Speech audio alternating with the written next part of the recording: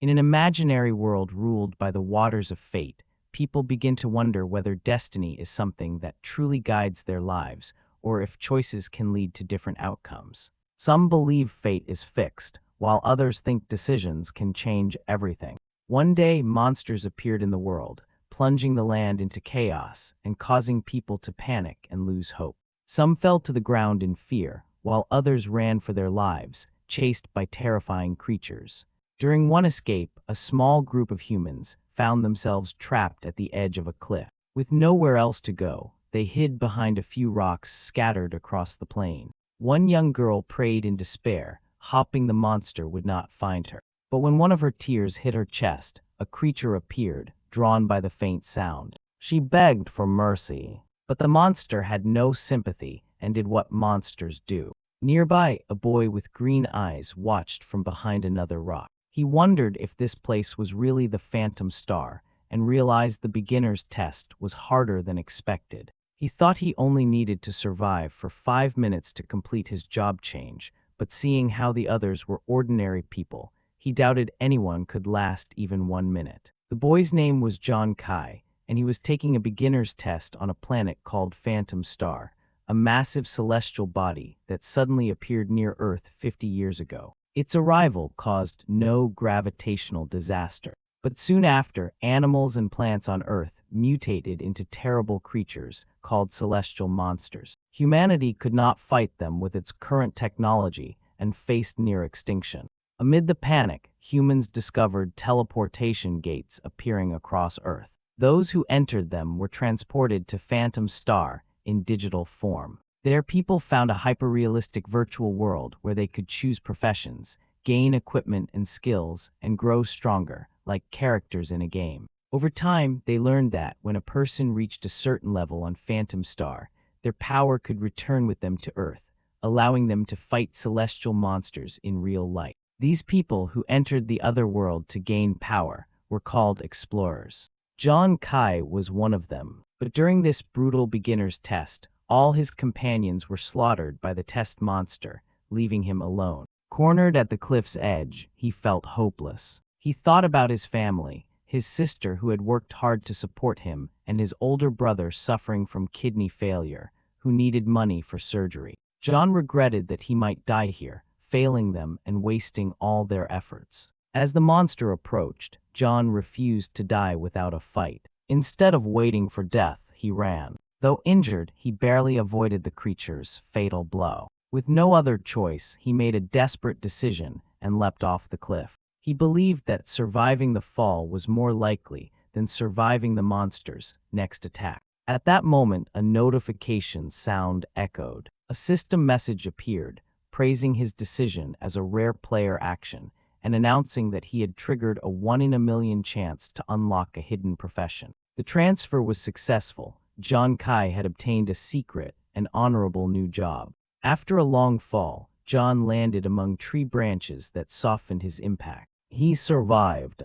When he woke up beside a river flowing south, he was surprised to find that all his injuries had healed. A system window appeared before him, showing a rift in space and time. From it emerged a girl-like figure who represented the system's intelligence and informed him that since his job transfer had succeeded, his attributes had been updated. He had essentially been revived with full health, and when John asked if she was the artificial intelligence that ran the system, she ignored the question and began listing his new talents. His first talent was Double, which doubled all rewards or punishments, with a 1% chance of multiplying them tenfold. Since he triggered the talent immediately, he gained another one called Super Critical, which increased attack damage 200 times but had only a 1% success rate. When John checked his status window, he saw his 4 main attributes totaled 36 points, nearly twice what most beginners had after a job change. He realized this boost came from his double talent,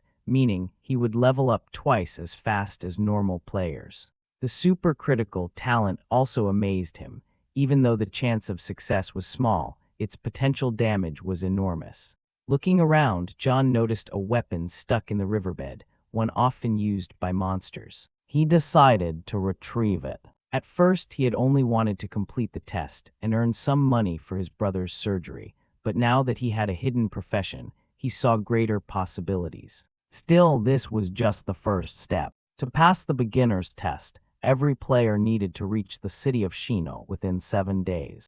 The area was filled with monsters, and dying meant being sent back to Earth, a setback only the rich could afford, since re-entering Phantom Star cost a lot. Just then, a loud roar echoed from the forest. John hid behind a tree, recognizing the sound.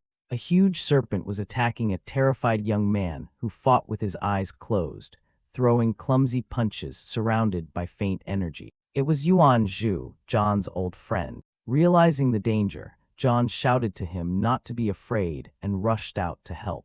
When Yuan saw John, he panicked, urging him to run away because the snakes were too poisonous and fast for beginners. But John attacked with precision, throwing his weapon and killing one of the serpents instantly. Yuan was shocked by his friend's strength. John had planned his move carefully, using Yuan as a distraction to strike from behind. The remaining snakes turned on him, baring their fangs. Yuan warned him about their superior speed, but John dodged easily, showing incredible agility after his system upgrade. Yuan watched in disbelief as his friend moved faster than humanly possible. John realized his boosted attributes made him as strong as a level 2 player, while the snakes were only level 1. He tightened his grip on his weapon and asked Yuan to keep the creatures distracted. After a brief but intense fight, all the snakes were dead. Yuan hugged John in relief, praising his skills, but John brushed it off, saying he had only been lucky to complete his job change and gain the player profession. Yuan didn't quite understand, but proudly said that his own profession, martial artist, was also decent, ranked 5th in the Divine Glory realm. On Phantom Star, job quality depended on the materials purchased before entering. The wealthy could afford high-tier professions like paladin or assassin, while the poor were often stuck with weak roles like beggar or drunkard. John teased Yuan, asking if he had borrowed money from a loan shark to afford his class, but Yuan avoided the question. They decided to sell the materials from the snakes later, since monster parts and equipment could be converted into tradable cards. Soon after, they noticed a young girl wandering through the forest. She introduced herself as Sway and asked to join their team for safety. John refused at first, explaining they could barely protect themselves. But Sway pleaded, saying she was a healer who could cure poison and even use venom to strengthen their weapons. Remembering his near-death experience, John realized her class could be vital and agreed to let her join. Yuan whispered that John probably just wanted to impress the girl, which made John roll his eyes. Meanwhile, on Earth, in the city of D in the Divine Glory Kingdom, researchers monitored the Phantom Star's portals. A scientist commented on how advanced the explorers' wrist devices had become, able to track players in real time. A woman named Su Lannan, Sway's older sister, asked how the new players, especially her sister, were doing. The scientist replied that most beginners had already been eliminated, but her sister had formed a team with 2 others. Lannan sighed, worried, since larger groups tended to attract stronger monsters. A few minutes later, the scientists detected 2 human-faced monsters approaching the area. Lannan grew pale. She knew such creatures could wipe out all the beginners, and her sister stood no chance against them.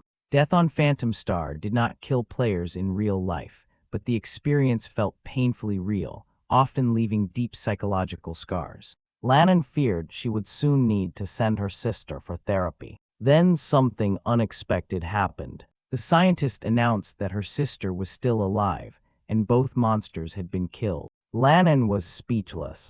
Moments earlier, in the virtual world, the 2 monsters had appeared before John's group. Everyone fled in terror, knowing the creatures were far too strong. John realized his friends were slower than him and would soon be caught. He told Yuan and Sway to keep running, while he stayed behind to hold off the monsters. Yuan begged him not to, but John insisted someone had to buy time for the others. He stabbed one of the monsters straight through the chest, making it roar in pain. For a second, he thought he had won, but then the creature struck him hard, sending him crashing into a rock. It was clear that the monster's endurance was far beyond his strength. As John struggled to get up, Sway began to cry and called Yuan for help, but he was frozen in fear. Meanwhile, in the real world, Yuan's mother served tea to a visitor who had helped her son join Phantom Star. She admitted that Yuan was strong but timid and would probably run if he ever faced a monster. The visitor agreed but noted that despite his fear, Yuan always helped others in danger.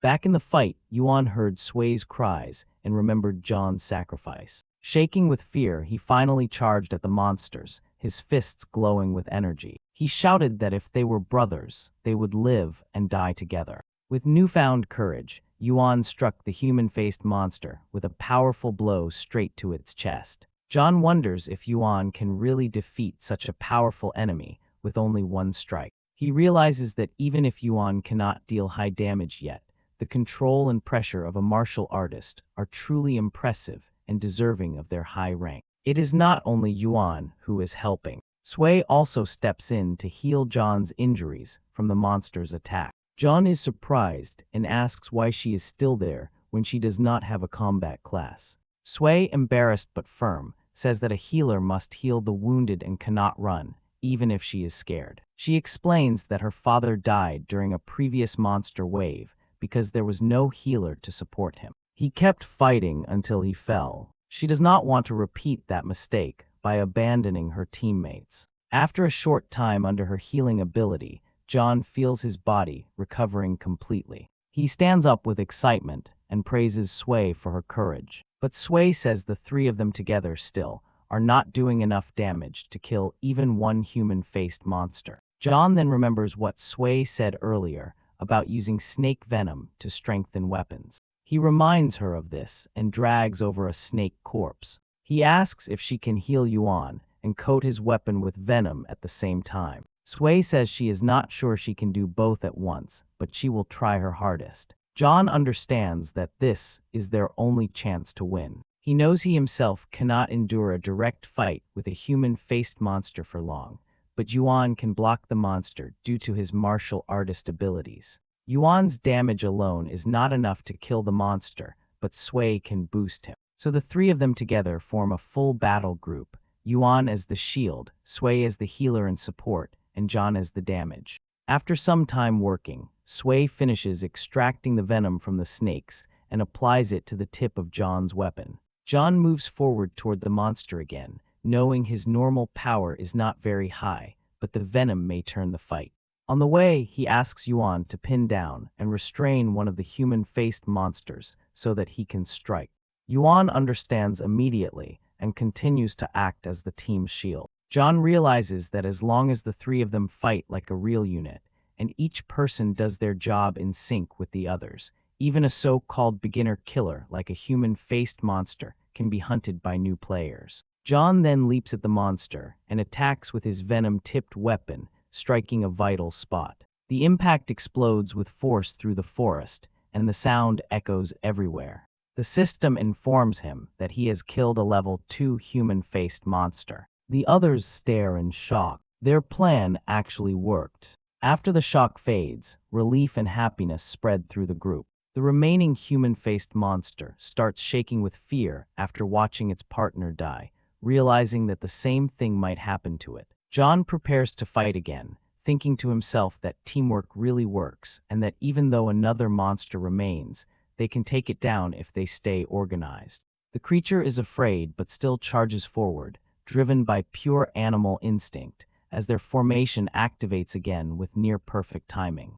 Back in the monitoring room on Earth, Sui's older sister is angry and confused, as the data from the explorers' wrist devices shows that a team of beginners just killed 2 human-faced monsters, even though a single one of those creatures could destroy an entire group of new players. The scientist watching the feed says that based on the readings from Sui's watch, she does not have the power to kill such monsters, and the other 2 members of her team do not show high damage output since they are still only level 1. That means the killer must be the explorer named John Kai, who is in Sui's group, but when they try to read his class, his profession does not appear in the system. Sui's sister Su Lannon thinks this should not be possible and believes that someone who can kill 2 human-faced monsters must have an amazing profession, making her wonder who this boy really is. Back on Phantom Star, the system notifies the team that they can collect the monster corpses.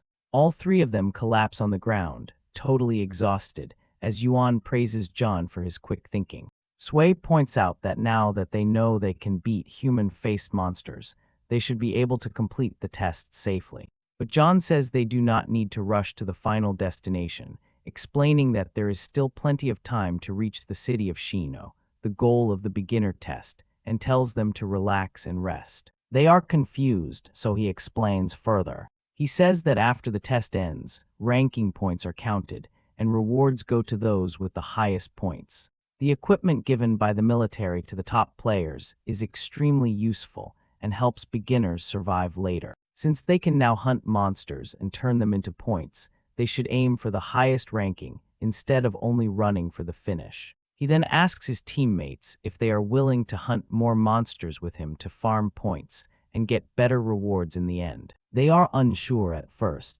but a few hours later, Yuan is standing in the forest acting as bait. Surrounded by snakes, he is shaking so badly that he almost cries and asks if he will be the first one to die. From high up in a tree, John tells him to be brave, reminding Yuan that he is a martial artist who can take hits and fight. From another spot, he reminds them that they also have Sui, a healer, who can support them if anything happens. When the snakes move in to attack Yuan, John jumps down. He charges in to help before Yuan is overwhelmed. The system reports that John has killed 3 level 1 land snakes, raising his experience to 10 points out of the 100 he needs. John thinks quickly about the rules he read earlier.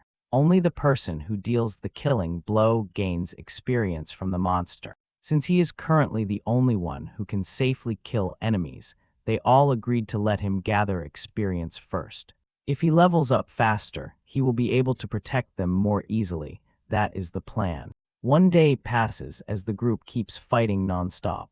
After enough battles, the system congratulates John for reaching level 2, and since his talent doubles his gains, his growth is even faster. He is pleased that after only 1 day of hunting land snakes, he has already reached level 2. Sui congratulates him, and Yuan asks how his stats changed after leveling up. John answers that he received 20 attribute points and now has 56 in total, though he admits it does not sound like much to him. Sui and Yuan are stunned, realizing that this number is far from normal. Yuan says that leveling up increases physical strength, agility, and mental power, but normal people only get 10 attribute points per level. Sui adds that 56 total points is something close to a level 4 explorer, and John is only level 2.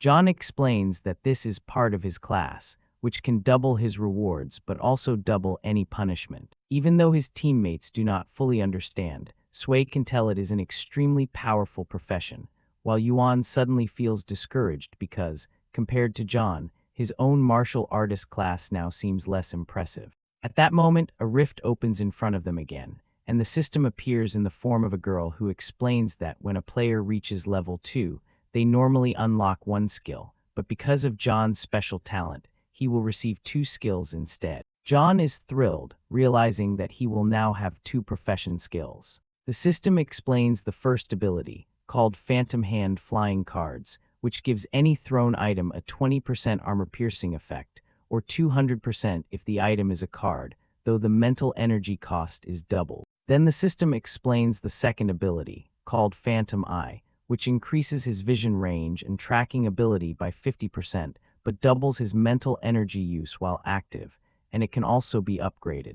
Both of these are long-range abilities, and John realizes that his profession is likely focused on ranged attacks, which makes him happy, so he tells his team that with these new skills, they should go after stronger monsters for more experience. Yuan, meanwhile, starts to feel just a little jealous. 2 days later, in the monitoring room on Earth, the chief researcher is speaking with an instructor. She reports that even after 2 full days, Sui's team is still alive. Su Lanin comments that the group's survival means John must still have plenty of power left. Suddenly, soldiers rush into the room. A guard announces that the beginner test area is about to get more dangerous. The higher authorities have detected that Country L has sent invaders into their nation's beginner zone, describing it as a rare, large-scale invasion. The supreme commander of the Central River City District, Wei Wying, arrives and orders immediate preparation for this situation. Su Lanan, worried, asks if a mass invasion is really happening. Wei Wying confirms that even if the report later turns out to be false, they will not lower their guard. The explanation horrifies Lanan, who knows exactly what these invaders do. The invaders are trained players from Country L, who enter other nations' beginner zones to hunt and murder new players. The rules of the Phantom Star beginner test state that advanced players are not allowed to enter and help their own rookies, so normally the test is meant to be fair and solo. But Country L has a special profession that allows its own natives to break this rule and enter other countries' novice zones as attackers. These invaders torture and kill foreign beginners in brutal ways to traumatize them. Many become too afraid to ever enter Phantom Star again, which lowers the number of future strong players in rival countries. Su Lanan slams her fist down in anger. She says her little sister does not have the mental strength to endure that kind of cruelty. Wei Wying orders psychological support preparations for all remaining beginners, since the invasion has already begun, and the mood in the room turns dark as many now believe there may be no survivors in this test. Back on Phantom Star, John's group walks through the forest, calm for the moment and looking for more monsters to gain experience. Suddenly, John senses something hiding in the bushes behind them and quickly stops, raising his weapon. Yuan asks what he is doing, because they already passed that spot earlier and saw nothing. John answers with a serious face that the real threat is coming from farther away than they first thought. John throws his spear with full force toward the area where he sensed movement. The spear flies a long distance, smashes through branches, and finally hits something. John announces that he hit a target and runs forward, telling the others to come see. Yuan mutters that John must be imagining things, but he still follows, along with Sui. Even though it is nighttime and the forest is dark, they find that John's throw killed a level 2 short spine wild boar. Yuan is shocked, unable to believe that John landed a killing shot from that far away on a level 2 beast. John stays calm and tells them not to panic, explaining that this is just his new ability in action. The system then asks if John wants to collect the boar's remains, nodding that the animal's spines can be turned into weapons. John agrees immediately. He thinks to himself that Phantom Hand has already increased the power of his thrown attacks, while Phantom Eye lets him see in detail at long range, almost like slow motion and a scope combined. This is why he can now throw with deadly accuracy from so far away. John tells his teammates that he only needs one more experience point to reach level 3 and that they should find one more target. But before they can move, mocking laughter comes from the river nearby. A voice calls out and comments that the team is very lucky. Men rise from the water, a group of invaders who act as if they are there for entertainment rather than survival, casually talking about playing around with the bodies of new players. John steps forward and demands to know who they are, while Sui becomes frightened. One of the strangers tells them not to be scared, and calmly says that they are not bad people. The leader draws his weapon and says that all he wants to do is skin the beginners, hang them up to drain their blood, or maybe peel John first and lure human-faced monsters to eat the others alive. Another invader climbs up from the water and adds that their superiors only have a single goal this time. John is visibly shaken, but the leader keeps smiling with an evil look. He explains that the goal of their superiors is to make sure that every beginner from Glory City fails the test. Sui suddenly realizes that these men are the invaders from Country L, who break into Phantom Star's beginner zones to kill new players from other regions. Her words terrify both John and Yuan. Sui then warns that all of these attackers are level 3 or higher. She also senses that the strongest one is level 5. John feels his confidence drop. Even facing several trained enemies is bad enough, but with one of them being level 5, John knows his current strength might let him handle a level 4 explorer, yet a level 5 opponent would mean certain death unless he levels up. The invader leader orders his men to start the massacre. John immediately yells to his teammates to run with him, telling them to split up as part of his plan to survive. The leader laughs at how fast the beginners run and asks if everyone from Shino City is this cowardly. He then orders 2 assassins to chase the one running alone, who is John, while telling the other 2 to stay behind and handle the rest of the group. The 2 assassins who go after John are both level 3. They sprint after him through the forest and comment that he runs well, but they are already close to catching him. Then suddenly, John vanishes from their sight. The assassins are confused and stop. One of them grins and says that if the kid wants to play hide and seek, he will just cut off the kid's feet when he finds him. At that exact moment, John's weapon shoots out from the bushes and flies straight at the more confident assassin. Seeing the incoming blade, the assassin laughs and assumes he can block an attack from a beginner. But the spear pierces his chest with huge force and sends him crashing through trees.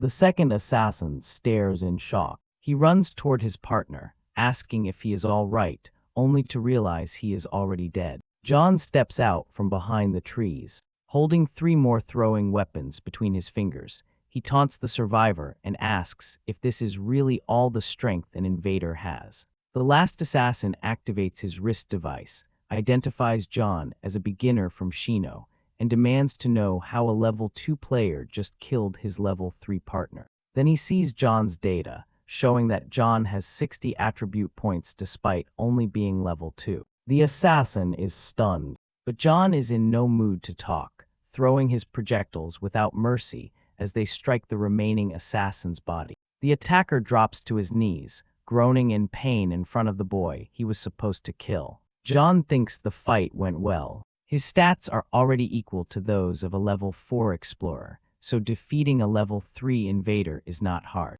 He also remembers his real plan. Telling the team to split up was not just panic, but a way to lure a smaller part of the enemy away so he could kill them one by one. He also remembers something he learned on Earth. When an explorer dies, you can take their wrist device and claim their experience. The system now confirms that John has killed 2 level 3 explorers. Each one is worth 100 experience points. John immediately agrees to absorb the experience from both of them. After taking 100 points from each assassin, John finally reaches level 3, and the system congratulates him for leveling up. Now that he has reached level 3, the explorer's stats rise sharply, and he is already halfway to leveling up again, with a total of 76 attribute points, higher than the average for a level 5 player, which is around 60. He loots the fallen invaders. He takes one enemy's watch and pulls his weapon back out of the other enemy's body. With his new strength, he is ready to return and save his friends. While John was handling his enemies, the rest of the team was struggling. Yuan and Sui were being pushed to their limit. One of the invaders commented that he did not expect to meet real high-grade classes like a martial artist and a healer in a small beginner zone like this. Seeing such good professions on 2 harmless-looking new players, the invaders decide to torture them to death. Sui keeps healing Yuan as hard as she can, begging to know if the team leader will really come back. Yuan, badly wounded, tries to calm her, saying that John will definitely return, and explaining that even if John is the type to run when girls chase him, he always shows up when his friends or family are in danger. No matter how bad it looks, he will come back. The invaders finish playing around and announce that they are about to skin the 2 beginners alive. Before they can begin, John bursts out of the trees like a true hero. Without hesitation, he fires several sharpened wild boar spines. The strikes are fast and deadly.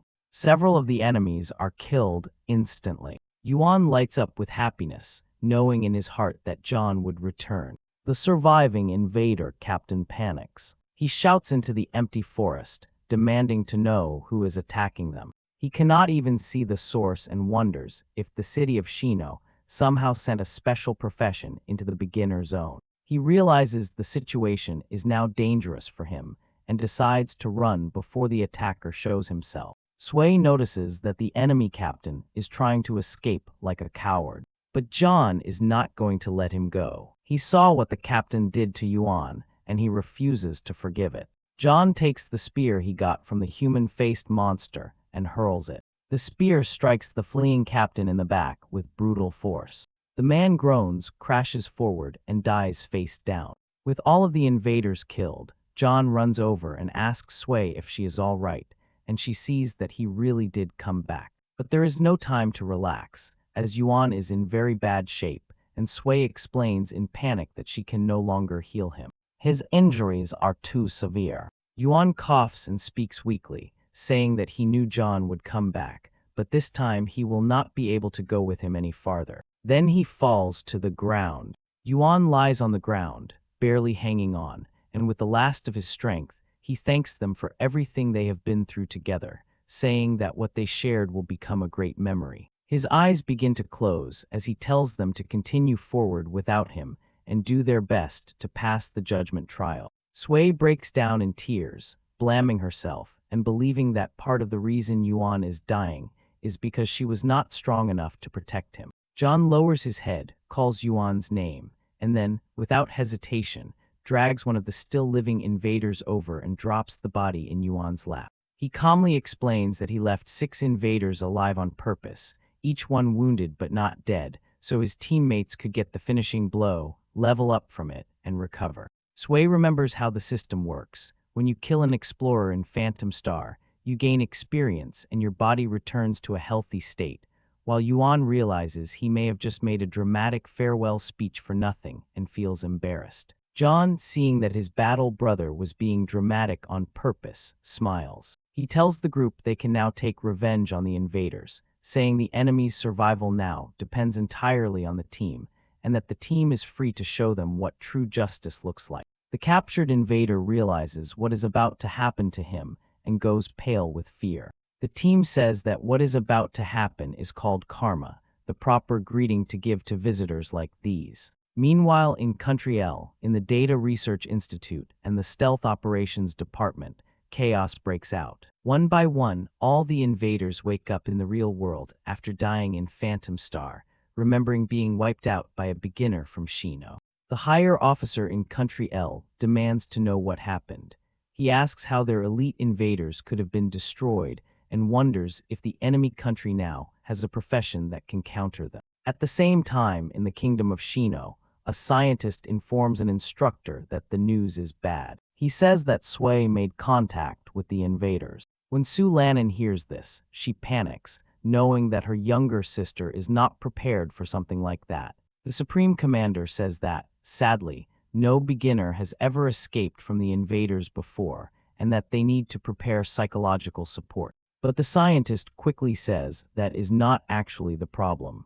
He looks at the main screen and explains that, according to the system data, Sway not only survived but also leveled up. Everyone in the room is shocked, unable to understand it. The commander asks how a new player could level up after being found by those killers, guessing that maybe the invaders helped them hunt monsters, but the scientist rejects that idea. The only answer left is that Sway's group killed the invaders. The commander is so stunned, he drops his glass of water and jumps to his feet. He demands the full data on Sway's team. The researcher quickly pulls up the status of each teammate and confirms that all of them have reached at least level 3. The commander is thrilled, pointing out that it would be impossible to reach level 3 so quickly unless they had defeated the invaders. Su Lannon is still unsure, saying that her sister is only a healer and that Yuan is a martial artist who cannot deal huge damage. That means only one possibility remains. John Kai must have killed all the invaders himself, yet the military still cannot read his full level or profession. The scientist then reveals that he has discovered why the system cannot identify John's data. John is wearing an old-style watch, and although everyone who enters Phantom Star needs a watch to track their status, his device is an old generation model that no longer connects to the network. The military stopped supporting that model more than 10 years ago. The instructor is angry that someone is using such outdated original gear, while the commander, Wei Wying, finds the situation very interesting. He orders the researcher to gather all possible real-life information on John. Back on Phantom Star, Yuan is amazed by the way his body was restored to normal after leveling up. Sway is also excited to feel her own physical strength jump. Yuan says he gained a skill from his martial artist class that lets him strike nearby enemies with force, while Sui says she gained a healer skill called the Doctor's Heart, which makes her healing ability much stronger than before. John thinks that everything is going as he expected, nodding that healer classes may not be flashy, but are extremely practical in real combat. Yuan then asks John if he is now strong enough to finish off all the remaining invaders, since John should now be a higher level than him. They cannot believe he reached level 4 so quickly, and when they see his total attribute points, now 96, they realize he is as strong as a level 8 explorer. John calmly explains that he is already level 4, leaving both of them shocked. John explains that while he was escaping, he killed the 2 invaders who chased him, which brought him to level 3, and after he returned and they fought together, he leveled up again. Yuan groans with frustration, saying it is unfair that their leader is still stronger than him, and Sui then asks what they should do next. John tells them that he heard the captain mention the invaders they fought were Team 2, which means Team 1 is still out there, and their next goal is to hunt down that team. Half a day later, in another part of the beginner zone, several enemy soldiers from Team 1 are walking through the forest, laughing and talking. They mock the news that Team 2 was wiped out by beginners, joking that Team 2 should retire in shame. The captain warns them not to get careless, saying that when the commander mentioned the threat, he sounded serious. One of the invaders laughs and asks why they should worry, saying the beginner zone has a level cap of 5, and their group is full of level 5 players. Hidden behind a fallen tree nearby, John and his team prepare their ambush, counting 9 level 5 enemies ahead as the group grows nervous. John tells them not to panic, saying that even if he cannot kill the enemies instantly, he can still hurt them.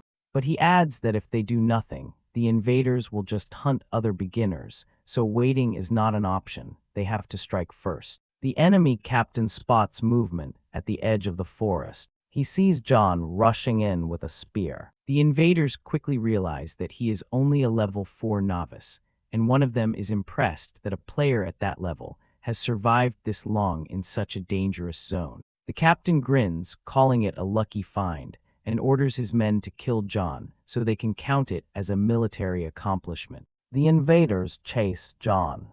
This puts him in an even worse spot than before, because now the group is large and organized. John's team sticks to their plan, aiming to lure the enemies into position, so Yuan can use his new skill to knock them all off balance and let the group finish them. The problem is that this enemy squad is too big, and if any of them survive the first hit and escape, they could warn the others. Still, John's group comes up with a version of the plan that can wipe all of them at once. John charges forward, gathering electric energy around his body as his aura grows stronger and more dangerous, knowing he might have to spill blood just to make them commit to chasing him.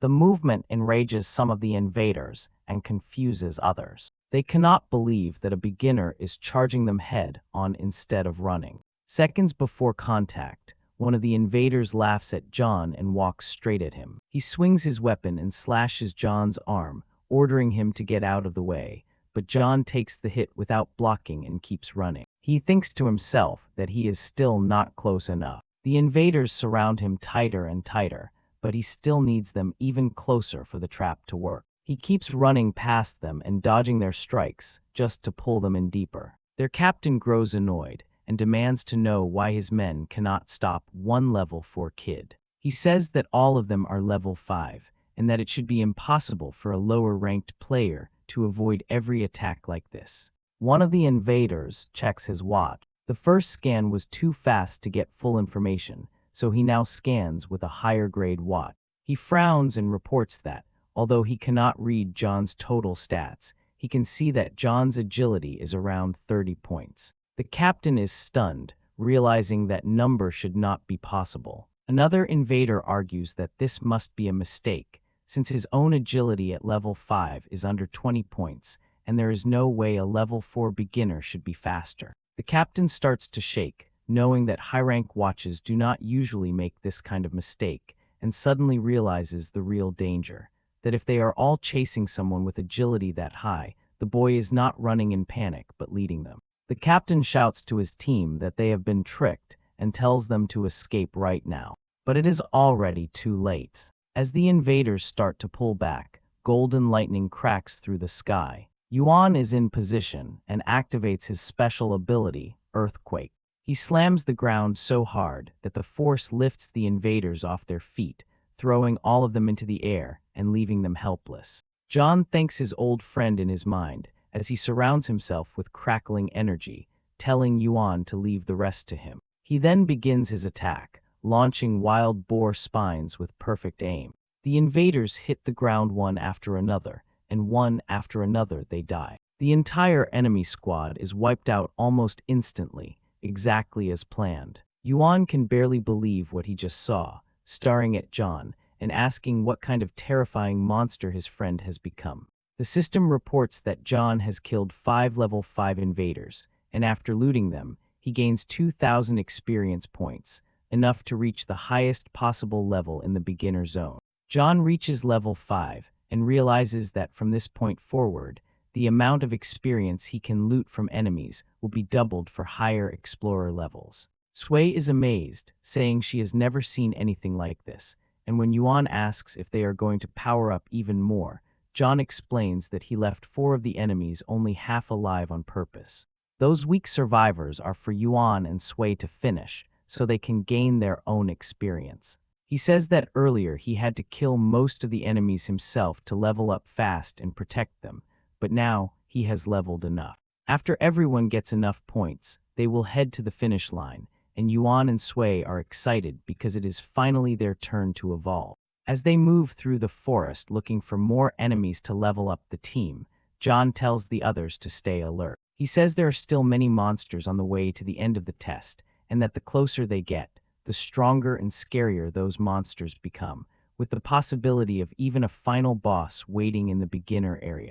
A roar shakes the entire forest, making all 3 of them jump. They follow the source of the sound and find 2 dead human-faced monsters.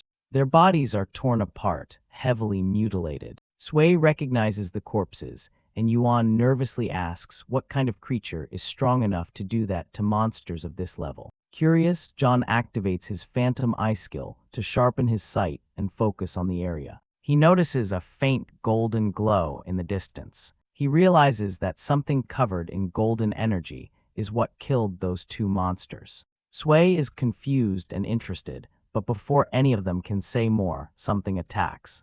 An energy blast fires from behind them. Yuan does not notice the attack coming as he keeps talking in fear, asking what could have done this. The energy blast hits both him and Sui, throwing them back. Right after that, the attacker charges straight at John.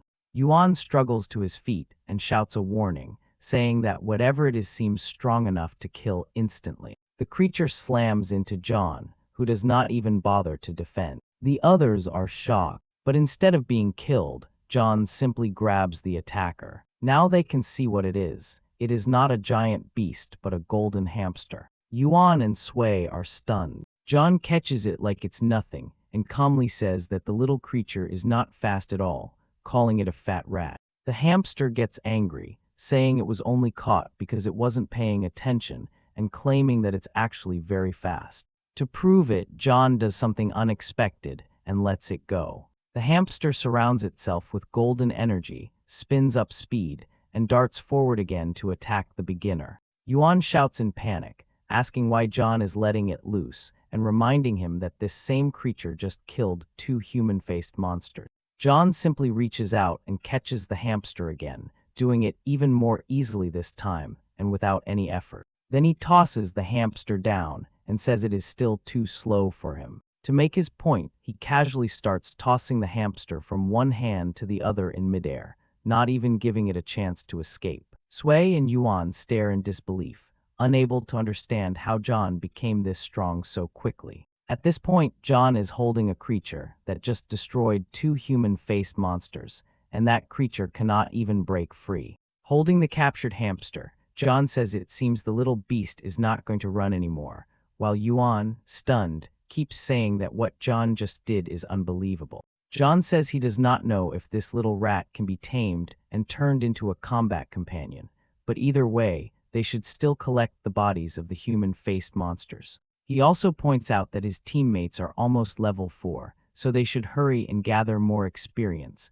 while Sui looks at the hamster and says it is very cute. Yuan once again feels discouraged, because compared to all this, his martial artist abilities now feel ordinary. Elsewhere in the beginner zone, another young man walks casually through the forest. He is relaxed and pleased that he has finally reached the end of the beginner judgment. Ahead of him is the finish line, the city of Shino. He climbs the long staircase leading to the gates. When he reaches the top, the huge city gate opens and soldiers come out to greet him. They welcome him as a new Phantom Star explorer and say they will act as his guides. Their leader, a soldier named Sha Tao, places a hand on the young man's shoulder and tells him that first place has already been taken, but ranking is not everything, since just passing the trial at all is already a great result for a newcomer. The young man says he understands he is not the first to arrive, but he proudly opens his inventory to show how many monster bodies he collected and how high his level is. The soldiers are impressed, since ranking in the beginner test is based on points, and rare monster corpses can be traded for a lot of them, and Sha Tao asks how he managed to kill so many monsters. The young man laughs and brushes it off. He explains that he is the second young master of the Hua Yuan family, and that he will soon become a high-ranking member of the Xuan Wu Guild. He says he received special training before he ever entered Phantom Star. Sha Tao then realizes who this young man is. The Hua Yuan family is connected to one of the top 10 guilds in Shino, and the soldiers congratulate him, saying that with this many points, he ranks among the best in the city. The young man barely reacts, because he treats first place in this trial as only the start. With a confident and almost cruel smile, he says that given enough time, he will take control of all of Phantom Star. Meanwhile, deep in the beginner zone, John and his team continue hunting so that all three of them can level. John mentions that something feels off since they have not encountered any monsters in a while. He guesses that maybe the monsters are staying away because of the hamster, who seems to like Sui. Suddenly, a roar explodes through the trees. Sharp claws flash in the darkness. More and more enemies appear. In an instant, the group is surrounded by an entire pack of shadowless wolves. Among them stands one monster unlike the rest, its claws glowing with a deadly aura, the boss of the beginner zone, the shadowless wolf king, ready to kill every human in front of it. John finally understands why they had not seen any monsters. They had unknowingly wandered straight into the boss's territory. The wolves form a tight ring around the three explorers. Yuan is terrified and says he has heard that the Wolf King is a creature that has never been killed in the beginner zone, and anyone who meets it is as good as dead. John grips his weapon and shakes, knowing he could probably escape alone if he ran now, but Sui and Yuan would not be able to. That means there is only one choice. They have to fight, and John tells the others that running is no longer possible, and that they will kill the Wolf King together. He charges at the boss with his spear. Yuan leaps and uses his earthquake ability to crash the ground and distract the rest of the wolves. John keeps moving forward without slowing down, while Yuan slams into the dirt and splits the area around them. Sui is also determined and boosts John's weapon by coating it with poison. John asks her to back him up and then, using everything he has at once, he hurls his spear at the Wolf King. Giving everything he has, the hero tries to finish the fight against the beginner zone boss in a single attack by throwing his spear with full force at the shadowless Wolf King. But something unexpected happens as the spear bounces off the wolf's thick hide without causing real damage. All three teammates feel a wave of fear. The Wolf King roars. The entire wolf pack responds to that order and charges, and even though the wolves are lower-level monsters, they become much more dangerous when commanded by a higher mind. They attack Sui and Yuan, landing hits, and Yuan shouts, asking if there is any other plan because they are getting overwhelmed. John thinks quickly, knowing the Wolf King's defense is extremely high, and that he cannot kill all the surrounding wolves at once to protect his teammates. In the middle of the chaos, something else happens. The golden hamster, which had been sleeping in John's hood, wakes up, looks around with an annoyed expression, realizes the situation, and blames the wolves for disturbing its rest. While John is still fighting for his life, the hamster flares with golden power. It leaps from his hood, shoots through the air at high speed, and creates shockwaves as it moves. Then, in a single burst, the hamster pierces straight into the Wolf King's chest. John is stunned, realizing that while he had not managed to get through the boss's skin at all, this small creature just bit through it. To confirm, John activates Phantom Eye, the focus ability that sharpens his sight. He looks at the wound and sees clearly that it is real, realizing that the hamster has opened a weak point and that they can win. His first spear throw failed because the boss's natural defense was too high, but with an exposed wound, it is different. John takes one of his wild boar spines and throws it like a bolt, surrounding it with crackling energy. The projectile flies and strikes directly into the open injury in the Wolf King's chest, and this time the boss reacts. It is hurt. John understands that his method is working, and that he can keep using Phantom Eye to lock onto the same wound and repeat the attack. But then something even more incredible happens. The projectile flashes with intense light. Against all odds, John's ultra-rare super critical activates, multiplying his damage by 200 times. None of his teammates understand what they are seeing. Yuan saw only a single hit, and then the boss began to fall. John himself is surprised. The system announces that he has defeated the boss of the beginner zone, and although he had planned to drag the battle out and slowly take control, luck triggered a 200 times critical hit that killed the boss instantly, and he also realizes that this is the first time his super critical has activated since he gained his hidden profession. With the Wolf King dead, the rest of the wolf pack panics and tries to run without their leader's command, and John asks if his teammates can still fight. Both Yuan and Sui say yes. John charges forward, saying that without the Wolf King, these are no longer hunters but just prey. Yuan and Sui think about everything the wolves did to them, the fear, the pain, the injuries. They decide they will not let any of the beasts escape. The three explorers attack together, and this time the fight is different. Yuan and Sui are no longer helpless as they tear through the pack with confidence. They are able to kill wolves without asking John for protection every second. After a few minutes of battle, it is over. The group has completely wiped out the entire pack, and these so-called beginners have not only survived the beginner zone, but also defeated the final boss. This is something almost no one can do, and John explains that he left some of the wolves weakened on purpose so Yuan and Sui could finish them and gain experience, after which Yuan asks what they should do next. Now that everyone has enough experience to rank up, their next step is simple. They will head for the finish line. Time passes as the group finally reaches the border of Shino City, the main stronghold of their country, inside Phantom Star. As they walk into the area, the hamster jumps out of John's hood and tries to run away, and Sui immediately worries that it will leave. John tells her not to worry, explaining that he never planned to trap it, and that since the creature helped them survive the final boss, it is free to do whatever it wants now. The team then enters the final reception hall of the beginner trial. An officer named Shatao congratulates them for passing the trial, and when John asks to see the newcomer rankings, Shatao agrees. Before the list is shown, another young man steps forward with a smug smile. He is the wealthy beginner who reached the city earlier, and says he did not expect to see someone from his family's servant class enter Phantom Star and survive this long,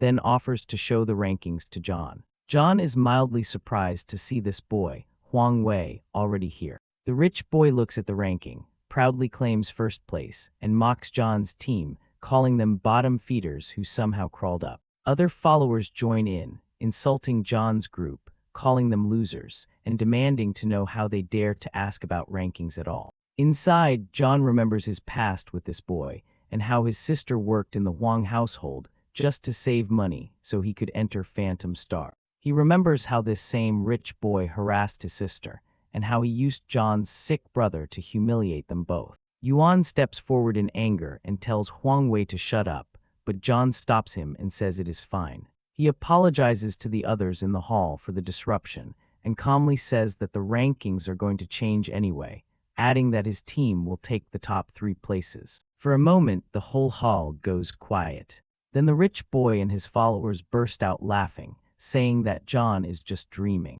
John turns to his friends and says that they do not have to pretend anymore. Sui agrees. Yuan activates his wrist device and says he is ready. The three of them step up and publicly display their inventories to the ranking system. The bullies stare with their mouths open, unable to believe what they are seeing. All those monster corpses, and not just weak monsters, but rare ones, are in the hands of only 3 beginners. Huang Wei is shocked. He sees not only human-faced monsters in their inventory, but also shadowless wolves. Then he notices something else and panics when he sees the shadowless Wolf King, saying that it cannot be real and demanding to know how a group of nobodies could possibly kill the final boss of the beginner zone. John does not bother answering and says that the ranking will show them what is true and what is not. At that moment, a system notification appears as the rankings begin to update in real time. The numbers change as John's team takes the top 3 spots,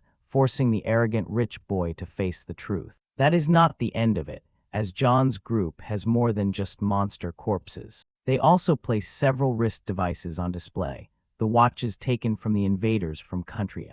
One of the officials in the hall recognizes them immediately. Someone in the crowd shouts that this is impossible, claiming that beginners cannot defeat invaders, and pointing out that none of them there have ever even seen an invader in person, so John's team must be lying. He loudly demands that the leaders disqualify the so-called cheaters, and others start joining him as jealous voices spread through the crowd, claiming that what John's group is doing is fraud and that they should be punished, causing the room to turn against them. Then a new voice cuts in as a man steps forward and confirms that there were invaders, and that John Kai and his teammates really did defeat them. He says that the military already knows about it, and that his superiors instructed him to commend John Kai publicly, revealing himself as Lu Jun, vice commander of the military division. The jealous ones go quiet as it hits them that this is official recognition and that the group is not lying. Vice Commander Lu Jun then announces the rewards, saying that because of what they accomplished in the beginner zone, defeating invaders, protecting the border, and surviving, their compensation will be increased. He explains that the 2nd and 3rd place explorers will each receive a class equipment. He then announces that John Kai, who placed first, will receive S-class equipment. John, Sui, and Yuan are thrilled. Everyone else in the room is stunned, realizing that these rookies are about to start with high-grade gear. Now the story pauses to explain gear ranks in Phantom Star, where equipment is graded from rank F at the lowest, progressing through D, C, B, and A, with S as the highest rank. B and C class equipment is already considered very good, while a class and S class are what every serious explorer dreams of someday. The jealous boy cannot handle this. He placed 4th after the update, and he cannot accept it. He shouts that something must be wrong, insisting that since John comes from a poor family, it should not be possible for him to be better. John tells him to calm down, saying that the military has already confirmed the truth and warning that if he keeps insulting his family, things will get ugly. The jealous boy only gets louder, screaming that John's family is trash and mocking John's sister as nothing but a servant while sneering about his sick brother. He says John is nobody and that someone like him should not dare talk back. That is the moment John stops holding back and moves before anyone can react. The jealous boy tries to attack, but he never gets the chance. John is much faster. A deep cut appears across the young man's chest, and blood sprays. Most people in the room do not even see what happened. It was too fast, and even John's friends stare in shock. The vice commander turns and asks if John just attacked Huang Wei, the jealous boy. Someone in the hall nervously reminds everyone that Huang Wei's family belongs to one of the top 10 guilds in the country, yet even so, John has just cut him down. Huang Wei, bleeding and trembling, tries to threaten him, asking if John understands what he has done and warning him about the consequences. John answers coldly, saying that garbage like this, who threatens his family, deserves worse, and that he does not care who Huang Wei is. Huang Wei realizes something in that moment, that this is not a peaceful world but one that already resembles a battlefield, where family is all most people have left, and if someone threatens that, there is no point in trying to negotiate. John walks toward him, step by step. No one stops him. John says he will never hesitate to defend the people who matter to him, declaring that anyone who endangers his sister or brother should be ready to die and be forgot. Huang Wei breaks down, screaming and crying like a child. In the system, a notification appears showing that Huang Wei's character is dead, and John receives 6 experience points for it, which is very little. John frowns, thinking to himself that for someone from such an important and wealthy family, that is a disappointing amount of experience, though he knows there will still be consequences, since death in Phantom Star is not permanent in the real world and Huang Wei will wake up back on Earth with his family's influence intact. Even so, the military commander is watching closely and thinks that John is reckless but also powerful, decisive, and loyal, which pleases him. The commander silences the room, stating that John acted in self-defense and that the matter ends here for now, adding that he does not want anyone discussing it further. He then turns to John, Sui, and Yuan, telling them to follow him to receive their rewards. As they walk, Yuan and Sui congratulate John, saying he handled himself with total confidence. Later, under the glow of bright lights, they gather around Vice Commander Lu Jun. He apologizes for keeping them waiting and says that the military has prepared their items. He reaches out toward a reinforced case, which opens on its own and spills golden light across the room. Sui receives her reward first, the Jade of Vitality, which is the dream of every healer. It increases mentality and physique by 15 points each, and also boosts healing power and potion-making ability. Yuan receives his reward next, in a class armor called Blackstone Rhino Armor. It increases his defense and strength by 16 points, and reduces incoming damage by 16%. Now it is John's turn. John opens his case, and his eyes light up. Inside is a set of finely crafted throwing daggers, and the system reports that the item requires an evaluation card before its full details can be read. Vice Commander Lu Jun is surprised, since items that require evaluation cards are very rare and usually indicate gear of truly superior rank. Luckily, Lu Jun has one evaluation card on hand, and he gives it to John. The card is absorbed into the weapon. The data becomes visible, revealing that the weapon grants 9 points to strength, piercing, and agility, and has a special effect that increases John's critical strike chance each time he survives a dangerous encounter, stacking up to a maximum of 90%.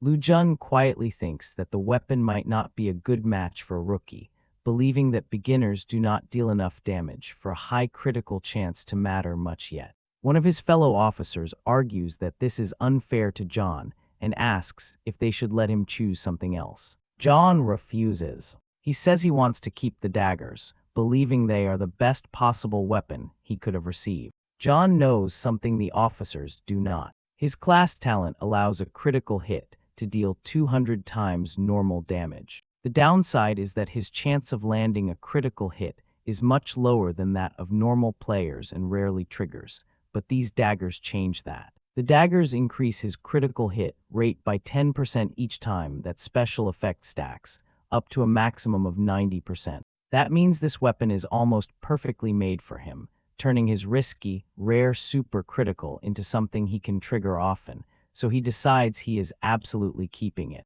Vice Commander Lu Jun says that since they have officially cleared the tutorial, they can now return to Earth. He also steps in close to John and warns him that someone may be coming after him soon, telling him to be careful on his way home. After that, the session ends, and John and his friends return to the real world. John is excited, not expecting to have passed the beginner test so smoothly, and eager to tell his brother and sister as he heads home. As he walks up to his neighborhood, something feels off. There are several luxury cars parked in front of his house. He wonders if some neighbor suddenly got rich, takes out his phone, thinks about taking a picture, then shrugs it off and goes inside. He calls out that he is home and starts to say that he passed his evaluation. Then he freezes. There are men in his living room he does not recognize. One man is sitting comfortably on his couch like he owns the place, while the strangers say they already heard that the kid did very well in his rookie evaluation. John realizes who the leader is, Huang De, the older brother of the boy John cut down in Phantom Star. John demands to know why Huang De is in his house. Before he can finish, something hard hits the back of his head. The door behind him slams shut. Two men grab him and hold his arms in place. Hwangda talks calmly, saying his younger brother is now in a bad mental state and that it is John's fault. He insists that their family is the one being treated unfairly, not John, and claims he could keep his brother offline for a month if he wanted, but he could keep John offline forever. He raises a metal baton and prepares to smash it into John's skull. John is pinned and cannot block. Then the front door blasts inward with huge force. The broken door slams into the two men holding John and knocks them to the floor. Even Hwangda is knocked off balance and falls, then, trying to get up, demands to know who just interrupted him. A man steps in, saying he told John to be careful coming home. He sounds annoyed and asks why John did not take that warning seriously. A woman enters along with an older man and shows official documents, ordering everyone not to move and declaring that this is now a military matter. The older man is Wei, the supreme commander of the city's military force. The intruders do not understand what is happening. They only came to threaten Kai, but now they have accidentally angered someone they never should have touched. Hwangda is shocked and demands to know who this kid really is and what kind of background he has. John slowly gets back up after being held down. He himself can hardly believe that the supreme commander of the city's military force has personally come to his house. Because of what they did, the thugs are detained and taken to the police station. John thanks Commander Wei for saving him, but he also asks why the commander is here. Wei tells him not to be nervous, saying that John and his teammates were exceptional during the Phantom Star test. While John was offline, the military already contacted his friends and invited them to join.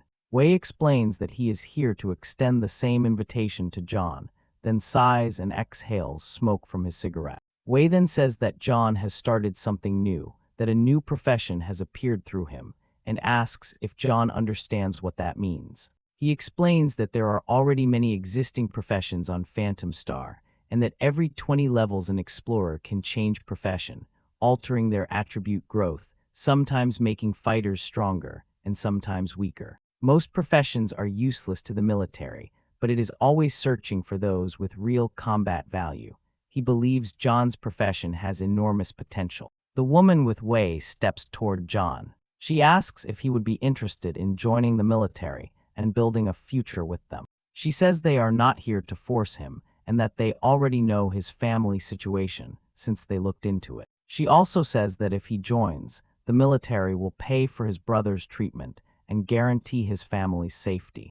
The offer is very good, and John goes quiet, thinking seriously. They tell him to consider it, saying that if he agrees, he can give his answer tomorrow. He only has to speak to the woman. As they turn to leave, John stops them and apologizes. Then he says he refuses. Both Wei and the woman seem surprised. John explains his refusal. He says he knows that joining the military is, in theory, a good choice for someone with a combat profession, but he does not trust it. He asks them to remember when the drunkard profession first appeared. Back then, the military was very interested and gave support. But once they realized the drunkard profession was useless in real combat, they abandoned that person, leaving the explorer in a miserable state. John admits he cannot be careless like that. He says he will move his family out of this neighborhood to get away from the Huang family's reach, and that his family has always survived by protecting itself, not by depending on someone else's protection. The woman replies that this is not just about him, saying humanity needs strong people, and that his profession might help everyone. John says he is not trying to be noble, only that he cares about keeping his own family safe. The woman keeps trying to persuade him, but Commander Wei interrupts her, saying he understands John's point. He says that a person cannot change their entire life in just a few days, and points out that John's brother does not have much time left. On top of that, Wei says, constant fighting is not a very interesting future in a world like this. Wei then makes John an offer, telling him that the military will protect him for 1 month, during which he must make enough money to pay for his brother's surgery. If he can do that on his own, he can stay free, but if he fails to make the money in time, the military will pay for the surgery, and then John will have to enlist. John stands there in silence, thinking. After a moment, he lets out a small smile and agrees to the bet. He says that if he loses, he will keep his word. With that settled, there is no time to waste. He needs to return to Phantom Star and start earning money. Before leaving, he records a message for his brother, saying that he is returning to Phantom Star and that they cannot keep living in the same neighborhood anymore. They have to move for their own safety. He promises to come back with enough money. He then logs back into Phantom Star. Now that he has new clothes and an official registration, he can finally hunt monsters for real profit. But first, he has to register with a guild. Beginners are required to join teams because hunting alone is dangerous. Guilds exist to help new explorers survive. He wonders which guild will take him. At the check-in counter, a woman greets him and asks if he is John. Then she tells him something bad. Right now, he cannot join any guild. Because he offended the Huang family, he has been blacklisted. No guild will accept him. That means he will have to act alone. Still in the safe zone, he looks around and sees many other beginners without a guild. He wonders if his journey is already over before it even starts. Then someone approaches him. A girl asks if he is unsure where to hunt monsters, saying she reads fortunes for people and can tell him the best place to hunt for 100 coins. She introduces herself as Huan, level 29. John looks at her and does not believe her. He starts to walk away and apologizes, saying he is basically an atheist, but she keeps pushing and offers him a free reading. She says it will not cost him anything and teases that it is not too late for him to become superstitious. Trying not to overthink it, John agrees. The girl treats it like a test. A strange board in front of her begins to glow with golden light. She chants silently and focuses. After reading him, she tells him his situation is dangerous right now, but there is a way out if he moves first. She tells him to go to the Valley of Kings. The fortune teller is right. John is being watched. In the safe zone, no one is allowed to openly attack him, but the moment he leaves, hunters could be waiting. Normally, rookies begin their hunting in a place called the Ash Plains, but she says there is probably already an assassin waiting for him there. Another possible area is Victory Peak, meant for players above level 15. If he goes there now, he might die instantly, but the Valley of Kings is intended for players above level 10. It is still dangerous, but she believes that this area is his best chance. She says there should be no trap set for him there, and adds that if he has to do things alone, then so be it. John thanks her for the advice and leaves for the Valley of Kings. She watches him go and frowns. Having assumed he would go with a team, she thought her reading meant he should head there with a group. Going alone might be suicide, and she hopes he at least comes back alive and doesn't blame her later. John arrives at the Valley of Kings. He wonders if the monsters here are as strong as the rumors say. A violent roar shakes the leaves, and he turns to see movement in the trees. A massive jaw filled with sharp teeth snaps down. A huge black gorilla is smashing through a group of players like they are nothing. The creature is a level 11 monster. The players fighting it are level 10 explorers. They are trying hard to hold their ground and believe that if they keep pushing, they can bring it down. The fight is fierce. John watches from hiding as both sides, the humans and the monster, prove to be strong. He quietly asks himself if he could handle something like that alone. As he is thinking, he catches a strange scent, the smell of beasts. He looks around and realizes several gorillas have already found him. He jumps back just in time as his wrist device flashes a warning about immediate danger. The weakest of the gorillas near him is level 12. Meanwhile, the level 10 explorers in the distance are still struggling against a single level 11 gorilla. They fight with effort, but eventually manage to defeat it without losing anyone. One member of their team is excited and says they are going to brag about this. Their captain agrees. Then they all hear something else. They turn and see what is happening in John's direction, finally noticing that several level 12 gorillas are chasing one lone explorer. John realizes he must have stepped into their territory and triggered them. The other team stares and wonders if they should help him. But their captain says that if they try to interfere, they will all die here. He tells his team to run and get out fast. As they watch from a distance, something unbelievable happens. One of the level 12 gorillas falls. John's new daggers were the perfect weapon. After only 5 attacks, one of them lands a huge critical hit, and the beast collapses. The other team stares in disbelief. The boy they just watched outrun a pack of monsters has killed a gorilla even stronger than the one they barely managed to defeat together. John keeps moving, running from the remaining gorillas, but without panic. In fact, he is confident. He believes he can kill them too. He targets the next gorilla and strikes again.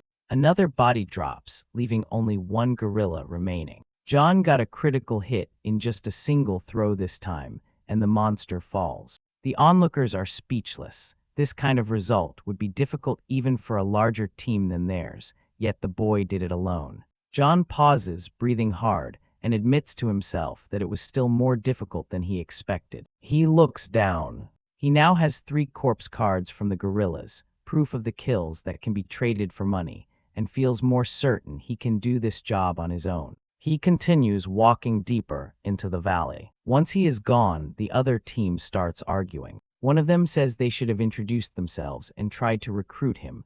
Another claims he was about to, but someone else stopped him. But the truth is, none of them actually moved a step to help John. In another part of the hunting grounds, something else is happening at the same time. A group of people gathers in the wide plains, the air tense. It is the Huang family's Falcon Squad. Every member of this squad is level 20. That means they are far above normal beginners, and they are all waiting for John to appear. They surround a woman and pressure her to tell them where she last saw him. The Falcon Squad says they are here to avenge the honor of the Huang family, which John insulted, calling him trash and ordering the woman to tell them where to find him. The woman says that the boy went to the Valley of Kings and can probably be found there. They throw her aside and say that if she is lying, they will be back for her. This Falcon Squad is known as the strongest group in the Huang family for players under level 20. John is in real danger if they catch up to him. But as they leave, the girl smiles to herself. She thinks that rude people do not deserve the truth, so she gave them what they wanted to hear, but secretly cast their fortune, believing they are actually walking toward their own deaths by chasing John. After a full day of hunting, John reaches level 6. Rumor says gorilla bodies are worth a lot because they are extremely hard to collect. If he keeps hunting like this, paying for his brother's treatment will not be a problem. While he is thinking about this, another group approaches him. They ask if he wants to join them for a hunt. There are a lot of them in total. They have 3 full teams. They say if he joins them, he can earn a share of the loot that the gorillas drop. John answers honestly, saying he does not have a hunting team and is working alone. The young man leading the others insists, saying they only need one more person.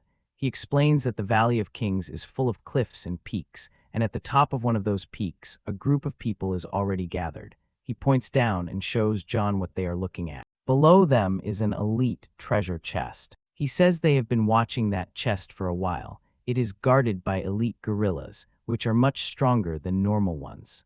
He says they need John to act as bait. John will distract one of the elite gorillas and pull it away while the 3 teams handle the others and take the treasure.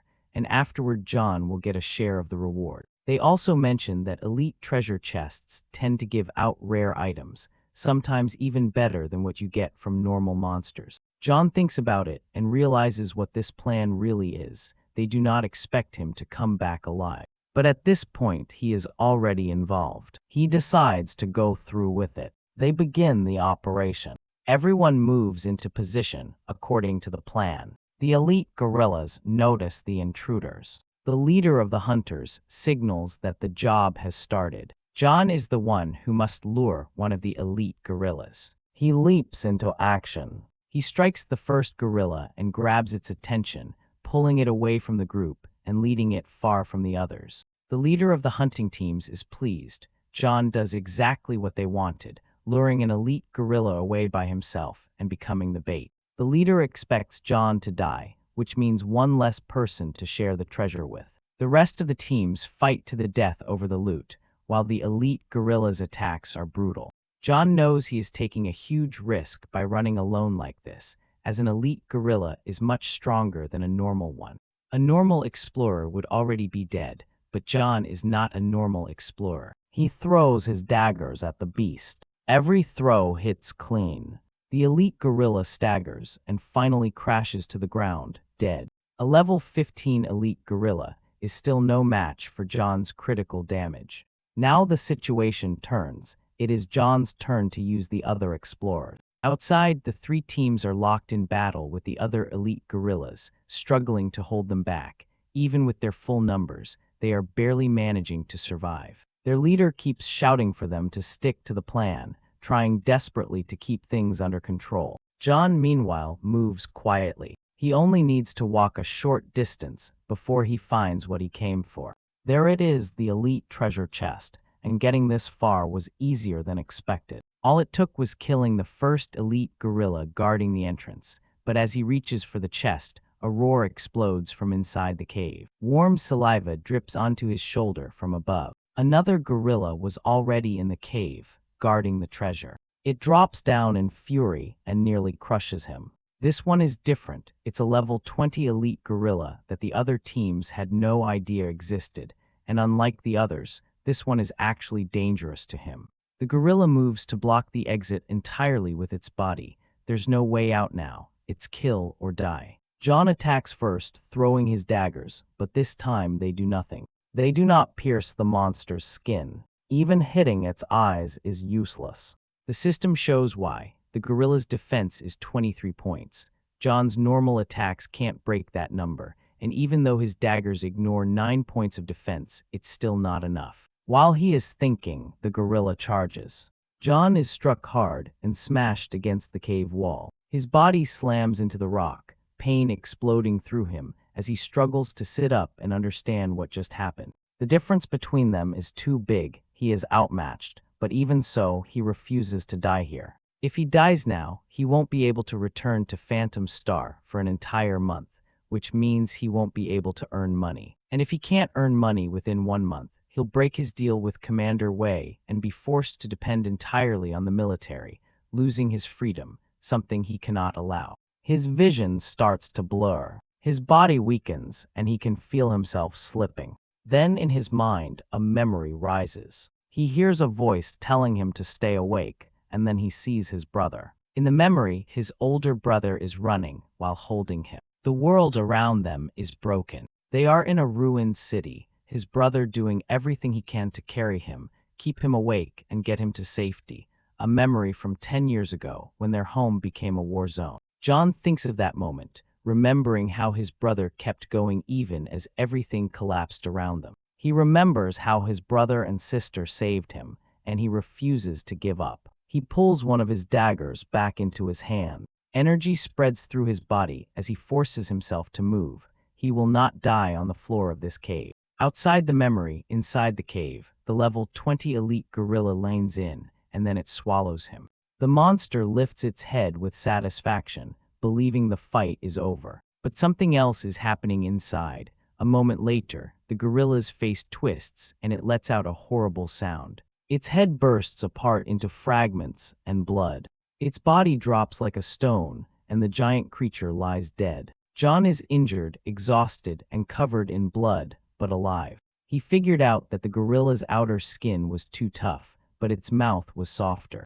It was just like with the Wolf King. The outside had too much defense, but the inside did not, so he killed it from within. Now the elite chest is his. He's weak, but the treasure belongs to him. Almost an hour later, the other teams outside finally manage to kill the remaining elite gorillas. They cheer and celebrate, saying that the boy who lured one away is probably dead by now, which means one fewer person to share the loot with. They then enter the cave to take the treasure, but when they get inside, they freeze.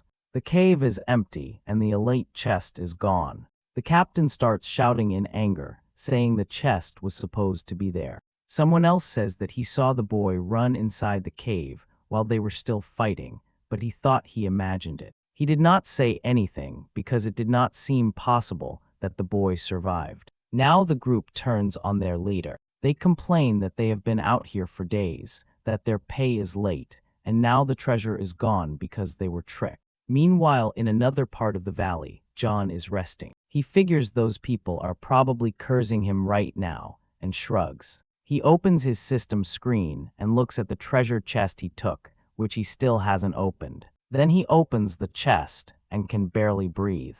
It is full of valuable items, rare minerals, and equipment. The money he can make from this is far more than what he would get from just selling monster corpses. But something else in the chest stands out even more. There is another piece of gear inside, a pair of gloves. He slips them on. Each glove has a small fire emblem. He does not know yet whether they are meant for attack or defense. But the moment he wears them, he feels lighter and stronger. His body feels faster. He thinks his strength and agility have both improved and decides to test them. He throws his daggers, and as they fly, flames appear around them in midair.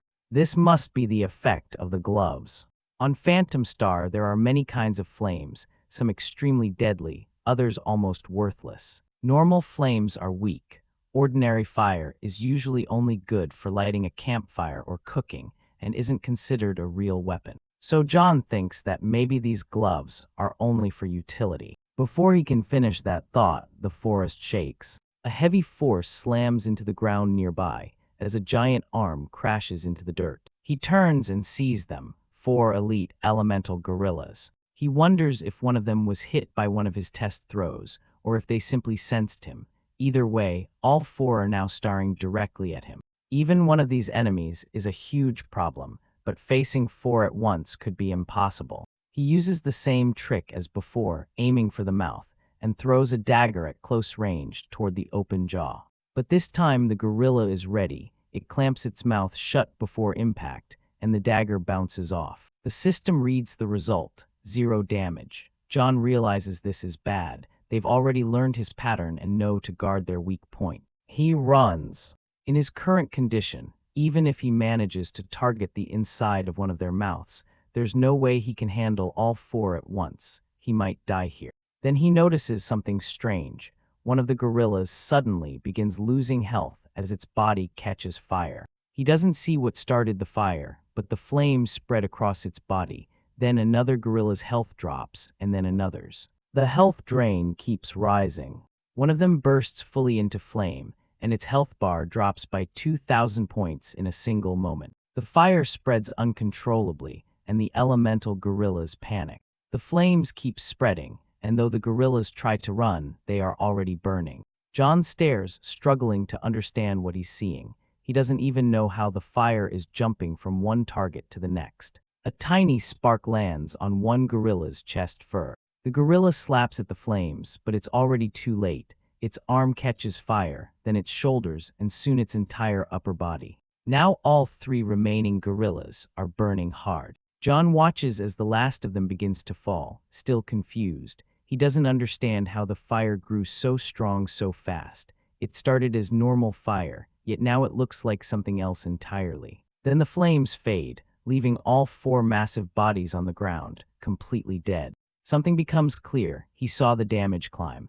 At first, the fire was doing about 10 points, but within seconds it rose to 2,000, a 200-fold increase. He realizes the truth. The gloves create fire, but more than that, his special talent lets the damage multiply by 200 times and spread from one monster to another. The fire looks like normal flame, but it is not normal if you cannot resist it.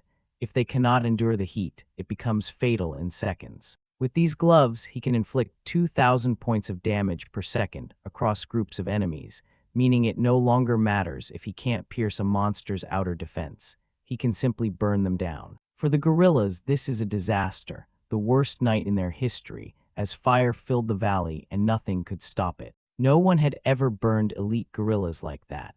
They could only run and scream as the fire consumed them like dry brush. After that, John walks openly through the valley without fear. Within a range of 10 miles around him, there is nothing left for any other explorer to collect. By dawn of the second day, ashes cover the entire area. It was incredibly profitable, as he had hunted dozens of gorillas. His level rises to level 8. Thanks to the gloves, nothing below level 20 can stand up to his area damage now. On top of that, he has collected 10 elite chests and a pile of monster corpses.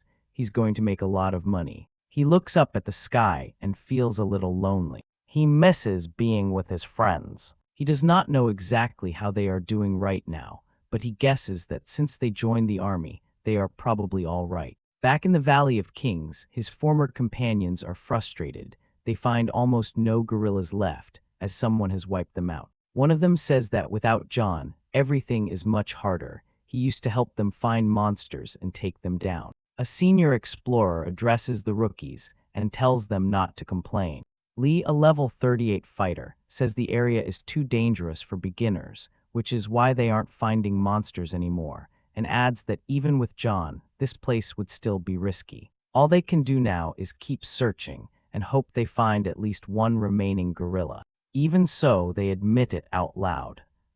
They miss John. 3 days pass, and one of the explorers complains that all he can find now are normal gorillas, which are too easy for them. He says Huang Wei told them to focus on finding John instead of hunting properly, calling it a waste of their time and skills, but another explorer tells him to accept it.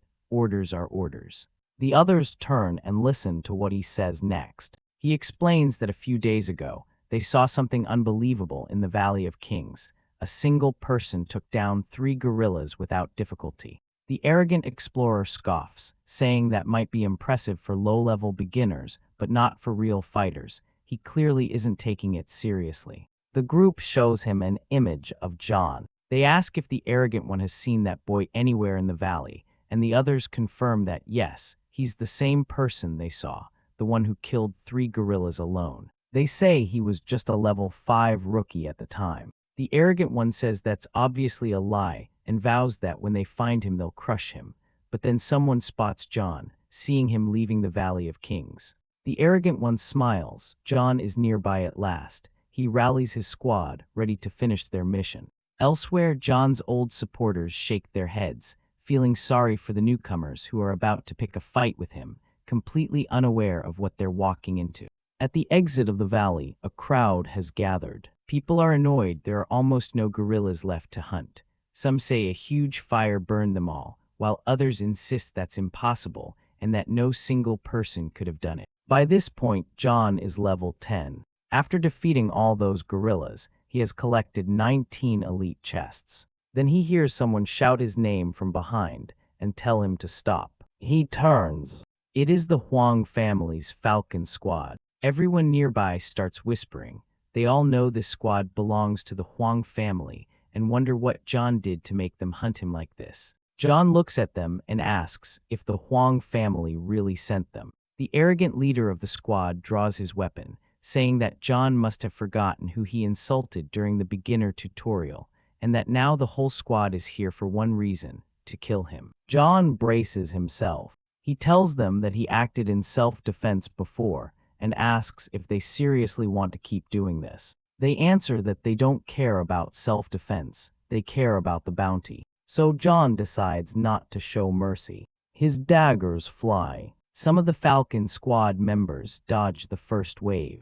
Others are hit, and at first they laugh, saying the flames licking at their skin are weak, and mocking the idea that a little fire could hurt them. Spectators nearby shake their heads, unable to believe someone is using what looks like ordinary fire in a serious fight, and whisper that it won't matter, that it's only a matter of time before John is overwhelmed. John looks at the Falcon squad and asks what they think will happen if the fire starts doing more damage. It does not take long for the first member of the Falcon squad to start losing health. His health drops by 2,000 points every second as flames engulf his entire body until he can barely be seen.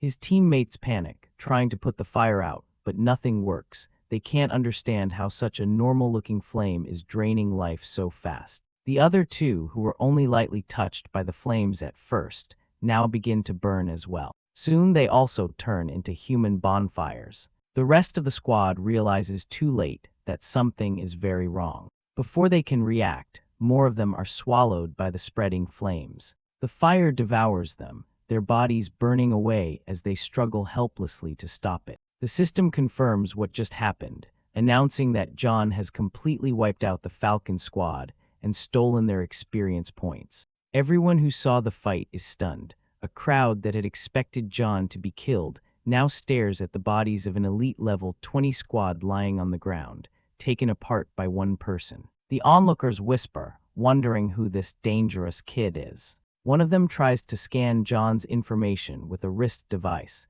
but cannot read all of his details. They guess that he must be some kind of powerful fire type class, and that he is using special gear that blocks stat reading. John opens his status window and sees that he's already leveled up 2 more times from that short fight. He then asks the system why other players are unable to read his attributes. The system tells him that his skill grants many bonus attributes, making it impossible for players around his level to view his full data. He thinks this is actually a good thing. It means people will not immediately target him out of fear or greed. After that, John goes into town and walks into a shop to sell what he has collected. He tells the saleswoman that he has some items to sell and wants a price. The woman barely looks up at first, used to rookies coming in to sell small junk, and based on how plain and rough he looks, she assumes he has nothing valuable. Then he opens his inventory, and her eyes go wide. He shows her cards from normal gorillas, elite gorillas, and more. That alone would be a rich haul, but that's not all. He also shows her 19 elite chests he collected from the Valley of Kings. John asks how much all of it is worth. For a moment, the saleswoman just stares. She's not used to someone showing up with this much top-level material at once. Usually, players bring her one body card or a small item, but this guy looks like a wholesaler. She shakes her head to clear it. Now fully awake and excited, she says that she will calculate the value herself, and that she is the best person in the shop for this kind of job. She begins calculating the price, and the total is high. She explains it out loud. The monster body cards are worth 10,000 coins, and the elite treasure chests are worth 170,000 coins, for a total of 180,000 coins. Each coin in Phantom Star is equal to 10 units of real-world money, meaning his total comes to 1,800,000 in real-world currency. That is enough to take care of his brother's health. John realizes something important in that moment. He's done it. He's already earned enough to pay for the surgery, winning his bet with the commander and freeing himself from having to enlist in the military. Later, while he is walking in town, the fortune teller calls out to him.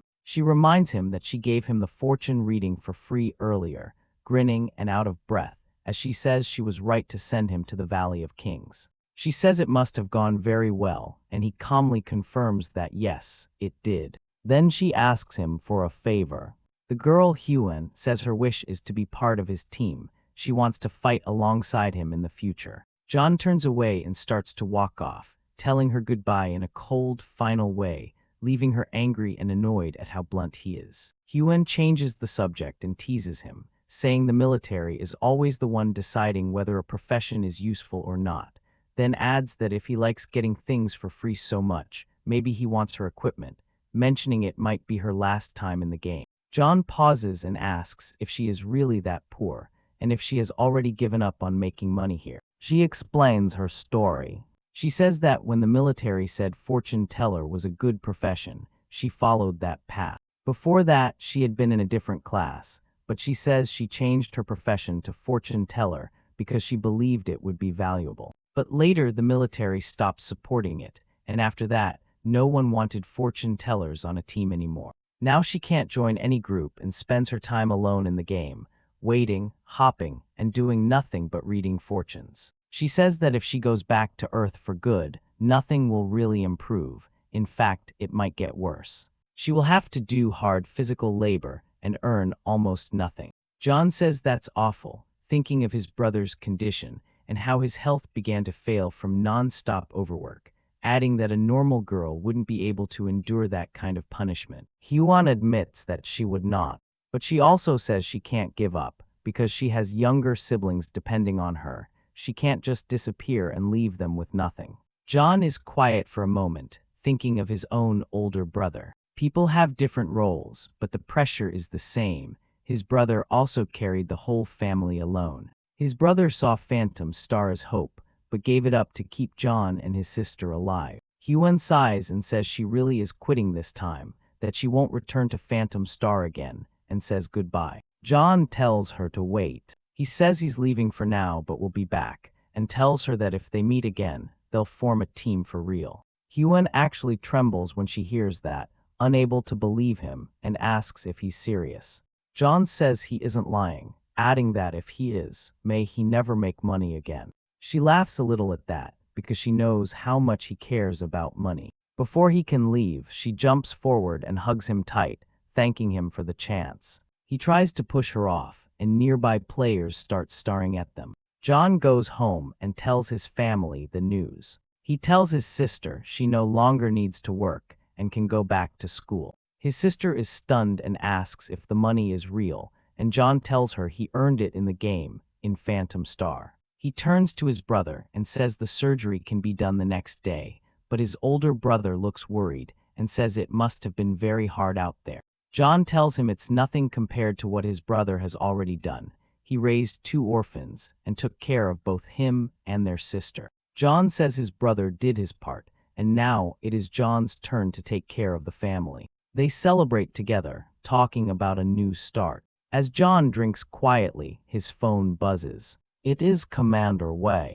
Wei tells him he lost the bet, and that John has his freedom, adding that he'll send someone to pick John up later to show him something important. He reminds John to come outside the safe zone when called. After some time, John is brought to a ruined place. He looks around at the broken, burned, empty city and realizes it's the place where he grew up as a child, now destroyed and hollow. He meets the commander in person. John asks why he was brought here. Before Wei can answer, the ground shakes. A huge impact echoes through the buildings as explosions rumble in the distance and the air tears with force. John turns and sees it. Not far away, a massive creature the size of a small building is being fought by several people. A small team of 3 fighters is battling the giant beast without fear. John asks if these people are fighting what is known as a god beast. Commander Wei explains that in Phantom Star, every 20 levels mark a new tier for explorers, with 6 main tiers in total, and that up to level 80, a player's power can only be used inside the game. The fighters continue their assault on the creature, but then Wei explains that from levels 81 to 120, something changes, an awakening occurs, and those players are called extraordinaries. They can use their Phantom Star abilities in the real world, not just inside the game. These are the people who stand between humanity and extinction. John looks at the 3 fighters again. Their eyes show no fear, their movements sharp and calm as the battle against the god beast continues. Wei says that this kind of fight is the only real way to deal with a god beast. John watches the fight and feels how strong those players are. Commander Wei tells him this isn't even a special case, that this is just an ordinary god beast. He explains that to get rid of it, they already lost 2 transcendents. This shocks John, who had spent most of his time in safe zones where people were protected, and only now sees how bad things really are outside them. Wei says he will not force John to join the army. Lightning cracks overhead as thunder rolls over the ruins. Wei goes on, saying that he already spoke to the Huang family and told them to leave John alone, which surprises John that the commander went that far for him. Wei says that he trusts his instinct. John falls quiet. Wei says his instincts tell him that John will become a strong person and that he understands John's desire to protect his sister and brother, but adds that if John joins the army right now, it would mean going to war and leaving his family behind. Wei also says that every person has a share of responsibility. Someone has to hold the line, or there will be nothing left, and as a citizen of Shino, it is his duty to fight for his country and for people like John, fully accepting that he might die in that duty soon. Wei says he will not force John to sign up, but he also says that one day, if the city cries for help, and if John is able to answer, he hopes John will fight for Shino. After resting a few days in the real world, John logs back into Phantom Star. He thinks about what the commander said. He did not expect Wei to place such high expectations on him, but now it was time to focus on his own survival. He needed tougher enemies. Gorillas were no longer enough. His wrist device shows the profile of a new kind of monster, a ghostly banshee. The banshee can kill in a single strike and terrifies its targets. It cannot be damaged from farther than 10 meters and is extremely dangerous to fight up close, which makes it even worse than the gorillas. John thinks it over. He decides that this is not the kind of monster he can face alone and that he needs a team, so he goes looking for the fortune teller. She is asleep in the street, next to a small sign that says she is waiting for the captain and does not want to be disturbed. John wakes her up and asks if she has really been waiting there since the last time he logged in. She is happy and says she knew he would come back, and John tells her that he always keeps his promises. She smiles and says she has already found someone who could be useful to them, and that if this person helps them kill monsters, their team will be strong. John adds that he hopes the person is not a drunkard. The new person introduces himself as Ryuan, and he is exactly what John did not want, someone from the drunkard class. The moment John hears that, he tries to run away at full speed.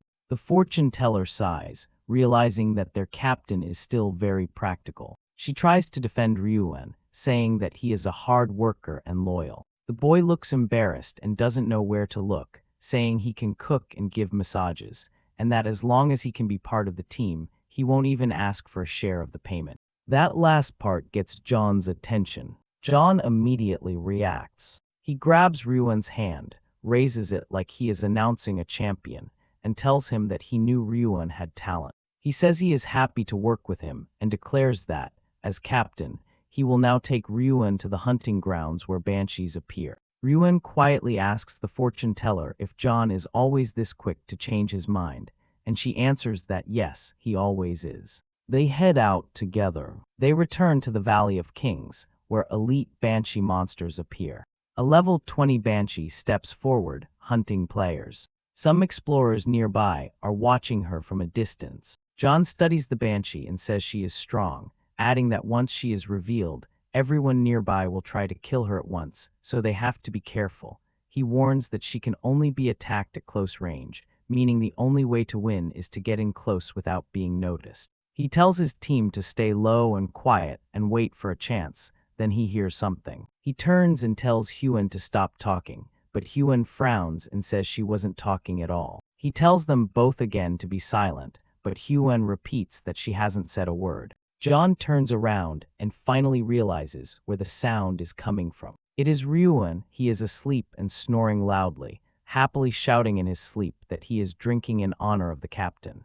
The banshee instantly notices them. She floats toward their hiding place. Once she is close enough, she unleashes her terrifying scream. John panics and demands to know what Hyun did, because right now this is going wrong, and the drunkard is not helping. The banshee's scream hits all of them, as they are within range, and the scream inflicts fear. John is overwhelmed, Hyun is also affected, and even Ryuan, who is still asleep, is affected. All three of them gain the fear status and are frozen in place, unable to think of any way to respond, move, or fight. The banshee keeps gliding closer and closer. Then something ridiculous happens. Still asleep, Ryuan mumbles that he does not know how such a beautiful woman appeared in front of him, and then he lunges at her. He slams into the banshee with so much force that it looks like a deliberate tackling move. He wraps his arms around her and tells her, in his drowsy mumbling, that fate brought them together and he will take care of her. He even rubs her face while half asleep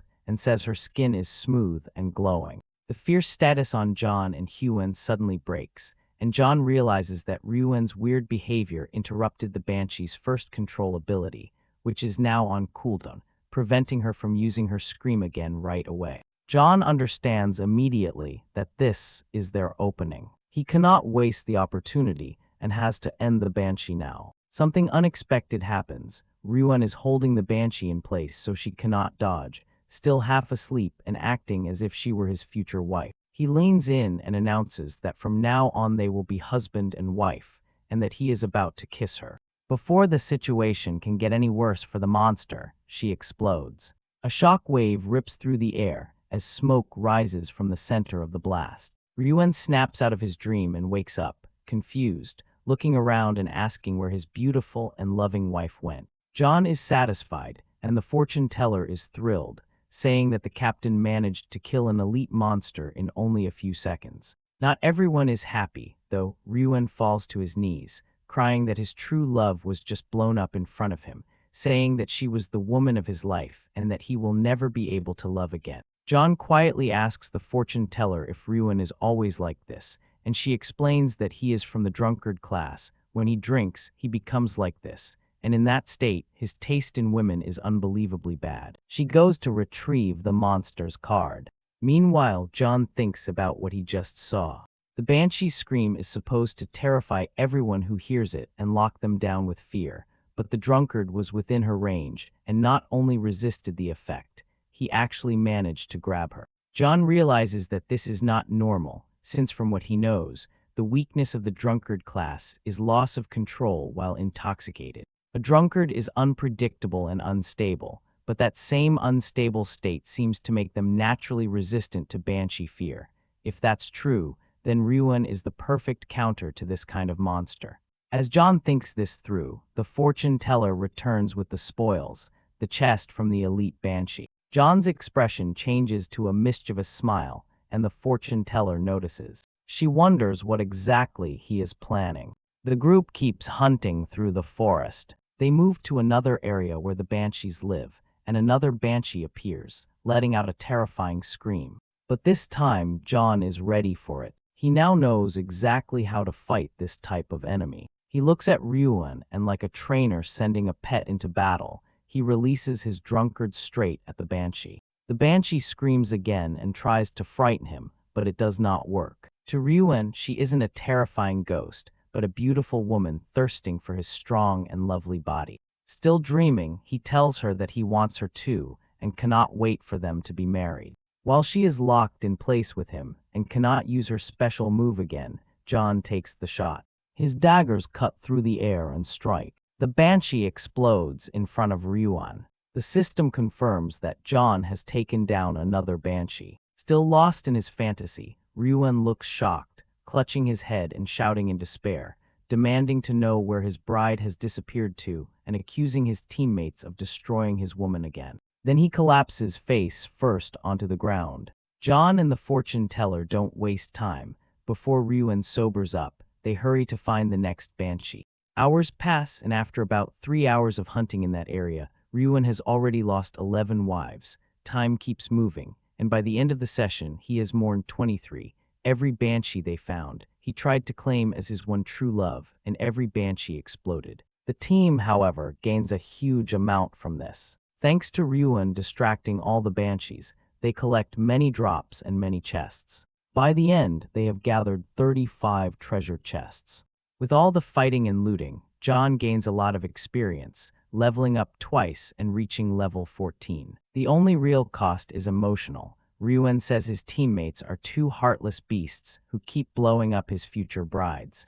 That is not all they get. The group also finds 2 skill cards. They examine the first card, which grants a skill that can create heavy rain. If the user has strong mental power and favorable terrain, the rain can become so intense that it even forms lakes. Since Hyuan, the fortune teller, is already level 29 and has high mental strength, John gives that card to her. She is overjoyed. Before now, her only profession skill was fortune telling, and this is her second real ability. For the first time, she feels like she isn't completely useless. She bows deeply to him and declares that from now on she will treat him like an older brother forever. John says she deserves it and lightly taps her on the head to stop her from being dramatic. The second skill card is unusual. It can only be used by someone with a secret profession, and when activated, it grants a one-time skill that disappears after that single use. John decides to test it immediately and activates it. A new ability appears. It is called Pickpocket Casino. The description says that any player who looks at him for half an hour will lose 1,000 attribute points, which will temporarily transfer to John before returning to their original owner once the time is up. John asks the system if that's all, and the system confirms that it is. He frowns, unable to believe that something sounding this impressive only steals 1,000 attribute points at a time, and only works if someone stares at him for that long, thinking that in practice it may not be very useful. Then Ryuan finally wakes up. He clutches his head in pain, groaning that he has the worst headache.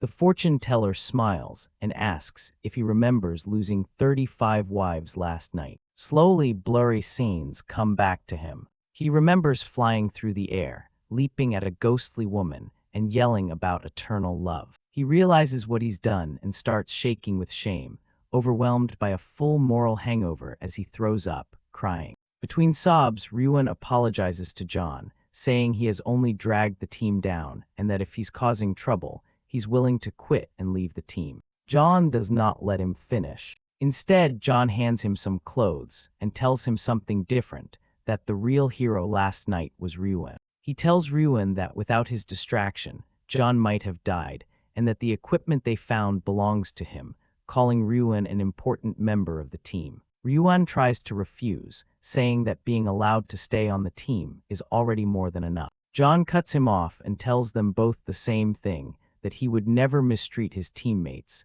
and adds that he has something for the fortune teller as well. The fortune teller is shocked, not expecting this kind of generosity. She looks at him with bright eyes, as if she is looking at the main character in a romance story. Ryuan nods quickly and loudly repeats the same praise, saying their captain is amazing and kind. Both of them bow to John and promise to follow him forever, but he tells them to stop doing that.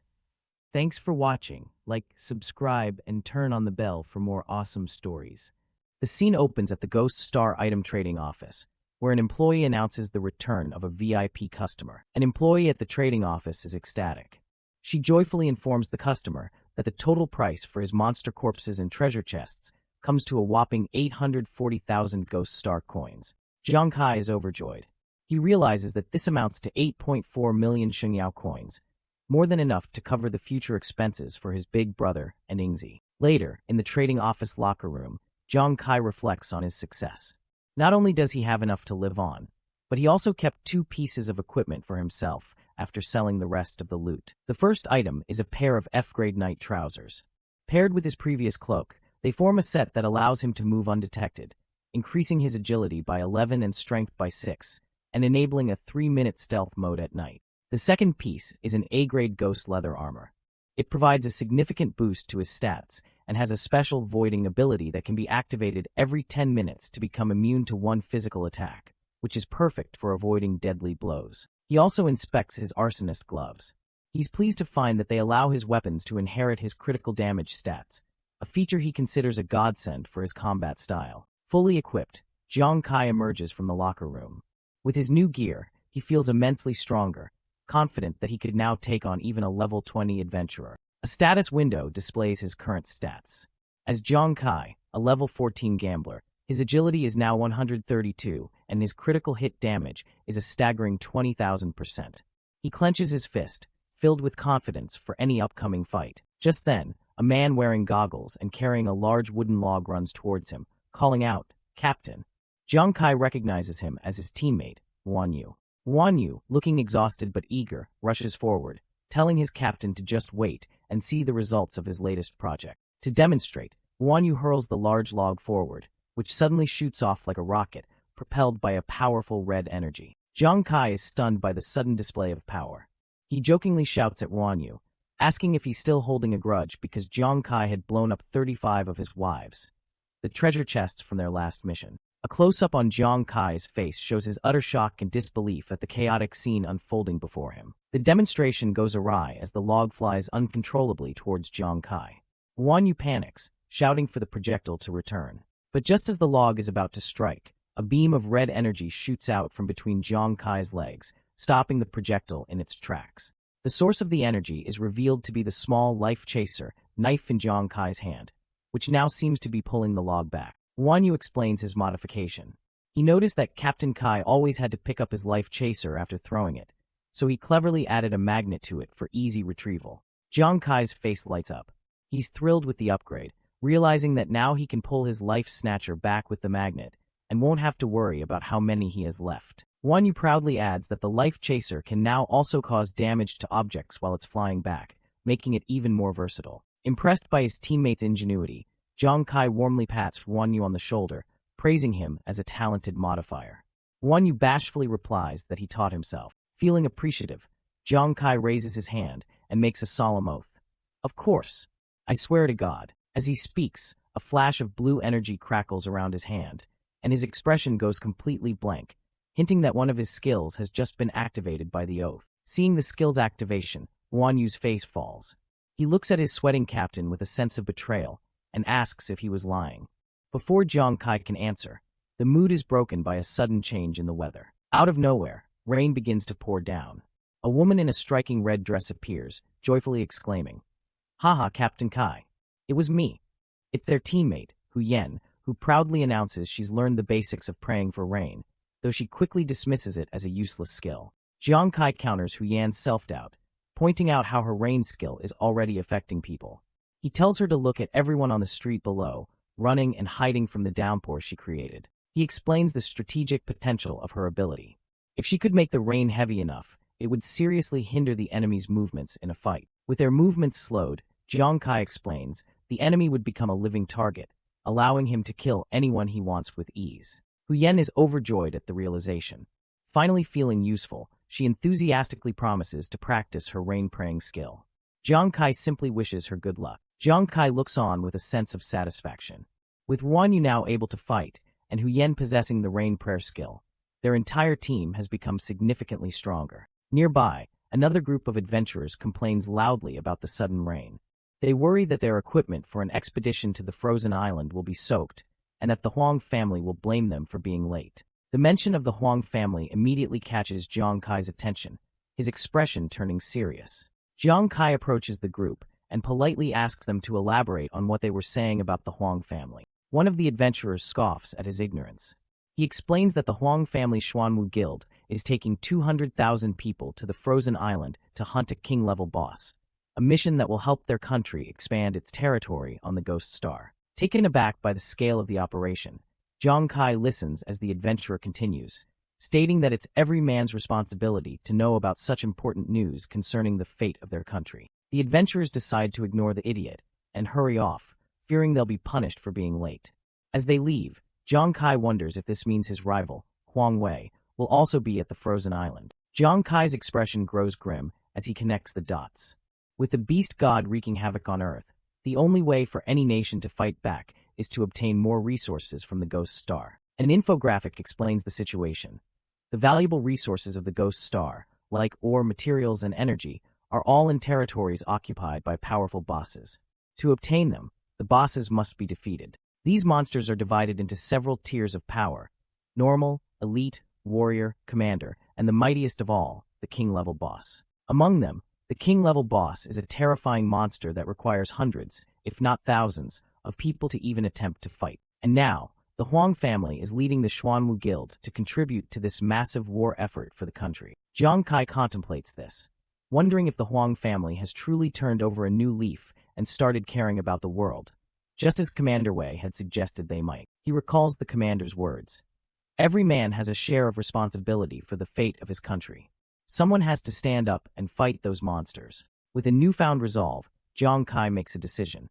If Huang Wei is doing this, then he should also go to the frozen island and do his part for his country. The scene transitions to the Ghost Star frozen island, a vast and desolate landscape of ice and snow under a starry sky. Jiang Kai's team trudges through the deep snow, their footprints the only mark on the otherwise pristine, frozen wasteland. Completely unprepared for the extreme temperature, the team shivers violently. Hu Yan asks Jiang Kai why he didn't buy any cold-weather clothing, to which he sheepishly admits he didn't expect it to be this cold. Suddenly, an aggressive voice bellows, "Hey!" From a nearby cliff, a man from another team shouts down at them. "Which team are you from, you idiots?" he yells, demanding to know why they are walking on the lake before the main assault begins. Unfazed by the hostile welcome, Jiang Kai responds calmly. "This is our first time here," he says, then asks, "May I ask why we can't walk here?" The man scoffs at their ignorance, calling them newbies. He explains that it's common knowledge that a monster's lair lies directly underneath the frozen surface of the island. From a ridge above, he condescendingly warns them that walking on the thin ice will surely alert the monsters that are dormant below. But the warning comes too late. The ice beneath their feet shatters as a monstrous creature erupts from the depths, sending the unprepared team flying. A system window identifies the terrifying beast, a level 22 bipedal fishman. The team is thrown back by the force of the monster's emergence. Hu Yen and Ruanyu cry out in shock, recognizing the creature as a fishman. Watching from their perch, the other adventurers mock the three idiots. They smugly state that a level 22 fishman requires a full team, with every member being above level 20 to handle. The adventurer continues his lecture, explaining that it's well known that fishmen are exceptionally skilled at close-range attacks. As the level 22 fishman lunges towards Zhang Kai, the man declares that once you're entangled by such a creature, you are as good as dead. Seeing their captain in peril, Hu Yen and Ruanyu scream his name in terror. However, Zhang Kai remains perfectly calm. As the fishman attacks, he activates his ghost armor and uses the voiding skill, allowing him to phase through the monster's body completely unharmed. After his voiding ends, Zhang Kai lands gracefully on the monster's back. He looks down with disdain and says, "I thought it was something powerful, but it turns out he is just a small fish." With a powerful roar, Zhang Kai unleashes a fiery punch directly into the back of the fishman's head, yelling, "Get lost." The attack connects with devastating force, resulting in a massive explosion that completely engulfs the level 22 monster. The group of adventurers who had been mocking them just moments before are now completely speechless, their faces frozen in a state of utter shock and disbelief. Their minds reel as they try to process what they just witnessed. A guy who they assumed was a low-level newbie just dodged a close-range attack from a level 22 fishman, a feat that should require a full team of level 20s. Zhang Kai stands confidently amidst the dissipating smoke and embers. "Huh," he says with a smirk. "After stretching my muscles, I don't feel cold anymore." He summons his knives, calling them to return. He reflects on his newfound power, noting that his strength has now reached 76 points. He mentally calculates his damage potential.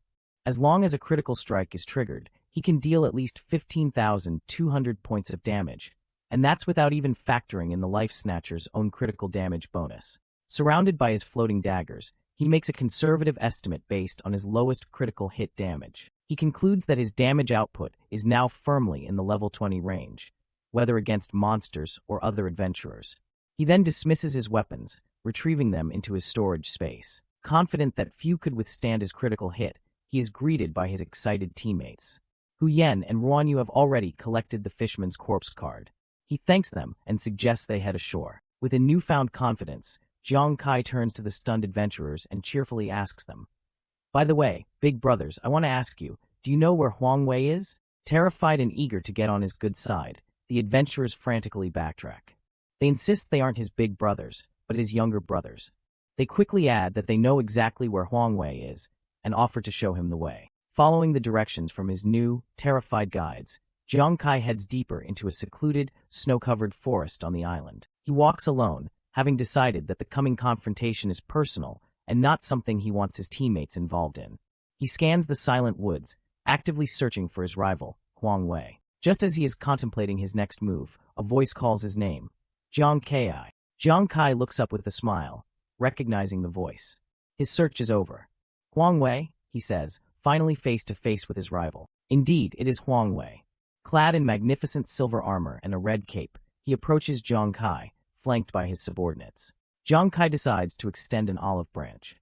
He tells Huang Wei that he's impressed he's fighting against the boss for his country and suggests they put aside their grudges. He declares his willingness to do his part on Frozen Island as well, but Huang Wei has no interest in a truce.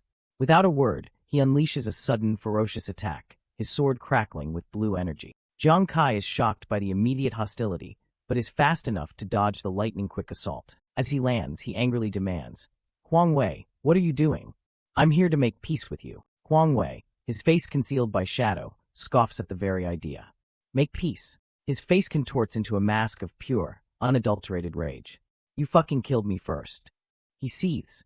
"I've been in therapy for so long, and now you're telling me that I should make peace?" He recounts how badly he wanted revenge after Zhang Kai killed him in public, but the military had ordered his family to leave him alone, an order he had no intention of following. He reveals his true, sinister motive.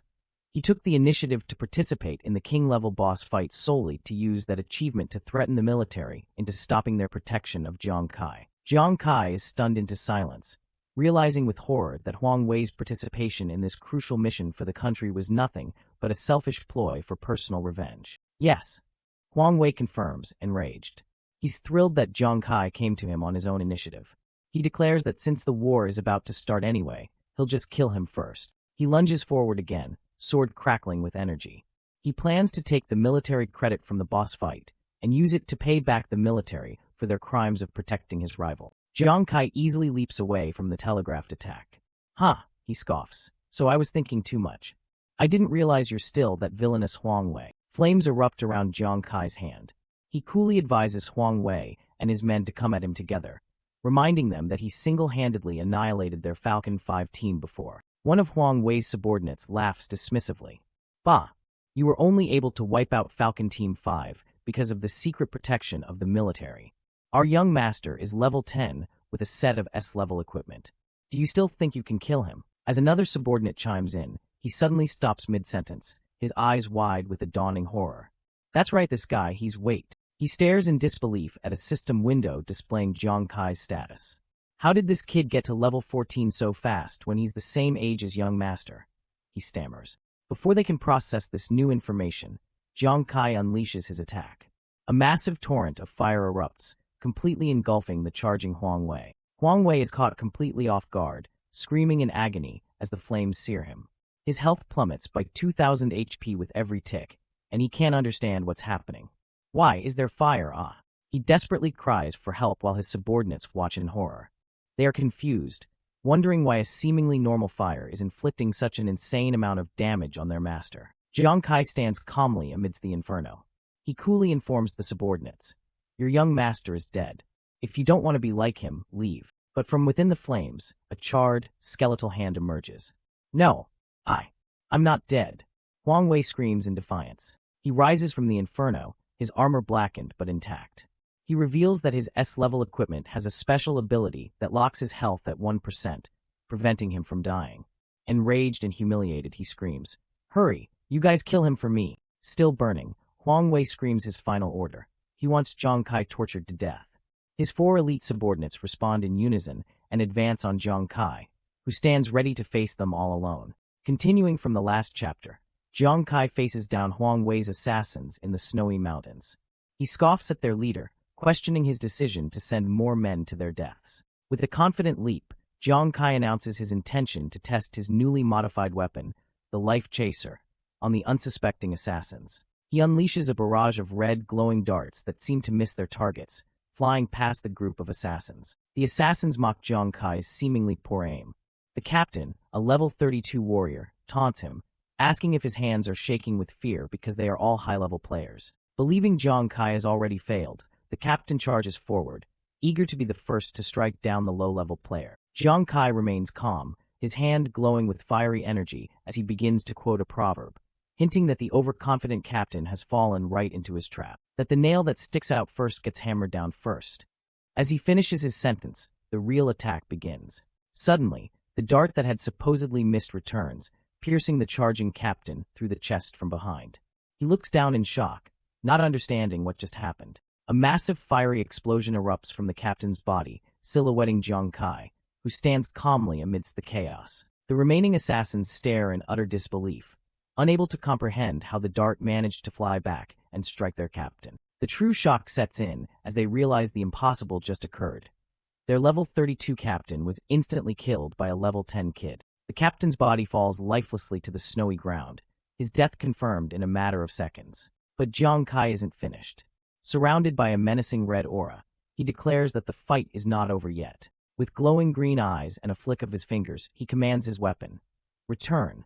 Another dart, controlled by his skill, slams into a second assassin, catching him completely off guard. The second victim is instantly engulfed in a powerful fiery explosion, his face contorted in agony. He lets out a final, agonizing scream as the flames consume him, leaving his comrades frozen in fear. The remaining assassins are terrified by the overwhelming and inexplicable damage. One of them wonders if Jiang Kai is a hidden master, pretending to be weak. The leader of the group, Huang Wei, furiously yells at his subordinates for their incompetence, pointing out that Jiang Kai is clearly a long-range specialist. Believing he has figured out Jiang Kai's weakness, Huang Wei orders his last 2 men to attack together and close the distance, thinking that will nullify his advantage. Huang Wei smirks, confident in his assessment. He believes Jiang Kai is a glass cannon assassin who will be helpless once they get into close-quarters combat. However, as one of the men charges forward, he is met with yet another devastating explosion from behind, proving Huang Wei's strategy completely wrong. The assassin screams in terror as he is obliterated, his final moments filled with the shock of being outplayed so thoroughly. With the subordinates swiftly eliminated, Zhang Kai calmly walks past their fallen bodies. He looks down on them with disdain, muttering, "Humph, trash is still trash." His attention then turns to the sole survivor. Zhang Kai examines his life chaser, remarking that the number of opponents is irrelevant. In the background, Huang Wei collapses, utterly broken and stammering in disbelief at how his entire high-level team was single-handedly wiped out. Standing over the defeated Huang Wei, Zhang Kai materializes a sword of pure energy. He states that he was originally going to let their conflict go, but Huang Wei has disappointed him too much. He confronts Huang Wei directly, confirming his murderous intent. Terrified, Huang Wei can only ask what he's going to do. Zhang Kai looms over him, saying that since Huang Wei wanted to kill him, he must return the favor.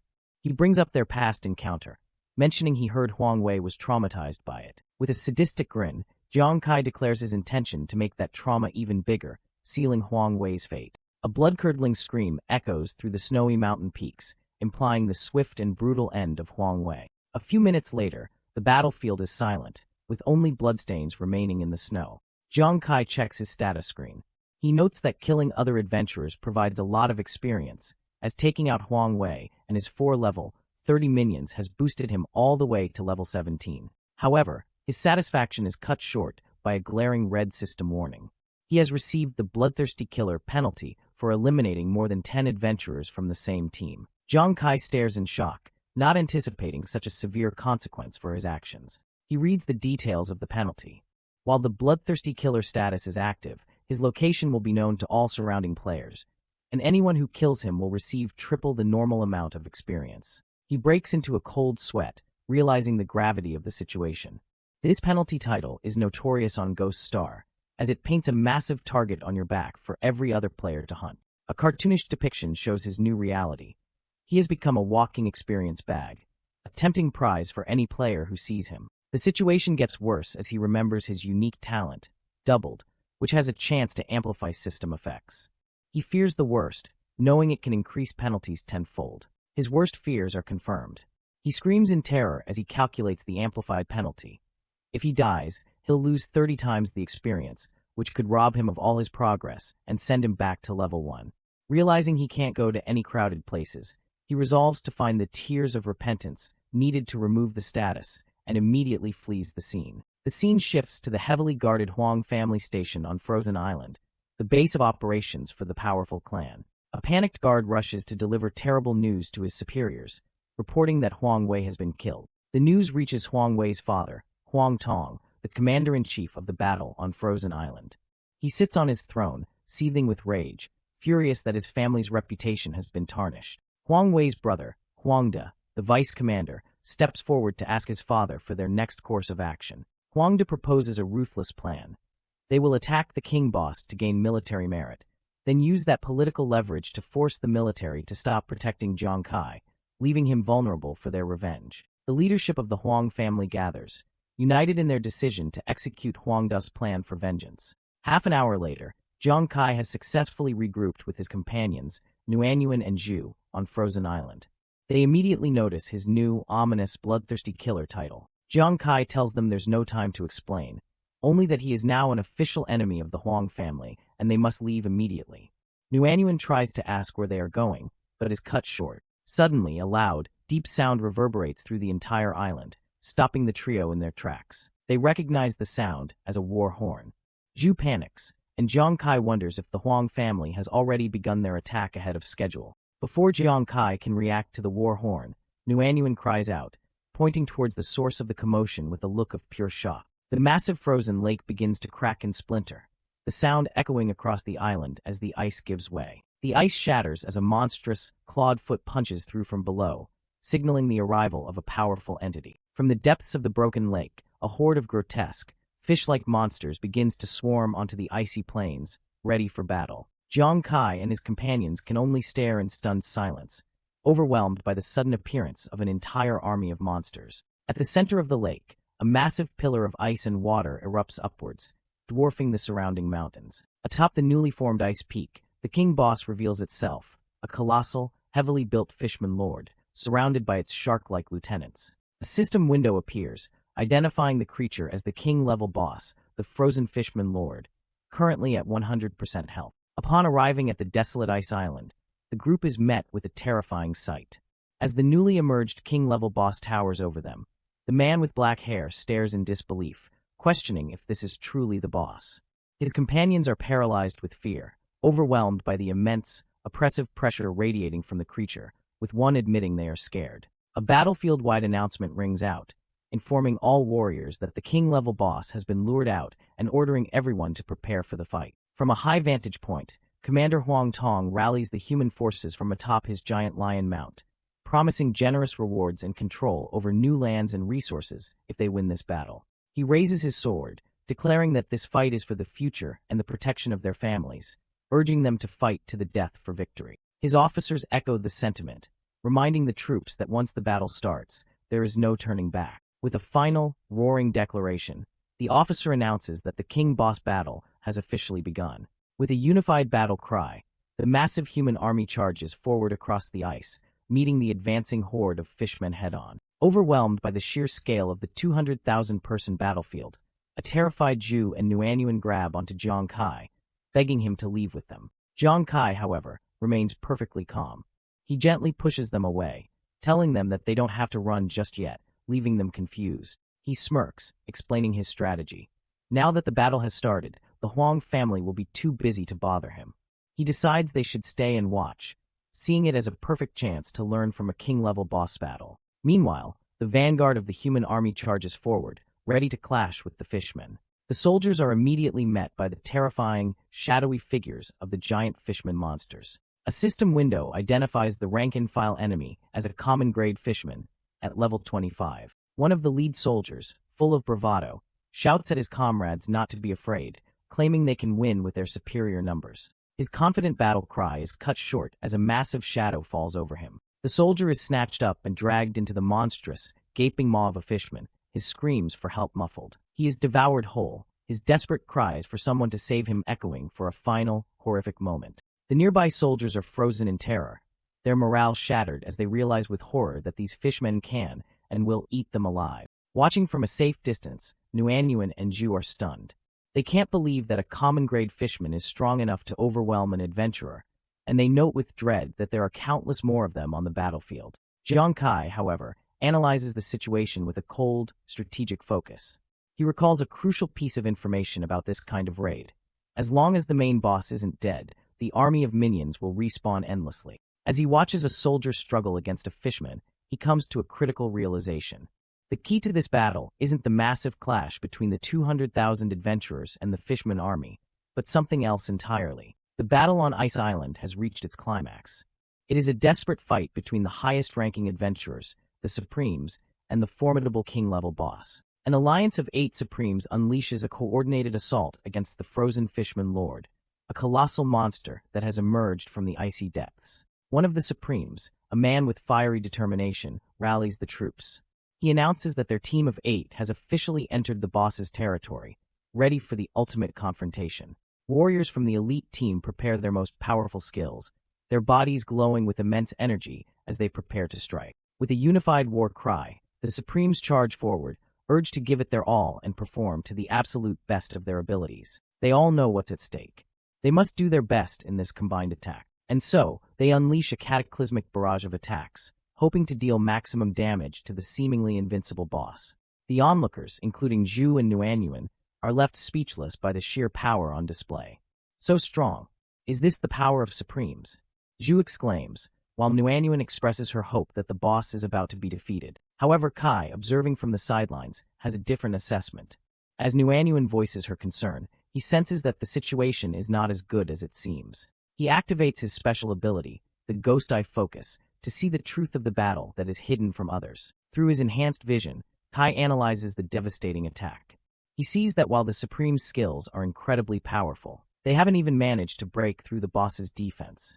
A system notification confirms his observation. Failed to penetrate the defense. The Supremes themselves are in disbelief.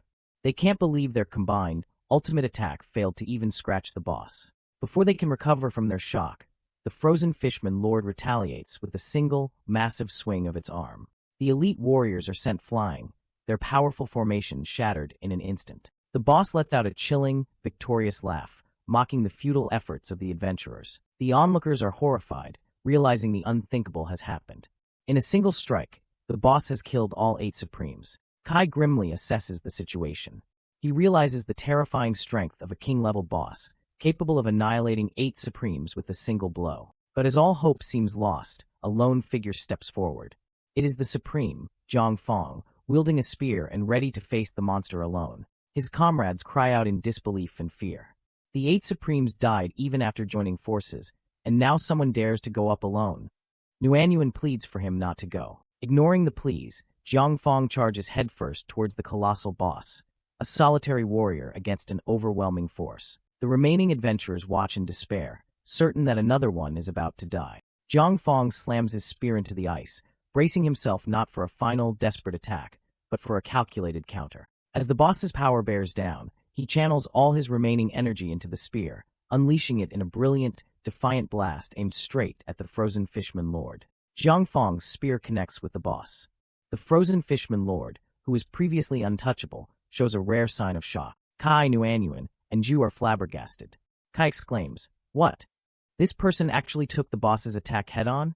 Witnessing Zhang Fong's impossible feat of survival and counterattack. The other adventurers are equally stunned, unable to comprehend how a single warrior could withstand the power that annihilated 8 Supremes. Standing firm, Zhang Fong reveals the grim truth behind his power. He scoffs, revealing that his teammates' deaths were not in vain. They were a deliberate sacrifice. A system window confirms his identity. Supreme, Zhang Fong, the strongest lancer in the Xuanwu Guild. He glares at the boss, declaring that it can't kill him with a simple blow. He raises his spear, vowing to fight on behalf of his fallen comrades, their sacrifice fueling his resolve. The secret to his power is revealed, his unique talent, Blessing of the Dead. For every Supreme teammate who dies, he gains a massive 25% increase in strength. Now empowered by the loss of his 8 teammates, Zhang Fong lets out a furious roar and unleashes his full, amplified power, screaming, "I'll kill you." His empowered strike lands true, and a system notification confirms the impossible. The boss's impenetrable defense shield has been shattered. The frozen fishman lord recoils in pain, wounded for the very first time in this battle. This turn of events leaves everyone, including Kai, in awe. The other adventurers shout in amazement that someone could actually break the boss's defense. Kai realizes that this hero, Zhang Fong, might actually have the potential to kill the boss. A red-bearded man, the leader of the Xuanwu Guild, smirks confidently. He reveals their master plan. The deaths of the other Supremes were a premeditated strategy to boost Zhang Fong's power. He explains that since Zhang Fong was already a powerhouse, the Blessing of the Dead from 8 fallen comrades increased his power by a staggering 200%. With this immense boost, Zhang Fong's strength is now comparable to that of 20 Supremes combined. The guild leader is certain of their victory, thinking that as long as nothing unexpected happens, the battle is as good as won. From a distance, Kai, Nuanyuan, and Zhu watch the tide of the battle turn. But their relief is short-lived. Just as Nuanyuan cheers, convinced that their victory is assured, the situation takes a dark turn. A new threat emerges. Kai and Nuanyuan look on in horror as a system window announces the arrival of a level 32 elite sea fishman. Suddenly, a scout rushes to the Xuanwu Guild leader with terrible news. He has detected a large number of sea fishmen rushing in from behind the frozen island, trapping them. The guild leader's confidence shatters. His worst fear has come true. The main army of the fishmen has been summoned, creating a pincer attack. The scout confirms their dire situation. There are hundreds of reinforcements, all elite fishmen above level 30, now surrounding them and cutting off any chance of escape. A soldier curses, noting that with the lesser fishmen being held back, their champion, Zhang Fong, can now fight the main boss without any worries. The panel shows a massive energy beam striking a giant, shadowy monster. A strategic map of the battlefield is shown. The entire area is divided into 5 distinct zones, each corresponding to a different level of fishmen: ordinary, elite, general, leader, and the final boss at the peak. By assigning a large number of adventurers to engage the fishmen in each specific zone, they have managed to create a delicate balance on the battlefield. Among the warriors holding the line is Zhang Kai, who smiles confidently in the heat of battle. However, this balance is fragile. The commander knows that if their rear is breached by a new wave of enemies, it will cause chaos in the battle. This would not only prevent Zhang Fong from defeating the boss, but on the contrary, It would lead to the annihilation of all 200,000 of their forces. A commander with pink hair shouts in panic, realizing the immense pressure. He estimates it will take Zhang Fong at least 30 minutes to kill the boss and desperately asks how long it will take for the new wave of sea fishmen to arrive. His subordinate checks a holographic screen which flashes with red alerts. He delivers the grim news. A massive number of sea fishmen are approaching, and they will be there in at most 10 minutes. Suddenly, a powerful spell ignites on the battlefield as 3 pillars of fire converge into a massive blast. The fiery explosion engulfs an elite fishman, which screams in agony as it's incinerated from the inside out. The attack is devastatingly effective. A system window announces that adventurer Zhang Kai has successfully defeated 1 elite sea fishman. Not far from the explosion, 2 of Zhang Kai's companions, a purple-haired girl and a boy with goggles, look on in terror. The girl cries out, "Captain Kai, why are there so many sea fishmen around suddenly? Let's get out of here quickly." Zhang Kai, however, remains composed. He turns his head, his gaze steady as he questions the idea of retreating at such a critical moment. He surveys the vast, snowy landscape of the battlefield. He knows the situation is a delicate stalemate. If no one steps up to stop the approaching sea fishmen, it could lead to the failure of the entire battle. A close-up on his piercing green eye reveals a silent, unwavering resolve. He has made his decision. Elsewhere, a soldier grapples with his conscience. He admits that the Huang family leading them are his enemy, and he'd be happy to see them lose. But the 200,000 people fighting for the future of their country are innocent. Another chimes in, holding a cigarette. He declares that the fate of the country is a responsibility of every man, and someone has to step up and fight these monsters. Back with his team, Zhang Kai stands resolute against the sky. He turns to his companions and makes his stance clear. Huyen and Ruanyu, we are not leaving. His companions look at him, baffled.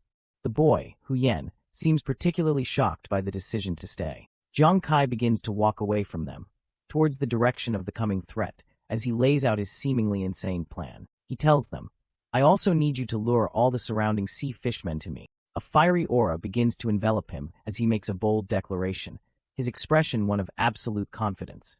"I'll take care of all these sea fishmen by myself." His 2 companions, Huyen and Ruanyu, are left utterly speechless, their faces a mask of shock and disbelief at his proclamation. 10 minutes later, the battlefield is a scene of carnage. An adventurer screams in pain as he is run through by a fishman's massive spear, while others fight desperately around him. A bloodied and battered adventurer stumbles towards his captain, pleading with him to stop fighting. He reports that a large number of fishmen have been detected approaching from the rear, and if they get surrounded, it will be all over. Panic spreads among the adventurers as they face the monstrous fishman boss. One cries out that if he dies, he won't be able to log in for a month. Another worries that without the income, his family will be kicked out by their landlord. A consensus is reached. They must leave, or they will all die. However, their captain walks towards them with a calm demeanor, telling his bewildered men, No need to run." The captain urgently explains his reasoning. "Didn't you notice? 10 minutes have passed since we first detected the sea fishmen. We were told they would reach the battlefield in 10 minutes. He continues, pointing towards their supposedly vulnerable rear. "But now none of them have appeared. What does this mean?" The soldiers are shocked as the realization dawns on them. One wonders if a supreme-level player is secretly helping them, but another dismisses it, knowing the Huang family didn't deploy any troops in that area. The captain comes to a logical conclusion. There must be an incredibly powerful figure behind the scenes, someone capable of holding off that many sea fishmen all on their own. The scene confirms the captain's theory. Far away, a lone figure faces down 2 roaring monsters. Indeed, a group of powerful elite explorers, or rather a single explorer, is fighting hard. The grotesque, twin-headed monster lunges at Zhang Kai, its massive jaws wide open, ready to devour him. Zhang Kai stands his ground, completely unfazed by the creature's terrifying advance, and cocks back his fist, which glows with red energy. He smirks, delivering a cold taunt. The last person who dared to open his mouth in front of me." He unleashes a devastating, fiery uppercut that sends a column of flame soaring into the sky. As he walks away from the explosion, he finishes his threat. Has grass on his grave a couple of meters high. Zhang Kai reflects on his progress. He's already killed more than 20 fishmen, but since they're only coming one by one, it's a bit slow. A notification confirms he has killed 2 more elite fishmen. Meanwhile, his companion Ruanyu screams for his help. She has successfully completed her mission, attracting a massive horde of sea fishmen who are now chasing her. His other companion, Yen, has also succeeded, crying out for the captain as he's literally being carried off by a swarm of monsters he has gathered. Zhang Kai, his hands now wreathed in flames, praises their work. Amazing. Leave the rest to me, he commands, telling them to go and hide quickly. His companions are skeptical. Yu asks, Captain Kai, there are so many elite sea fishmen. Can you kill them all? Yen adds that he was struggling to kill just one or two earlier. Zhang Kai looks over his shoulder at the approaching horde and calmly admits, Indeed, I was having a hard time killing one or two. He turns back to face the swarm of monsters, a confident and slightly menacing look in his eyes as he continues. But what you don't know is, without another word, he unleashes a torrent of fire, instantly incinerating the front line of the charging fishmen horde. A close-up of his glowing green eye reveals his true nature in battle, as he explains, that I'm more comfortable killing in groups than killing individually. He unleashes an even larger firestorm, engulfing the entire horde. In an instant, the battle is over. A single, massive system notification appears. Explorer Zhang Kai killed the elite fishman X257. Yu and Yen are left utterly astounded. Yen stammers, Holy shit, he's just a little over level 10. What's with this damage? Yu asks in disbelief. Is this the real strength of our captain? From the main front, the commanders see a massive explosion erupt in the distance, exactly where the rear guard was supposed to be. A soldier cries out in confusion. Why did a huge explosion happen in the back? The Huang family leader, sitting atop his mount, dismisses the idea. Military? No, it shouldn't be. I just contacted the military. How'd they arrive so quickly? He remains silent and thoughtful, his eyes narrowed as he tries to piece together the mystery of who saved their rear flank. Deciding not to dwell on it, he seizes the opportunity and bellows out an order. All right, since the military is here, let's notify everyone to balance the battlefield, so that Zhang Fong can be alone and deal with the boss in peace. His men cheer in agreement. Half an hour later, the focus shifts to the boss's location. The warrior Zhang Fong, glowing with blue energy, is locked in a fierce, high-speed battle with the colossal fishman boss. The boss roars in fury. Its health bar shows that it has 65% of its health remaining. An adventurer cheers with excitement. Awesome! The boss's health has been reduced by 1/3. We can win, but their celebration is premature. The boss suddenly moves with blinding speed, its arm a blur as it prepares to counterattack. It unleashes a furious barrage of attacks, overwhelming Zhang Fong with sheer power and speed. The leader's son shouts a frantic warning. Watch out!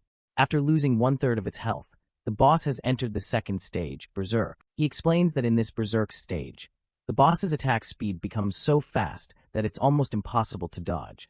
Zhang Fong responds by encasing himself in a crystalline defensive armor, bracing for impact. The key to defeating the boss now depends entirely on whether Zhang Fong's defense can bear the sheer force of these attacks. The onslaught is too much. Zhang Fong coughs up blood as his health plummets. A system notification showing his remaining health is a critical 5%. The onlookers are horrified. Zhang Kai and his companions watch with shocked expressions, while the Huang family leader and his son are gripped by panic. On the battlefield, the adventurers who were just cheering are now filled with despair. Are we going to lose? One of them asks. But Zhang Fong is not defeated yet. He holds up a shard of his broken armor, a defiant smirk on his face. Hey, you bastard, you think with this much damage, you can kill me? He roars, unleashing his supreme talent, intentionalized armor. A massive aura of blue energy erupts from his body. With newfound power coursing through him, he screams at the boss, come. The boss's powerful strikes now land harmlessly against Zhang Fong's body, which is protected by the glowing blue armor. A system message repeatedly confirms he is immune to all damage. Not only is he immune, but the damage is reflected back at the boss, which now receives the full force of its own attacks, roaring in pain and confusion. Watching from a distance, Zhang Kai is amazed. What a great armor. Not only is it immune, but it can also reflect damage. Is this what a supreme talent can do? The Huang family members, who were just in despair, now erupt in celebration. Amazing, with this we can kill the boss, they shout. The Huang family leader grins with satisfaction.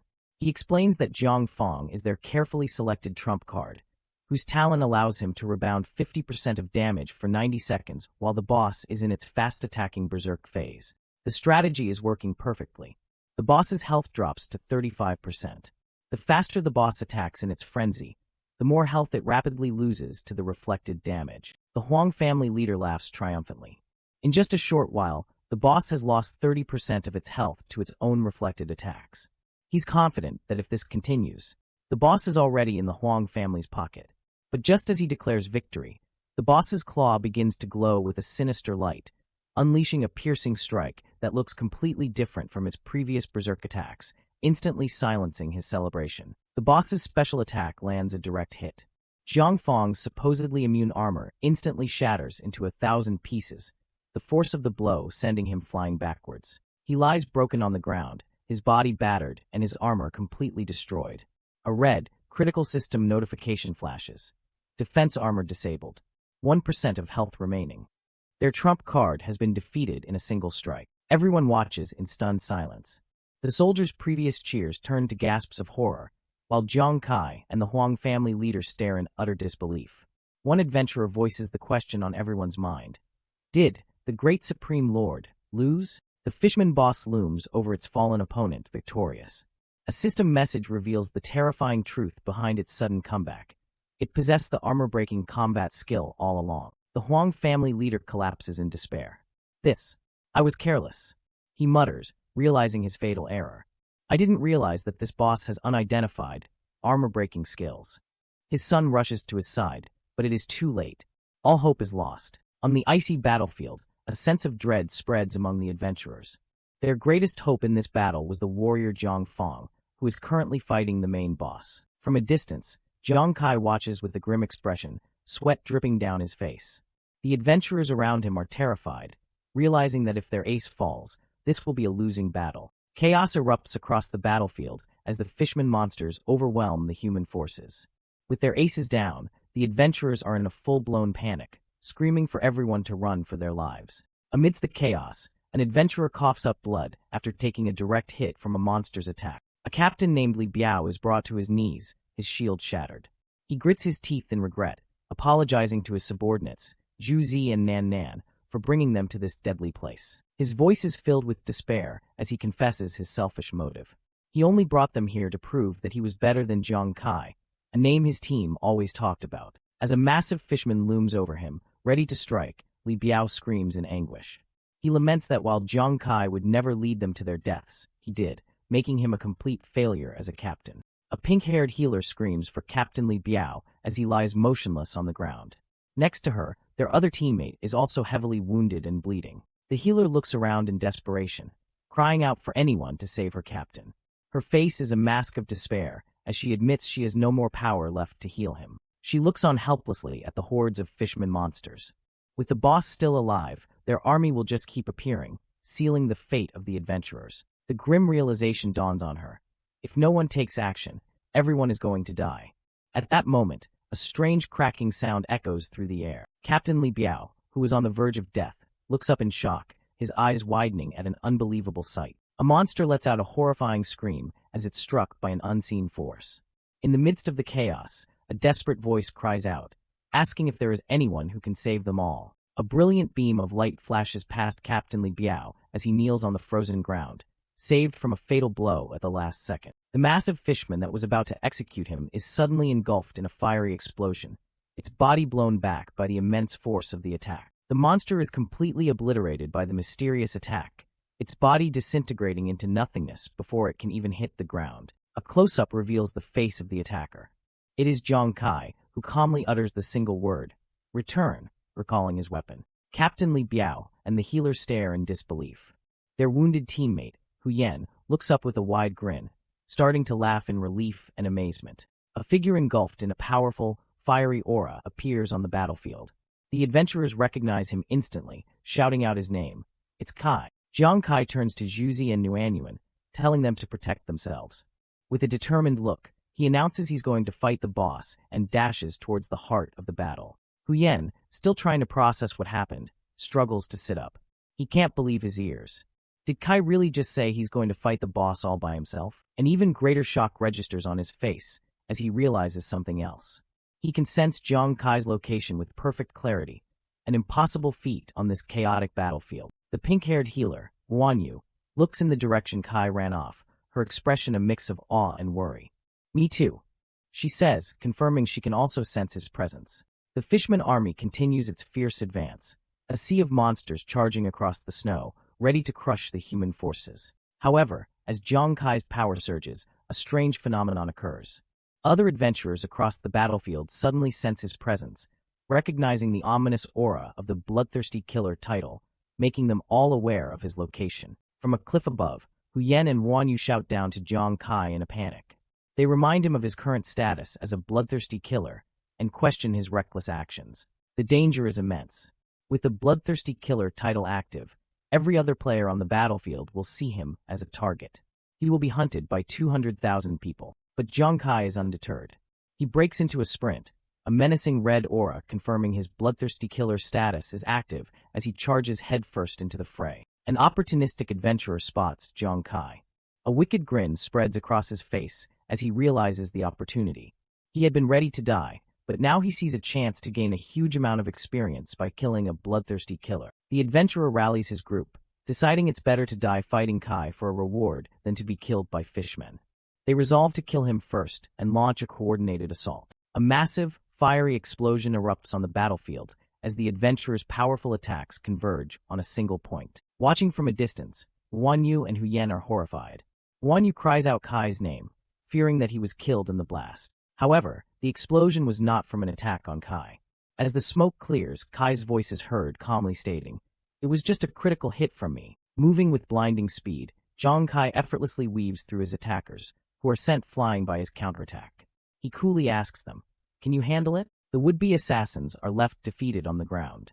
One of them coughs in agony, wondering how Kai's damage is so high, while another expresses his disbelief that a mere level 10 rookie could possess such power. Hu Yan and Ruan Yu are overjoyed and relieved. Hu Yan shouts in excitement that Kai is fine and marvels at how his captain dealt with so many opponents with such ease. Leaving the defeated adventurers behind, Zhang Kai walks calmly through the snow-covered landscape, his focus already on his next objective. Captain Li Biao, who witnessed the entire exchange, is left speechless. He finds it impossible that Kai, a low-level adventurer, could escape an ambush from so many high-level players completely unscathed. Elsewhere, a subordinate runs to a heavily armored leader of the Huang family. He reports that Zhang Kai, the man who killed their kinsman Xiao Wei, has appeared on the battlefield and is heading towards the boss. A red-haired commander dismisses the report, stating they have bigger problems. He insists they should be worrying about how to reduce their losses in the battle, not about Zhang Kai. However, another commander, a man with sunglasses, looks on with a grim expression. Despite his colleague's dismissal, he has a bad feeling in his heart. He can't shake the vague premonition that Zhang Kai might actually succeed in killing the boss. Meanwhile, Kai continues his charge, effortlessly cutting through the fishman ranks. As he runs, Kai reflects on the irony of the situation. He never thought he'd find himself helping his enemies, the Huang family, to fight a boss. He admits his past self would never have done such a thing. His thoughts drift to a promise he made. He remembers the words of Commander Wei, who hoped Kai would use his strength to fight for the country if it were ever in danger. Kai's resolve hardens. The country is in danger now, and he has the power to make a difference. His promise to the commander gives him a reason to fight beyond personal grudges. With a determined glint in his eyes, Kai makes a decision. He calls upon his AI intelligence, preparing to activate a special one-time skill he acquired. A holographic AI appears and confirms the activation of casino pickpocketing. For 30 minutes, this skill will steal 0.1% of the total attributes from every adventurer who is paying attention to him. Kai clenches his fist, a smirk on his face. He had originally thought this skill was useless because it only stole a meager 0.1%. He never expected it would come in so handy. He realizes the true potential of the skill in this unique situation.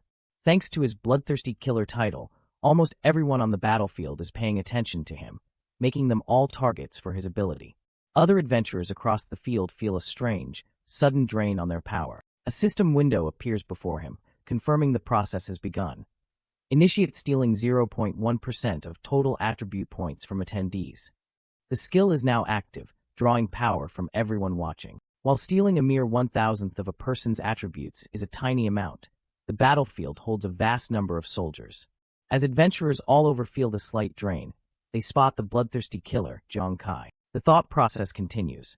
If you take 0.1% of the attributes from 200,000 people and combine them, the result is an extremely huge number. Zhang Kai is engulfed in a colossal golden aura as his power skyrockets. His stats window reveals he has jumped to level 20, with his strength, agility, and spirit all soaring into the tens of thousands. The Huang family commander's son shouts in alarm, reporting to his father that Zhang Kai is making a beeline for the boss and might actually steal the kill. The red-haired commander, who had just dismissed Kai as a non-threat, yells in confusion, unable to understand the sudden urgency. His son explains frantically, pointing at his tactical watch. The data shows that Zhang Kai's attributes have become terrifyingly powerful, even surpassing those of their ace, Zhang Fong. The red-haired commander's eyes bulge in utter disbelief. He roars, "What?" Unable to comprehend how a low-level rookie could suddenly become so powerful. Now powered up, Zhang Kai charges through the battlefield, entering the dangerous territory of the warrior-level fishmen. A massive, level 51 warrior-level shark-tooth fishman lets out a ferocious roar as it spots the intruder in its territory. The giant monster lunges forward, its enormous jaws wide open, attempting to swallow Zhang Kai whole. The Huang family commanders watch with scorn. They mock Zhang Kai for not even attempting to dodge, noting that the shark-tooth fishman's bite is a deadly skill that even level 60 explorers must be wary of. As the monster's jaws snap shut, the commanders believe this is the end for Zhang Kai. But they are mistaken. With incredible speed and strength, Zhang Kai catches the monster's jaw with a single hand, stopping the powerful bite attack completely. With a shout of "Get lost!"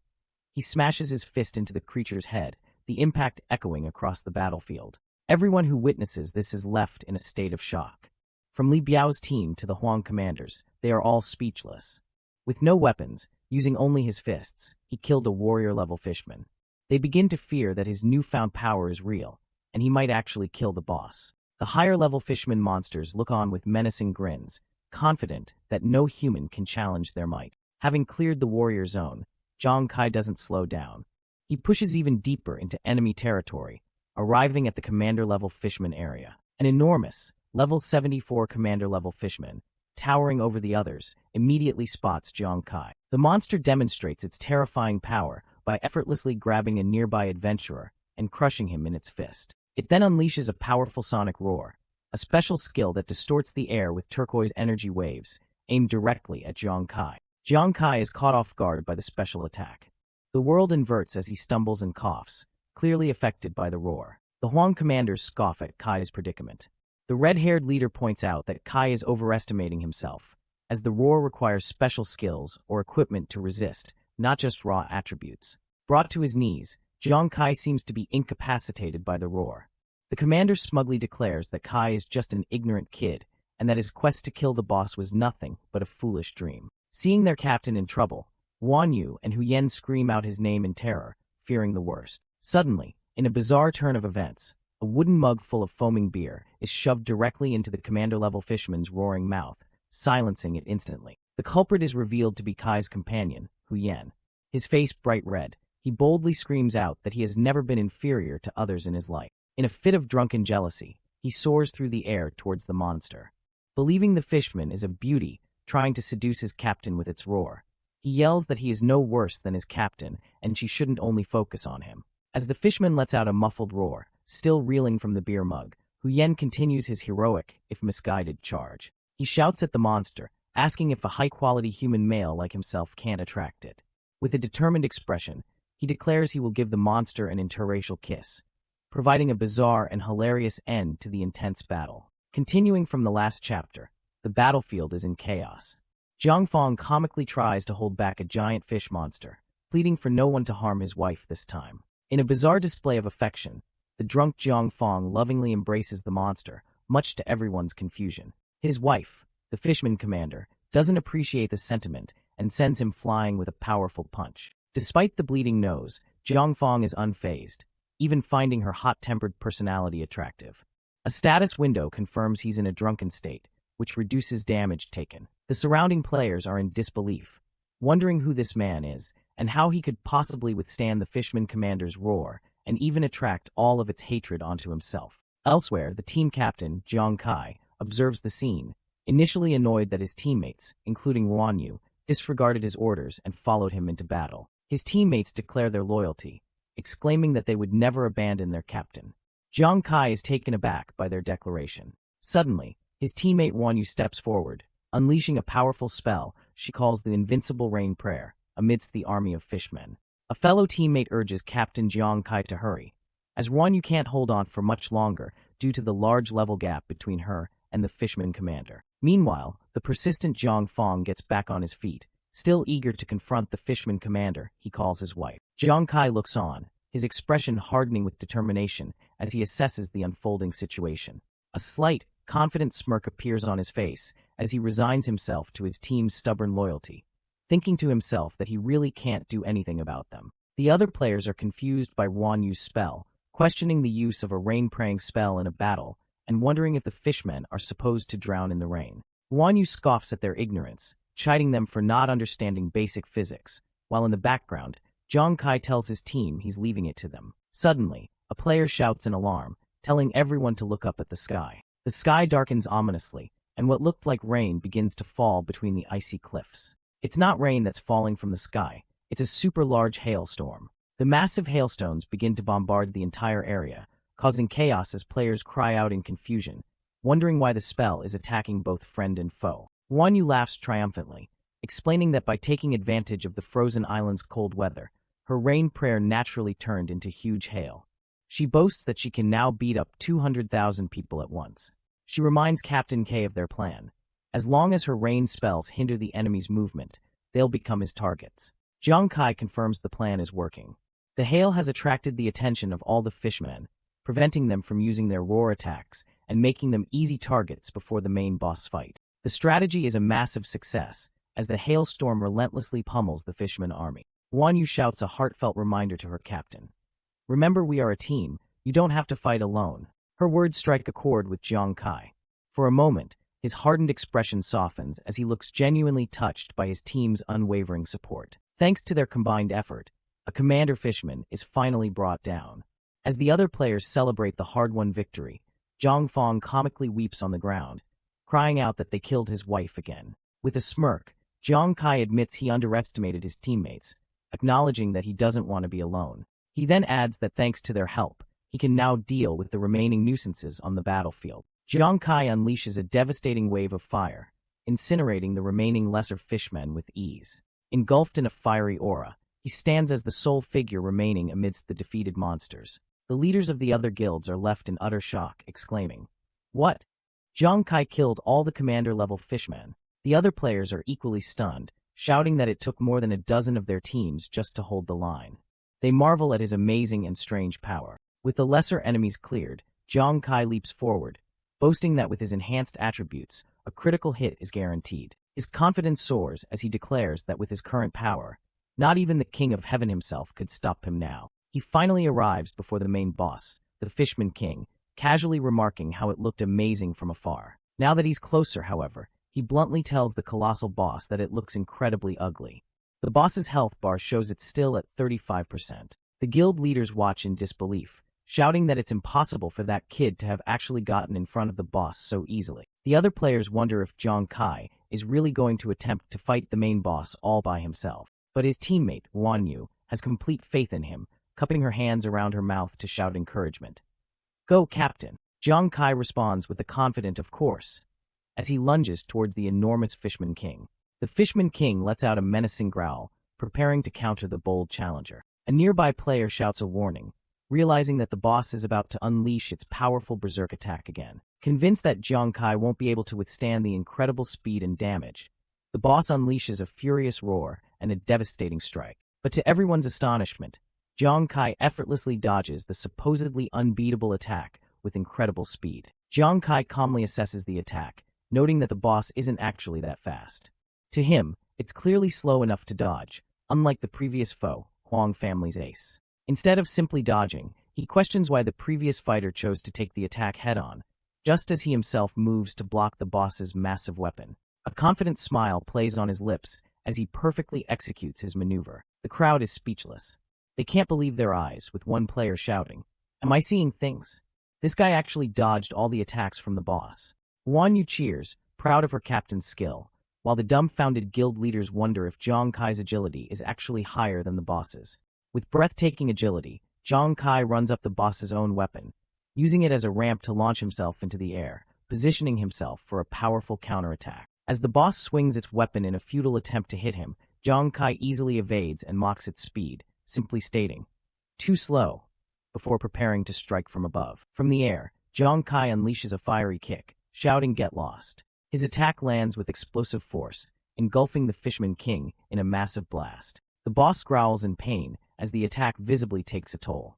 A system window shows its health has plummeted from 35% down to 25%. The onlookers are completely stunned, shouting in disbelief. From 35% to 25%? That bloodthirsty killer actually took off 10% of the boss's HP in one hit. One of the guild leaders points out that even their ace, Zhang Fong, would have needed to attack for 10 minutes to deal that much damage. Another player can only stare in awe, wondering, just what kind of damage is that? Enraged, the Fishman King finally rises to its feet, letting out a furious roar as it plants its weapon firmly in the ice. The massive boss now stands tall, finally treating Zhang Kai as a serious threat. It dwarfs Zhang Kai, who stands calmly before it, completely unintimidated. The crowd is shocked once more. One leader yells, "What?"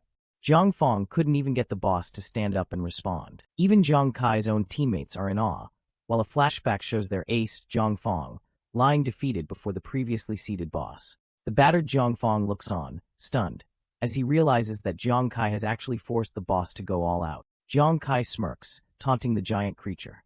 "Oh, you finally know how to use your legs?" The boss unleashes its powerful roar attack once again, sending waves of sonic force across the battlefield. But Zhang Kai is prepared, stating confidently, "Humph, I won't fall for the same trick twice," as he easily dodges the sonic rings. The boss follows up with a massive punch, but Zhang Kai has already moved, leaving the beast to smash nothing but ice. The force of the blow sends ice and players flying. The onlookers wonder if the powerful blow killed the bloodthirsty killer. But Zhang Kai reappears unharmed, looking up at the boss and stating calmly, "Death? You're targeting the wrong person." He lunges forward again, this time aiming his attack directly at the boss's massive trident. With the powerful strike, he shatters the weapon, sending fragments of it flying across the ice. The Fishman King is left stunned and disarmed, growling in frustration. Zhang Kai stands amidst a swirl of energy, coolly observing the now weaponless boss. "Ah, I see you don't have any weapon," he says before sarcastically adding, "So, you don't know how to fight." The battlefield erupts in disbelief. "What? He even destroyed the boss's weapons," one player screams. The onlookers question what kind of monster Zhang Kai is, wondering if a boss's weapon has ever been shattered before. Declaring the fight a waste of time now that the boss is disarmed, Zhang Kai ignites his claws with fire. He lunges forward to finish it, shouting, "Let's end this quickly." He lands a devastating, fiery blow right into the boss's gut. The Fishman King groans in agony as its health drops another 10%, now down to just 15%. Without giving the beast a moment to recover, Zhang Kai winds up another punch, shouting, "Let's continue." He unleashes another explosive punch, relentlessly pummeling the weakened boss. The boss lets out a final, agonizing roar as its health drops to a critical 8%, leaving it on the verge of death. Surrounded by a fiery aura, Zhang Kai confronts the Fishman King, his voice dripping with contempt. He questions the king's audacity for still showing its arrogant face. In a close-up, Zhang Kai's expression is one of pure disdain as he declares he's long been fed up with the Fishman King's arrogant demeanor. With immense power, Zhang Kai unleashes a massive, explosive attack directly at the colossal Fishman King, engulfing the battlefield in light and debris. As the explosion rages, Zhang Kai declares that it's time for the Fishman King to meet its end. The sheer force of the attack sends shockwaves through the onlookers. The leader of the Huang clan and his subordinates stare in disbelief, while in another area, other adventurers, including a woman with pink hair, look on with a mix of awe and terror at the raging blue monster. The hulking blue Fishman King roars in fury. Elsewhere, the purple-haired Wanyu watches the scene unfold with a confident, sinister smirk. In response, the Fishman King brings its massive fist crashing down with murderous intent, aiming to obliterate its opponent. Watching the battle from a distance, Zhang Fong stands with a calm and collected expression, observing the chaos with a sharp gaze. The Fishman King collapses to the ground, heavily wounded and bleeding from the devastating blow it just received. A system window appears, confirming the catastrophic damage.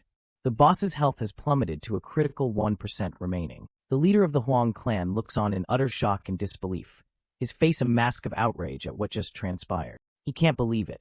Not only did Zhang Kai defeat the boss, but he did it without taking a single point of damage himself. Meanwhile, two high-ranking military commanders, Lu Jun and Commander Wei, observe from afar. Lu Jun notes that there seems to be no need for their intervention. Commander Wei agrees with a sly smile, admitting he never expected the turning point of the battle to be this particular person. His gaze falls upon Jiang Kai, acknowledging that the young man, whom he holds in high regard, has finished dealing with Yahello and is now ready to finish the boss. Panic sets in for the leader of the Huang clan. He screams that the boss has only a sliver of health left, and they absolutely cannot let Jiang Kai be the one to kill it. He issues a new command to all members of the Xuanwu Guild. They are to abandon their fight with the fishmen and focus all their efforts on killing the bloodthirsty killer, Jiang Kai. With a furious expression, he declares a bounty. Whoever kills Jiang Kai will be rewarded with 50 million Xingyao coins. Then comes the threat. If they let Jiang Kai take the boss, none of them will get a single penny of their promised reward after the battle. The guild members are stunned into silence, shocked by this sudden and treacherous command from their leader. The members begin to panic. For them, this isn't about glory but survival. One worries how his family will survive the next month without payment, while another needs the money for his child's medical treatment. The grim reality sets in. One of the members shouts that they have to forget the fishmen and kill Jiang Kai, otherwise they're all doomed. The members exchange grim, silent glances, their resolve hardening as they accept their new, grim task. United by greed and desperation, their eyes glow red with murderous intent. The members of the Xuanwu Guild turn on Jiang Kai as one, screaming for his death. Ignoring the remaining fishmen, the entire guild charges forward in a chaotic wave. They are no longer soldiers, but a desperate mob racing to claim the bounty on Jiang Kai's head. Unfazed by the charging mob, Jiang Kai looks on with a smirk. He notes how disgusting it is that the Huang family, who were incapable of taking the boss themselves, now threaten to kill him just as he's about to succeed. He then turns his attention to the wounded warrior he is supporting, Zhang Fong, the ace of the Huang family, and casually asks if he's still alive. Zhang Fong, confused and wary, questions Jiang Kai's motives. He asks what the bloodthirsty killer wants from him, wondering why he doesn't just finish off the crippled boss himself. Jiang Kai smiles mysteriously. He admits he's good at weakening monsters, but cheekily asks whoever said he was going to be the one to steal the boss kill. He explains his reasoning. If he took the boss, the wealthy Huang family would barely feel the loss. However, the 200,000 families of the regular adventurers, being held hostage for the rewards, would be the ones to truly suffer. Standing before the nearly dead Fishman King, Jiang Kai points out that Zhang Fong, despite his injuries, is still representing the Huang family. With a calm but firm expression, Jiang Kai makes an unbelievable request. He asks Zhang Fong to be the one to deliver the final blow. Zhang Fong is utterly stunned by the proposal, unable to comprehend why his enemy would simply give away the final kill. From a distance, Jiang Kai urges him to hurry. He points out that the mob is closing in to attack him and presses Zhang Fong to do him this one favor. Understanding dawns on Zhang Fong.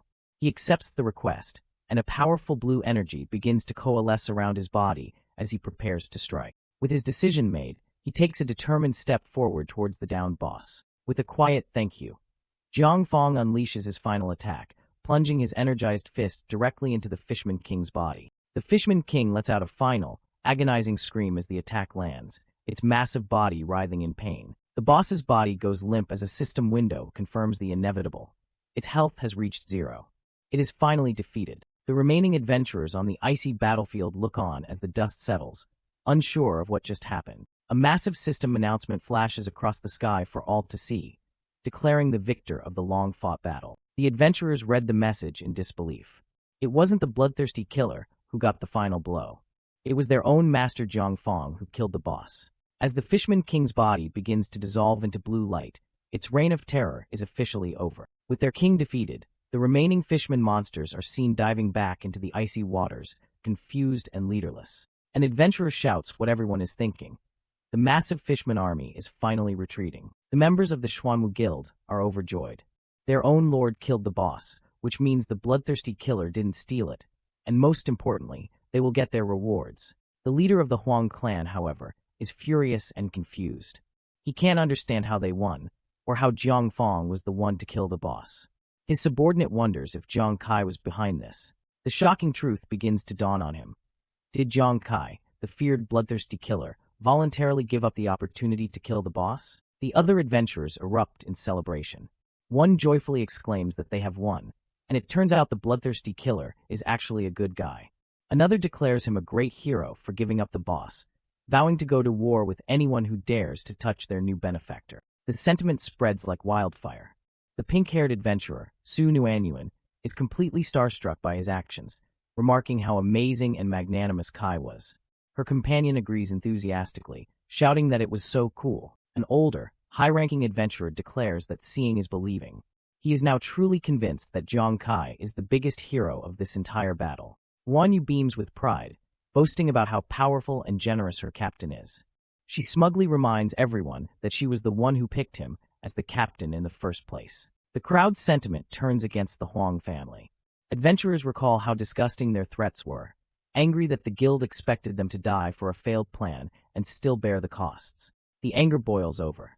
All around the battlefield, adventurers publicly renounce their affiliation, shouting, "I'm quitting the Xuanwu Guild," and cursing the leader as a capitalist dog. The leader's subordinate reports the disastrous news. 200,000 people are quitting the guild and posting negative comments, causing the clan's reputation to plummet. Consumed by pure rage, his face contorted in fury and his eyes glowing red, the leader of the Huang clan seethes. He swears to himself that he will remember the name Jiang Kai. He makes a tactical retreat, ordering his subordinate to leave for now, vowing that they will definitely take their revenge on Jiang Kai next time. With the battle over, Jiang Fong formally introduces himself to Jiang Kai, admitting that he owes him a big favor for letting him get the kill. Jiang Fong smirks, his curiosity getting the better of him. He admits he really wants to know just how Jiang Kai managed to get such overwhelmingly powerful attributes. Jiang Kai introduces himself and offers a simple explanation. He got his powerful attributes from a one-time use skill.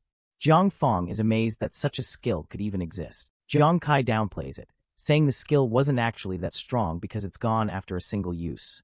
Jiang Fong begins to ask a follow-up question, but is cut off. Jiang Kai continues, revealing that his plan worked because he simply took advantage of the system's bloodthirsty killer punishment mechanism. Suddenly, before he can explain further, the ground trembles. Blue, fleshy tentacles erupt from the dead Fishman King's body and lash out, catching Jiang Kai completely by surprise.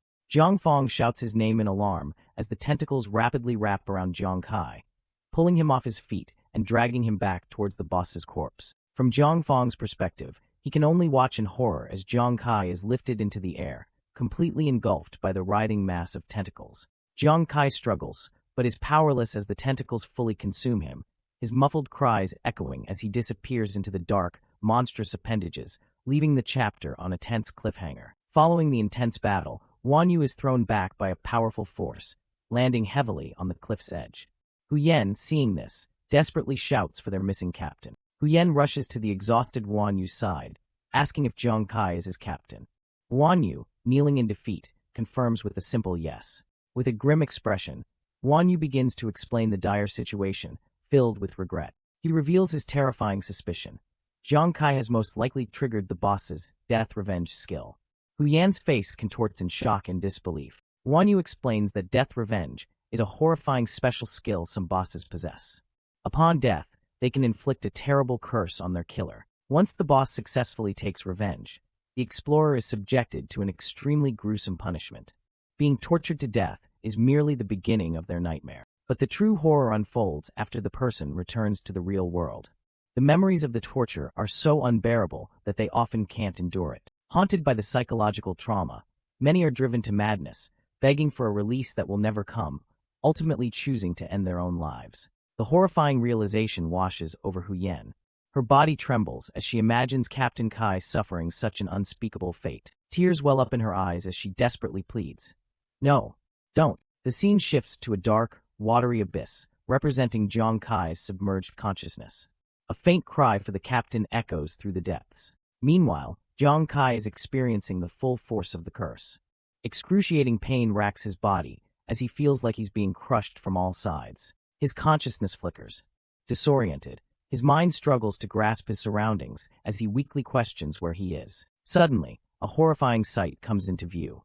He is being held captive by the vengeful spirit of the slain boss, a monstrous creature with countless glowing green tentacles. The monster's face is a grotesque mask of hatred, its glowing yellow eyes fixed on him with malevolent intent. The torture begins as one of the phantom tentacles pierces his body, sending a wave of agony through him. Jiang Kai cries out in pain as he feels something foreign growing and spreading within his body, a parasitic corruption from the boss's hatred. In this moment of despair, a system window appears with a critical warning. His one-time skill, Casino Pickpocket, along with its stolen attributes, will disappear in just 20 seconds. A sudden realization dawns on Jiang Kai. He understands that the only reason he's still alive under this relentless torture is due to the support of those temporary attributes. The countdown to his demise has begun. As the timer ticks down, he knows with chilling certainty that the instant the attributes disappear, he will die. The monster's voice, dripping with malice, echoes in his mind, promising to kill him. A system prompt confirms his fears, identifying the creature as the boss's remaining shadow of hatred. With no other choice, Jiang Kai lets out a defiant roar, activating his last resort. Ghost Armor Voiding. As the countdown hurtles into the single digits, a powerful energy erupts from Jiang Kai's body. The Ghost Armor Voiding skill successfully purges the corrupting influence of the boss's hatred. The immediate threat is gone, and for a brief moment, there's a spark of hope in his eyes. He looks at his hands, wondering if his body has been returned to its original state. But the crisis is far from over. However, the monster's final attack is still coming. With the countdown nearing its end and his strength depleted, Jiang Kai knows he's too weak to dodge. He braces himself, preparing to give it his all in one final stand. A system prompt gives him a sliver of hope, instructing him to use his weapons. With newfound resolve, Jiang Kai decides to take advantage of the last few seconds of his stolen attributes. He leaps into the air, blades ready, determined to use every last bit of his temporary power to fight back and destroy the remnants of the curse. He lands firmly, bracing as his counterattack connects, unleashing a wave of energy. The Ghost Armor Voiding skill culminates in a massive explosion, obliterating the boss's shadow of hatred completely. As the light fades, Jiang Kai stands victorious, a relieved smile on his face. He lets out a sigh, believing his ordeal is finally over. But his relief is short-lived. A mysterious, ethereal woman appears before him as a system message pops up, congratulating him not only for escaping the death revenge, but also for discovering an undiscovered secret treasure zone. The system officially welcomes him to the underground Fishman Kingdom, revealing that his voiding skill did more than just save him. It transported him somewhere new. The scene pulls back to reveal a breathtaking sight, a massive, frozen citadel with towering doors, a hidden kingdom buried deep beneath the earth. Another message clarifies his location. He has stumbled upon the secret treasure hall of the frozen Fishman Lord. Jiang Kai stands in awe before the colossal doors, flanked by flaming braziers, realizing he's at the very heart of the boss's territory. The spectral guide informs him that a new countdown is about to begin. The entire hall will be destroyed in 10 minutes, and he must collect as many treasures as he can and escape before then. Jiang Kai is shocked and panicked. Another countdown? He frantically asks what the consequences are if he fails to get out in time. The system's response is grim. Failure to escape will result in death, and any treasure he has collected will disappear. The only way to keep his loot is to make it out alive. Without any further warning, the ground begins to tremble and crack. The destruction has already started, catching Jiang Kai completely by surprise. Realizing there's no time to waste, he quickly assesses the situation. The mission is simple, if not insane. Collect as much treasure as possible and escape. He braces himself to run. With his life and a massive fortune on the line, a determined glint appears in his eyes. He has no choice but to try. He rushes forward and pushes open the gigantic doors to the treasure hall, stepping through the glowing threshold into the unknown. Jiang Kai is completely stunned. The doors open to reveal a massive cavern overflowing with mountains of gold, sparkling crystals, and countless treasure chests. It's a pirate's dream come true. Amidst the glittering hoard, a system notification congratulates him on discovering a particularly valuable find.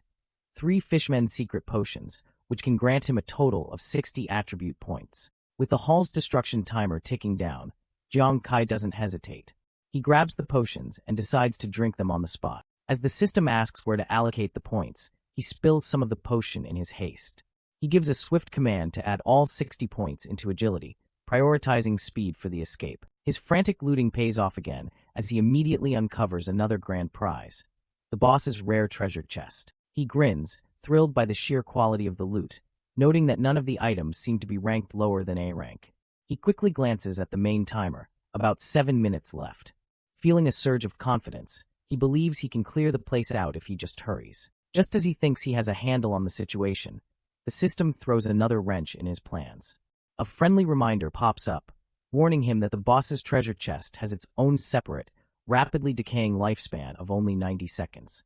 His confidence evaporates, replaced by shock. Even the treasure itself is on a timer, With the chest's 90-second timer now ticking down, Zhang Kai frantically shoves loot into his inventory. He has to be faster.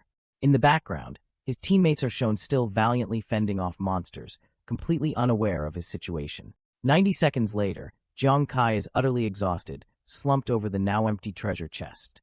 He managed to clear it out just in the nick of time. Just as he's about to move on, he spots a small pot left inside the chest. The system congratulates him on discovering Tears of Repentance, an item that can eliminate his troublesome, bloodthirsty killer status. He can't believe his luck. He runs through the cavern, overjoyed. Not only did he get a mountain of treasure, but he also managed to clear his negative status.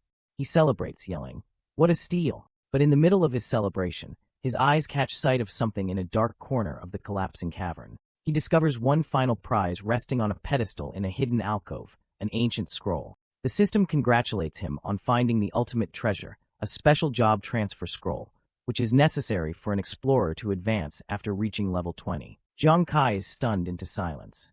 He realizes that with this scroll, he can finally complete his special level 20 job change, a pivotal moment in his journey. The next day, back on the icy plains of the Ghost Star, the scene is quiet and somber. Believing their captain is dead, Hu Yan and Wanyu have created a makeshift memorial for him.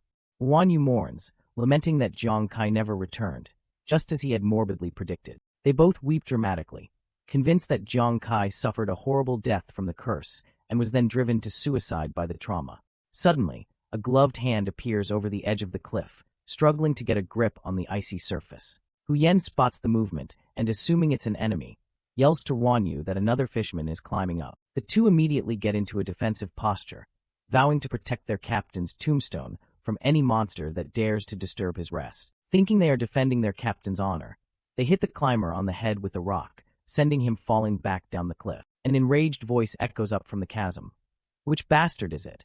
I almost reached the top," as the figure plummets into the darkness. Hu Yan and Wanyu are taken aback, confused by the unexpected response from the monster they just attacked. While Wanyu yells down an insult for the ugly fish, Hu Yan pauses, a flicker of recognition on her face as she realizes the voice sounds incredibly familiar. Their confusion turns to shock as laughter echoes across the ice, and they see a figure running towards them. It's Zhang Kai, alive and well, cheerfully greeting them as if nothing happened. "Long time no see, Hu Yan and Wanyu." After a moment of stunned silence, the two break into relieved, albeit slightly awkward laughter. Hu Yan admits she didn't expect to miss him after just one day. Zhang Kai's smile instantly vanishes, replaced by a look of pure fury. Sprouting dark wings, he charges at them, screaming, "You two traitors want to kill your captain? How dare you hit me?" His teammates panic, frantically shouting apologies and insisting that they didn't attack him on purpose. The scene shifts away from the Ghost Star, back to a futuristic metropolis on Earth, the Jiangzhou City Ghost Star login base. Inside, a meeting is taking place. In a high-tech boardroom, several powerful figures are discussing Zhang Kai. A subordinate reports that while they couldn't find his offline location, they discovered that his sudden increase in attributes was due to a one-time use skill, revealing that Zhang Kai's incredible feats have not gone unnoticed. In a high-level meeting, an old commander with gray hair scoffs at the idea that they need to train Supreme Ones if a level 20 kid can just change tens of thousands of attributes. A red-haired analyst beside him considers the fate of Zhang Kai. He notes that those who face the boss's revenge are already dead and wonders if Zhang Kai is still being tortured. Another colleague, a man with long blonde hair, chimes in, convinced that the kid is definitely screwed after being tortured for so long. However, the red-haired analyst warns the commander not to use common sense when it comes to Zhang Kai. The commander's expression turns serious as he considers a different outcome. He wonders if it's possible that Zhang Kai not only survived the boss's revenge, but even discovered its secret treasure. The blonde-haired man immediately dismisses the idea as impossible. He elaborates that in the 50 years since the Ghost Star appeared, only a handful of people have ever survived a boss's revenge and obtained the secret treasure, and all of them were top-tier Supreme Ones. The red-haired man agrees, adding that since Zhang Kai has only been on the Ghost Star for about a month, he doesn't believe he stood a chance. Despite their logical arguments, the commander leans back in his chair, a contemplative look on his face. His instincts are telling him something different about this kid. Suddenly, the door bursts open and a female officer rushes in, shouting for Commander Wei. She frantically announces that someone is posting items on the private trade. A comical silence falls over the room as the three men stare blankly, stunned by the sudden and confusing interruption. The blonde-haired man and the red-haired analyst look at her, bewildered. They ask who she's talking about and why it's necessary to report a simple private trade. The female officer shouts Zhang Kai's name, revealing that not only did he not die, but he has opened a private trade space on the Ghost Star. She delivers the final, shocking piece of news. The total value of the items he sold was more than 400 million Xingyao coins. The two analysts are utterly flabbergasted, their eyes wide with shock and disbelief at the astronomical figure. A few minutes later, they examine the trade records. A screen displays Kai's cart, showing the first sale, 1.8 kilograms of green ghost ores, worth an incredible 18 million Xingyao coins. The next item leaves them even more stunned. He also sold 3 kilograms of a special-grade white iron crystal stone, which alone was worth 63 million. As they scroll through the list, they see more high-value items: strong iron crystal, black iron crystal, obsidian steel fossil, and more. The total quickly adds up to over 100 million. The two men scream in unison, their faces contorted in shock. They can't believe this kid really made 400 million. To sell so many items at once could only mean one thing. Commander Wei lets out a hearty laugh. He was right all along. He proudly exclaims that he told them Zhang Kai could find the boss's secret treasure, and the kid didn't disappoint. Just then, the female officer interrupts his celebration to report that the Huang family has suddenly arrived and wants to talk to him. A few hours later, the scene shifts to the Ghost Star's item trading office. Zhang Kai, having successfully sold his loot, mutters to himself about how he had so many things he had to open a private space to sell them. His companions, Huyen and Ruanyu, are with him. Huyen tells him it's not a loss, because he had so much loot it was the only way to sell it. Ruanyu jokingly calls it fun trouble. Zhang Kai agrees and smiles, telling them he also kept a lot of good things for them. He announces it's time to split the boss spoils, making Huyen and Ruanyu's eyes light up with excitement. He presents the first item to Huyen, a black ice jade. It's a B-grade piece of equipment that adds a freezing effect to her skills, potentially allowing her to cast a blizzard. Next, Zhang Kai presents a stack of old parchments, explaining that in addition to the equipment, he also got some eternal pages that can be used to upgrade skills. An infographic explains that there are 2 ways to improve skill levels. The first is using a special skill book for a specific profession, which is typically found only in monster treasure chests or from special tasks. The other method is using universal upgrade items like the ones he got from the Fishman Lord's treasure chest, the eternal pages, which can improve the level of any skill. The immense value of these pages is highlighted. As a treasure of rigid demand, a single page can sell for 500,000 Xingyao coins and will be snatched up instantly on the trade market. Furthermore, the number of eternal pages required to upgrade a skill varies depending on its strength. More powerful, combat-oriented skills require significantly more pages. Zhang Kai generously tells his friends to take the eternal pages first, leaving Huyen and Ruanyu completely speechless and stunned. As he stands triumphantly on a mountain of gold and cash, he tells them to enjoy themselves. At this moment, in Huyen and Ruanyu's eyes, Zhang Kai is a radiant god of wealth. Overcome with emotion, they lunge at him, grabbing onto his legs and crying out, "Captain Kai!" With tears streaming down their faces, they declare they will pray for his great kindness every day, proclaiming that even if he dies, his soul will go to heaven. The scene turns comical as Zhang Kai, embarrassed, tries to get them to let go, reminding them they're in the middle of the street. Their commotion attracts the attention of a passing group. The leader of the group, a burly man in ornate white armor and sunglasses, looks down on them with disdain. He scoffs, asking if Zhang Kai even knows what embarrassment is. He arrogantly continues, insulting them as a bunch of low-class people and commoner bastards who don't care about their image. Zhang Kai recognizes the man, muttering his name, Huangda. Beside him, Huyen and Ruanyu look on in confusion, asking who he is. Huangda issues a warning to Zhang Kai, telling him not to be arrogant just because he has the military's protection after going against the Huang family. His eyes glow red with menace as he declares his intention. He will mercilessly slaughter Zhang Kai in the guild challenge to prove to the military that he's a useless bastard not worth protecting. As Huangda and his cronies turn to leave, he delivers a final threat. "Once the military gives up on you, be prepared to die in my hands." Zhang Kai watches them walk away, his gaze sharp and unwavering in the face of the blatant threat. He turns to his friends, confused. "Guild challenge? What's that? What is Huangda talking about?" Huyen is shocked he doesn't know. She begins to explain that the Guild Challenge is a competition held by the military to screen out powerful guild forces. She pulls up a holographic bracket, explaining that the challenge has a minimum entry of level 21 and is divided into 4 level brackets. Guilds send teams of 5 to compete, with the top 3 in each level being decided. Because the military gives out generous rewards to the top 3 in each level, many powerful guilds participate every time, making the competition fierce. Jiang Kai is still puzzled. In a chibi-like thought bubble, he wonders why Huangde would challenge him, since he didn't even participate in the challenge. Deciding not to dwell on it, Jiang Kai says goodbye to his friends. He tells them he needs to go offline for a while to visit his family, and they happily wave him off from a balcony. Inside the hospital room, Jiang Kai, now back in his everyday clothes, greets his older brother who is recovering in bed. He cheerfully explains that he brought some nutritional supplements, worried his brother wouldn't recover well after his surgery. His brother, however, seems at a loss for words, starting to question just how much Kai bought. The answer is revealed to be a ridiculously large mountain of lavishly wrapped gifts and supplements, so much that it has to be wheeled in on a dolly. All his brother can think to himself is that this is way too much. In a comical chibi-style exchange, Jiang Kai innocently asks if the amount of supplements is too much, while his brother wryly comments that the hospital room now resembles a grain warehouse. His brother's expression turns serious with worry.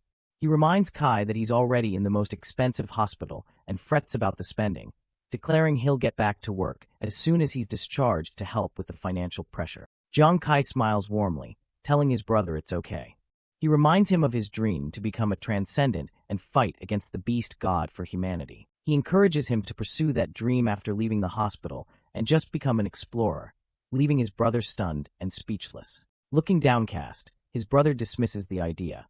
He questions how he could possibly become an explorer in his current physical condition and mentions the prohibitive cost of going to a ghost planet, saying it's enough that Kai alone can go. In response, Jiang Kai simply taps his watch, activating a function. He projects a holographic display showing his bank balance, a staggering 419,623,047.16 Shenyao coins.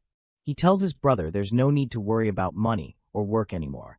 His brother's jaw drops in utter disbelief. In a panicked chibi reaction, his brother stammers, unable to comprehend the number. Kai, where did you get so much money? This is hundreds of millions. Jiang Kai explains that it's all money he earned honestly on the ghost planet. He tells his brother that after years of working hard for him and their sister Ingzi, he can finally live the life he wants. A flashback shows his brother, then just a mortal, bravely carrying a young Jiang Kai and Ingzi through a fiery battlefield. Jiang Kai says he remembers how his brother saved them. Jiang Kai smiles, full of conviction. He believes that if his brother becomes an explorer, he'll be able to save even more people. His brother is deeply moved by the faith Jiang Kai has in him, breaking into a nervous sweat. He clenches the bedsheets, his mind racing. Could someone like him, with his current body, really become a superhuman? A symbolic image appears. An apple, held in 2 hands, is cleanly split in half, representing a shared future and a new path. Jiang Kai extends half of the apple to his brother, his voice filled with gentle encouragement. Brother, you can definitely do it. Leaving the hospital, Jiang Kai feels a wave of relief and happiness. His brother has finally regained his dream. He decides they must celebrate after he picks up their sister, Ingzi, from school. Lost in his happy thoughts as he walks away from the hospital, he is suddenly startled by a loud noise. A military jeep screeches to a stop beside him, and the man from the commander's office, Lu Jun, leans out yelling, Jiang Kai, come here. Follow me. Jiang Kai recognizes him. Brother Lu Jun, are you here to see me? He tries to wave him off, saying he doesn't have time as he needs to pick up his sister from school. Sitting in the jeep, Lu Jun's expression is grim and urgent. He tells Jiang Kai, I came to see you because of your sister. Your sister Jiang Ying got into an accident. The words hit Jiang Kai like a physical blow. His world stops, and his eyes widen in pure shock and horror. The chapter opens on a scene of chaos. A bus lies overturned on a city street, its metal frame twisted and broken amidst smoke and debris. A desperate cry cuts through the noise as Jiang Kai screams his sister's name, his face a mask of pure terror. He sprints frantically through the wreckage, pushing past the crowd, his eyes darting around as he continues to shout for Ingzi. Watching from the sidelines are 2 men, Lu Jun with his red hair and glasses, and his blonde-haired companion, both observing the scene with grim expressions. Suddenly, Jiang Kai's expression shifts. Tears of relief well up in his eyes as he spots something, or someone in the crowd, murmuring the word brother. From amidst the crowd, a cheerful voice calls out. It's his sister, Ingzi, waving her hand high in the air to get his attention, looking completely unharmed. Jiang Kai rushes to her side, grabbing her shoulders in relief. He asks what happened, and Ingzi explains that her school bus was in an accident. She quickly reassures him, pointing towards someone else. She says a big brother saved her, and that he even claimed to know Jiang Kai. The man who saved her steps forward. It's Jiang Fong, with his distinct white hair and red eyes. He greets Jiang Kai with a calm smile and a wave. Jiang Kai is stunned. He recognizes the man, questioning how the Huang family supreme, Jiang Fong, could possibly be here. Just then, Lu Jun and his companions approach the group. He addresses Jiang Kai with a grave tone, telling him the most important point is that his sister's bus crash was no accident. Both Jiang Kai and Ingzi are shocked as Lu Jun reveals the truth. The accident was secretly orchestrated by the Huang family. Lu Jun explains the motive. Jiang Kai has embarrassed the Huang family multiple times, and their hatred has grown. Now, they've used the military merit they gained from defeating the Frozen Island boss to force the military to stop protecting him. The scene flashes to an image of Commander Wei, sitting alone in the dark. The military merit was too significant, and he was forced to compromise under pressure from above. But Lu Jun adds, he still left a chance for Jiang Kai. In a flashback, we see Commander Wei during the negotiation. He brought up the upcoming guild challenge, proposing a condition. If the Huang family could defeat Jiang Kai in the challenge match, only then would the military agree to their request. A close-up on Commander Wei's face shows his inner turmoil. He hopes Jiang Kai will give in this time, as it's the only way Wei has an excuse to protect him from the Huang family's wrath. The flashback shows the conclusion of that negotiation. A handshake between a representative of the Huang family and Commander Wei, sealing the manipulative deal. Back in the present, Lu Jun looks at Jiang Kai grimly. He tells him that this is the limit of what they can do for him, and that today's incident was the Huang family's way of forcing him to participate in the challenge. An ominous vision fills the screen, illustrating the threat. Monstrous figures from the Huang family loom over a helpless Ingzi. If he doesn't comply, his family will suffer. The full weight of the situation crashes down on Jiang Kai. His eyes widen in a mixture of shock, disbelief, and a rising cold fury. Lu Jun apologizes, explaining that the Huang family is extremely powerful and their military merit has swayed people in high places. As long as they don't attack directly, the military can only turn a blind eye to this kind of intimidation.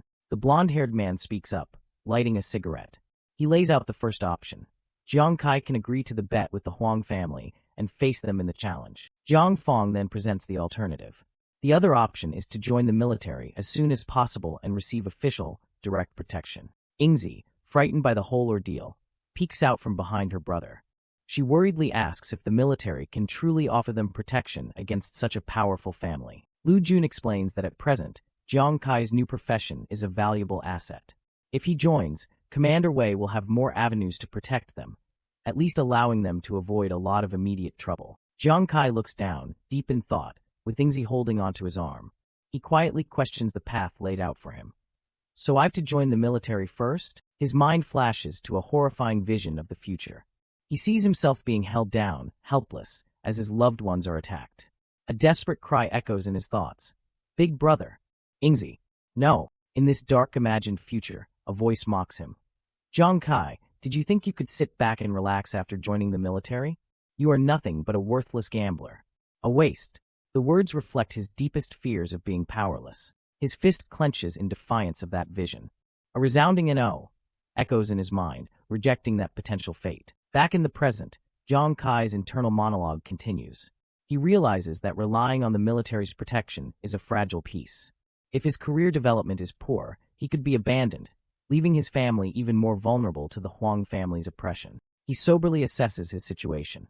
He acknowledges that the Huang family is a massive enterprise, and in terms of resources, wealth, and power, he is currently no match for them. But then, he remembers his ace in the hole. A system screen detailing his unique double talent appears in his mind. It doubles all his system rewards, giving him nearly twice the attribute points of others at the same level. He visualizes himself in battle, his superior stats giving him a significant advantage in total attribute points and critical damage, allowing him to overwhelm opponents of the same level. Furthermore, he knows that with the right strategy, this advantage allows him to even defeat opponents of a higher level, turning seemingly impossible fights in his favor. He puts the pieces together. Because gambler is a brand new profession, the Huang family has no idea of his true strength. This secrecy This unknown factor is his greatest advantage. A fire ignites in his eyes. He makes his decision. Instead of passively seeking shelter and waiting for death, it's better to take a gamble. He'll use this opportunity to make the bet with the Huang family a widely publicized event. His strategy becomes clear. If he can defeat the Huang family in a public showdown, the military will be forced to acknowledge his new profession's power and continue to protect him. At the same time, the Huang family would have to consider public opinion before daring to make a move against him again. Misunderstanding his silence, Lu Jun places a hand on his shoulder and says, "Okay, since you don't have any other opinions now, I will help you prepare the application materials for joining the military." Jiang Kai cuts him off before he can finish, turning to face him and calling out his name with newfound resolve. "Brother Lu Jun." With a confident smirk, Jiang Kai lays out his own plan. "The challenge match must be a 5-person team, right? I only have 3 people in my team now. Can I borrow Zhu and Nuan from the military?" Lu Jun is taken aback, sweating as he tries to process the sudden change in direction. "Jiang Kai, what do you mean?" he exclaims. Jiang Kai stands firm and declares, "I've made up my mind. I'm going to participate." Lu Jun argues back, warning him not to be impulsive, reminding him that he'll be facing the giant that is the Huang family. Jiang Kai turns toward the setting sun, a sense of peace on his face. "Brother Lu Jun, don't worry," he says calmly. "I am now very clear-minded and very grateful for your plans for me, but everyone has his or her own path to follow." He holds his hand up to the light, as if grasping for something. "The path I choose," he declares, "is to take control of my own destiny." His expression hardens with determination, a stark contrast to his earlier fear. He clenches his fist and makes his ultimate goal known. "I want to defeat the Huang family in the guild challenge." Jiang Fong, Lu Jun, and the blonde-haired man look on. The blonde man, Haitian, speaks up, telling Jiang Kai he thinks he's being too impulsive. But then, Haitian's demeanor completely flips. A wide grin spreads across his face as he says, "Good. Kid, you've got guts. I support you. I'm starting to like you." Lu Jun is stunned by his companion's abrupt change of heart, turning to him in disbelief.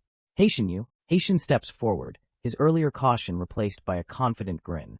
He reveals his powerful identity, announcing, "My name is Haitian. Even the Huang family doesn't dare to mess with me. I promise to help you and lend you people." Riding this sudden wave of powerful support, Jiang Fong also gives his firm approval. He praises Jiang Kai's courage and acknowledges the favor he owes, offering crucial protection. "I'll keep an eye on the Huang family for you," he promises. "If they try to mess with your family again, I'll let you know." Even Ingzi, in a cute chibi form, pumps her fists in the air, enthusiastically declaring, "Brother, I support you too." Lu Jun, however, is the lone voice of reason, running a hand through his hair in frustration. He turns to the other two, exclaiming, "Hey, you guys are not kids anymore. Why are you following Jiang Kai and acting on impulse?" Jiang Fong and Haitian just smirk back at him, retorting, "So what if we are both like this? What about you?" Leaving a flustered Lu Jun standing between them. Sighing in defeat, Lu Jun relents. Alright, I can't stop you both by myself. Anyway, Commander Wei told me to help Jiang Kai more." He then makes a promise to Jiang Kai. "So, I'll take care of your family's safety. Just focus on preparing for the challenge." Jiang Kai lights up, overjoyed by the news. "Really?" The deal is sealed with a firm and reassuring fist bump between Jiang Kai and Lu Jun. With his 3 powerful new allies, Lu Jun, Jiang Fong, and Haitian, plus the unseen support of Commander Wei, Jiang Kai now has a formidable support system. Jiang Kai bows respectfully, making a formal gesture of thanks. "I, Jiang Kai, would like to thank you all for your care today. If you need any help in the future, I will definitely help you." Later that night, the scene shifts. Jiang Kai has brought his sister to a wealthy, modern-looking suburb. Ingzi looks around, confused. "Brother, are you sure you want to come and see the house so late at night?" Walking down the clean, tree-lined street with Ingzi on his arm, Jiang Kai explains, "Well, the Huang family has completely revealed their true colors. You and brother can no longer live in a slum with poor security." They arrive in front of a stunning, multi-million-dollar villa. Ingzi is in awe, asking, "Brother, did we come to the wrong place? These are villas worth hundreds of millions. We can't afford them." Jiang Kai calmly reassures her, "No, we're not at the wrong place," as he pulls out a sleek, black VIP card and holds it up to the security scanner. With a soft beep, the high-tech door unlocks and glides open. Ingzi can only stare, her mind struggling to comprehend what's happening. He turns to her with a wide, proud grin, revealing the glittering, modern marvel behind him.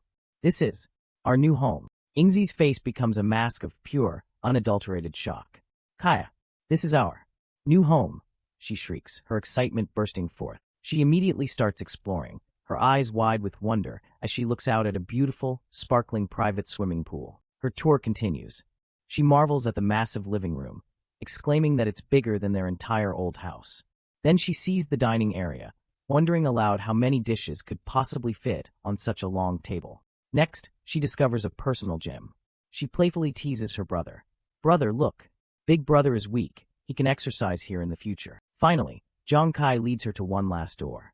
Her excitement gives way to curiosity as she asks, Brother, this is. She peeks her head into the room, her eyes widening as she takes in a beautifully furnished bedroom, decorated just for her. My room, she whispers in disbelief. Jong Kai looks at her with a gentle, knowing smile. Of course, Singzi. Do you like this new home? Tears of joy well up in her eyes as she struggles to find the words. I like it. But brother, am I really not dreaming? This place is so beautiful. Is this really our new home? He gently pats her on the head, his voice soft and reassuring. Ingzi, it's true. This is our new home. But everything now is just the beginning. From now on, with me here, you and Big Brother don't have to worry about life anymore. The three of us will have a better and better life, overcome with happiness and relief. Ingzi gives a bright, heartfelt smile and hums in agreement. The scene transitions to the next day, overlooking a lush, mountainous forest. A voice speaks, setting the stage for a new meeting. Nuanyuan, do you think we were abandoned by the military because of our poor performance? The two figures are revealed to be a burly man in armor, Zhu, and a pink-haired girl, Nuanyuan, both crying. Zhu laments that their captain said a new one would take over, but it feels like they've just been abandoned. Suddenly, a familiar voice calls out to them. Zhu, Nuanyuan, I'll take care of you now. Why are you two so sad? They look up in unison, startled. Zhang Kai stands before them, looking confident and strong. Zhu stammers in disbelief. Kai, you are our new captain? To which Zhang Kai simply replies, Yes, that's me. Their sadness instantly turns to joy as they rush to greet their old friend, asking what's going on and if he's decided to join the military. Zhang Kai clarifies the situation. No, I didn't join the military. I just asked the military to borrow you temporarily to cooperate with me in the guild challenge in a month. He proceeds to explain the entire situation, how the Huang family used their military merit to threaten him and his sister's safety, and how Commander Wei created the guild challenge as a way to help him fight back. His expression hardens with determination. So this time, I must win and completely shut the Huang family's mouths. He looks them in the eyes and asks, Zhu, Nuanyuan, are you willing to help me? They don't hesitate for a second. Zhu explodes with rage. Of course. How dare those dogs from the Huang family touch Ingzi? I watched Ingzi grow up. Nuanyuan clenches her fists, agreeing. They're so bad. After his initial anger, Zhu's confidence wavers. But Kai, he asks hesitantly, are you sure you want to team up with us? Zhang Kai is confused by his sudden doubt. The scene cuts to an infographic explaining the military's sophisticated evaluation system, where newcomers are given an initial rating from E to SSS based on their performance. Zhu explains their situation. If a newcomer maintains an E rating for 6 months, they're abandoned. He confesses that while Nuanyuan received a C rating, he was so frightened during his evaluation that he received the worst possible score, E. Overwhelmed by insecurity, Zhu looks down. Sai Kai, I'm afraid I'll hold you back. Nuanyuan sadly agrees. Me too. But Zhang Kai is unfazed. It's okay, he reassures them. When the time comes for reevaluation, I will make sure that your score reaches at least an A. Still skeptical, Zhu points out that team captains usually need to be level 15 or higher. He looks at his friend with doubt. Kai, are you level 15 now? Before he can answer, a new, confident voice cuts in from off-screen, dismissing the question entirely. Level 15 is nothing. 2 new figures appear. A woman in a striking red dress makes a shocking announcement. Captain Kai has already reached level 20. He is now trying to change his job. Zhang Kai gestures to the newcomers. By the way, I haven't introduced them to you yet. They are our new teammates. The 5 members of the newly formed squad stand together for the first time. The woman in red gives a cheerful salute. Hello, everyone. My name is Hu Yan. My profession is a fortune teller. Hee, I've heard Captain Kai talk about you too often. Next, the stout man with goggles on his head introduces himself with a friendly smile. This is Ruan Yu. His profession is a drunkard. Nice to meet you, I'm Ruan Yu. The 4 teammates, Zhu, Nuanyuan, Huyen, and Ruan Yu, all greet each other with warm, happy smiles. But as they smile, The gears in Zhu and Nuanyuan's heads slowly start to turn, processing the information they just heard. The realization hits them like a lightning bolt. Their faces contort in pure shock as they scream. Wait! Holy shit! We're only level 9, and you're already level 20, Kai. Jiang Kai simply smirks. That's nothing, he says. My goal is to bring you all up to level 20 before the guild challenge starts. Only then will we be able to deal with those dogs from the Huang family. Zhu and Nuanyuan are completely floored. Level 20. Us? They stammer. Zhu adds, if you can bring us to that level, then you're simply a god of leveling up. Huyen casually puts her arm around Nuanyuan, her faith in their new captain absolute.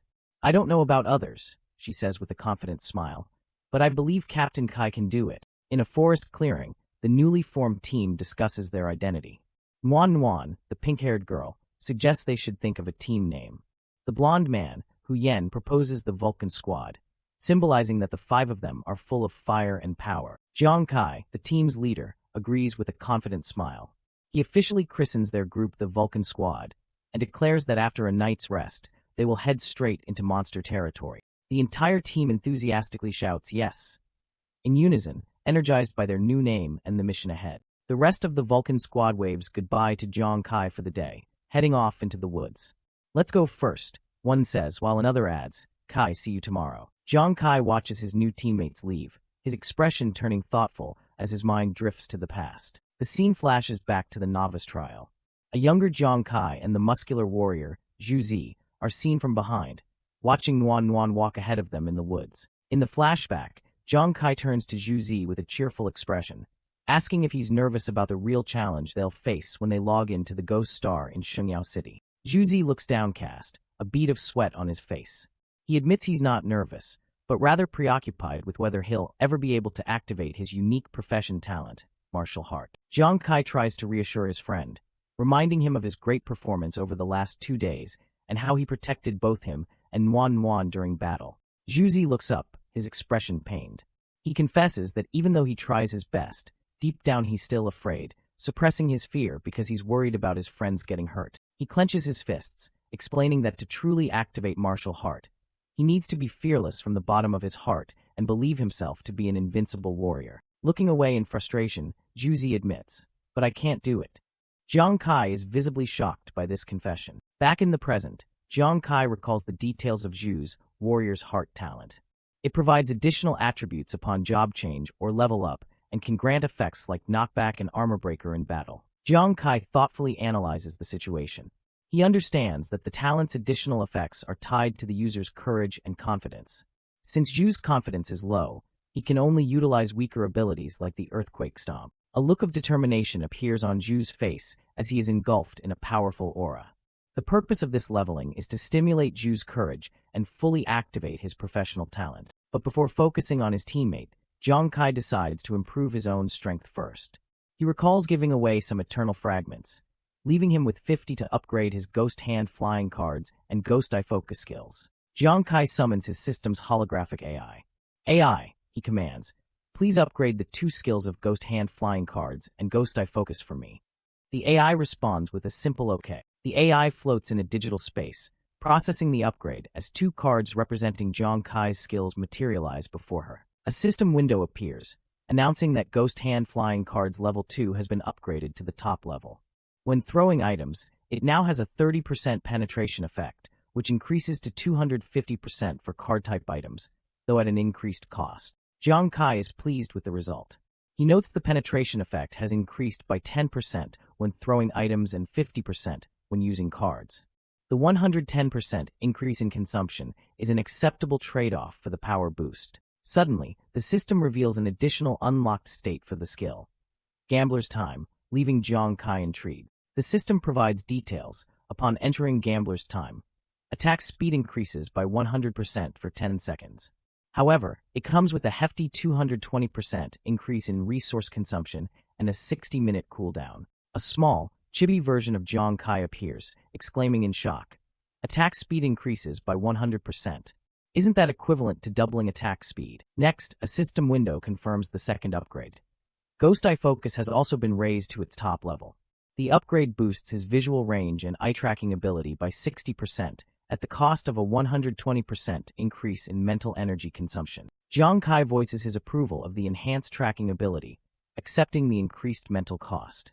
Remembering the bonus state his other skill received, he eagerly asks the AI, "Does Ghost Eye Focus also have an additional state?" The AI continues its explanation, stating that in a high-stakes game, a gambler must not only have flexible hands, but also be able to confuse their opponent, preventing them from reading the truth in their eyes. Just as the AI finishes, a system notification pops up, congratulating Jiang Kai on unlocking the additional status for Ghost Eye Focus.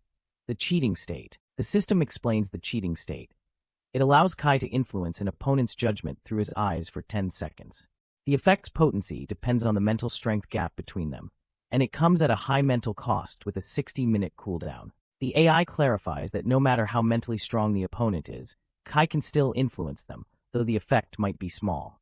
Jiang Kai realizes that while its effect may be diminished in cross-level battles, it's still a good ability, and he can't wait to try out his 2 newly unlocked skills. Bo Kwa, Outro Panel/Creator Credit. 2 days later, the scene shifts to a vast, scenic landscape featuring a sparkling river flowing through a valley surrounded by lush trees and mountains. The Vulcan squad has arrived at their destination. Hu Yan, the purple-haired diviner, announces that they are at the meeting point between the King's Valley and the Taiping Mountain Road. As the team looks out over the misty, alien-looking landscape, Hu Yan dramatically concludes her sentence. And also, the territory of the armored lizard. Juzi looks alarmed and asks Kai if there will be a lot of armored lizards, voicing his concern that they are level 25 or higher. Jiang Kai cryptically replies, "Not just a lot." Hu Yan elaborates, explaining that armored lizards are social beasts and that their team can expect to face no less than 100 of them in this territory. She adds that she's also heard rumors of warrior-level armored lizards, monsters above level 50, residing here. Juzi is utterly terrified by this revelation, screaming warrior level. The thought of facing a warrior-level monster, a rare and powerful foe, sends a chill through the team. They are almost all under level 20, making a direct confrontation seem suicidal. Manhwa, though nervous, expresses her faith in Kai's ability, remembering his feat on Frozen Island. Still, she questions the safety of taking their underdeveloped team against such a massive number of high-level monsters. Jiang Kai addresses their fears, explaining that this mission is about more than just experience. It's about training their teamwork. He believes that only real danger can unlock their potential and force them to improve rapidly. Furthermore, Jiang Kai reveals another crucial objective. The materials needed for job transfers often drop from monsters in the territories of warrior-level beasts. He details the potential loot. Warrior-level lizards can drop transfer materials for priests and drunkards, while the black-armored lizard might hold the blood of the warrior, the very item Juzi needs for his level 20 job transfer. The revelation hits the team like a lightning bolt. Juzi, Hu Yan, and Ruanyu are stunned, shouting in unison, "Level 20 job transfer materials?" Hu Yan's eyes glow with intensity as she studies their leader. "Captain Kai," she says, "you seem very confident. Do you have a trump card?" Jiang Kai turns his head, a sly smile playing on his lips. "A trump card? You can say that," he replies coolly, adding, "It's a secret." With their objective clear and their spirits lifted, Jiang Kai rallies the team. "So what are you waiting for? Let's go." The silhouettes of the Vulcan squad move cautiously through the dark, menacing forest. Jiang Kai spots tracks on the ground and warns everyone to be careful. The team affirms. As they walk, a nervous Juzi turns to the blonde man, Ruanyu. "Brother Ruan, I heard you're not even afraid of the elite ghost banshee. How did you overcome your fear when you saw them?" Ruanyu casually replies that he didn't need to overcome his fear because he didn't have any in the first place. An amazed Juzi immediately asks Ruan to teach him his ways. Ruanyu then offers Juzi several flasks. He explains that the wine he brews has special effects, and that this is a second-level batch with better effects, which may be helpful. However, Ruanyu cautions Juzi that as a martial artist, it's best not to drink during a fight. Juzi gratefully accepts the wine and the advice, saying, "Okay, I'll remember it." "Thank you, Brother Ruan." Suddenly, Jiang Kai's eyes widen in alarm as he detects movement. He leaps into the air, shouting a warning to his team below. There is something under the rock ahead. Everyone scatter. The Vulcan squad immediately disperses. With a deafening crack, the ground erupts as something massive bursts forth from beneath the rock. A giant, roaring armored lizard emerges, shattering the earth.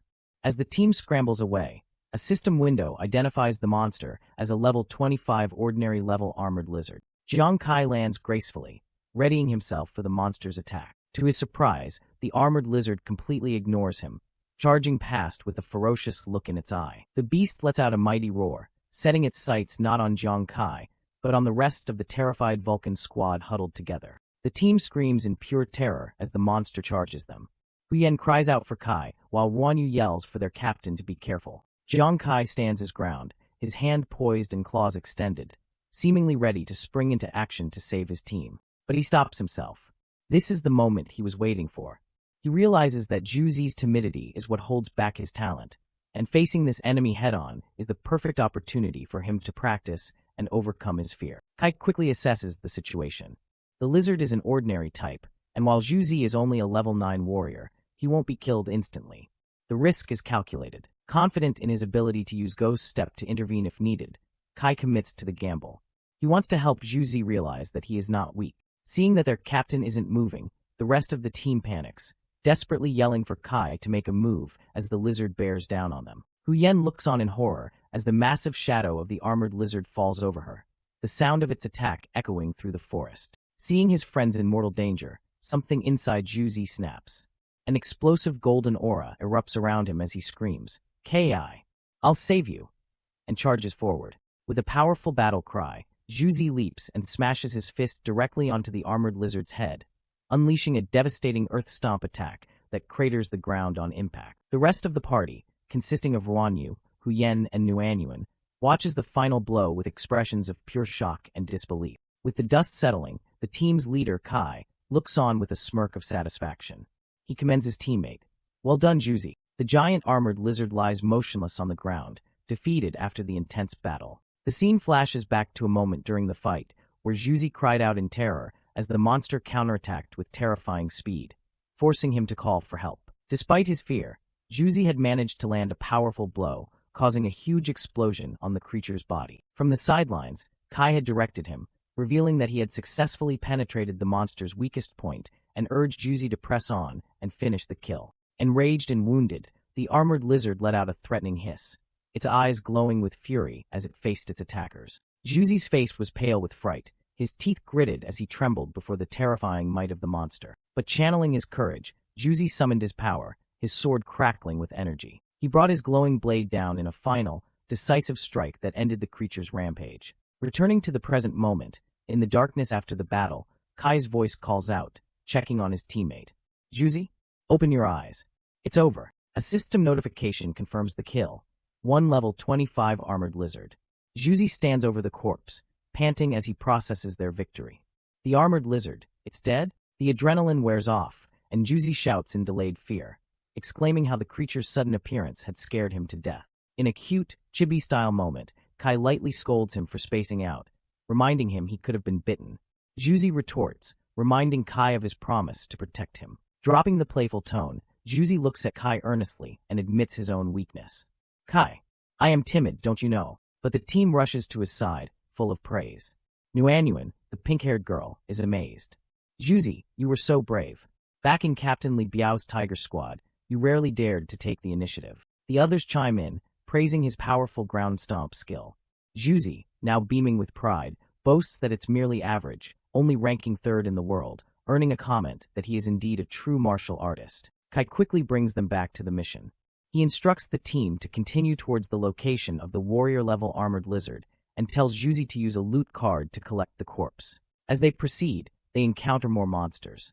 System windows pop up, identifying multiple elite armored lizards, all at a formidable level 35. From a vantage point, the team spots 3 of these elite lizards gathered outside a stone forest in the distance. The team looks on grimly.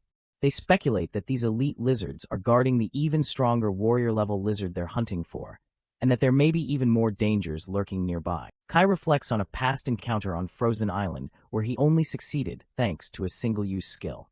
He resolves that this time, he must be more cautious and strategic. Putting a plan into action, Kai quietly instructs Huyen to use his rain-praying skill to mask their scent from the lizards. He estimates it will take about 10 minutes, and Huyen confidently agrees, stating his skill has been upgraded and is ready for the task. With the stealth approach settled, Kai assigns the remaining roles for the ambush. He orders Nuanyuan to prepare her poison for emergencies, while Ruanyu is tasked with protecting both her and Huyen as they execute their skills, setting the stage for Kai and Juzi's attack. Kai finalizes his instructions for the upcoming ambush. He tells Juzi that once the rain starts, they will rush the forest together. Juzi's only job is to use ground stomp for crowd control. Kai will handle the rest. Juzi agrees with a determined yes. As planned, Huyan's rain-praying skill takes effect, and a downpour begins, shrouding the forest and masking their approach. An unsuspecting armored lizard lifts its head, its red eye glowing in the gloom. With the rain providing cover, Kai gives the signal. Juzi, now's our chance. Let's go. The two of them immediately sprint towards the forest, kicking up splashes of water as they charge. But as they enter, they are greeted by a horrifying sight. A massive horde of armored lizards, far more than they initially saw, roars in unison, their red eyes piercing through the rain. Kai's suspicion was correct. As expected, there are many more armored lizards hiding, he shouts, turning to his partner. Juzi, cover me. Though visibly repulsed by the swarm of creatures, Juzi steels himself and prepares to unleash his skill, shouting, "Ah, they're so disgusting." He slams his foot down, unleashing his signature move. Earth-shattering stomp. A brilliant column of energy erupts from the ground, sending several of the lizards flying. With the lizards stunned, Kai sees his opening. He recalls his own skill, which can increase his attack speed by 100% for 10 seconds, and decides this is the perfect time to test it in a real battle. His eyes begin to glow with fiery energy as he activates his ultimate ability, Roaring Gambler Time. Under the effect of Gambler Time, Kai becomes a blur of motion. He instantly appears next to a lizard, his flaming dagger plunging into its neck, killing it instantly before moving on to the next. He weaves through the battlefield like a whirlwind of fire and steel, his daggers finding their mark on lizard after lizard with blinding speed. A cascade of system notifications floods the air, announcing the defeat of multiple elite armored lizards of varying levels, from 35 up to 37. Watching from a safe distance, Wanyu and Huyen are blown away. It felt like the souls were being bombarded by Kai's endless darts. Huyen exclaims. Wanyu adds, "This is the first time I've seen Juzi and Kai's skills working together. It's so strong." Nuanyuan confirms their strength, remembering that they used this exact cooperative strategy during the newcomer trial. She notes that the lizard's armor is so tough that even their former captain couldn't kill one instantly without exposing its weak belly. The battle concludes with a final, decisive strike, as a sword slices cleanly through the last lizard's neck. Amidst the victory, a brilliant light envelopes Juzi. He looks down at his status window in joyful disbelief. "I leveled up?" he shouts, seeing that his martial artist class is now level 10. "Whoa, I'm level 10 now." Kai gives Juzi a knowing smile. "I knew you could do it." As he speaks, his wrist device automatically collects the loot from the battlefield.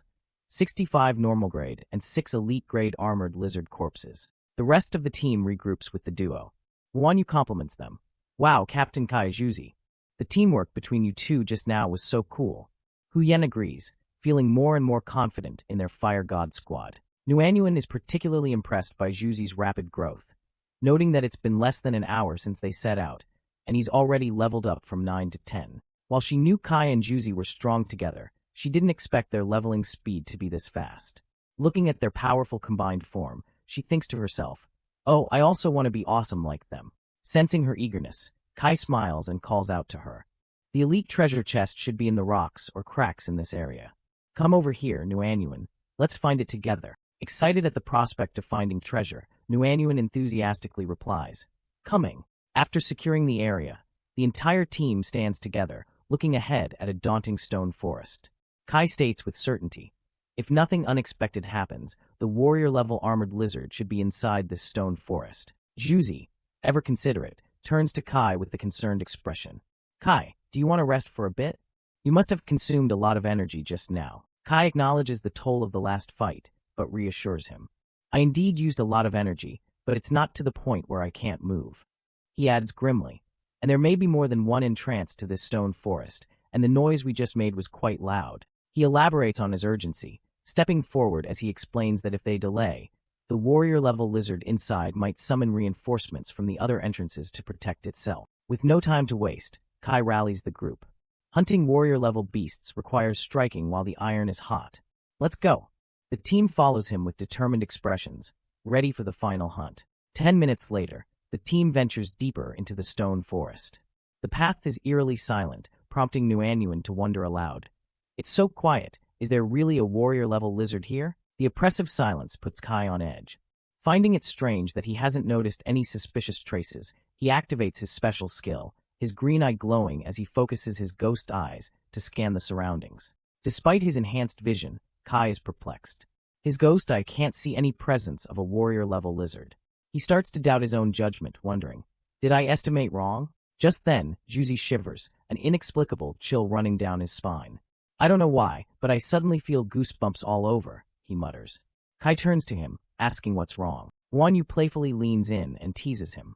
Hee, Juzi, I think you are too nervous, she says, poking fun at his constant state of alert. Unseen by the group, a massive, invisible force exhales, sending a gust of wind rustling through the trees as if the very mountain itself is breathing. Kai's eye widens in sudden realization. It's not Juzi's nerves. He understands the chilling truth. No, it's not that he's overly nervous. It's that there is something wrong with where they are standing. Panic grips him as he whirls around, shouting a desperate command to his unsuspecting teammates. Juzi Huyen Wanyu, stop now. Startled by his sudden outburst, Juzi Huyen and Wanyu stop and look back at him, confused by the sheer terror in his voice. Their confusion turns to horror as the large, rocky mound they were standing near begins to move. A massive, scaly tail unfurls, revealing that the rock was the camouflaged body of a colossal beast. The ground erupts as the monster awakens, throwing the party members into the air with a single, powerful movement. Kai can only watch as his friends are scattered by the ambush. The entire team is thrown back, their faces etched with shock and disbelief at the sudden and overwhelming appearance of the true boss. The creature reveals its full form, a monstrous lizard-like dragon that lets out a deafening roar. A system window appears, identifying the terrifying boss, a phosphorized warrior-class lizard dragon at level 58. As they land, Juzi gasps in terror. Phew, I almost lost my life just now. Wanyu, equally shaken, adds, why is this guy's color so similar to that of a rock? He's really good at camouflage. Wasting no time, Kai prepares a counterattack, his specialized gauntlet glowing as he loads 3 sharp darts, ready to strike back. He leaps into the air, taking aim at the colossal beast. As he prepares to fire, he shouts to his teammate, Wan data. Though trembling with fear, Nuanyuan reacts instantly, her finger tapping a holographic screen to pull up the vital information on their new enemy. The data panel flashes a dire warning. The level 58 monster is not just a warrior-class lizard, but a phosphorized mutant, also known as a white lizard dragon, weighing up to 2.4 tons. Juzi yells in shock, realizing the first warrior class they encounter is a far more dangerous mutant. Kai unleashes his 3 darts, which fly like guided missiles straight towards the lizard dragon's armored back. The darts strike the monster's thick hide. While they don't seem to penetrate deeply, 2 blue markers flash, indicating that he successfully landed 2 critical hits. Juzi cheers, shouting, great, we finally hit it. Wanyu agrees, equally excited, reasoning that if 1 critical hit causes considerable damage, 2 must be even better. Kai, however, maintains a grim expression. He knows that while mutant warrior-class monsters provide richer collections and better treasure, their strength is also far greater than that of ordinary monsters of the same class. A text box explains the sheer defensive power of their foe. The skin on its back not only has a defense rating of over 35 points, but is also heavily phosphate, making it resistant to high temperatures and corrosion, and extremely difficult to penetrate. The data readout continues, revealing that the monster's defenses are even more formidable. Not only its back, but its chest and abdomen are also covered in a phosphide protective film with a defense of around 20 points, granting it high temperature and corrosion resistance. The team reacts with collective horror. Huyen, Juzi, and Wanyu stare wide-eyed, shouting in disbelief as they realize the devastating truth. What? It didn't break through the defense? Nuanyuan stares at her data panel, her face pale with shock. She reports that previous data on normal warrior-class lizards of this size showed their spiritual power between 100 to 150 and agility between 150 to 170. But the stats displayed for this mutant are astronomically higher. Its strength is between 380 and 420, and its physique is a staggering 440 to 480. Before they can fully process the information, the lizard dragon roars and violently swipes at Kai, who is still in midair. A critical warning flashes across Kai's vision, a red alert repeatedly stating that the beast is rated extremely dangerous. The rest of the team can only watch in horror, screaming out warnings to their captain. Kai, Captain Kai, watch out. The beast shakes its massive head, Kai's critical hits having done nothing more than annoy it as the darts fall harmlessly from its impenetrable hide. Kai is slammed into the mountainside, but quickly recovers. "I'm fine, don't worry," he calls out, analyzing that the creature's armor is so tough that even a critical hit can't cause damage, and is simply repelled. He reflects on his narrow escape, knowing he was fortunate to dodge in time. A direct blow with the creature's strength of over 400 would have crushed him. He credits an agility potion he found in the Fishman Lord's treasure hall for his survival. A new, risky plan forms in Kai's mind. His agility is high enough to attract the monster's attention without being instantly killed. He sees a golden opportunity. If I can take this opportunity to motivate Juzi and make him activate his class talent, Armor Breaker, then he also prepares a contingency. If the plan fails, he'll simply continue to draw the monster's attention and lead it away, finding another chance for the team to escape. But if he succeeds, he could awaken Juzi's true potential. Weighing the risks, Kai decides to commit, standing firm as the monster lets out a terrifying roar, ready to become the bait. Putting his plan into motion, Kai puts on a convincing performance, screaming in fake terror, "Zhuzi, save me." Believing his captain is about to be devoured, Juzi screams back in a panic, "HHH. Kai, I'm coming." Fueled by adrenaline and the need to save his friend, Juzi leaps high into the air, charging with energy to unleash his ultimate attack, the earth-shattering stomp. The attack lands directly in front of the lizard dragon, unleashing a massive shockwave of golden energy that tears up the ground. However, the monster merely braces for impact. The powerful shockwave does nothing but push it back a few feet, leaving it completely unharmed. Juzi lands in the crater his attack created, staring up at the unfazed beast in complete disbelief. "Oh no, Kai," he stammers. "It doesn't seem to have any effect on it." Realizing his plan has backfired and put Juzi in immediate danger, Kai's expression turns to genuine fear as he screams, "Zhuzi, run!" The lizard dragon now focuses on the closest threat. It lunges forward with terrifying speed as Juzi turns to flee for his life, screaming, "Wah, it's so scary." Just as the monster's jaws are about to clamp down on Juzi, a completely unexpected figure flies in, delivering a powerful kick directly to the beast's snout, shouting "Ruhar." In the chaos, Kai manages to grab Juzi and pull him to safety. He quickly decides on a new course of action. Now this warrior-class armored lizard will definitely be focused on me and Juzi. Let's lure it away first. As he drags his terrified friend away, Kai glances back, confused by the timely intervention. Who was that just now? The girls, Nuanyuan and Ruanyu, scream out the unbelievable truth. One shouts, "Captain Kai." Ruanyu, "He's drunk." The other adds a dire warning. Kai. The saliva of the phosphorized warrior-class lizard can quickly corrode most equipment and cause skin damage. The chapter ends on a bizarre cliffhanger as Ruanyu, in a drunken stupor, mistakes the giant monster for a beautiful woman and charges in for a kiss, his eyes filled with hearts. Juzi and Kai can only stare in disbelief at the unfolding madness. Continuing from the last chapter, the party is hunting for monsters. Ruanyu skillfully uses his ice shield to parry a vicious strike from a large armored lizard. The monster is relentless, immediately following up with a ground-shattering lunge. Ruanyu is forced to retreat, narrowly dodging the attack. Instead of backing down, Ruanyu slams his fist on the ground, preparing a counterattack with a determined look on his face. Suddenly, Ruanyu's demeanor changes. He takes a swig from his bottle, and with a blush on his face, correctly identifies the creature as a phosphorized lizard. From a distance, the team leader, Zhang Kai, watches in disbelief. He's shocked because usually when Ruanyu drinks, he starts seeing monsters as beautiful women. He wonders why it's not happening this time. His companion, Huyani, explains with equal surprise.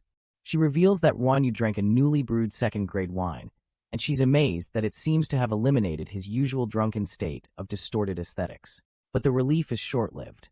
A manic grin spreads across Ruanyu's face as the wine's true effect kicks in. He declares that, as a male armored lizard himself, he's finally found a worthy female mate. His eyes sparkle with deluded love as he points at the giant monster. He tearfully thanks the heavens for answering his prayers, declaring he's finally found the one among all the lizards. The phosphorized lizard can only stare back, utterly bewildered by the tiny, love-struck creature in front of it, completely overwhelmed by his newfound love. Ruanyu is surrounded by hearts and steam, shouting, "Ah, my dear, let's not waste this beautiful moment." Watching from the sidelines, a pink-haired girl, Su Nuanyuan, is mortified. She can't believe that Ruanyu now thinks he himself is an armored lizard. Blinded by love, Ruanyu charges headfirst towards the monster, yelling, "Ah, my lover," as it unleashes a powerful fire blast at him. He crazily dodges the attacks, getting more excited by the struggle. Come on. The more you struggle, the more excited I get. Tonight is our wedding night, he screams, as the monster continues its barrage. Jiang Kai realizes the situation is dire. Guan Yu is too hard to control while drunk, and they're losing their chance to kill the lizard while also trying to protect their crazed teammate. Guan Yu continues his romantic proclamations, now wanting to warm his wife's broken heart with his strong chest. Jiang Kai grits his teeth. With Guan Yu now unconscious, they can't fight the lizard and control him simultaneously. He yells for Juzi, telling him they need his armor-breaking talent to get them out of this predicament. A muscular man, Yuanju, also known as Juzi, appears, ready for battle while Jiang Kai draws the monster's attention. Watching the chaotic bravery of Guan Yu, Juzi is in complete awe.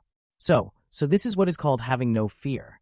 He asks, calling his teammate a divine being. Later, Guan Yu smugly claims he wasn't scared at all. The amazed Juzi eagerly asks his brother Guan to teach him his secret to fearlessness. Jiang Kai reveals the secret to Juzi, presenting a holographic image of a mug of beer, implying that drinking is the source of Guan Yu's bravery. Eager to learn, Juzi accepts the lesson. Okay, here I come, Kai, he says, chugging the drink while thanking Guan Yu for the demonstration. Immediately after drinking, a system window appears in front of the now blushing and love-struck Juzi. He has obtained the cognitive confusion status. A system warning flashes, indicating that he is now in a state of serious confusion. Just as the system warning flashes, the monster roars and launches another devastating attack, sending Guan Yu flying and the bottle of special wine hurtling through the air. Jiang Kai, Huyani, and Su Nuanyuan can only look on in horror, screaming Guan Yu's name as he is thrown back, seemingly defeated and in mortal danger once again. The bottle of potent alcohol smashes on the ground, its magic now flowing through a new host. With his eyes glowing with drunken power, Yuanju roars, now fully under the influence of the cognitive confusion. I, Yuanju, am the strongest warrior in the world, he declares. Filled with this newfound, albeit fake, confidence, he fearlessly charges the massive phosphorized lizard, unleashing a powerful, glowing sword strike. Jiang Kai watches, a look of dawning realization on his face. Did Juzi drink Guan Yu's alcohol and achieved armor-breaking attack? He understands now that the drink unlocks their hidden potential. The mechanics of the power-up are revealed. Juzi's cognition was confused after drinking, which pushed his self-confidence to an unprecedented height. This blind confidence, in turn, activated his professional talent, giving his attacks an armor-breaking effect. The narrator explains that just like previous boss monsters, their party couldn't break the lizard's armor.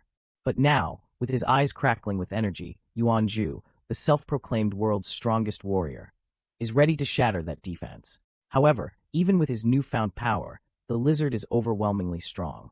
Juzi is hit by a massive wave of energy from the monster's tail. The impact sends him flying, and he coughs up blood.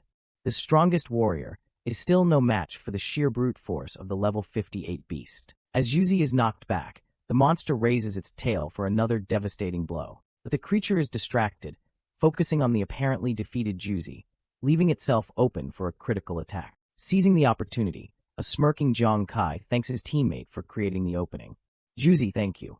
Next, with incredible speed, Jiang Kai leaps onto the distracted monster's back, his sword glowing with power, ready to strike the spot Juzi's attack had weakened. Let me help you get revenge. Jiang Kai yells as he swoops in, targeting the broken armor on the lizard's back. He unleashes a flurry of devastating strikes on the monster's weak point, dealing massive damage with each hit, as indicated by the 2000 HP markers. Jiang Kai lands gracefully, a confident grin on his face. Good. This armored lizard is defenseless after being attacked by the armor-breaking skill. Juzi, I leave this final blow to you. Hearing his leader's command, Yuanju steadies himself, planting his sword in the ground to prepare for one final, mighty swing. With a furious roar, he channels all of his drunken power into his final attack. I'm the greatest warrior in the world, who dares to challenge me, he screams, ready to end the fight. Thanks for watching. Like, subscribe, and turn on the bell for more awesome stories. Continuing from the last chapter, the battle rages on. While Jiang Kai and the others watch from a safe distance, Yuanju aggressively charges towards the giant mutated warrior armored lizard. In a drunken frenzy, Yuanju grits his teeth and unleashes a powerful attack, his body glowing with a golden aura. Watching the reckless display, a worried Nuanuan turns to Kai and asks if Yuanju will be okay. Jiang Kai smirks, completely unconcerned. He reassures her not to worry, explaining that Yuanju is just drunk and that he has already severely damaged the lizard's armor, making it safe for him. Moments later, a powerful strike lands, and blood splatters everywhere. Yuan Zhu successfully slays the giant beast, which comes crashing down in front of him. A system notification appears, congratulating him on killing the level 58 mutated warrior armored lizard and obtaining its corpse and a warrior-level treasure chest. Yuan Zhu stands triumphantly, a notification showing his name, profession as a martial artist, and his current level of 15. With glowing red eyes, he drunkenly boasts that he is the world's #1 war god. He then proceeds to comedically and repeatedly stomp on the defeated lizard's head to make sure it's dead. Watching from the side, Hu Yan and Jiang Kai comment on how drunk Yuan Zhu appears to be. Suddenly, Nuan, Jiang Kai, and Hu Yan all get a strange feeling that they've forgotten something important, but none of them can recall what it is. The three of them are walking through the forest, a small crow flying ahead of them as they try to figure out what they have forgotten. Suddenly, they hear a scream. Both Hu Yan and Nuan are shocked as Jiang Kai realizes something is wrong with Ruan Yu. It's Ruan Yu crying his eyes out while holding a glowing blue item. He wails in despair, calling the item his only love in this life, his wife. He glares menacingly at Jiang Kai's group, his face filled with rage. He screams at them, "I treated you as a family member, but you killed my wife," and begins to charge at them in a fury. As he gets closer, he suddenly catches a whiff of a strange purple scent. The smell is so overpoweringly bad that it stops him in his tracks, and he immediately faints and falls to the ground. Jiang Kai and Hu Yan stare at Nuan, who is holding a potion emitting the same purple vapor. Nuan explains with a sly smile that she just used a potion she developed to put him to sleep, worried he might attack them thinking they were lizards. Hearing her clever solution, Jiang Kai and Hu Yan give her a big thumbs up, telling her she did a great job. Realizing how useful the potion is, Hu Yan and Jiang Kai immediately ask Nuan to give them some too, praising its effectiveness. Nuan happily agrees. Later that night, the team sets up camp by a cliffside, while two members are fast asleep in their sleeping bags by the fire. The other two powerhouses of the group are seemingly wide awake, their eyes popping out as they drool over something in the distance. It turns out the ones drooling were Yuan Zhu and Ruan Yu, who are sleeping soundly and happily together in the same sleeping bag. Later that night, while Hu Yan is also asleep, Jiang Kai and Nuan are still awake, sitting by the campfire under the full moon. Nuan offers Jiang Kai some water, and he thanks her, asking why she isn't asleep yet. She hands him a bottle and explains that the day's events were so exciting she still can't believe them, remarking on how fortunate it was that Zhu Zai broke the lizard's armor at the critical moment. Jiang Kai smiles, revealing that he didn't expect Nuan's second-level wine would accidentally activate Yuan Zhu's professional talent. Excited by this revelation, Nuan clenches her fists and eagerly asks Kai if he thinks Yuan Zhu will be able to activate even more of his talents in the coming days. Jiang Kai turns his head and smiles knowingly. He explains that Yuan Zhu has always been strong but lacks confidence. It was because he was drunk and confused that he managed to activate the powerful armor-breaking effect. Even in his sleep, Ruan Yu mumbles about being the #1 warrior in the world, while a snot bubble forms from his nose. Kai suggests that Yuan Zhu needs more training to build real self-confidence. Nuan agrees optimistically. The next morning, Yuan Zhu wakes up with a shout. After hearing about his own exploits from the others, he puffs out his chest, steam coming from his nostrils, amazed at how brave he was the previous day. Hu Yan begins to tease Ruan Yu, recalling his drunken confusion, where he confessed his love to the phosphorized armored lizard. With stars in her eyes, she gives him a thumbs up and sarcastically calls his performance heroic. Overcome with embarrassment from the teasing, Ruan Yu cries out for her to stop and proceeds to vomit a sparkling rainbow. With the comedic moment over, the team's attention turns to the gleaming warrior-level treasure chest they acquired. Jiang Kai gathers the whole team, announcing that it's time to open the chest together. However, Hu Yan stops him. As a fortune teller, she's read his fortune and says he's unlucky today. She points out that Nuan is glowing with better luck and should be the one to open it. A surprised Nuan points to herself, questioning if she should be the one. Jiang Kai smiles and confirms, trusting Hu Yan's abilities as a fortune teller and encouraging Nuan to do the honors. Hu Yan puts her arm around a nervous Nuan, encouraging her to open the rare chest. Mustering her courage, Nuan agrees. As soon as she touches it, the chest bursts open with a brilliant flash of golden light. The entire team eagerly peers inside, their faces filled with shock and awe at the contents. Nuan's luck is indeed incredible. Her wrist device scans the first item she pulls from the chest, identifying it as a major find. In a chibai-style cut, she excitedly explains the first of many treasures, a super-grade phosphate ore essence. It's a rare material that can enhance equipment defense, and the 10.4 kg piece is estimated to be worth a whopping 500,000 coins. The treasures keep coming. Yuan Zhu holds up 17 kg of nuclear soil, a crucial energy source for urban construction, valued at 100,000 coins. Next, Hu Yan shows off 48 grams of blood essence crystals, used for improving important equipment, with a value of 300,000 coins. Then, Jiang Kai presents 3 pieces of heavenly bone, a key ingredient for raising one's talent level, estimated to be worth 210,000 coins. But as she looks deeper into the chest, Nuanuan's eyes widen in disbelief at what she sees next. It's a mutant blood crystal. A tiny 0.6 gram piece, one of the materials for making a secret medicine, is worth an unbelievable 6 million Shengyao coins. Jiang Kai is shocked, exclaiming that the material costs 10 million coins per gram. Nuanuan confirms, her face pale with shock. Yuan Zhu, who had consumed a secret fishman's potion earlier, breaks into a cold sweat.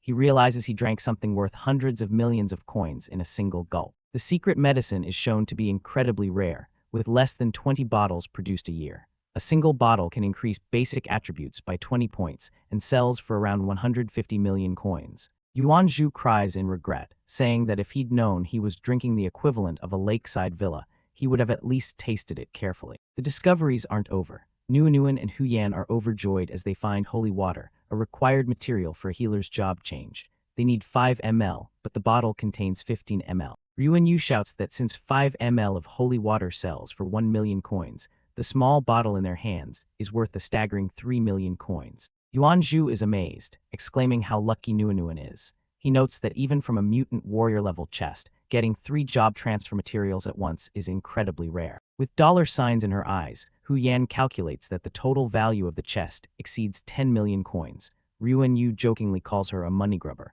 Hu Yan retorts with a sly grin, telling him to take a look at their captain, Jiang Kai. Jiang Kai is drooling, his eyes also replaced with glittering dollar signs. He calculates that with the previous hauls, their total earnings have exceeded 15 million coins. Hu Yan and Yuan Yu give their greedy captain a deadpan, judgmental stare. After that day, the newly named Vulcan squad becomes a force to be reckoned with.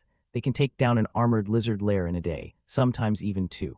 As they fought more, Yuan Zhu's armor-piercing attacks and Jiang Kai's light-speed strikes became a deadly combination. The combination of Jiang Kai's initial assault and Yuan Zhu's powerful follow-up proves devastatingly effective. The only drawback is that Yuan Zhu's War God mode requires a large consumption of alcohol to activate. 10 days later, the Vulcan squadron has swept through almost all the warrior-level lairs. Yuan Zhu and Yuan Yu have both reached level 20, while Nuanuan has leveled up from 9 to 12. The team is seen working together, gathering resources from the forest. The team carries baskets of harvested materials through the forest. Hu Yan approaches Captain Kai, asking where they are going next, as they have cleared all the warrior-level monsters in the vicinity. Suddenly, an urgent notification pings on Nuanuan's wrist device. Startled by the message, she drops the spiky purple fruits she was carrying. Jiang Kai and Hu Yan notice her distress and rush over, asking what happened and why she looks so pale. Sweating and looking terrified, Nuanuan explains that she just received a message. A small but powerful group was ambushed by a mutated Lord-level fallen corpse king while training in Flame Mountain. The entire team, Jiang Kai, Hu Yan, Yuan Zhu, and Yuan Yu, reacts in absolute shock as Nuanuan delivers the final grim news. The group was completely annihilated. The fallen corpse king is introduced as a terrifying monster that appears without warning. A normal commander-level version is over level 60, meaning a mutated one is far more powerful, even stronger than a mutated battle-grade armored dragon. As the team digests the news, Jiang Kai analyzes the situation. He concludes that for a mutated commander-level fallen corpse king to be injured, the guild that was wiped out must have been incredibly strong. This means the powerful but wounded beast is now hiding and trying to recover. In the aftermath of their recent battle, the group receives shocking news. Hu Yan exclaims that a powerful team was completely wiped out trying to defeat a formidable boss, a prize that would have made them incredibly rich. Yuan Zhu and the bulky fighter reflect on the defeated team's fate, remarking that it was a pity, but acknowledging that they did their best against overwhelming odds. Sensing an opportunity, Kai turns to Nuan, the team's healer and information gatherer, asking if the news is recent and how widely it has spread. Nuan confirms the news is very recent and hasn't spread far yet. However, she warns that the major guilds have likely already caught wind of it and are mobilizing their forces. She notices Kai is deep in thought. A glint appears in Kai's eye as he processes the information. He understands that while taking on king-level bosses is forbidden in Shengyao, this heavily injured, mutated commander-level fallen corpse king is a legitimate and tempting target for any ambitious team. With a confident smirk, Kai turns to his teammates, a new plan already forming in his mind. He raises a thumb and asks them if they should give this challenge a shot too. Hu Yan is the first to respond, her eyes shining with excitement. She declares that they've already mastered fighting the local armored dragons, and even if they don't succeed in taking down the fallen corpse king, it will be a valuable new challenge. The bulky fighter and Nguyen quickly voice their support. The fighter enthusiastically states that thanks to Kai, he's accomplished things he never dreamed of, like defeating the phosphorized armored dragon, and he's all in. Nguyen eagerly chimes in, saying she's coming too. Flexing his muscles, Yuanzhu proudly proclaims that the Fire God Squad couldn't possibly face this challenge without him, the self-proclaimed world's greatest god of war. He confirms that he is, of course, going. Kai flashes a wide, satisfied grin. His team is united and ready for the hunt. With their decision made, Kai officially announces the Fire God Squad's next target, the mutated Fallen Corpse King. As one, the team shouts their readiness and prepares to move out. The next day, the scene shifts. The Fire God Squad travels through the blazing Flame Ridge, a desolate landscape with cracked, smoldering earth under a hazy hot sun. The intense heat of the region is already taking its toll. The bulky fighter pants, sticking his tongue out and complaining about how hot it is. Yuanzhu, ever observant, stops to examine the flora. He points out that the trees in this area look strange, unlike anything he's seen before. Nguyen consults her knowledge base and provides an explanation. She identifies the strange plants as skyfir trees, estimating their age to be around 20 to 30 years. She adds that killing them might yield a valuable material, a heart of fire tree, which boosts fire effects. The team pauses, taking in the alien landscape and the information Nguyen has just provided.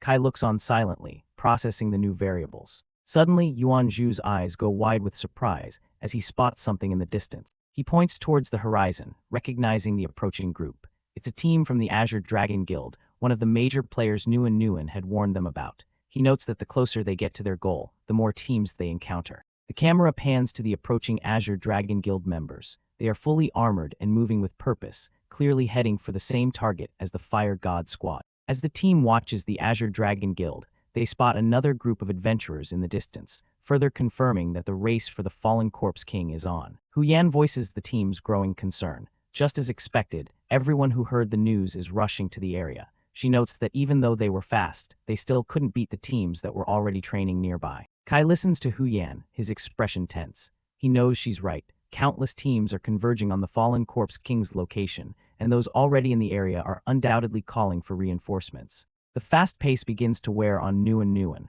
She slows to a stop, looking back at her teammates who have pulled ahead. Exhausted, Nguyen admits to herself that she can't keep up with the team's relentless pace. However, her frustration quickly turns to determination. She knows the competition for the boss is intense, and everyone is pushing themselves.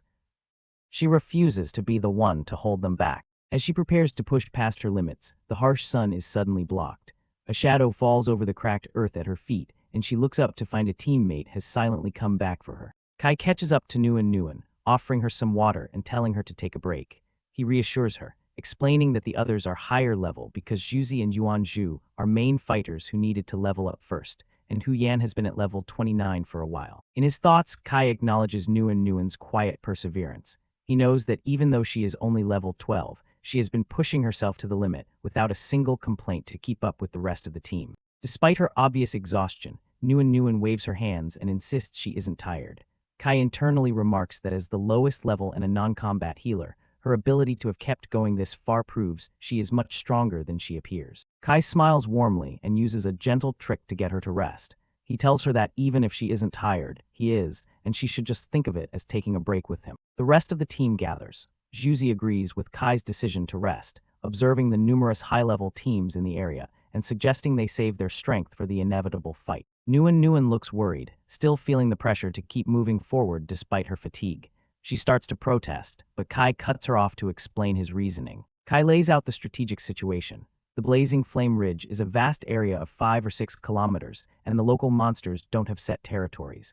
With so many teams searching, gaining an advantage through simple speed or stamina will be nearly impossible. Understanding the difficulty of their situation, Hu Yan turns to their leader, asking Kai what he thinks they should do. Kai reveals his strategic mind. He proposes they stop and consider what unique advantages their squad might possess that could allow them to find the fallen corpse king before anyone else. Juzi immediately voices the group's collective doubt, questioning how the Fire God Squad could possibly be the first to find the boss when they are competing against so many other skilled teams. The team falls silent, pondering the problem. Yuan Zhu and Hu Yan look on thoughtfully, waiting for Kai to reveal his plan. Nguyen clenches her fists in frustration, unable to think of any special advantage they might have. She worriedly asks if they are just supposed to rely on luck. The word luck sparks a sudden realization for Kai. His eyes widen as an idea clicks into place.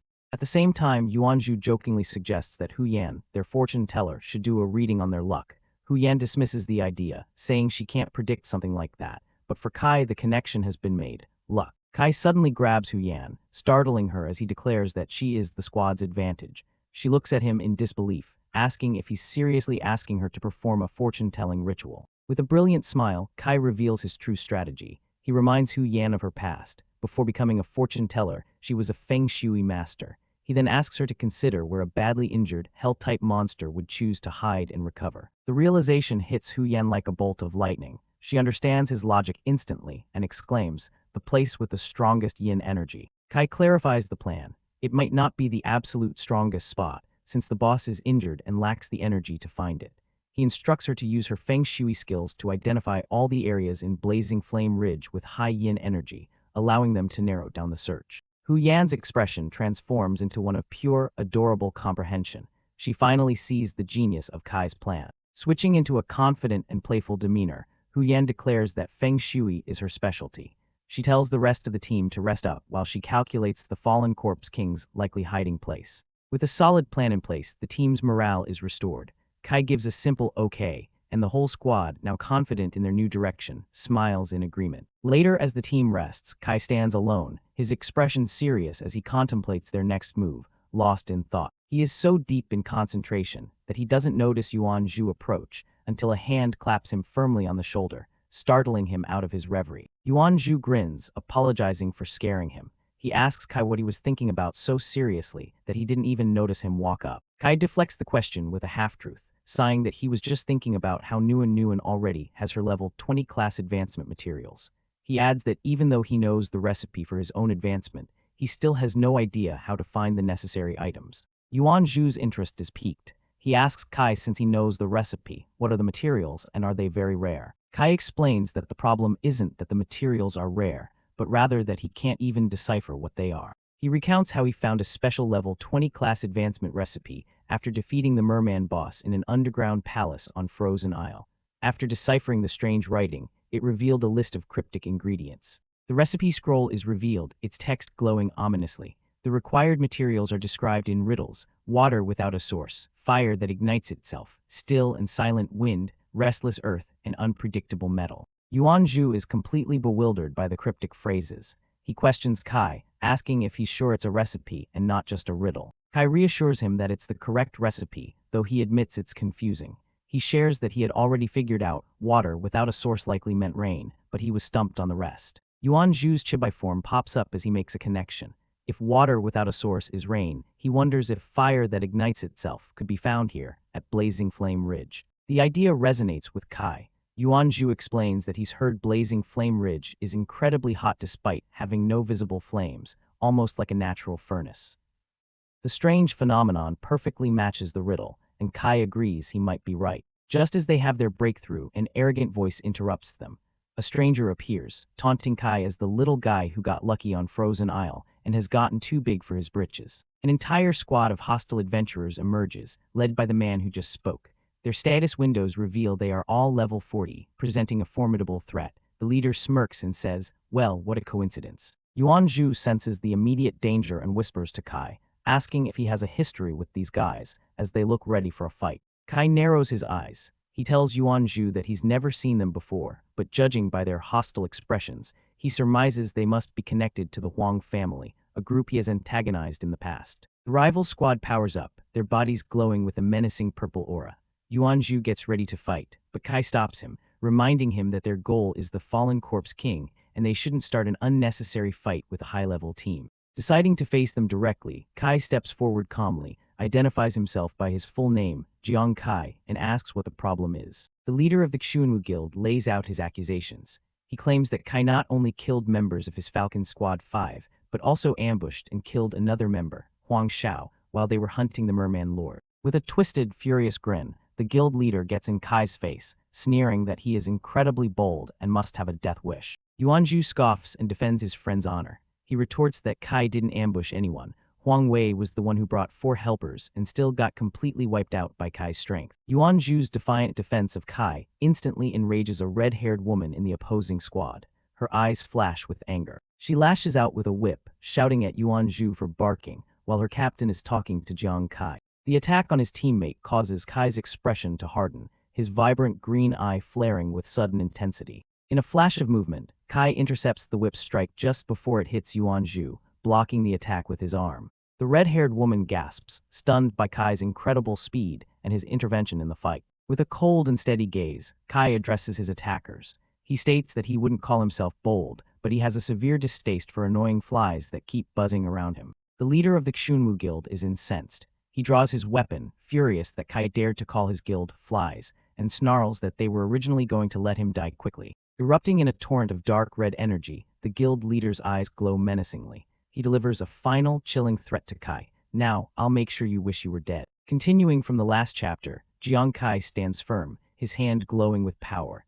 He senses the hostility from the opposing group and realizes that a battle is unavoidable. Suddenly, Su Nuanuan and Juzi rush forward, shouting at the opposing leader, Su Feixiang, questioning his intentions and asking if he truly intends to fight them. Seeing the interaction, Jiang Kai looks towards Su Nuanuan as one of her teammates wonders if the two of them know each other. Su Feixiang angrily confronts Su Nuanuan, questioning why she, a member of the military, is with Jiang Kai. She fearlessly declares that Jiang Kai is her captain now and that she will defend him. One of Su Feixiang's subordinates advises him to stand down. He reminds his captain that their priority is to find the fallen corpse king and that causing trouble now is not ideal, especially since Su Nuanuan's sister works under Wei Weiing. Su Feixiang scoffs, deciding to spare them for today. He mockingly comments on Jiang Kai's supposed tactic of using women as shields to get by. Jiang Kai remains silent, his gaze sharp and unwavering in the face of the taunts. As Su Feixiang and his group turn to leave, he throws another insult over his shoulder, sneering at Jiang Kai's use of throwing darts as a sneaky weapon. He then issues a chilling threat, a sinister grin spreading across his face as he promises that the next time they meet, he will not only destroy Jiang Kai's darts but also chop off his arms. Jiang Kai's expression hardens, a spark of anger flashing in his eyes as he listens to the threat. As the rival squad walks away into the distance, a member of Jiang Kai's team scoffs at their cowardice, questioning how Falcon Squad 5 could have lost to such people. Hu Yan, seething with anger, starts to move forward, but Jiang Kai holds him back, telling him that now is not the time to act. With the immediate tension diffused, Jiang Kai turns to Su Nuanuan and asks if she knows Su Feixiang. Su Nuanuan explains that she knows a little about him. He used to live in the military family quarters and switched from being a martial apprentice to a warrior more than half a year ago. She adds that with his rapid progress, his real combat ability might now even match that of a successor. The revelation shocks Juzi and Hu Yan. The rank of successor is clearly a formidable one. A graphic appears explaining the career stages the military emphasizes before one becomes extraordinary. The first 2 stages shown are warrior and fighter. The chart continues displaying the higher tiers, successor and the ultimate, ancient martial artist. It clarifies that levels 120 are martial apprentice, 2140 are warrior, 4160 are successor, and 6180 are ancient martial artist. Jiang Kai processes this information. Su Nuanuan further warns him to be careful, as Su Feixiang is known to have a good relationship with the Huang brothers and possesses extremely high agility. Jiang Kai looks into the distance, a massive, intimidating image of Su Feixiang looming in his mind. He has a strong premonition that he will inevitably face him again in the upcoming guild challenge. Just then, their thoughts are interrupted by the arrival of Ryu and Yu, a cheerful team member with purple hair. She waves a scroll excitedly, announcing that she has calculated 3 possible locations. She unrolls the map, pointing out the first 2 potential spots for the Fallen Corpse King's lair: Twilight Garden, located northwest of Liaoyan Ridge, and Shanian Lake to the south. She then points to the 3rd location, a low, nameless basin to the west of Liaoyan Ridge, which is not well known and requires crossing a small mountain to reach. Jiang Kai listens intently, silently analyzing the strategic possibilities of each location as his team begins to weigh in. Hu Yan is the first to speak up, suggesting they try Twilight Garden. He reasons that the fallen corpse king must be eager to retreat to its lair to recover, making the most obvious location a likely bet. Disagreeing with Hu Yan's suggestion, Jiang Kai confidently overrides him, deciding that their destination will be the basin. The rest of the team, Hu Yan, Zhuzi, Ryuanyu, and Su Nuanuan, are taken aback by their captain's decisive but unexpected command. Jiang Kai begins to explain his strategic reasoning. He points out that Twilight Garden is the most obvious location, meaning many other teams will think the same way. By the time they get there, it will likely have been thoroughly searched. He continues, dismissing the second option. Shanian Lake lacks the strong yin energy of the garden and isn't as secluded as the basin. Furthermore, its proximity to the main city makes it another popular starting point for other search parties. Then he lays out his argument for the basin. While its mountainous terrain seems inconvenient, this very feature makes it easy for most explorers to overlook, making it the perfect, unconventional hiding spot. He concludes with conviction, stating that overall, their best chance of success lies in taking a calculated gamble and heading directly to the basin. 2 hours later, the team arrives at the nameless basin. They trek down a path into a dense, gloomy forest that immediately feels foreboding. Looking around at the eerie woods, Hu Yan remarks that the place feels creepy enough without needing any knowledge of Feng Shui to tell. Zhuzi expresses his concern, noting the vastness of the area. He realizes the difficulty of not only finding the injured fallen corpse king, but also defeating it before any other teams discover their location. Jiang Kai walks onward, reasoning that since the fallen corpse king is afraid of being discovered while it's healing, it would surely choose the most hidden spot available, most likely a cave or a tomb. Always prepared, Su Nuanuan steps in, offering potions she made during her military missions that grant poison damage reduction from hell-type monsters. Jiang Kai instructs everyone to take one before they start searching. The team quickly agrees, each taking a potion to prepare for the dangers that might lie ahead in the dark woods. As they venture deeper into the forest, Hu Yan begins to lag behind, complaining that he's too tired to walk anymore. Seeing another teammate, Zhuzi, also falling behind, Su Nuanuan tells him to hurry up. Jiang Kai joins in with a playful tease, asking what Zhuzi would do if the fallen corpse king suddenly appeared right now. The suggestion immediately spooks Zhuzi. He stammers in fear, arguing that there's no way it could appear, as it must be hiding to heal its injuries. Ryuanyu decides to pile on, grinning mischievously as she suggests a what-if scenario. What if the mutated king gets hungry while healing, smells them, and decides to pop up for a snack? The teasing works, and a terrifying image of the colossal fallen corpse king flashes in Zhuzi's mind, causing him to panic. Overcome with fear, Zhuzi shouts that he's coming and bolts forward, desperate to catch up with the front of the group. Jiang Kai lightly scolds Ryuanyu for scaring the timid Zhuzi.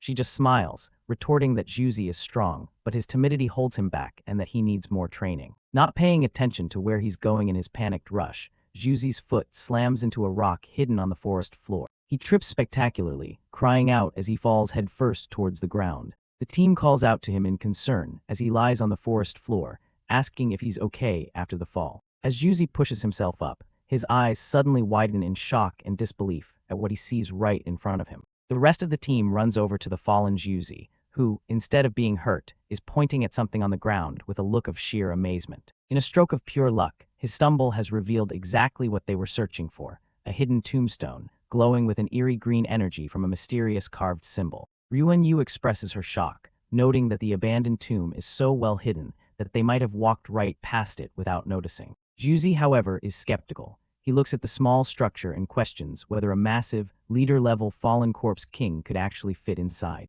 As the team watches, a loud cracking sound echoes from the tomb, and fractures appear on its surface, confirming their fears. Sensing immense danger, Jiang Kai immediately reacts, yelling for Hu Yan, Ryuanyu, and Nuanuan to get back. The three quickly retreat, while Jiang Kai and Hu Yan stand their ground, preparing for the imminent battle. From a vantage point in a nearby tree, Jiang Kai lays out the plan. He instructs Hu Yan to engage the monster head-on, drawing its aggro, while he prepares to attack from the shadows. Hu Yan acknowledges the order, gathering his power. The ground trembles as the tomb begins to crumble, the green energy within glowing brighter. Jiang Kai gives one last instruction to his tank, telling Hu Yan to retreat if he can't hold on and not to force himself, as he will use his own skills to hold the monster off if needed. Hu Yan confirms he understands. Suddenly, a massive spectral claw composed of pure energy smashes out from the rubble of the tomb. Even before the monster fully reveals itself, Hu Yan breaks out in a cold sweat, feeling the immense and overwhelming pressure emanating from the creature. The monster erupts from the ground, a horrifying giant wreathed in green flames.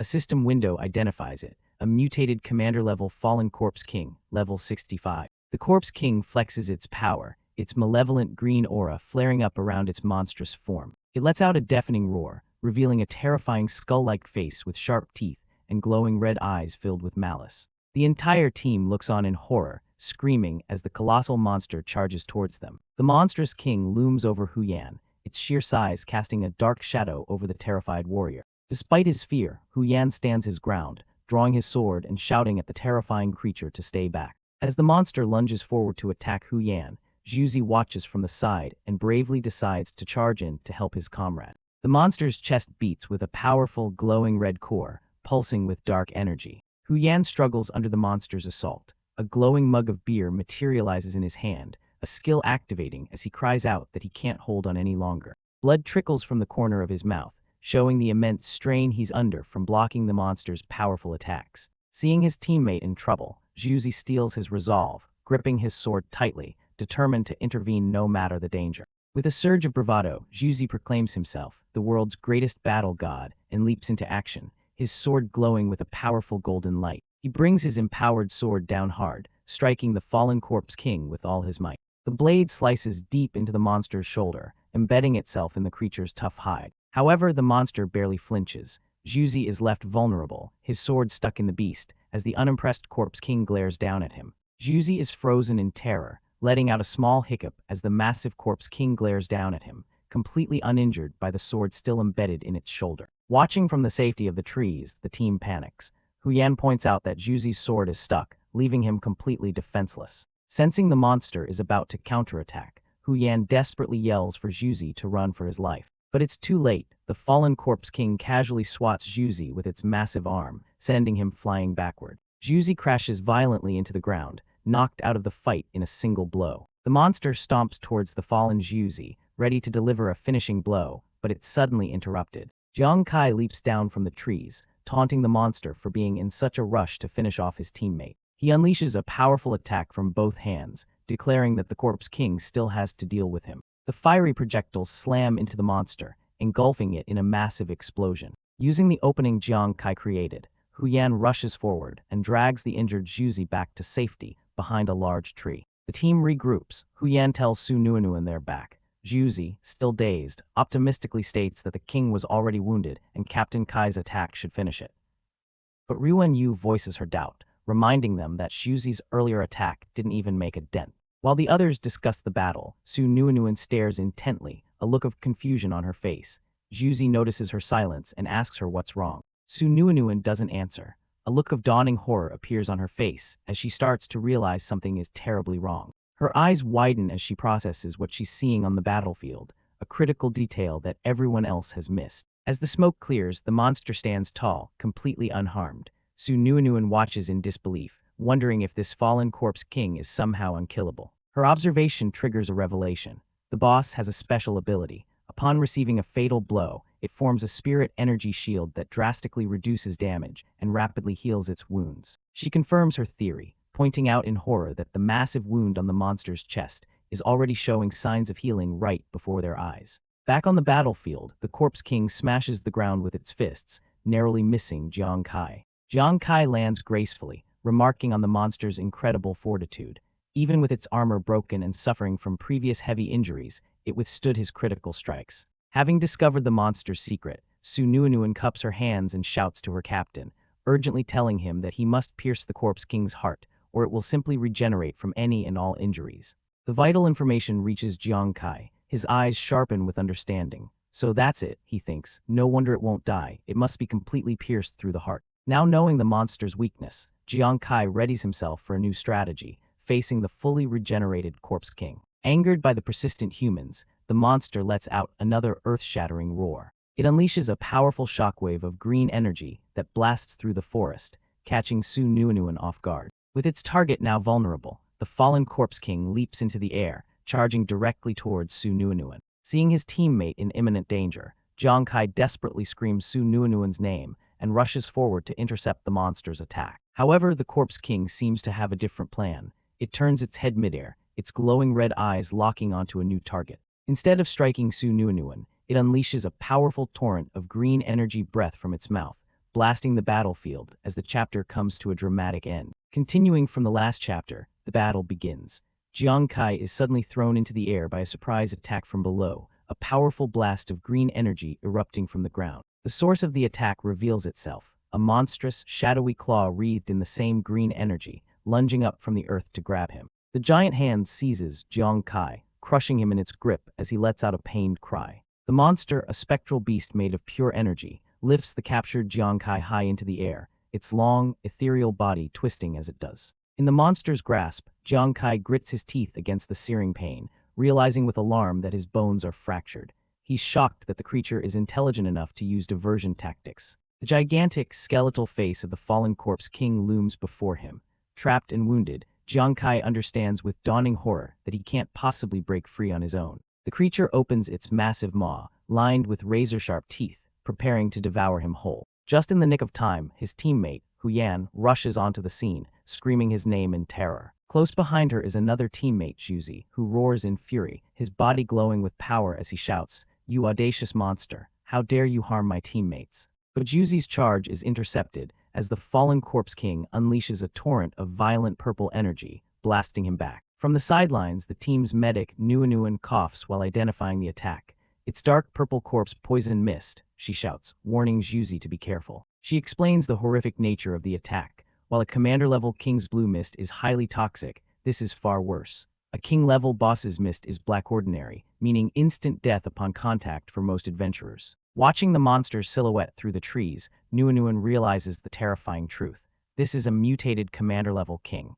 Even though it's injured, it can still release this impossibly deadly poison. A wave of dread washes over her. No wonder, she thinks, even in its heavily injured state, it managed to wipe out an entire skilled guild. She watches with growing anxiety as Juzi engages the fallen corpse king, knowing the power gap between them is far too great for him to last long. Her expression hardens with resolve. She won't allow Captain Kai to be harmed. At that moment, she hears a familiar voice that catches her by surprise. Another teammate, the tank Ryuan Yu, appears, planting his glowing shield firmly into the ground.